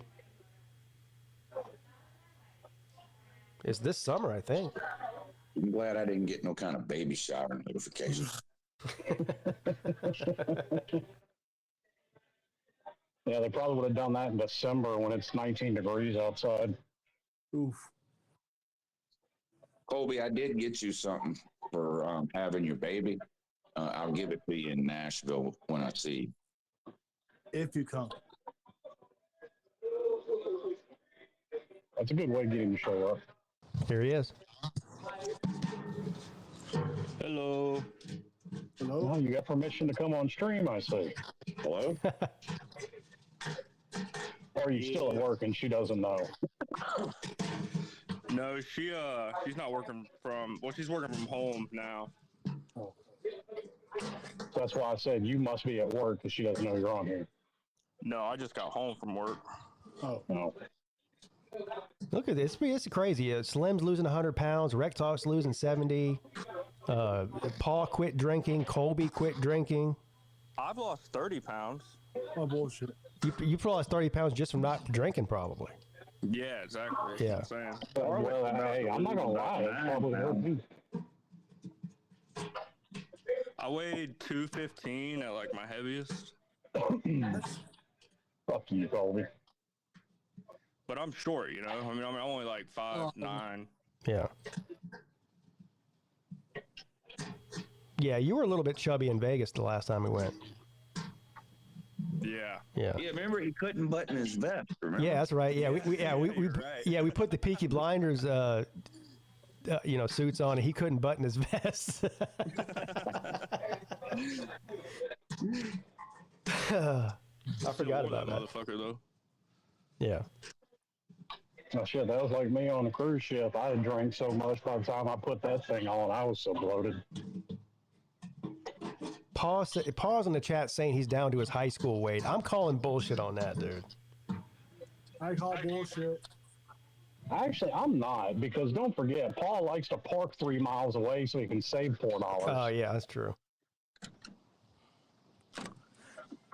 Yeah, and he's so cheap, he refuses to hire a yard guy, so he spends 18 hours a day every week just mowing his yard one time. Because he lives on like a giant piece of property. I'll never be that. I think when I graduated, I might have weighed 140 pounds. Yeah, I was about that too. I actually gained about 15 pounds when I quit smoking. I hear that happens a lot. Yeah, I'm trying to lose weight and then quit smoking. I'm actually I'm probably at my heaviest weight I've ever been right now. I was 181 at the doctor. When was that? Just the other day? Yeah, just the other day. Okay. Well, I remember. Remember a couple of years ago we had Fat Lou for like a couple of months.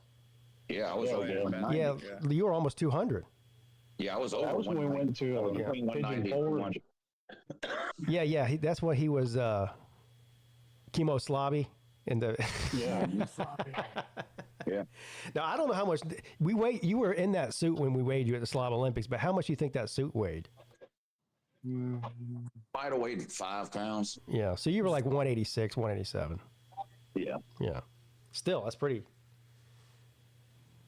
I mean, right now I think I'm right around 176, which is probably as big as you'll see me.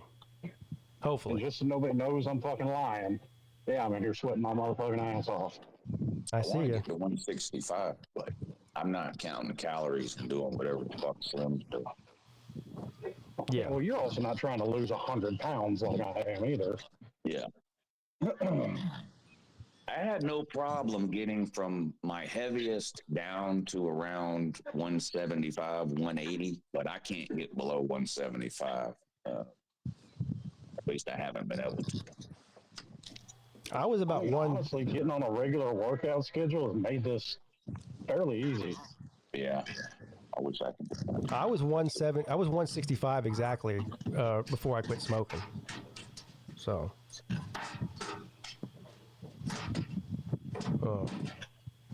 Did you hear me talking this morning to Lou about Mrs. Peete in the sunroom and that?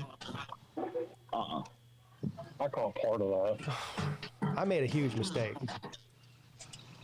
So last night, it's like 11 o'clock at night. We're sitting out on the back porch on a screened-in porch, and I go, you know what would be cool? She's like, what? I said, one day we should like convert this into a sunroom. Boy, I looked at the look in her eye as soon as I said that, and I said, uh-oh, I made a huge mistake. Yeah. We wake up this morning at 7 o'clock. She's getting text messages from contractors trying to come out and do estimates and shit. I'm like, what the fuck? When you say turn it into a sunroom, you mean like put walls and glass? Yeah, well, a screen? Yeah, well, everywhere where there's screen, it'll be glass. Okay. Yeah, and she, put like a rug out there and a couch and maybe a table. Have you ever worked with plexiglass? You can do that yourself, probably. You think so? With plexiglass. Now, it won't be windows that open and close like on your house. All right. Yeah, I need windows that are going to open. Plexiglass. Yeah. The only problem with plexiglass, I mean, you're right. He can do it himself. The only problem with it is it scratches pretty easily, and it's a bitch to get scratches out of. And it's going to be hot as fuck in there. Well, that too. Well, that's one reason I want to have windows that open. Yeah. And I have a fan out there, but we obviously don't have any air conditioning out there. Yeah. Now Jay was like, I can tap into your duct system and get you air conditioning out there, but I don't know if that's even worth the hassle or not. Yeah. Because there's no insulation. Are you gonna room Jay while he helps you? Am I going to do what? Are you gonna room him? No. Well, he's not doing anything. Well, damn, why not? If he was doing something, he certainly could stay here, yeah, but he's not doing anything. Plus, he has to build Slaw's lake house. I wonder how many acres his lake house is going to be on. He told us, didn't he? I don't remember. Yeah, I don't know. Most of the time when Slaw puts something in that little chat, I don't fucking read it. Yeah. He puts like paragraphs in there. Oh, God. Oh, we know. We're in the group, you're in the group text, you know. Yeah. Way too much commitment. Yeah, Paul never has a short thought. He thinks he's having that house built by the end of next year. I know. By the end of next year. And I told him that, and he goes, no, cash rules, that's priority over loans. And I'm like, I don't care if you're paying with a gold bar. They tell you it's 6 months, it's going to be a year. Yeah. Does he have a builder? It takes forever to find a builder. No, he doesn't have anything but a plot of land. He has Jay. So. He got a wheelbarrow out there. He's going to get it done. I am happy for him. That's his lifelong dream. I mean, I've been trolling him on like I always do, but I am happy for him. That's his. I am too, and I'm jealous of him too. His dream plan for retirement since I've known him has been to move out to the lake. So I mean, I am happy. I'm jealous. I'm not jealous. I don't have any interest in that shit, but I'm happy for him. Mm-hmm. And I've been a pontoon boat, so we can all go up there. Yeah, I don't know if he's gonna get a pontoon or like some other kind of boat. He is boat shopping though. I know that. He ought to just get a houseboat. Yeah, The houseboat. live on that motherfucker. Yeah. That's not a bad idea. But I've been trolling him. Out of here, the draft's coming on in a little bit. Yeah, all right. See you later, Lou. I'll check in with you after the draft, Pete. All right, sounds good. All right, bye. I've been trolling Paul for years because he's been talking about selling his house that he lives in now for years, and he just keeps making up excuses why he's not selling it. Like, oh, I got to do this. Oh, I got to do that. Oh, my toe hurts. It's like, what? But he's actually doing it now, so I'm proud of him. Yeah. And he's going to be neighbors with Dabo Sweeney. You believe that? Oh, Dabo lives up there? Dabo lives on Lake Kiwi, yeah. That's where he's in 6 months. Dabo moves. Yeah. You think Paul's going to run him out of town? Yeah. He's going to run him off of Lake Kiwi. Yeah. It's not just Dabo. It's a bunch of them Clemson coaches. All of them, I think, live on that lake. Or most of them. Maybe Brian Day probably got a house on Lake Kiwi, too. Maybe he can invite or ask Dabo to ask ESPN to broadcast us. We could, you know what? Wouldn't this be funny? If we had a housewarming party at Paul's house and he invited Dabo and Dabo came over. Damn. Hell yeah. No, I'll be down. I mean, I would. When people say Clemson's Auburn with the lake, is that the lake? Yeah. No, actually, that's not the lake. Technically, Lake Kiwi, which is where he's moving, is not in Clemson. It's in Anderson. How far away is that? It's the next town over. Okay. So it's like whatever from the lake to campus is like a 20-minute drive, maybe. So that's not Dabo's like vacation home. He lives there. No, he lives there full time. Yeah. The lake that people are talking about, the Auburn with the lake, that's Lake Hartwell. That's actually on campus. And it's a huge lake. It spans across 2 states. I mean, it goes into Georgia too. Damn. Yeah. That's the one you go up there with your buddies? Well, I'd go to both, but yeah. Well, so a couple of years ago, Slim Shady and Traveling Fools and Paul and everybody, we all rented a lake house for the Clemson and Miami game. That was on Lake Hartwell. That's the main lake. Oh yeah, Jordan Bowman showed up and yeah, I remember now. Remember your stream. They're both nice lakes. So Lake Hartwell's huge, like I said.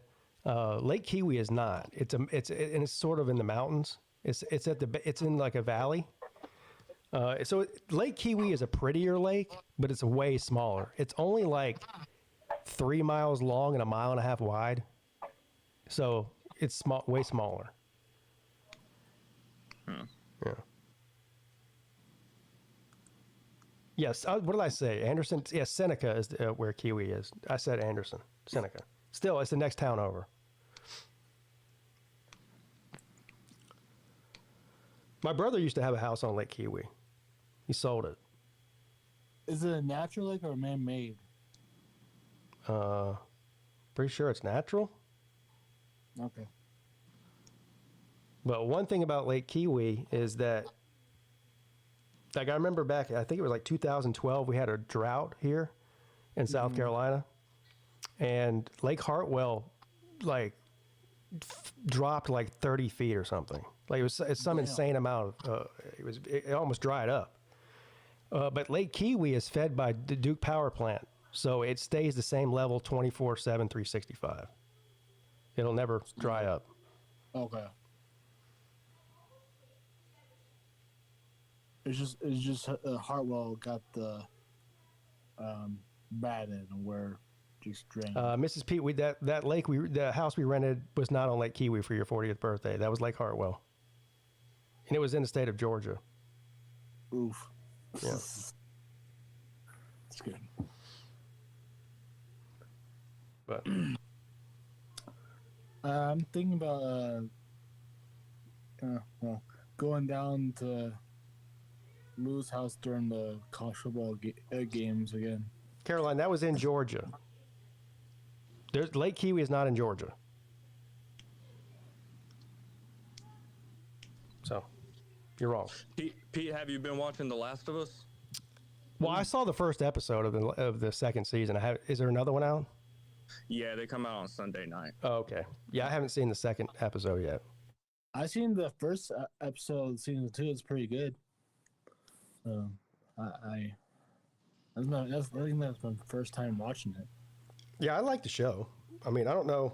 I like the first season. I don't know if the second one's going to be better or worse, but yeah, second episode's real good. Oh, it is? Okay, good. Yeah, it's really good. Well, I know at the end, spoiler alert for anybody who doesn't want to know, turn the volume off for 15 seconds. So one of the main things about the first episode was now there's some of these mushroom zombies are starting to become smart. So does that carry over into the second episode, I'm guessing? That part? No, not really. Oh, okay. It's a whole different other crazy thing. Okay. Spoiler alert, if you've ever played the video games and you know where it's going all the way through probably 4 seasons at the rate they're going. Yeah. Yeah. See, and that's the thing. I never played the video game, so I don't really know.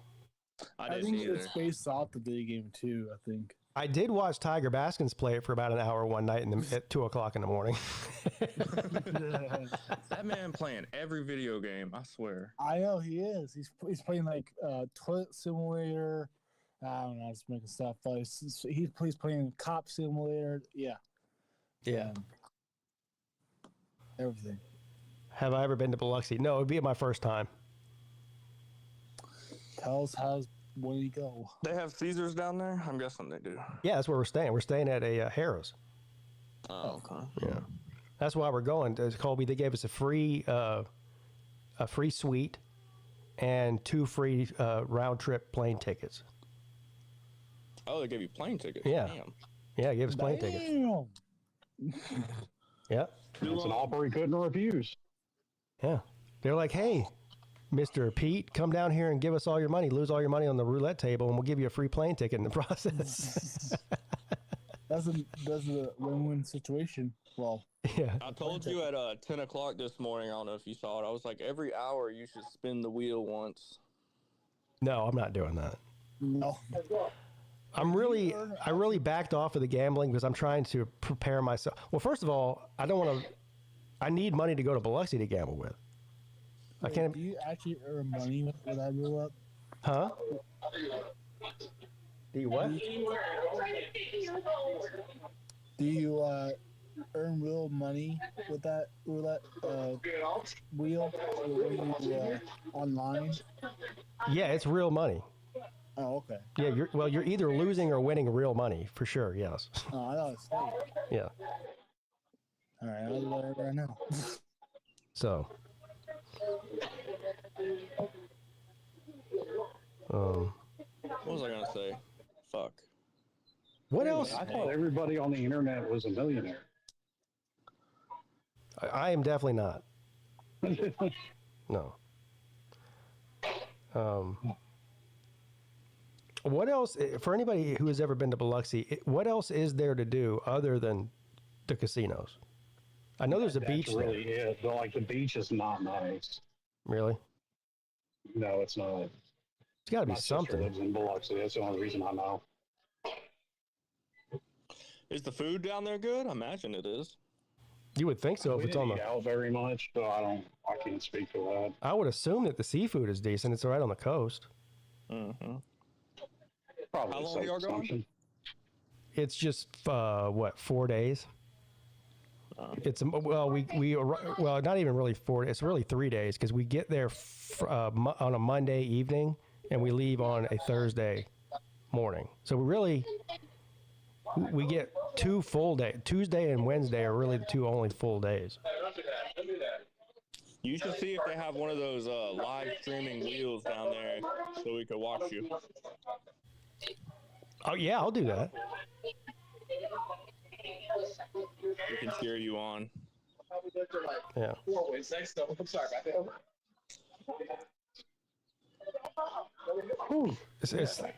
It's Slim, are you at the gym? Yeah. Okay. I said I was walking in. If it was too loud, I would get off. No, I was just wondering where you were. I didn't know if you were like inside of a store or if you were in a gym or where you were at. Yeah, I'm at the gym. I just got off the treadmill. Gotcha. Pete, you stopped vaping and started doing that just like the flavored vapes? Yeah. Did it work? Yeah. Well, I mean, I'm over 6 weeks without nicotine. Why? I need to stop fucking doing that. It's not easy. I just spent $28 on this damn thing. I mean, considering I don't know. I'm probably going to need to get off of cigarettes, but I don't know how well getting off of nicotine is going to work, how stressful my new job is.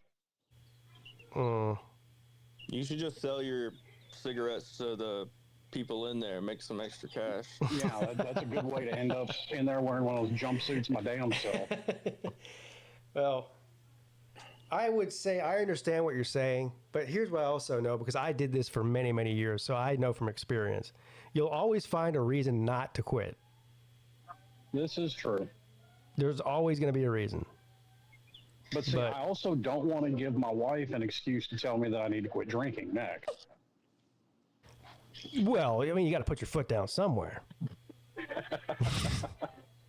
Yeah, she should just be happy you're quitting smoking. If you decide to do that. I've never understood. Go ahead. I said I think I'm gonna stop when the baby comes. Yeah, I tried the same thing. My wife was about 5 or 6 months pregnant last time I tried to quit smoking. She was pregnant with the first, with Zoe. Yeah. And I wouldn't ever suggest anybody try and quit smoking when their wife is 6 months pregnant. All right. We hated each other. One thing you'll notice immediately is how much money you save. Yeah.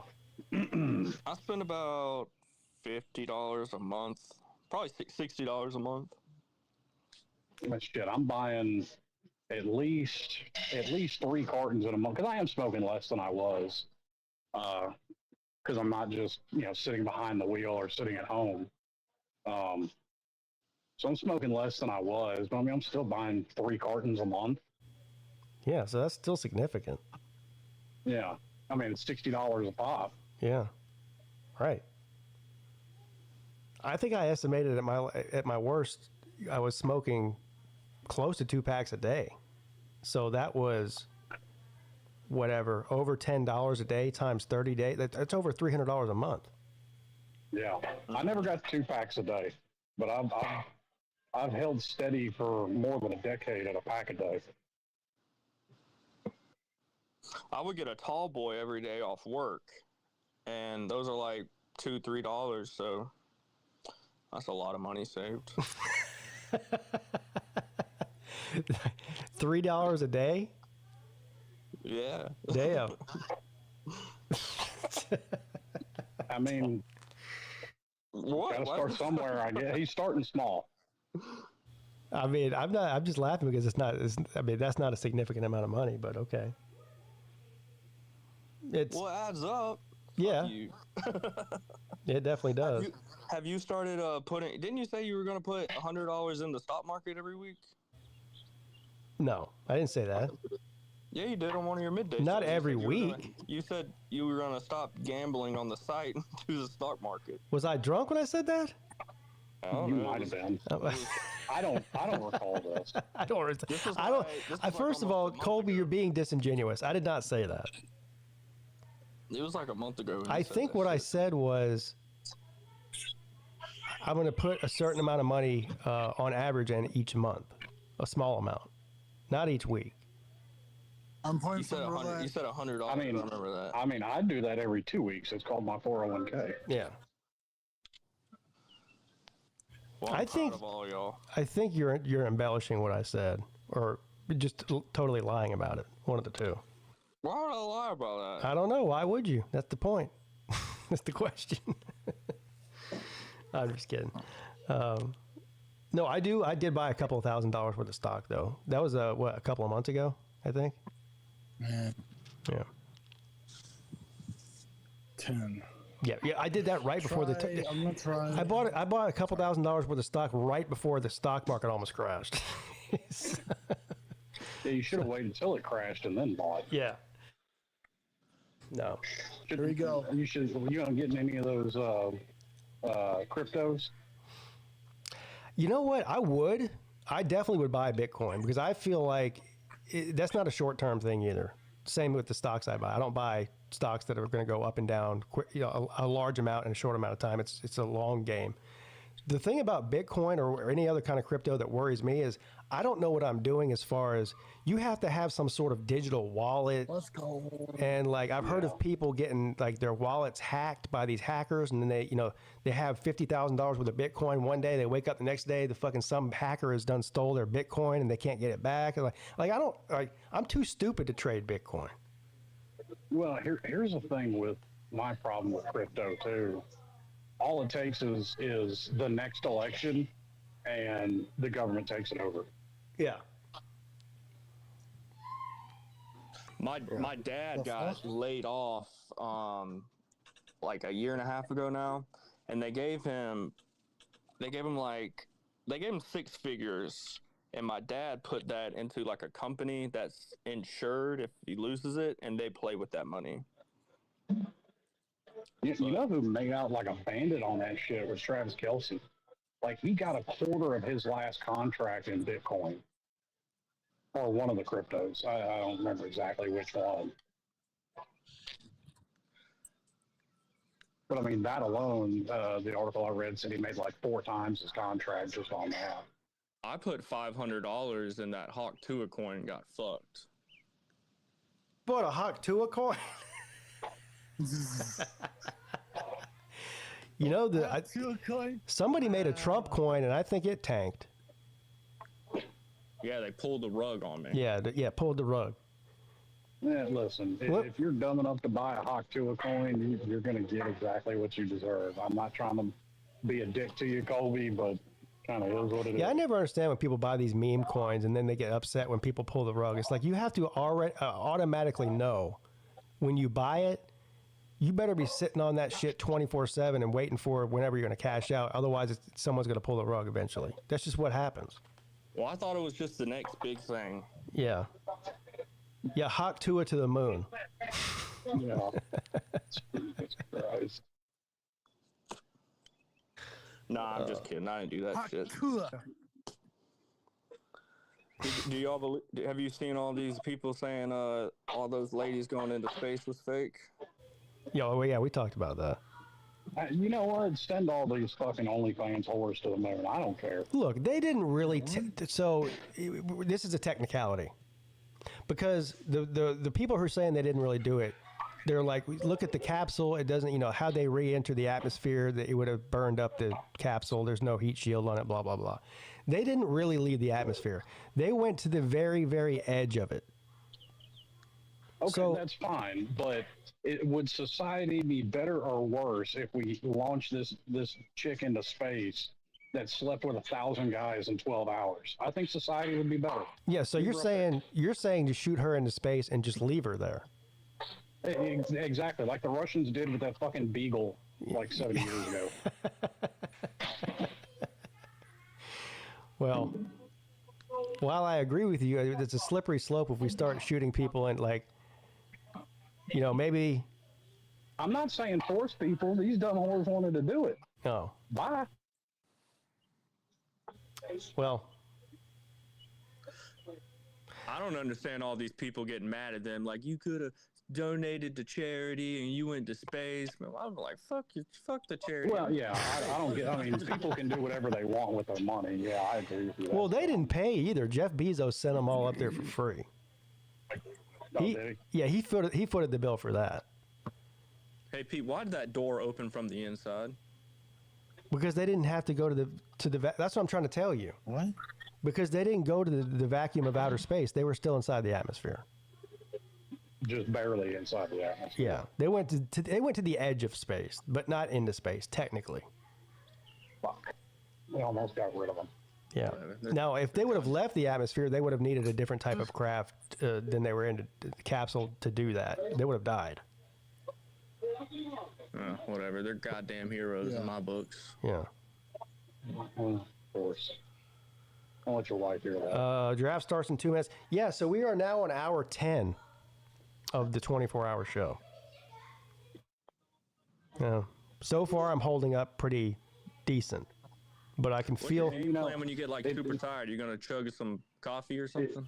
I would stay up all night if you had done this 3 weeks ago, homie. But Yeah. unfortunately, I can't stay up all night. No, I understand. I got you.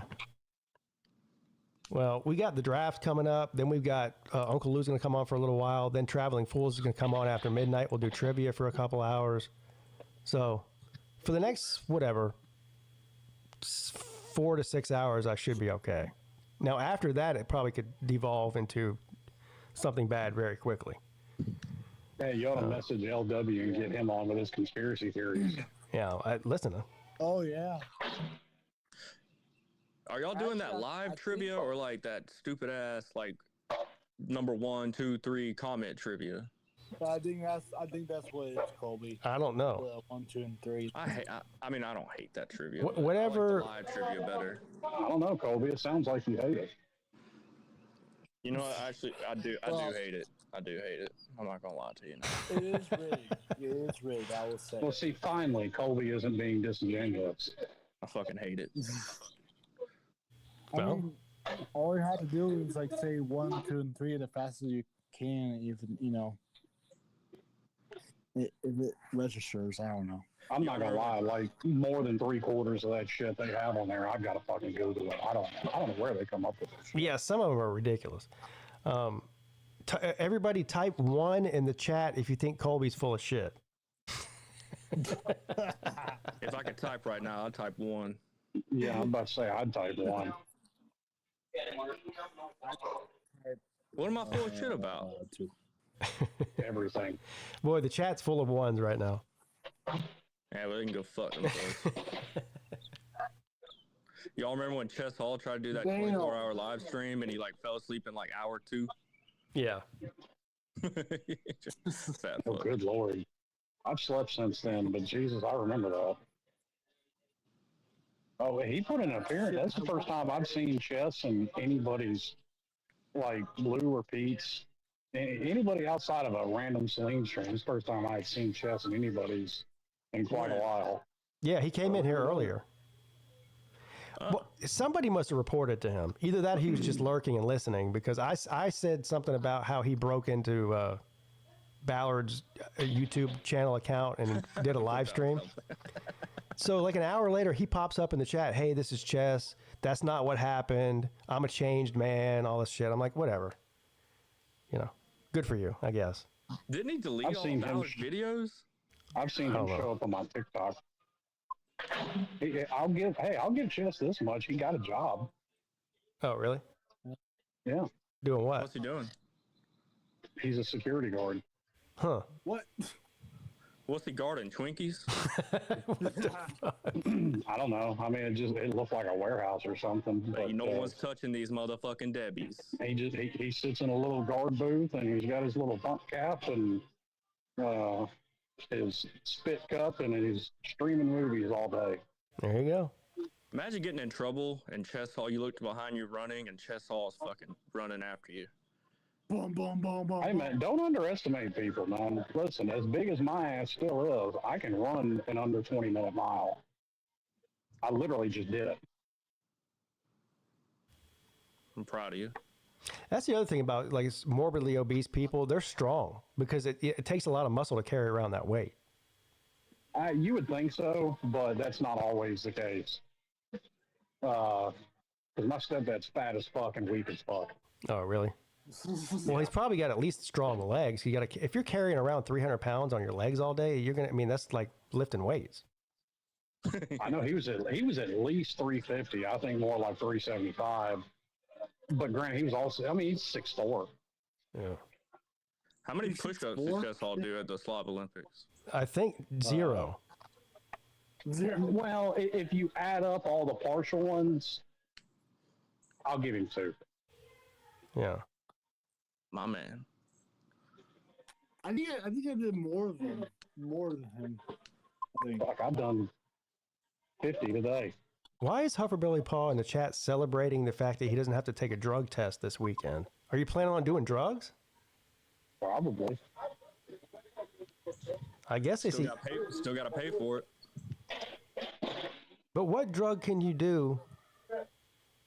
If he's just talking about weed, that the weekend doesn't matter because that's going to stay in your system for like 30 days. Yeah. Oh, test is for alcohol. I got you. Oh, so you're about to go on a bender, ain't you? Yeah. Bender. How does he know that? How does he know he's not going to get tested? I don't know. Probation ain't like that. Because alcohol tests are completely different than drug tests. He says he's not drinking. Yeah, don't. Playing with fire when I was on probation. Well, I'm still on probation, but I was drinking the night before. God, I was fucked up. I need to see your identification. The night before what? Your probation? Mm-hmm. And what month. Oh.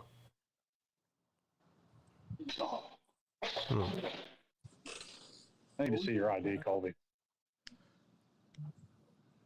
I got that star on my ID now. I'm a real ID person. Everyone got their real IDs yet? Nope. Sure haven't. I'm getting mine next week, but I spent all of Tuesday in Columbia inside the Office of Vital Records trying to get our marriage license so that Mrs. Peete can get her real ID. Doesn't it have a gold star?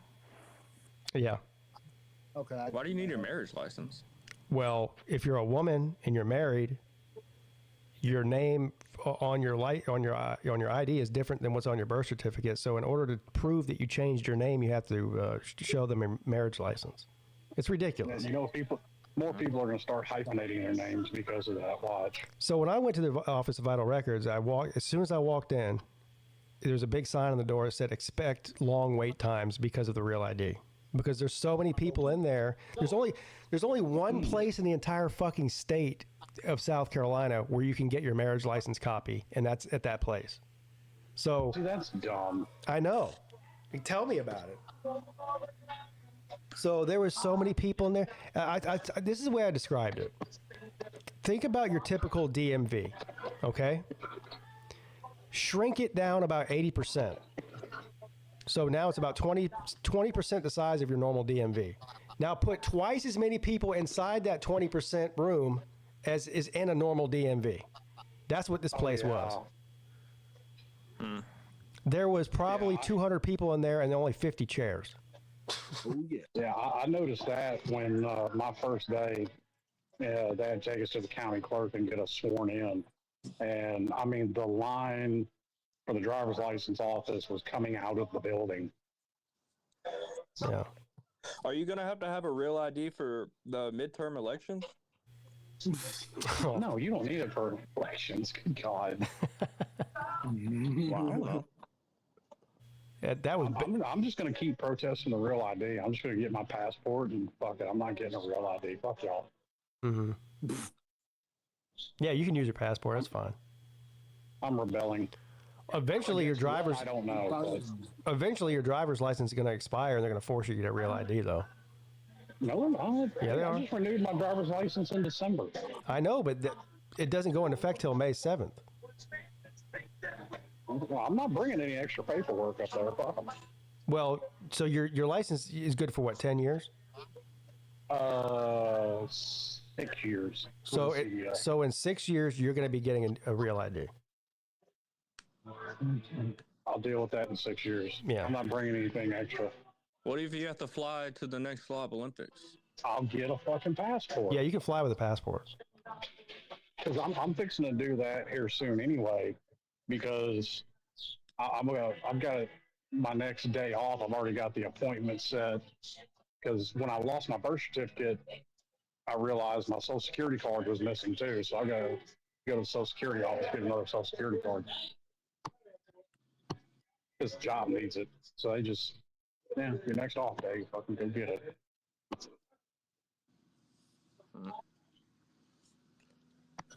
How many cigarettes are you going to try to sell a day while you're at the job? None. Which really I don't have to because of reasons. This is weird. This draft is in Green Bay at Lambeau Field. Has anybody gone off the board? I don't think so. Well, no, they got a fucking hour of pomp and circumstance before they actually start drafting anymore. All right, so hold on. No. So Tennessee's on the clock. So yeah, the first pick is on the clock. Okay. I think there's about a 90% chance that it's going to be Cam Ward. I don't know who else it would be. I mean, they need a quarterback. If Cam Ward gets drafted first overall, does Mario lose that moniker of being the quarterback killer? I guess he would have to be, yeah. That's what they said about Justin Herbert because, Justin Herbert didn't win a national. To me, that was such a dumb argument because I had an Oregon fan say something along those lines to me on Twitter. What Mario didn't do with these quarterbacks as if there isn't 1,001 reasons why you don't win a national championship. Yeah. That's just such a dumb argument to me. Yeah, well, you don't win national championships because you're too busy losing to Georgia Tech. Well, this is weird. So, no, the draft is at the stadium, but it's not inside. It's in the parking lot. Oh, that's even dumber. Yeah, what the fuck? Now, you realize, and I didn't know this until I saw it on Twitter. If Cam Ward goes first overall, it'll be the first overall pick Miami's had since 1991, I think.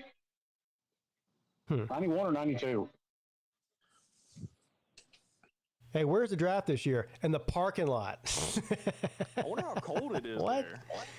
there. Must be miserable. It's not bad. No, it's not bad up there. Is it snowing? No, it's not snowing. I got family that's like almost right in the middle between Green Bay and Milwaukee. It's not terrible up there.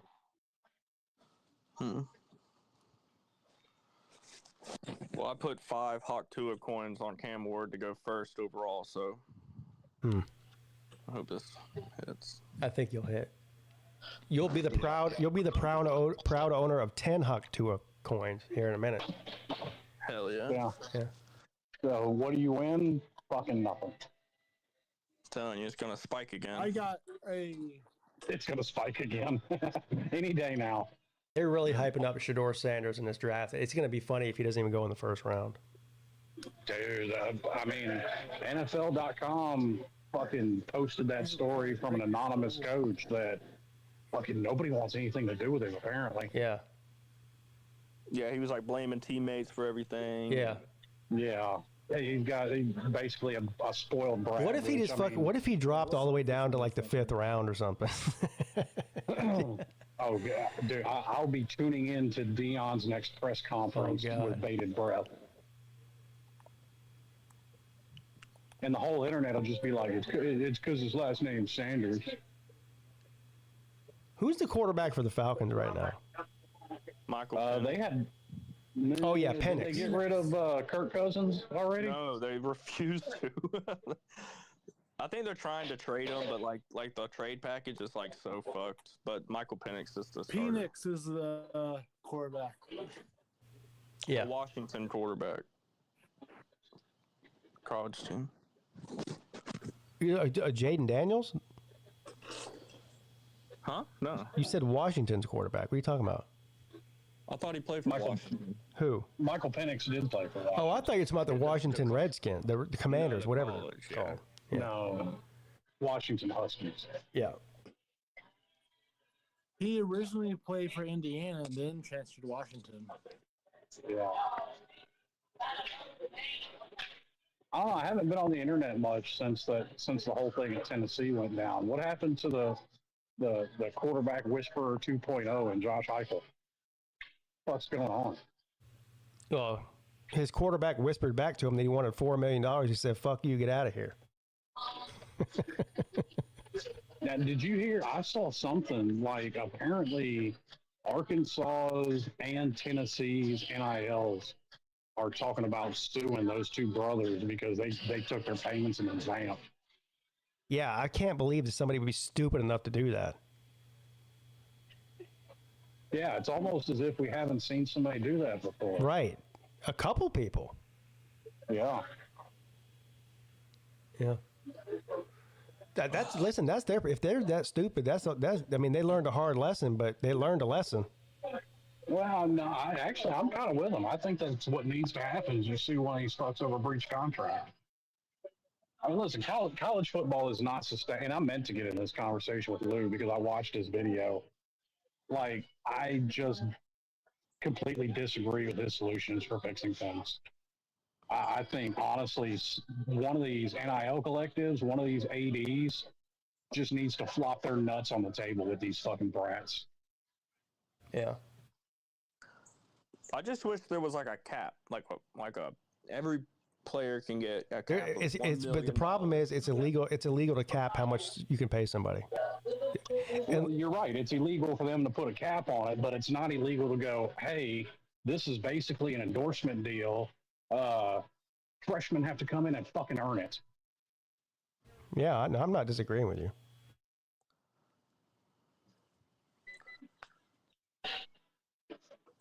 They should give them Hawk Tua coins. All right, the pick is in.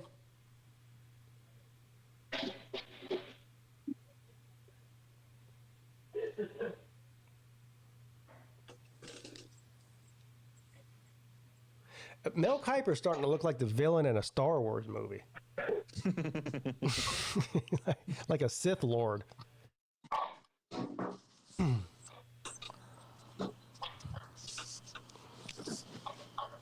I hate how they drag this shit out, you know what I mean? It's like the pick is in. These motherfuckers know 2 weeks ago who they were picking. Yeah. I do like that movie with Kevin Costner, though. Draft Day. Have you ever seen that? Yeah. I haven't seen that one. Yeah, it's good.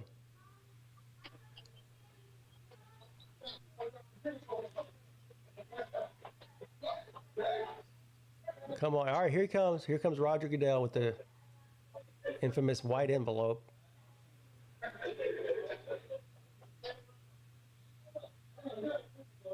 I like how he has to pretend like he doesn't know who it is until he opens the envelope. You already know who it is, dude. Right.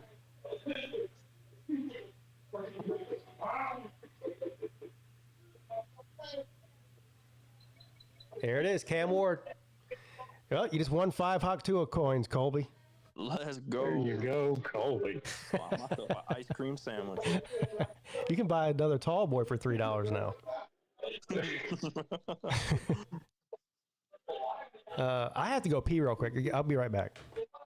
Yes, sir. Who has the next pick? The Browns, right? I think the Browns have the next pick. I mean, that would make sense. The Browns have had a basically top 5 pick almost every year. Yeah, I think the Browns are projected to get Travis Hunter. I don't know what they're going to do with him, like position-wise. Just they're going to tell him. Yeah, they're going to leave him in one position. Then they're not going to risk injury. That's where all these rule changes come from, trying to prevent injuries. It's fucking owners trying to not lose money. Yeah. That's why you saw it all start with quarterbacks. You know, because quarterback is the highest paid person on the team. Yeah, if you lose your starter, you're basically screwed in the NFL. Yeah. So Jacksonville is now on the clock with the second pick. Well, you got that wrong, Colby. I hope you didn't bet on that second pick. I thought it was the Browns. I mean, listen, to assume the Browns have a top 3 pick in every draft is not a bad strategy. Yeah. You're going to win way more than you lose. Yeah, I think I think that the Jags traded up to get this pick. Yeah, because I'm at the top of the show, they were like supposed to get Ashton Genty.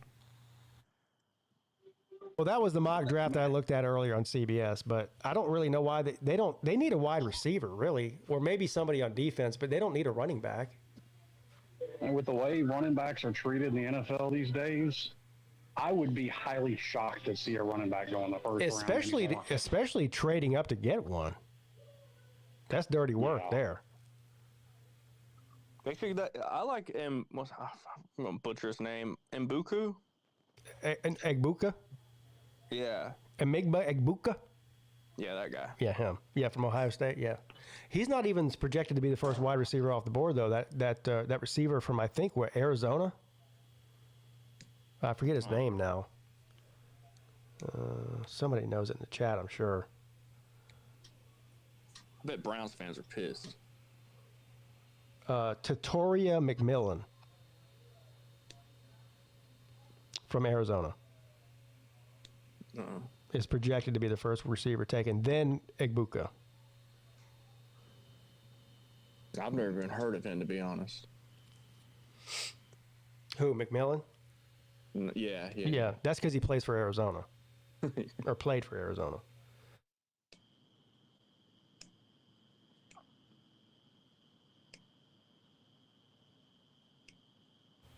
Yeah, Jaguars trade with the... You're right, it was the Browns they traded with. So. Wonder if they're going to try to get Travis Hunter then. Oh, maybe. Yeah, he's a receiver and a cornerback, so yeah. You think he's just going to play receiver, Pete? I think he's just going to play corner because he's better at corner. Yeah. I don't know. They're not going to let him play two-way. He claimed wherever he was going, he's playing two ways, but it's not up to him. No, that's not. So, and I don't know that if I would want a star player playing both sides of the ball if I'm paying him that kind of money. Like, I could see it if he was a special teams guy, kind of like Hester. Yeah.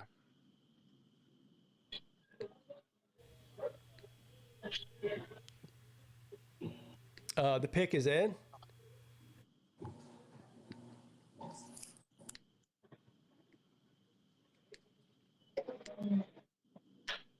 We'll find out. So I saw a lot of projections. Ashton Genty. Some people are saying Travis Hunter. Maybe it may end up just being somebody that nobody's thinking about, like an edge rusher or something. Abdul Carter. Yeah. Maybe. Yeah, edge rushers are a premium these days. That's right. Jesus fucking Christ, I'm out of shape.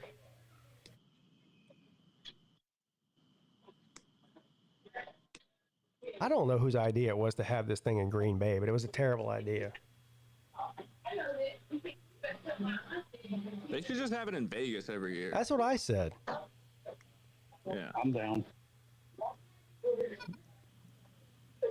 I think that was the largest attendance for a draft ever, was when they had it in Vegas.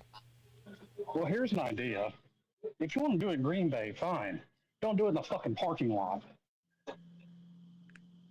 Right. I said that earlier. I was like, you know what's in Green Bay, right? Nothing. It's like... Yeah, that's Ashton Genty said that when he was there yesterday. He was like, there's not much to do around here. Yeah, no shit. It's Green Bay. All right, so a fucking charcuterie board. The guys in the Jaguars room are celebrating with their pick, although we don't know who it is yet. Did it say what they sacrificed to get that pick? I'm sure they did. I had my volume down. I didn't. What does anybody know what they traded? Well, I'm assuming they obviously traded their first round pick this year, and then maybe I don't know.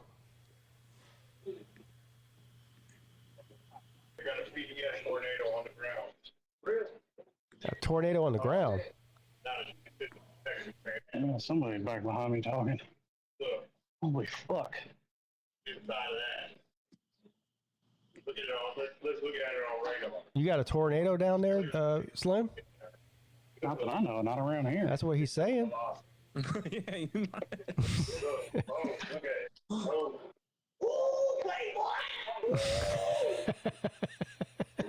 Jesus. Let's tear up some houses. Woo! Tornado, boys! Let's go!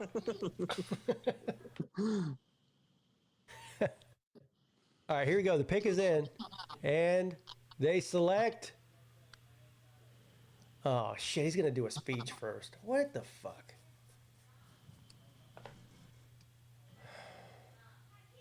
Who is it? Roger Goodell? Yeah. Now he's letting somebody else talk. I don't know who. Again, I got the volume down. So who is this? Here.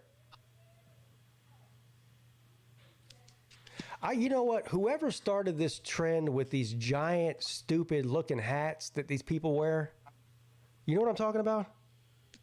Like the baseball hats? Yeah, but they're super. They're like 3 feet wide. Whoever's idea that was? You know whose idea? You don't know whose idea that was? No, but whoever it is needs to be slapped. It was like some 12-year-old kid that had cancer. That's why everyone started wearing them. God, they're so stupid.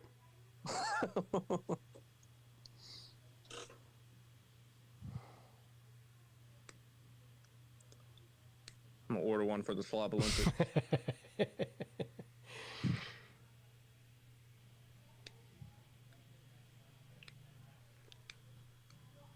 Yeah, the first round, they drag the first round out, but then after that, they don't care. Like they're doing picks like every 30 seconds after that, you know.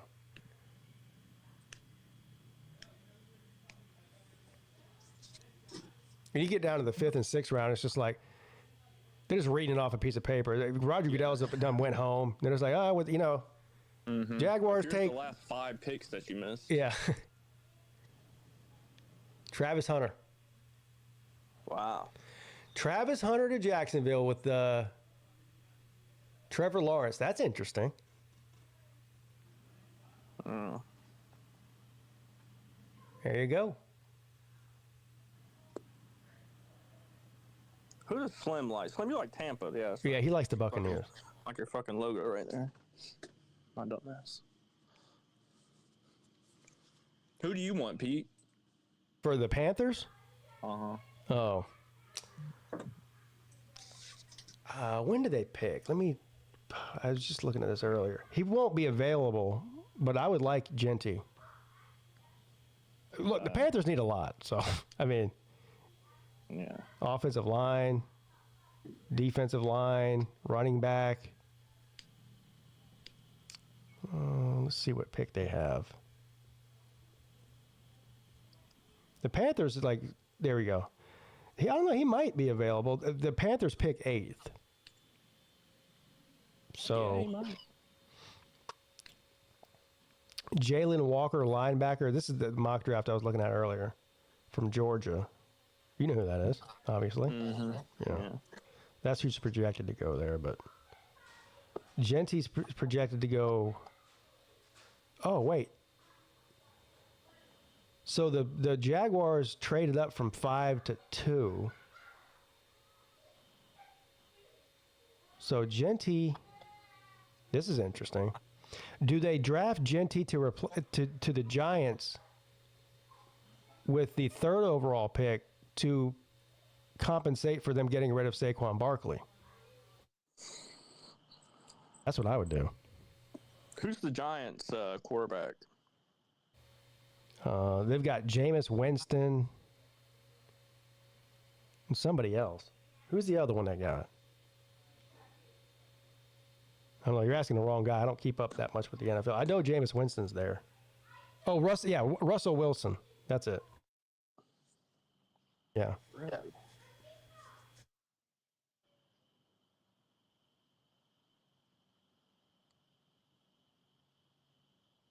I thought Russell Wilson was on the Steelers. I guess he was. Yeah, he's gone now. He's been on 3 different teams in 3 different years. So he hasn't played with the Giants yet. No. So he was on the Broncos, then he went to the Steelers, and now he's on the Giants. All Forgot about the Broncos. Yeah, he was terrible there. He's not any good. I mean, Yeah. he's washed up. Yeah, so last year it was Russell Wilson and Justin Fields were on the Steelers last year. Both of them are gone, I think. Or maybe Fields is still there, I don't know. But Wilson's gone. I think he is because he left the Bears. Well, they traded him. Yeah. Oh, Fields is gone from Steelers too. Where's Fields at now?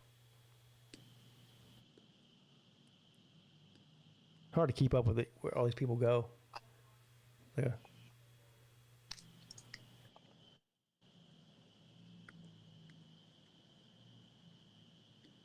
I can't hear what he's saying, but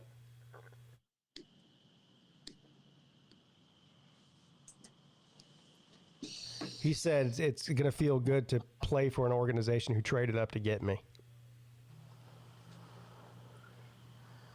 At least doesn't fucking have to deal with bad weather half the time. Yeah, I mean, Jacksonville's not a terrible place to live, you know. Better than fucking Minnesota. Or Green Bay.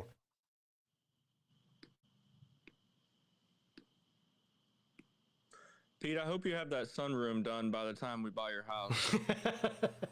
Well, you know what that's going to do? It's going to make you have to pay more for the house. We're going to try to move there in like 3 or 4 years. Like for real? Or Yeah. do you have any, like do you know what part of Charleston you want to live in?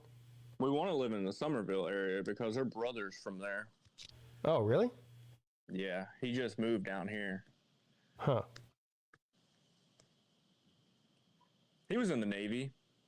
Okay. Yeah, Somerville is well, I've lived here my whole life, but I still know all the other areas around here, and you're not going to get a better bang for your buck and still be in the Charleston area than Somerville. Mm-hmm. You know, Mount Pleasant's way too bougie and expensive. Yeah. Even like it's still the city of Charleston, but like West Ashley is what they call it, west of the Ashley River. It's ridiculously expensive now too. So, we're going up there in July for the weekend. Oh yeah. Yeah. Where? Take the baby, Charleston. You know where you're staying? No, we haven't planned it all out yet, but we're gonna go up there. Damn, they already got the third pick. The Giants took Abdul Carter from Penn State. Yeah, he's a monster. Yeah, he is. That was quick. They clearly knew who they wanted. Mm-hmm. So Genty's still available. I hope he's not a bust. Genty? Yeah. I don't think he will be. I think he's legit. He's one of those as close to a sure things as you can get, sort of like a Christian McCaffrey. Like he's the real deal. I think he is. So who's up next then? With the fourth pick, it's going to be the Patriots.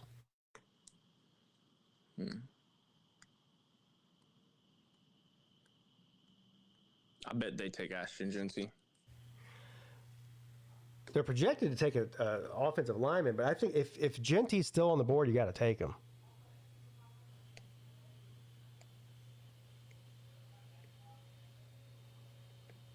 But they do need a left tackle. Falcons pick? The Falcons pick 15th.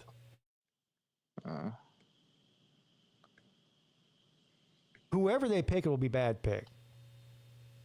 Without a doubt. Yeah. Yeah, because that's what they do. We'll probably trade our pick for like some 7th round pick.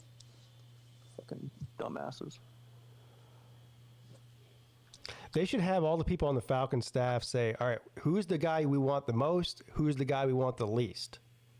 And then draft the guy that everybody wants the least. Mm-hmm. Because the one they want the most, it never works. Yeah, like Kyle Pitts. Yeah, reverse psychology Fourth themselves. overall. That's what Lou said the other day. He's like, if I really want to bet the Lakers at -5, I'll bet against myself because I'm more likely to win if I bet against what I want. Mm-hmm. Mm-hmm. Which is true.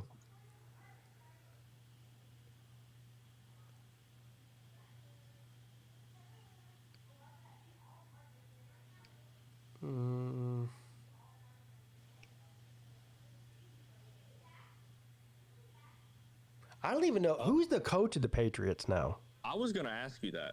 I don't even know who it is. I don't know.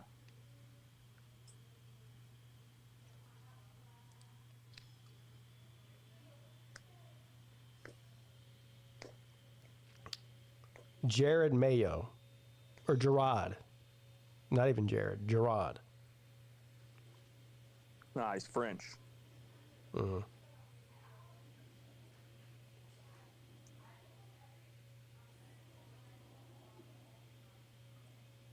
Yeah, that's a good point. Yeah, the Falcons at one point had Deion Sanders and Brett Favre. They traded away Brett Favre. Yeah. I wonder what we traded for. Oh, somebody who played one season and then like retired or something.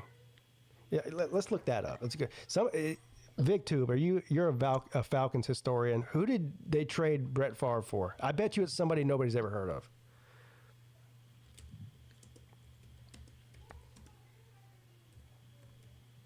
They're like cursed. Yeah, I mean, never won a Super Bowl. I don't know what happened against the Patriots. I was living with a buddy at the time. He was a huge Patriots fan when they played in the Super Bowl. P. Digits said they traded them for Vrabel. Is that true? I don't know.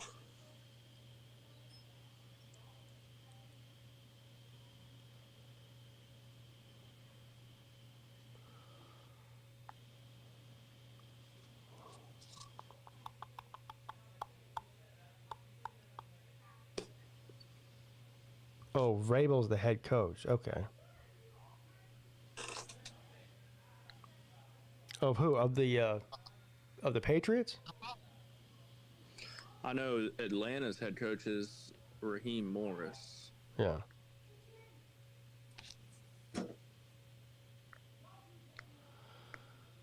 I can't. Whoever they traded Brett Favre for is so irrelevant. You can't even find him on Google. That's how bad.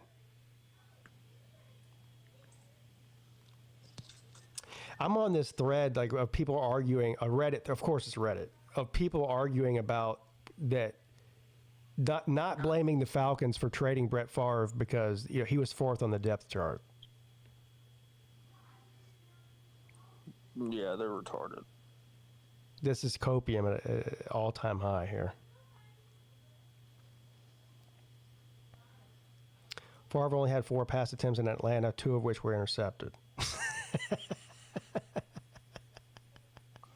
Really?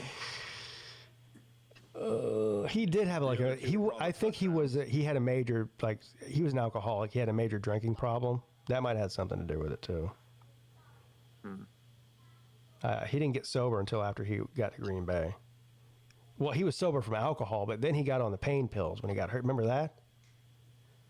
I'm too young to remember, to be honest. So he had a drinking problem in Atlanta, got traded to Green Bay, got the starting job in Green Bay, played well. Then he got hurt. I think he broke a bone or an arm or something. Anyway, whatever his injury was, they put him on pain pills. Then he had an addiction to pain pills for like 3 or 4 seasons. Then he had to go to rehab to get off the pain pills. Motherfucker sounds like Stetson Bennett. Oh.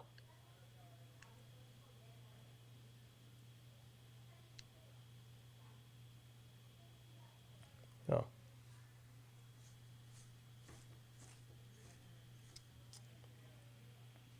Huffer Billy Paul says nobody cares about the NFL. Yeah, well, it's the most watched sport in the entire country. So clearly, a lot of people care about it. You just don't, which is fine. But to say that nobody does is just not even accurate at all.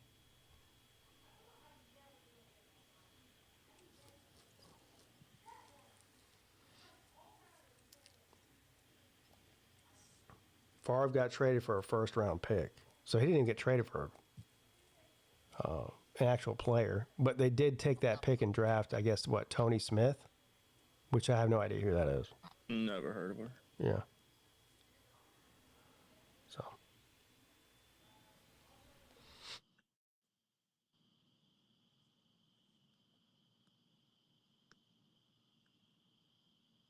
All right, so we got through the first 3 picks pretty quickly, but now they're just not, I don't know what they're doing. And what the hell is that guy wearing? I'll be right back. All right.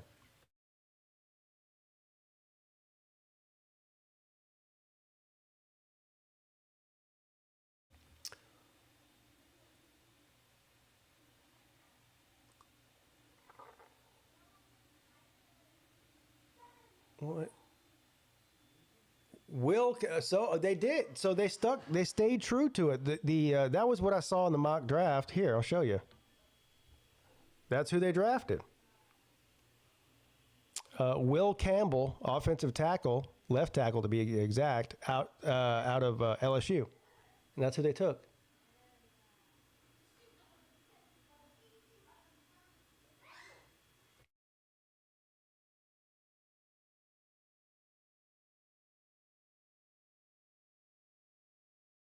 Shannon Sharp has the same addiction a lot of men have, older men, younger women. Yeah, well, she's not just young. She's young.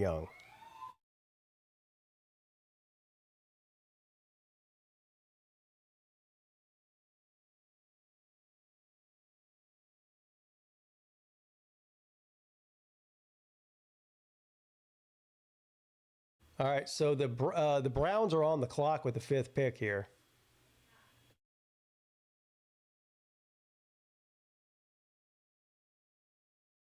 What's up, Leonard? So, yeah, this is interesting. You still got Ashton Genty on the board. Now things start to get a little bit mucked up because of the trade by Jacksonville. Because Travis Hunter was projected to go to the Browns before, but then they traded up. The Jags did, so he's off the board. It'll be interesting to see which I guess they might get Genty. Who's the running backs for the Browns right now? Chubb. Do you still have what's his face?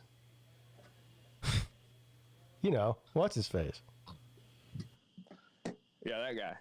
The guy that used to play for the Chiefs.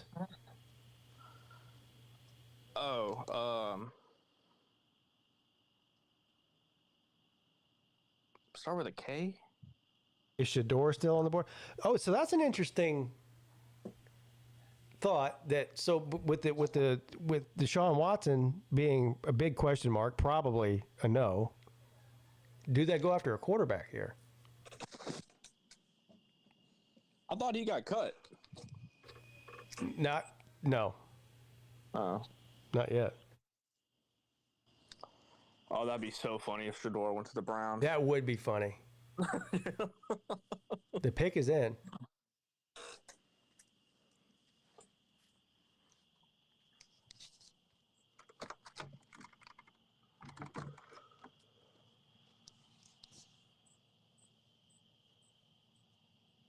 Pete, I'm gonna send you one of those hats.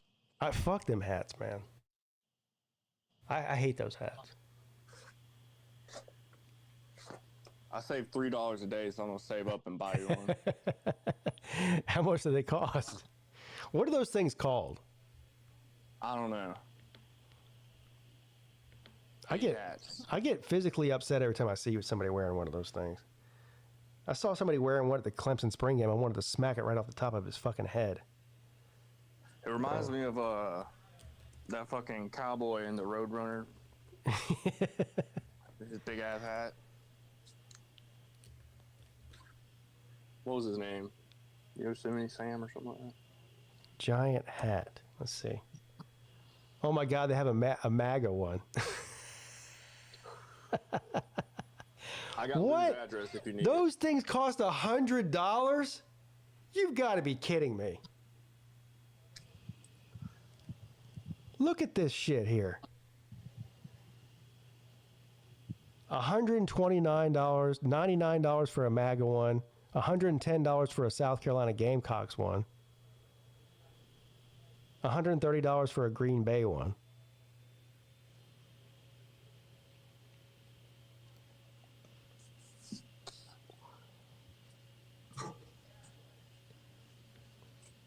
So that's like what? They're called 25 tall boys. They're called Noggin Boss hats. So here's the actual official website to this Noggin Boss company. Does it say anything about that kid having cancer and that's why they started it? Like $150. This is crazy. Look how ridiculous this guy looks. What the hell are we doing? I wonder if you can buy one that's like a cowboy hat so I could wear it to Nashville. This is the dumbest fashion trend ever.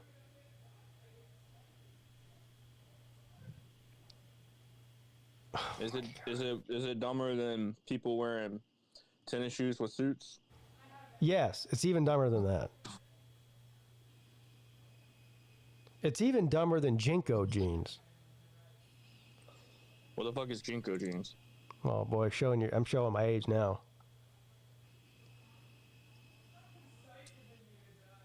I can't believe anybody thought this was a good idea.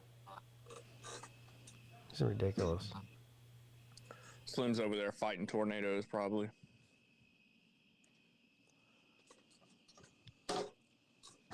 Kangaroo Black wears one of these stupid hats? Really? Oh yeah, I've seen him wear. Yeah, you're right. What is wrong with him? I like Kangaroo Black, but come on, man, what are you doing?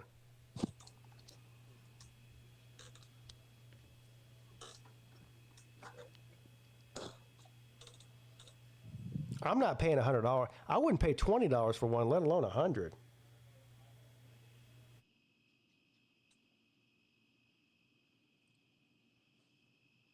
You said the pig's in, right? That's what they said. I wonder if Shador's there or not. Yeah, he's there. I saw him. They keep showing him on camera. Of course he's there. I wonder if Dion's gonna open the envelope and be like, "My son is drafted." I would not. You know what? I would not doubt that. If they tried to fucking Deion Sanders out there to announce his son being picked, I wouldn't doubt that at all.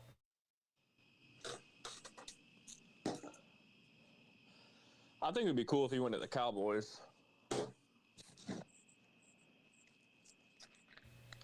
$100 for Sir UGA for these big ass stupid hats that these people keep wearing. These Noggin Boss hats. These. Oh, I gotta put it on screen. These. Actually 150 is what they cost.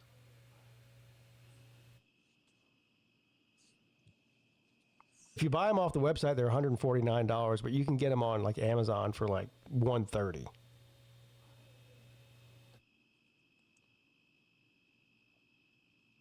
Who's the fourth person in here, or is it just like a duplicate? Oh, that's Hammer and Hoosier. Oh, yeah. I don't know who it is. Yep. That's the Indiana Hoosier fan that calls into the call-in show. Is that the guy that always talks about basketball? No. Remember that guy? Yeah. That guy pissed you off. Yeah. Well, because I kept telling him this is a college football show, not a basketball show. But he just kept wanting to talk about basketball. He was convinced that Indiana was hiding their offense like week 12. Yeah.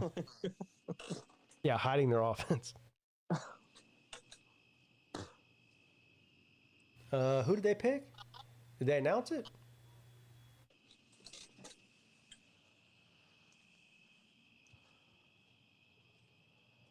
I missed it. Who'd they pick? Damn, they didn't even. I totally missed it. I don't know who they picked. Did you see? No, I'm looking at the TV through my door now. Oh. I ain't going in there. There was a pregnant lady in there. Yeah, you stay away. I'm out here. It's the safe zone out here. Yeah. Defensive tackle from Michigan. Okay, so they took a defensive tackle. So Genty's still on the board. Uh-oh. And obviously Shedeur Sanders is still on the board. Now, is Myles Garrett gone from there? From Cleveland? Yeah. No, I think he's still there. The Raiders are on the clock now. They do need a quarterback. But I don't really, outside of Cam Ward, it's not really that great of a quarterback class, honestly. Yeah, I think the Steelers were talking about Jackson. I mean, the Saints were talking about Jackson Dart. Yeah. And I think that's really it. Well, they got themselves a new head coach now. The Raiders do. All right, here we go. The pick is in. We need someone to throw the ball to Brock Bowers.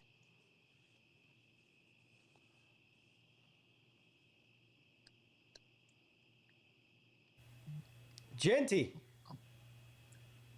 Oh, my God. Who are they going to have throwing the ball? I don't know. But he was the best available on the board, I think. I love that dress, don't you? What, that green one? You ain't right, Colby. My bad. Oh, they got Geno Smith. I think that's a good pick. I mean, look, obviously every team has specific needs, but I am of the opinion you just take the best available. Unless you already have like a franchise, like established quarterback, you don't, if the next best available player is a quarterback, you don't need a quarterback, you don't take a quarterback. But outside of that one position, I'm of the belief that you just take the best available player no matter what position it is. You know. Yeah. And then you start filling in holes on your roster with the later rounds. Like, once you get into third and fourth and fifth round.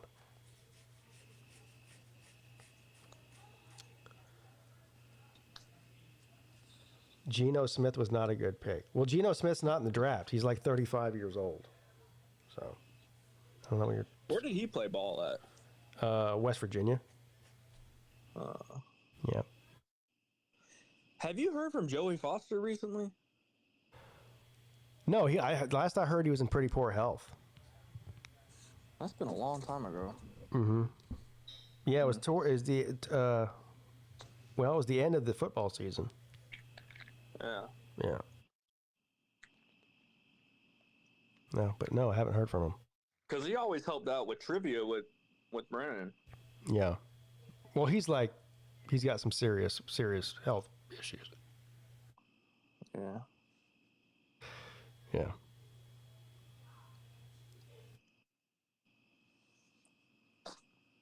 Yeah. Well, I wasn't going to say what it was, but I guess it's already been put out there now. Yeah, it's Alzheimer's is what he's been diagnosed with. Oh, I didn't know that. Yeah. Okay. Among other things. So.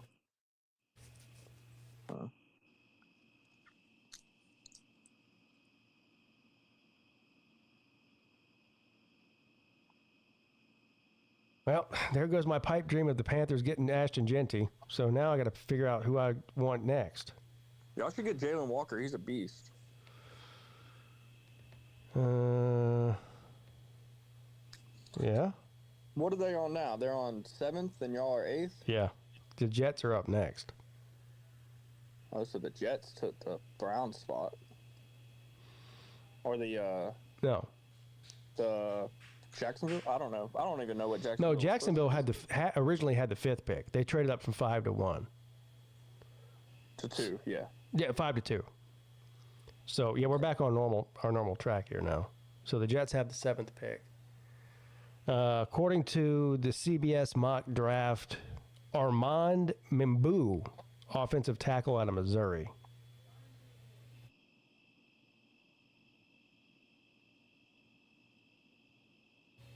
So.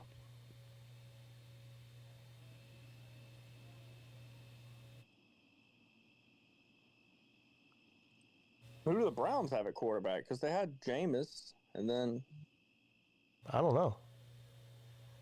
Yeah, that's a good question. Maybe they figure they're going to pick up Shedeur Sanders in the second round. God.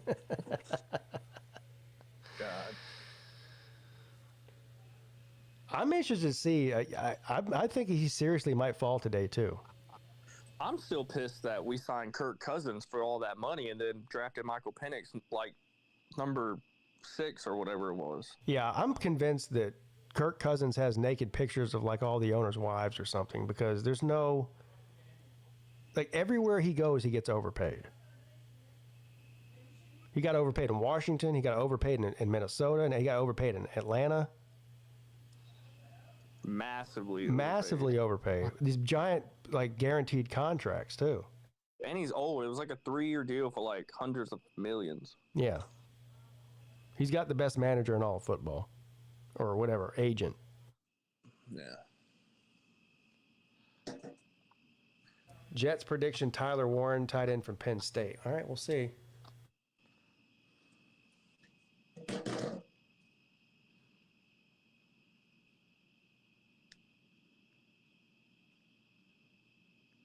Find out fucking tomorrow. Tell you what, this draft might be done at 10 o'clock tomorrow morning. It'll definitely be done. Somebody has to remind me now. Remember, I have to shut down this stream before 10 p.m. and start another one. I'll remind you. We're 5 minutes away from 11 hours on here. That'll be the halfway mark. No. We'll be 1 hour away from the halfway mark. Oh, you're going to shut it down in 11 hours? No, I'm going to shut it down at 11 hours and 55 minutes. And then start a new one. The last time you did it, you didn't do that? No, last time I did it and it worked. Yeah. Oh, all right. I'll let you in, Vic. Vickery Tube. Hey, yeah. Good evening. Good evening. How are you doing? Who's that Tony Smith guy the Falcons got for Brett Favre? Do you know who that is? Tony Smith. I don't think Vic was too young, I think. Vic, how old are you? 29? 27. He's 27, yeah. Wow. Yes, you can stream for, I mean, there was one guy that streamed for like a year straight or something. Y'all remember that? What? So you can stream for as long as you want, but if you want it to be uploaded to YouTube where you can go back and watch it again, or somebody who wasn't there can go back and watch it later, it has to be 12 hours or less. So they have a 12-hour limit on uploaded content. That's all. Yep. Someone streamed for an entire. Yeah, somebody year. streamed for an entire year straight without stopping the stream. Wow. Yeah.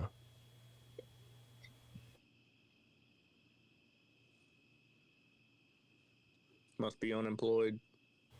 Yeah. Been a year. I think I heard about that, and like it only stopped because like something happened too. Like he didn't mean to. Yeah, I think it was like an accident. Oh, no. We need some eye candy on the screen for the next 12 hours? What do you mean by that? You want me to put like a... Yeah. That's what I'm here for. Eye candy. I don't even know what you mean by that. You want me to put a picture of like Paige Sporanic on there and her mini skirt or what? I don't know what you're asking. Put VicTube on it, just the full screen. No.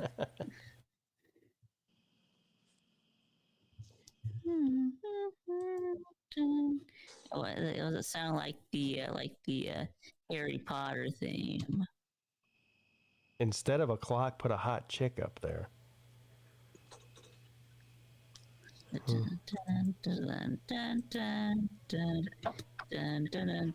I like the clock. I don't know what you're talking about. Yeah, I like the clock too. Fuck whoever said that. Yeah, Paul said that. Paul's a horny old. Paul is like Shannon Sharp. You know, he's 56 years old and horny as shit. All right. Horny back. Yeah. Fucking the long one. All right.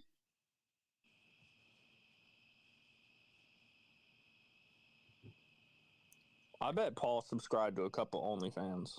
A couple? Probably about a dozen. He's probably already subscribed to that girl that Shannon Sharp was banging. Oh, yeah, I look her up, yeah. She's not even that great. At least from the pictures I've seen, of course, you know, pictures of her on Twitter. I don't know. Maybe she's better looking in different pictures, but to me, she just looks like to me, she just looks like a basic white girl. Yeah, what are we talking about? The girl that Shannon Sharp's getting sued by. Yeah, she really is. Like, I mean, she's not bad to look at, but she's not something extraordinary either. No. All right, can you find a picture of her or? Oh yeah, that won't be hard at all. Go to onlyfans.com. There's a lot of pictures of her. Yeah, what kind of pictures do you looking for here, Vic? No, I mean just normal pictures. Okay, I'll pull it up. Yeah.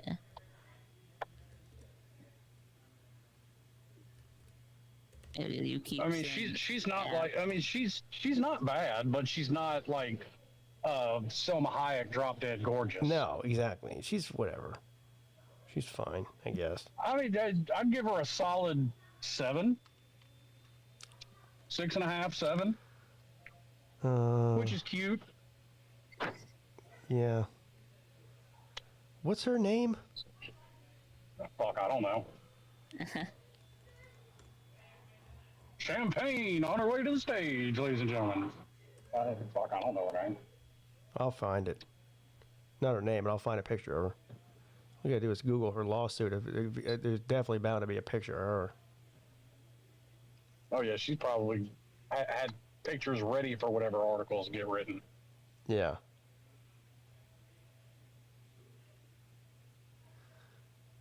Well. Yeah, I tried to find out about that tornado. That dude went on for like 20 minutes. I'm like, all right, dude, I gotta go home. But no, it's not around here. It was in Texas. Oh, her name's Gabby Sharp. Gabbie. Sharp? That is it his cousin or something? What the hell? It looks like it's Sharp without an E. Like his Oh, okay. Gabby Sharp. Who was on the clock and who'd they get? This isn't her.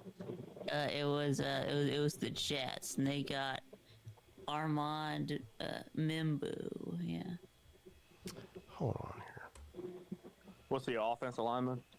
Yeah. I thought the girl he was messing around with name was like Ari or something. Yeah, I don't know. I thought he was in on that shit with that chick that sued Fox Sports, Joy Taylor, Jason Taylor's sister, I think it is. I didn't hear that. Oh yeah, because she's suing Fox for millions because I guess Shannon Sharp's a horn dog, I guess, and Skip Bayless was a horn dog too. Horn dog. All right, here's a picture over here. Now this one. She had black hair? Yeah. That's her. I mean, listen, I've done way worse. I believe. Not this one here in the middle of the screen. This one who's taking this selfie in the mirror with the cell phone. Yeah. Well, listen, like I said, So not the one with the big tits. Not the one with the big boobs. No. Okay. Yeah. Well, and like I said, I've done way worse. Fucking sober. Go back up again. Go back up again? Why? Okay. Okay. Is that her? Okay, never mind. Yeah, that's her right there. Screenshot. So slow down. Because I was distracted by the other chick. Yeah, the other chick is that porn star that he was banging. Sky Bree, or whatever her name is. Yeah. Yeah. But this girl, I've watched as much porn as the next guy, but like banging one of those chicks just never come across as a good idea to me. Well, yeah. Yeah, I was watching so much porn, I tried to find Pornhub too. Oh, you were on here earlier, Colby. Yeah, Nate admitted to how like Nebraska is one of the states where they shut Pornhub down. They done it in Tennessee too. You got to do that age verification. Yeah, shit. so Nate said that he sent in he emailed Pornhub a picture of his ID. Oh, good God. Oh my God. I said, God damn, Nate. I think like Utah is the only state that's really just banned pornography in the state. I think the rest of them, you just have to go through like some kind of age verification or something. Which, I mean, whatever, but I got a better idea. How about you just pay attention to what the fuck your kids are doing? Seems like a better idea to me. Yeah. Yeah. Yeah. Call me old-fashioned, but... So what do you think, Nate? I mean, Vic, about this girl here? The Shannon Sharp girl. Well, I mean, she's, not bad, yeah. Oh, the Panthers pick is in. Yeah, Panthers are in. Yep, not bad. Oh, shit. They took the Arizona wide receiver. Oh, Detroit McMillan. Yeah. Let's go. Yeah. Got some help for our boy Bryce Young. Tetaroa McMillan, yeah. Yeah, well, I mean, listen, the Panthers are not fixing all their woes in one draft. Well, yeah, no. No. They got a good one, though. Yeah. Now Bryce Young is someone to throw the ball to. Yeah. They need as far as I know, I haven't heard any different. As far as I know, Chris Godwin's staying in Tampa, so I'm going to have him back next year. Oh.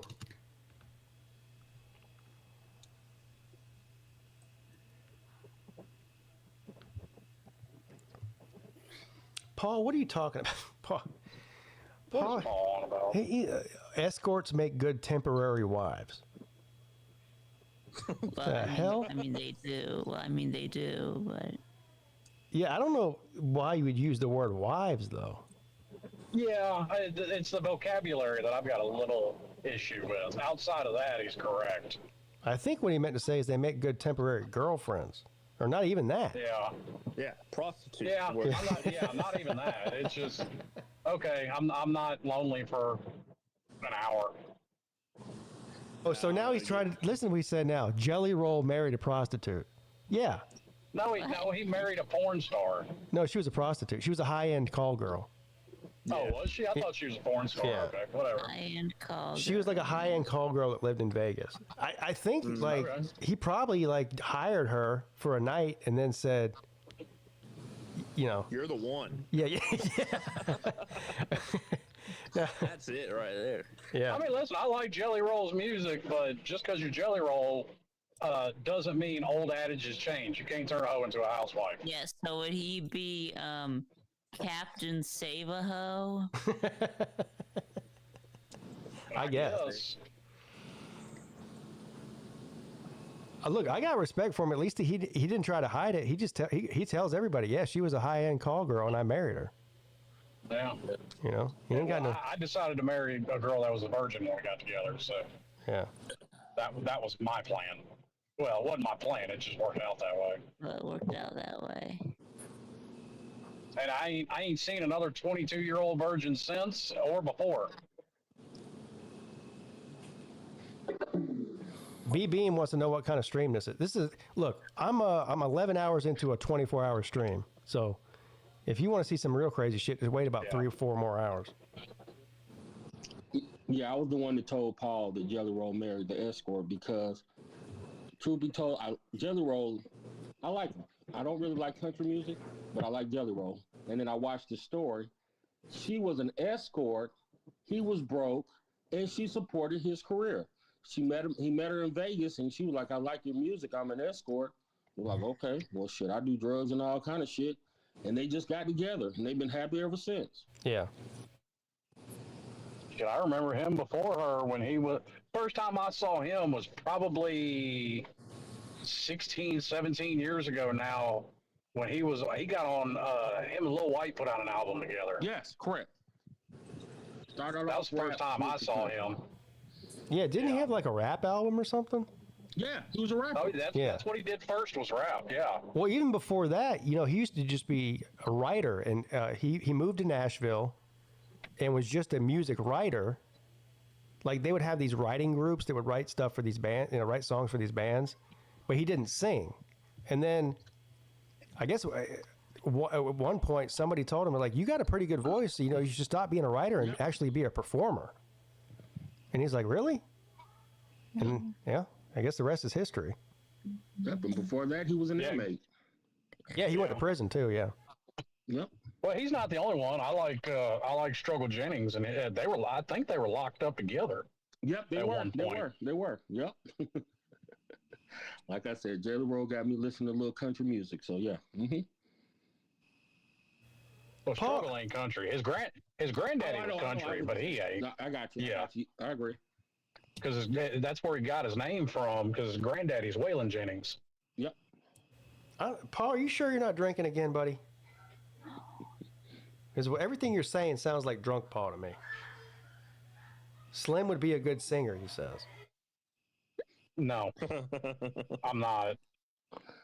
Even my kids say I sing like shit. Now the guy Adam 22 actually married a porn star. He's Go up to Nashville, and I'll try and serenade you with my singing and prove you wrong. The Saints pick is in with the 9th pick. Still no Shedeur Sanders. Oh, sorry. Still no Shedeur Sanders. They do have about drafting Dart. Oh, if Jackson Dart gets picked ahead of Shedeur. Do you realize how many mad people are going to be on the internet if that happens? They went offensive tackle Kelvin Banks Jr. from Texas. Yeah. Go Saints. Whatever. Hey, they get Spencer Rattler some protection, or Derek Carr if you're going to stick with him. Yeah. And he is. I guess they are going to stick with Derek Carr then. And he is. He broke down. He immediately broke down in tears when they called his name. He's crying. Listen, I'm for the Saints going with either Derek Carr or Spencer Rattler because they're in my division and both those quarterbacks are terrible. Yeah, exactly. Very true, Stan. Very true. Although Derek Carr might not even play this year, or is supposed to miss part of the season. Or what happened to the Great White Hope that New Orleans had? What was his damn name? You mean Taysom Hill? Yeah, Taysom Hill. Oh, you're talking about that tight end? You're talking about that tight end that they put at quarterback? Right. Yeah. Yes, Taysom Hill. Didn't they put him in at like linebacker at some point too? Like this motherfucker did everything. They did. Yeah. Is he still on? Is he still on the Saints team? Or? I'm pretty sure he is. I don't know. Maximum value for what they pay him. He play every position. Yeah. The white guy? Yeah, the white guy. Yeah, Taysom Hill. Yeah, he was playing like wide receiver and running back. And he played all kinds of stuff. Running back, tight end, yeah. He returns punts sometimes. He do whatever. He does you get all the value out of him. He does everything, yeah. And then he cleans up the stadium after everybody leaves. Yeah, only 3 sacks allowed out of 1,416 pass protections. Yeah. Okay. Maybe everyone's tanking for Arch Manning. Yeah. Okay. Okay. Well, Arch Manning needs to show a lot this season. B. Bean's he's just going to keep saying everybody's going to take Tyler Warren from Penn State until they take him. His prediction: Chicago Bears, Tyler Warren, tight end from Penn State. He is a beast. That guy was a beast. Who's up next then? What are we going to do if Arch Manning is like the next Nico? Like, everybody had sky-high expectations for him, And he was kind of cheeks. The Bears are up next with the 10th pick, and their pick is in. The Bears.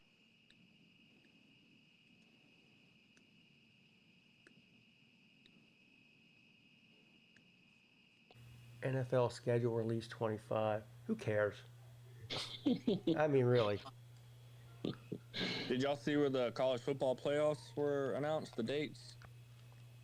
Yeah, and so Colby, you know the infamous Colby wedding was on a Saturday on College Football Playoff Saturday this last year.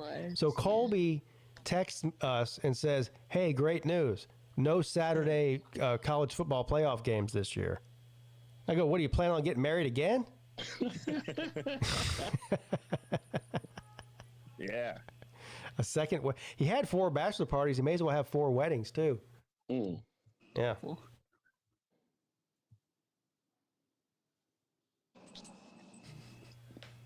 But it's weird. There's no Saturday games. They're all like Wednesday, Thursday, Friday, and Monday.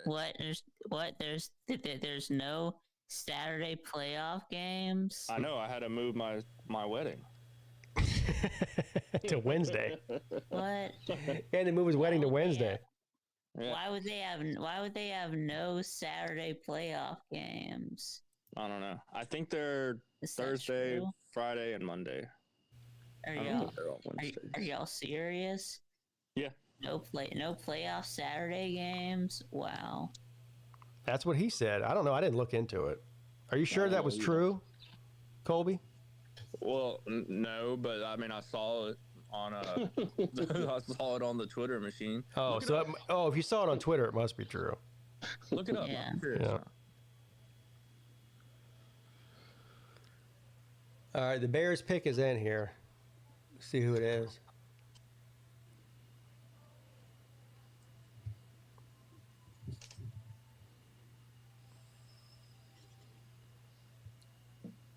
I mean, let's be honest. It's the Bears. Does it really matter? No, it doesn't. Not really. I thought the Bears are. Oh, that was the Browns who picked. Yeah, Steve McMichael. Yeah. It's funny that you confuse the Browns with the Bears, 2 irrelevant teams. I don't know. Yes. I don't know. Yeah. They're going to redraft Jay Cutler.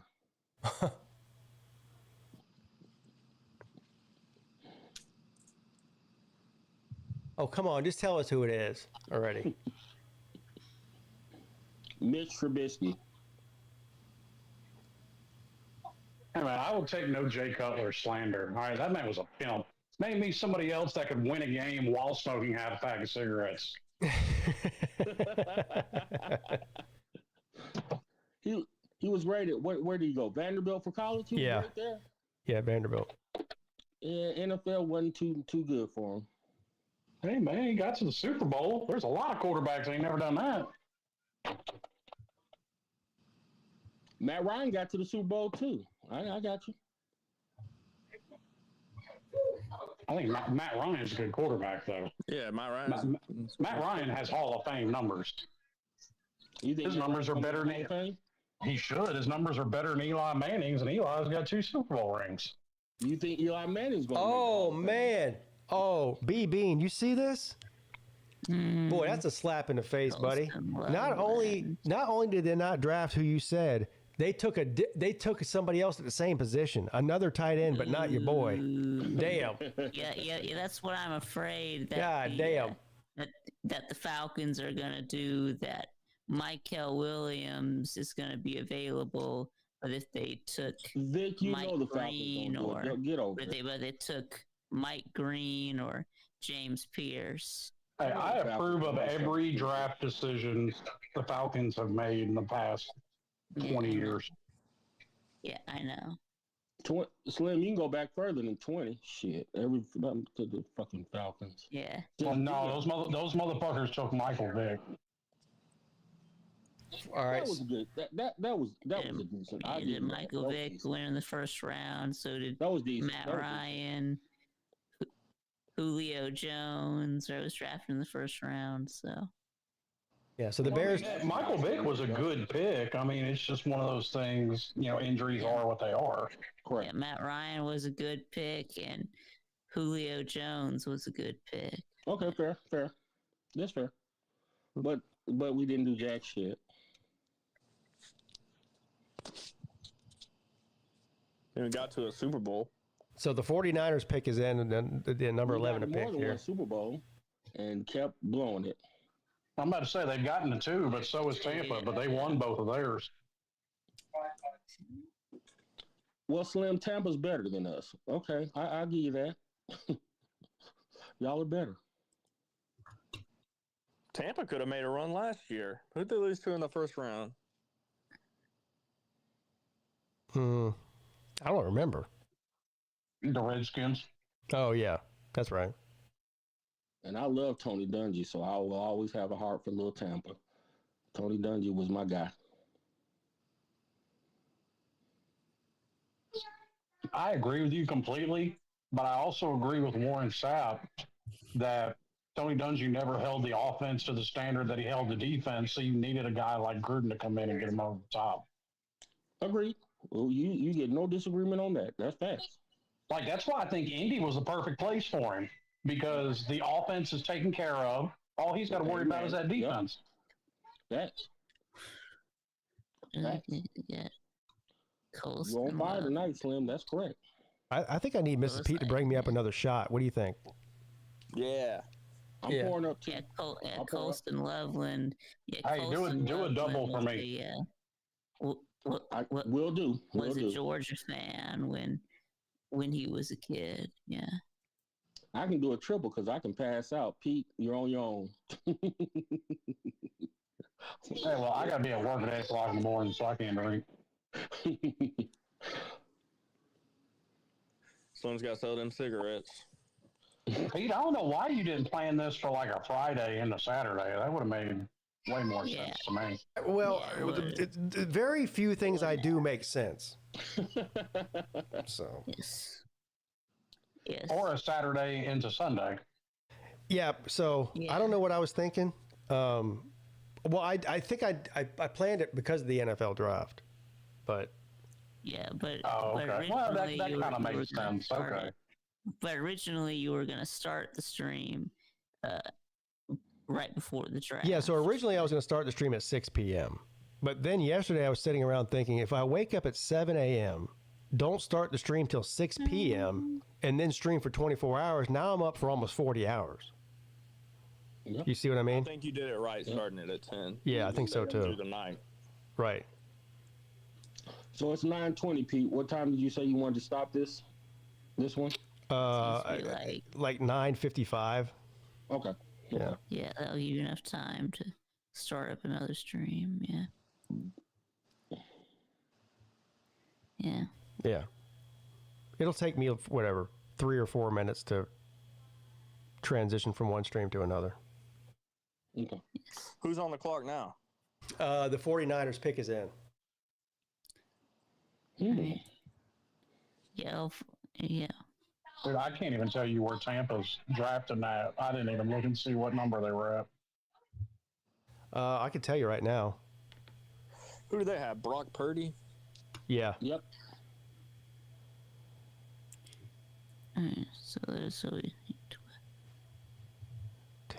Tampa is the 19th pick, Slim. All right, so just four more picks until the Falcons. So yeah.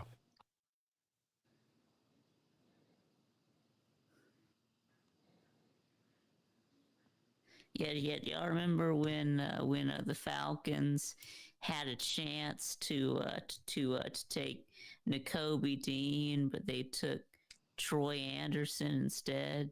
Yes. Yeah, at the same position. Yep. You remember when the Falcons drafted a wide receiver at tight end in the first round? Yeah.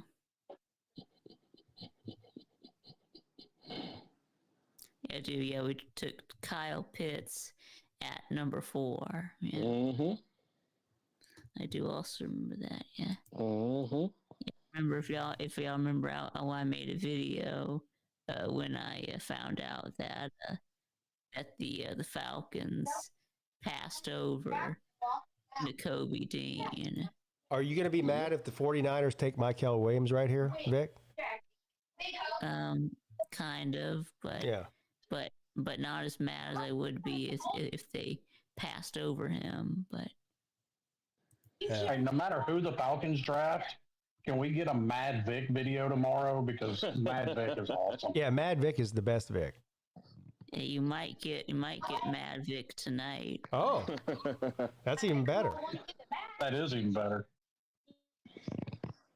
Hey, then you just go back and clip each show and upload it to your channel. Oh, we're gonna watch. I'm gonna film my reaction on my phone also. Okay, good. So you do that, but also, will you do me a favor? Whenever the Falcons pick, will you put yourself on camera and I'll isolate you?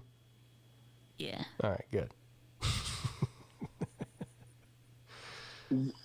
Vic, you should be multitasking because you got to do that report on that JFK stuff. No, I'm not going to read 70,000 pages. Yeah. I gave Vic a homework assignment to read the 70,000 pages from the JFK files. 2 weeks. Yeah, you got 2 weeks to do it, and then he has to do like a book report on it and report back to me. And then what if I don't? And what if I don't do it? I don't know. I guess I'll just troll you for not doing it. You have to vote on it tomorrow afternoon.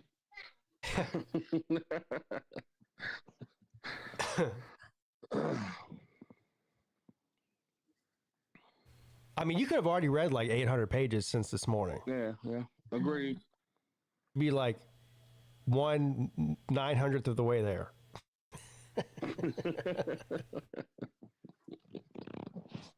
Oh no, Vic! They took Michael Williams, Vic. There it is. Oh shit! Dang. Dang. Well, good for him. Vic said, no, don't do it. Don't do it.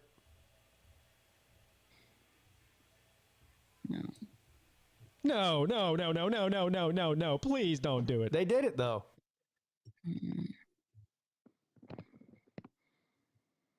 All right, so the Cowboys are on the clock. There's probably about 100% chance they're going to fuck this one up, too.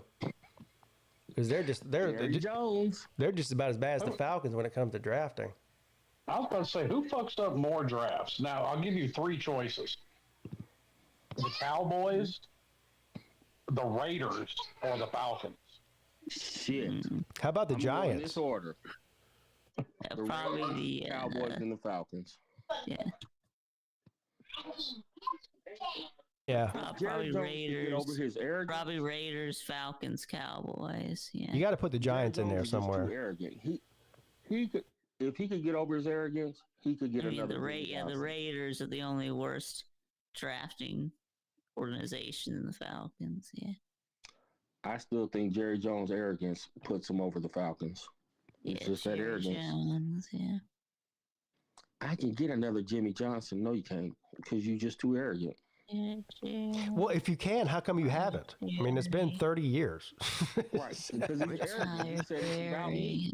I need to be the coach. Well, you're not a good coach, Jerry. Yeah. Top dog. You know, we all make fun of Jerry Jones, and for a lot of reasons. I mean, he's very easy to make fun of. But, you know, I'm going to miss when he's gone. It's fun, yeah. What you going to miss about him?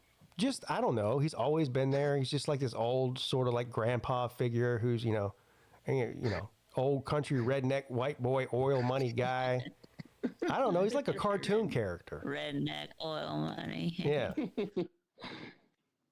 I'm going to miss when he's gone.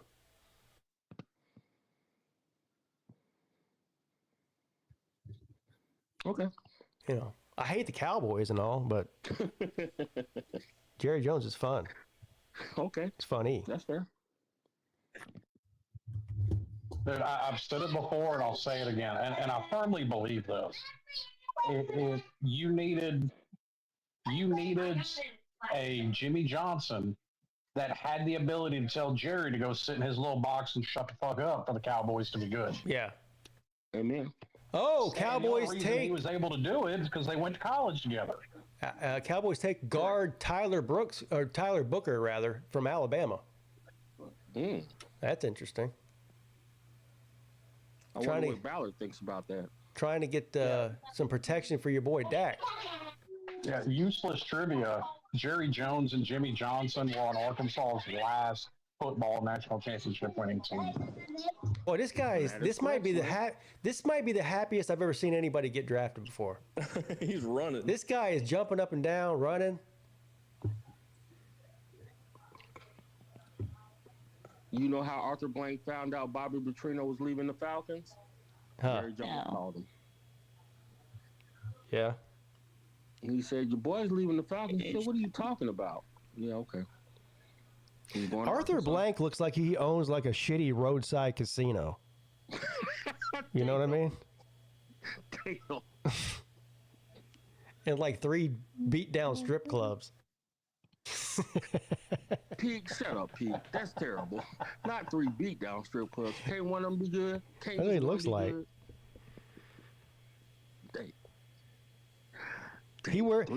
Arthur Blank wears those prescription sunglasses indoors. You know what I mean? With the gold chain and that. Should I tell them? That's funny. 3 beat down strip clubs. He ain't got one successful strip club. Do y'all remember what Millis was saying about goats earlier? Yeah, this is kind of oh yeah, with that, but it's about giraffes. What, they do the same thing? No, it says that male giraffes taste the pee of females to check if they're ready to mate. Oh, damn. Thank you, Hoverbilly Paul, for the super chat. Appreciate you, buddy. Let's invest in creating beer-filled bras and retire 2 at a time. Plus, it provides a nice look. Let's go. That's actually not a bad idea. Although most women don't really drink beer, so you might want to make it like a wine-filled bra instead. Those would probably sell a lot better. of people there. Jesus. Yeah, I guess that's why they had to do it in the parking lot, because what does Lambeau Stadium hold? Like 70,000 people, maybe? You think they hold that many? 60. Most NFL stadiums hold between 60 and 70,000, I think. Okay. So, but yeah, I don't know. But the parking lot holds, can hold a lot more than that. That's true. So, but still, it's like, hey, let's have it in Green Bay. Okay, where are we going to do it? Oh, in the parking lot. What?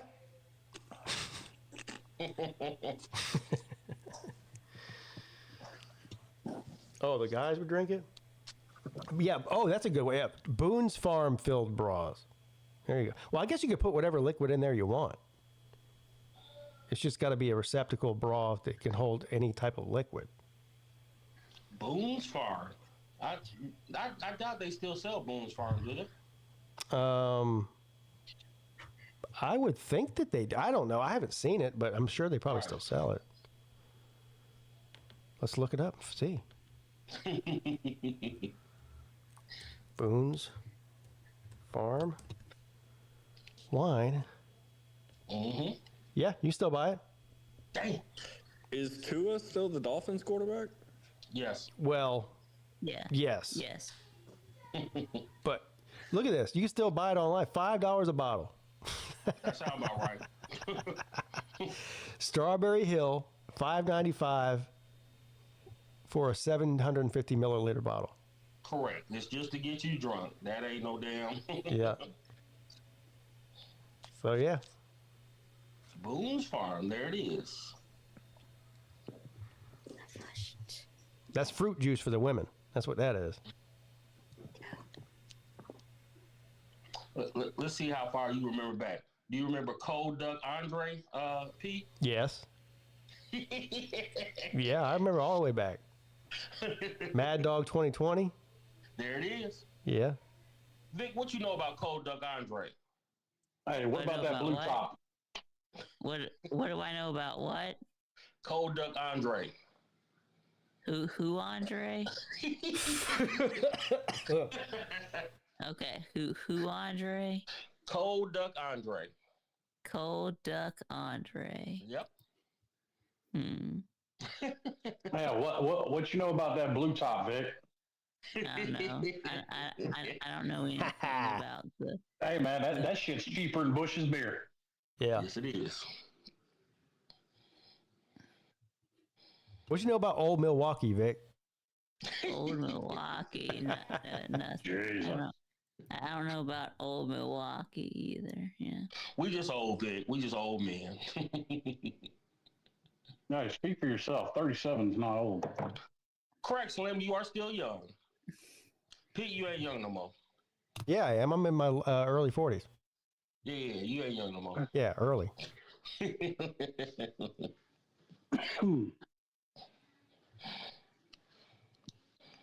Oh, yeah. Well, 40. Yeah. Did we had some ham left over because we had everybody over for Easter and we did a ham.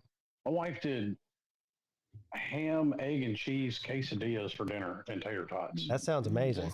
That does sound good. It fucking was amazing. I bet. Yeah. How does that work with your diet, though? How many calories was that? I don't know exactly, but I've only had 170. I've had under 500 calories before that meal. I'm fine. So even if that meal was 500 calories, you're still at 1,000 or under 1,000. Yeah, I'm still at under 1,000 because I was also in the gym for 2 hours. Yeah. You were on the treadmill. Does it count how many calories you lost? It does if you put certain shit in, but I mean, I did a mile on the treadmill. I did 10 stories on the Stairmaster, and about 10 or 15 minutes on the elliptical. Yeah. Yeah, that Stairmaster will whoop someone's ass. That's all, dude.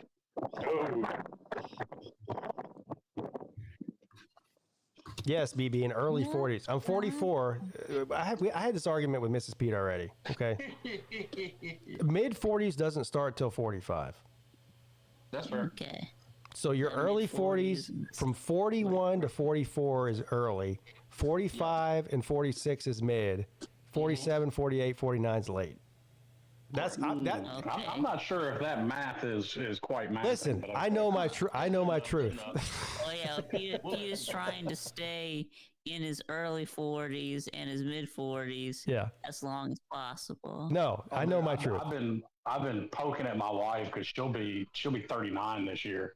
I keep telling her she's leaning so hard on 40 she can hear it creak.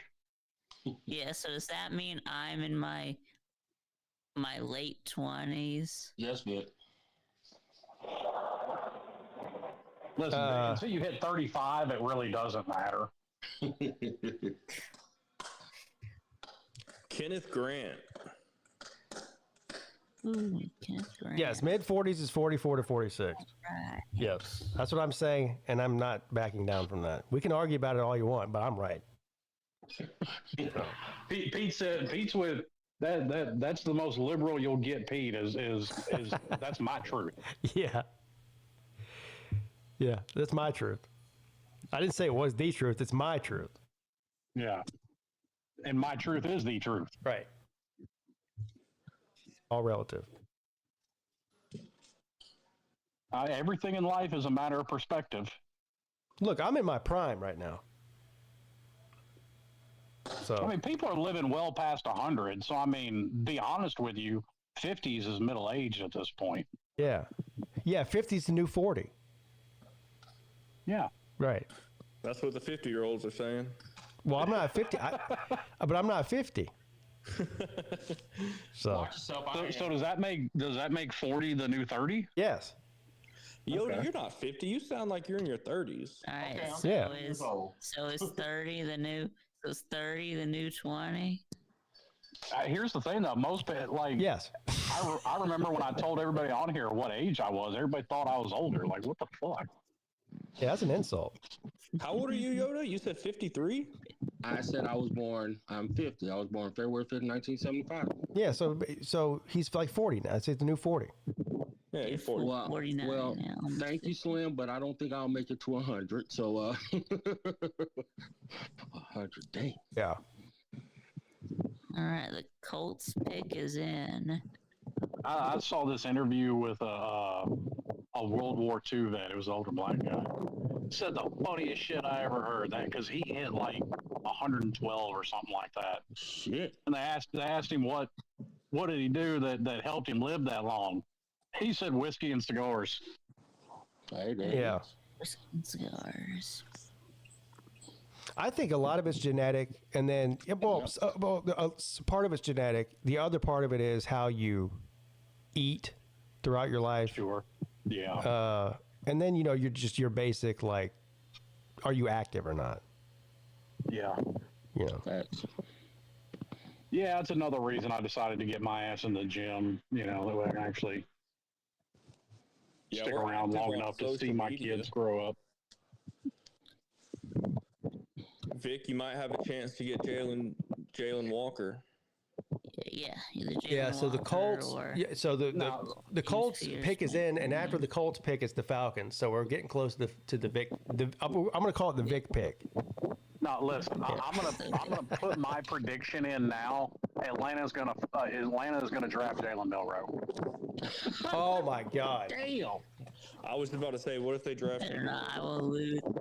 I will. I will crash out if. I will actually shed a tear on here if they draft Jalen. I will. That would be will lose my. If the Falcons draft Jalen Milroe, Vic might drive that hover round right off the side of a bridge.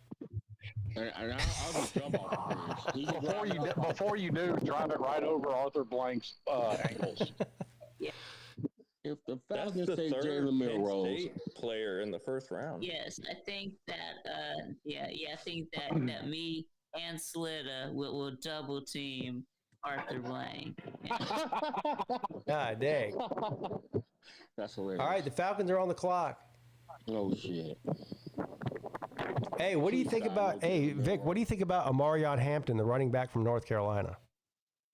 Well, we've already got Bijan Robinson. We've already got Bijan Robinson, Okay. Tyler Algier. So Yeah, we're good.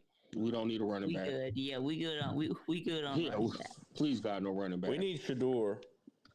I mean, I can't knock Jason Light at all for his picks in draft. Like I hated to see Leonard Fournette and Ronald Jones leave, but that kid we picked up out of Oregon was pretty fucking good.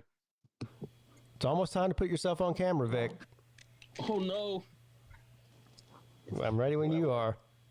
All right, camming up. There you go. Oh damn! Get locked in, Vic. There we go. I'm just gonna mute myself and enjoy the show. I have to address what Hufferbilly Paul just typed in the chat because my mind's blown. He says, my vices, horny women, beer and cigars, and now skiing. Skiing? What? Listen to me. Paul, you're not skiing. What are you talking about?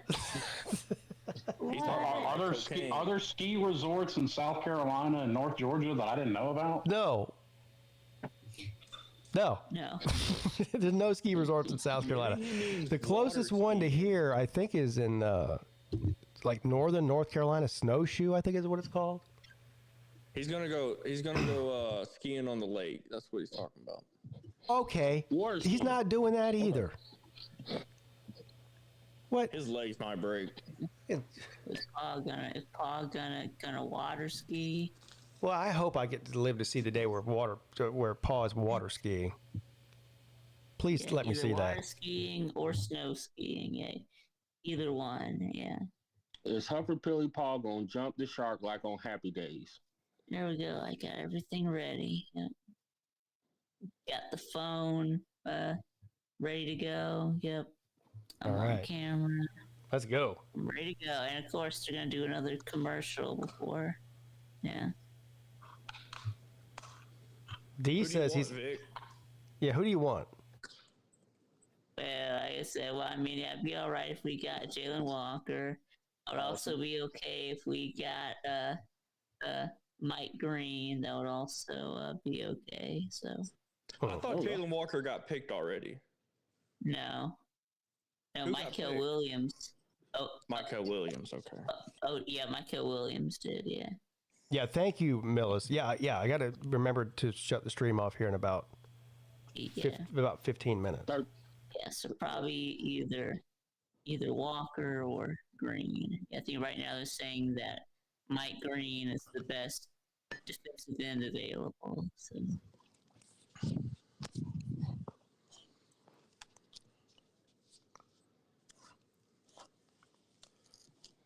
Have they got an Ozempic commercial? You know what's weird is it's taking them. They're taking almost all their allotted time to get their pick in, Vic. So there's some dissension in the ranks. I think they're arguing about who to pick, which is already a bad sign. It was 3 minutes. Yeah. On the clock, I think they get like 10 minutes. Yeah, they've been on for 7 minutes, Vic. They're probably talking to Dion right now. Yeah. No. That would be the most Atlanta thing. Correct. Yes, it would be. They're about to draft somebody who nobody heard of. I'm telling you. That's why I've renamed it from Atlanta to the City of Disappointment. Mm.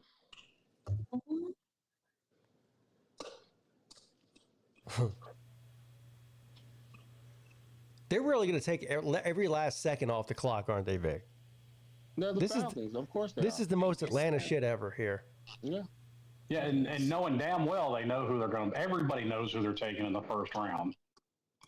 Well, I guess they don't. Well, yeah. Yeah, Atlanta GMs are over there asking ChatGPT what to do. I don't know. Do they still have those all those For Dummies series books? He's probably reading through the 6th chapter of Draft Day for Dummies. Let ChatGPT. The Falcons take Arch Manning. Wait a minute, he's still in college. They're gonna let ChatGPT make the pick. Yeah. We're gonna trade our pick. Watch. Well, he's going through all of them. He's going through ChatGPT. He's going through Grok. He's going through all of them. They're down. Whatever the consensus is amongst AI. They still haven't put their pick in yet. There's a minute left, Vic. They're going to let the time expire. Yeah, we're just going to lose a pick. What happens if the time expires? I guess they're forced to go ahead and pick. I don't think that, Yeah. So you got Shedeur Sanders, Jalen Walker, Will Johnson, Omarion Hampton, Josh Simmons. That's the first 5 out as far as the best available, according to Mel Kiper anyway. Jalen Milroe's still there. Yeah. Oh damn no! Hell no! Hell no! Look, they're showing Shedeur Sanders, and he's not going to the Falcons. He's not there. Him in a helicopter. Yeah. They're showing him getting out of it, getting into a helicopter. There's Jalen Walker. Yeah. He ain't got a phone. He ain't got a phone call. He's not on the phone, Vic. You better put the pick in. Jalen Walker's not on the phone. All right, the pick is in. Don't tell me. Don't ruin it. Yeah. Okay, we won't. Well, I'm not watching it, so I can't ruin it. Yeah. The Atlanta Falcons are on the clock right now.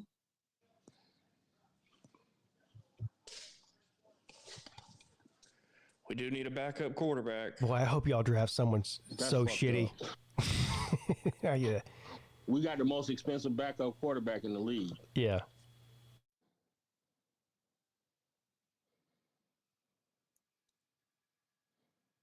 They're fighting between Milroe and Shedeur in the Falcons office. Shut up, Pete.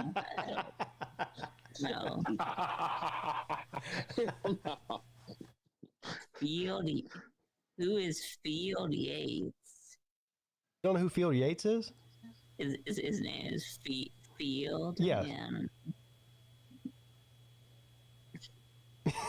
You look confused about that. Yeah, all right. Confused about someone naming their kid Field. Yeah, I mean, I don't know. That's weird. Maybe it's like a Dabo situation where his name's not really Field, but they call him that. Like Dabo's name's not Dabo. What is Dabo's real name? I don't know. His name is William Christopher Sweeney. Oh, okay. Yeah. I didn't know that. Yeah, Dabo appears nowhere in there. They call him. You know why they call him Dabo, right? No. I haven't the foggiest. I legitimately thought that was his name. No, it's not his name. Because when he was young, they called him Dat Boy, and he would repeat it and say Dabo. Oh, that's funny. Dabo, yeah. All right, Vic, here we go. All right, here we go. Don't ruin it for Vic. Let's see what they do here. Yeah. Yeah.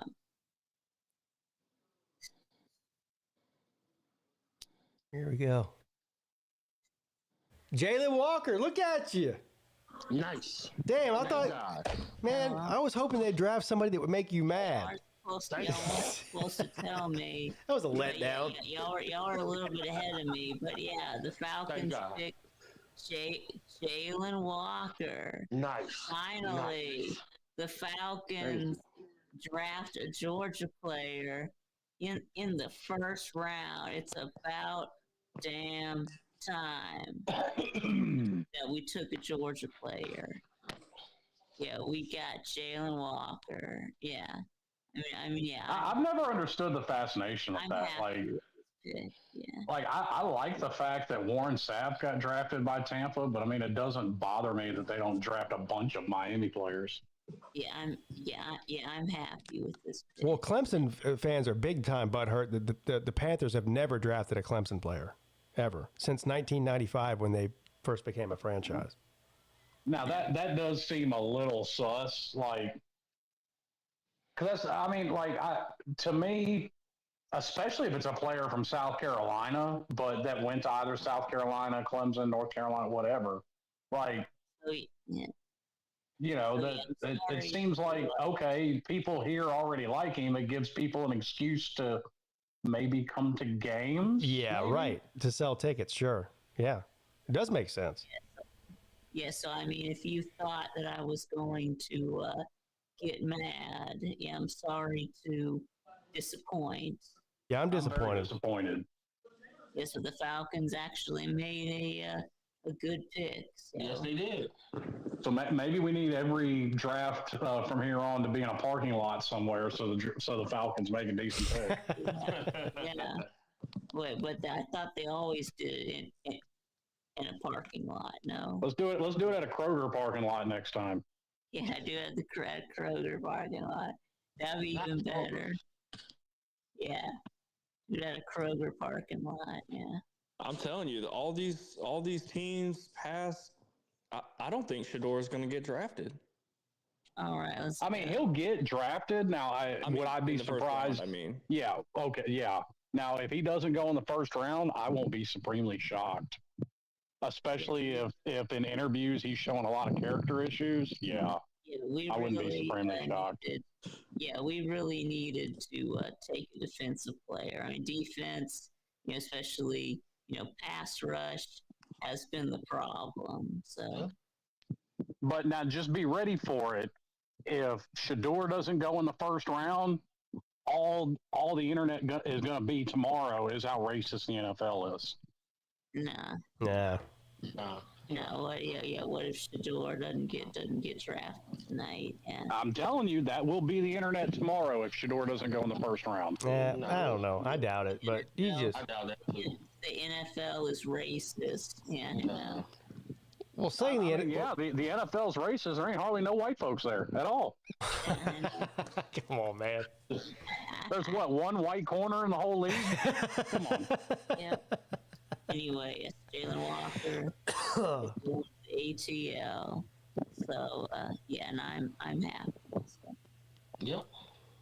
Anyway, yeah, but how happy is Jalen Walker about that? I don't know.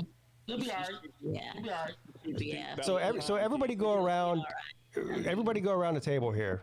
If your team might have a quarterback you like and you're happy with him. Let's say you needed a quarterback in the worst way right now. Would you be happy if your team drafted Shador Sanders? Sure. Yeah. You would? I mean, I wouldn't hate it. I mean, I wouldn't hate it either. I wouldn't hate it because I don't think Shador is bad. The Steelers still don't have a quarterback. Yeah. Yeah, I wouldn't hate drafting Shador. I thought the Steelers had Justin Fields. No, he's gone. Oh, where the hell did he go? Giants. The Jets. Oh, Jesus Christ. R.I.P. Justin Fields. Yeah, no, he went to the Jets, yeah. Steelers have no quarterback. Good God.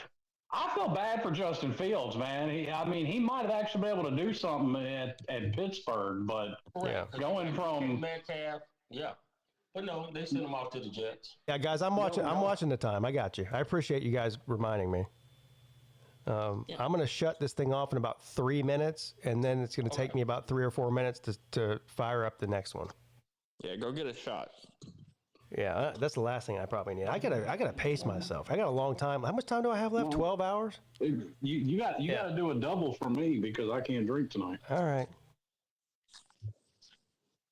And a tall boy. I've already had about 4 shots now, and I think I'm about 6 beers in.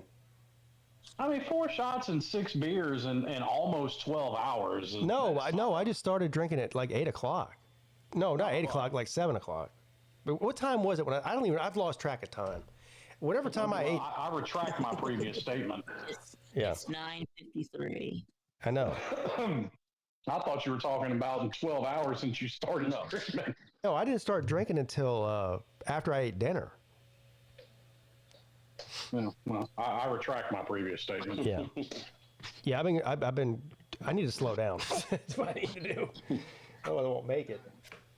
Yeah, people be sleep about 4 a.m. on the stream. Yeah. I'm going to say, if I wake up in the middle of the night and go to the bathroom, I might have to check on Pete. No, I'll be all right. I'm a pro, I'm telling you. I'll push through. Oh, I know you are. Yep, Walter Nolan to the Cardinals. That's why me and Pete get along so well, because I don't think he knows anybody that can keep up with him quite like I do. Okay. Yeah, very few people. Okay, so you're going to take me off camera now? Yeah, I will. I can. Yeah, I can. And Vic doesn't want to be on camera. He's camera shy. Well, I want to look at the clock again. Yeah. Mrs. Pete says she's going to check on me. No, you don't need to check on me. You need to just make sure you get some sleep. Don't worry about me. I'll be all right. I mean, the good news is I have other people who are also alcoholics coming on after midnight to help me stream. Yeah, which means they're gonna stop at some point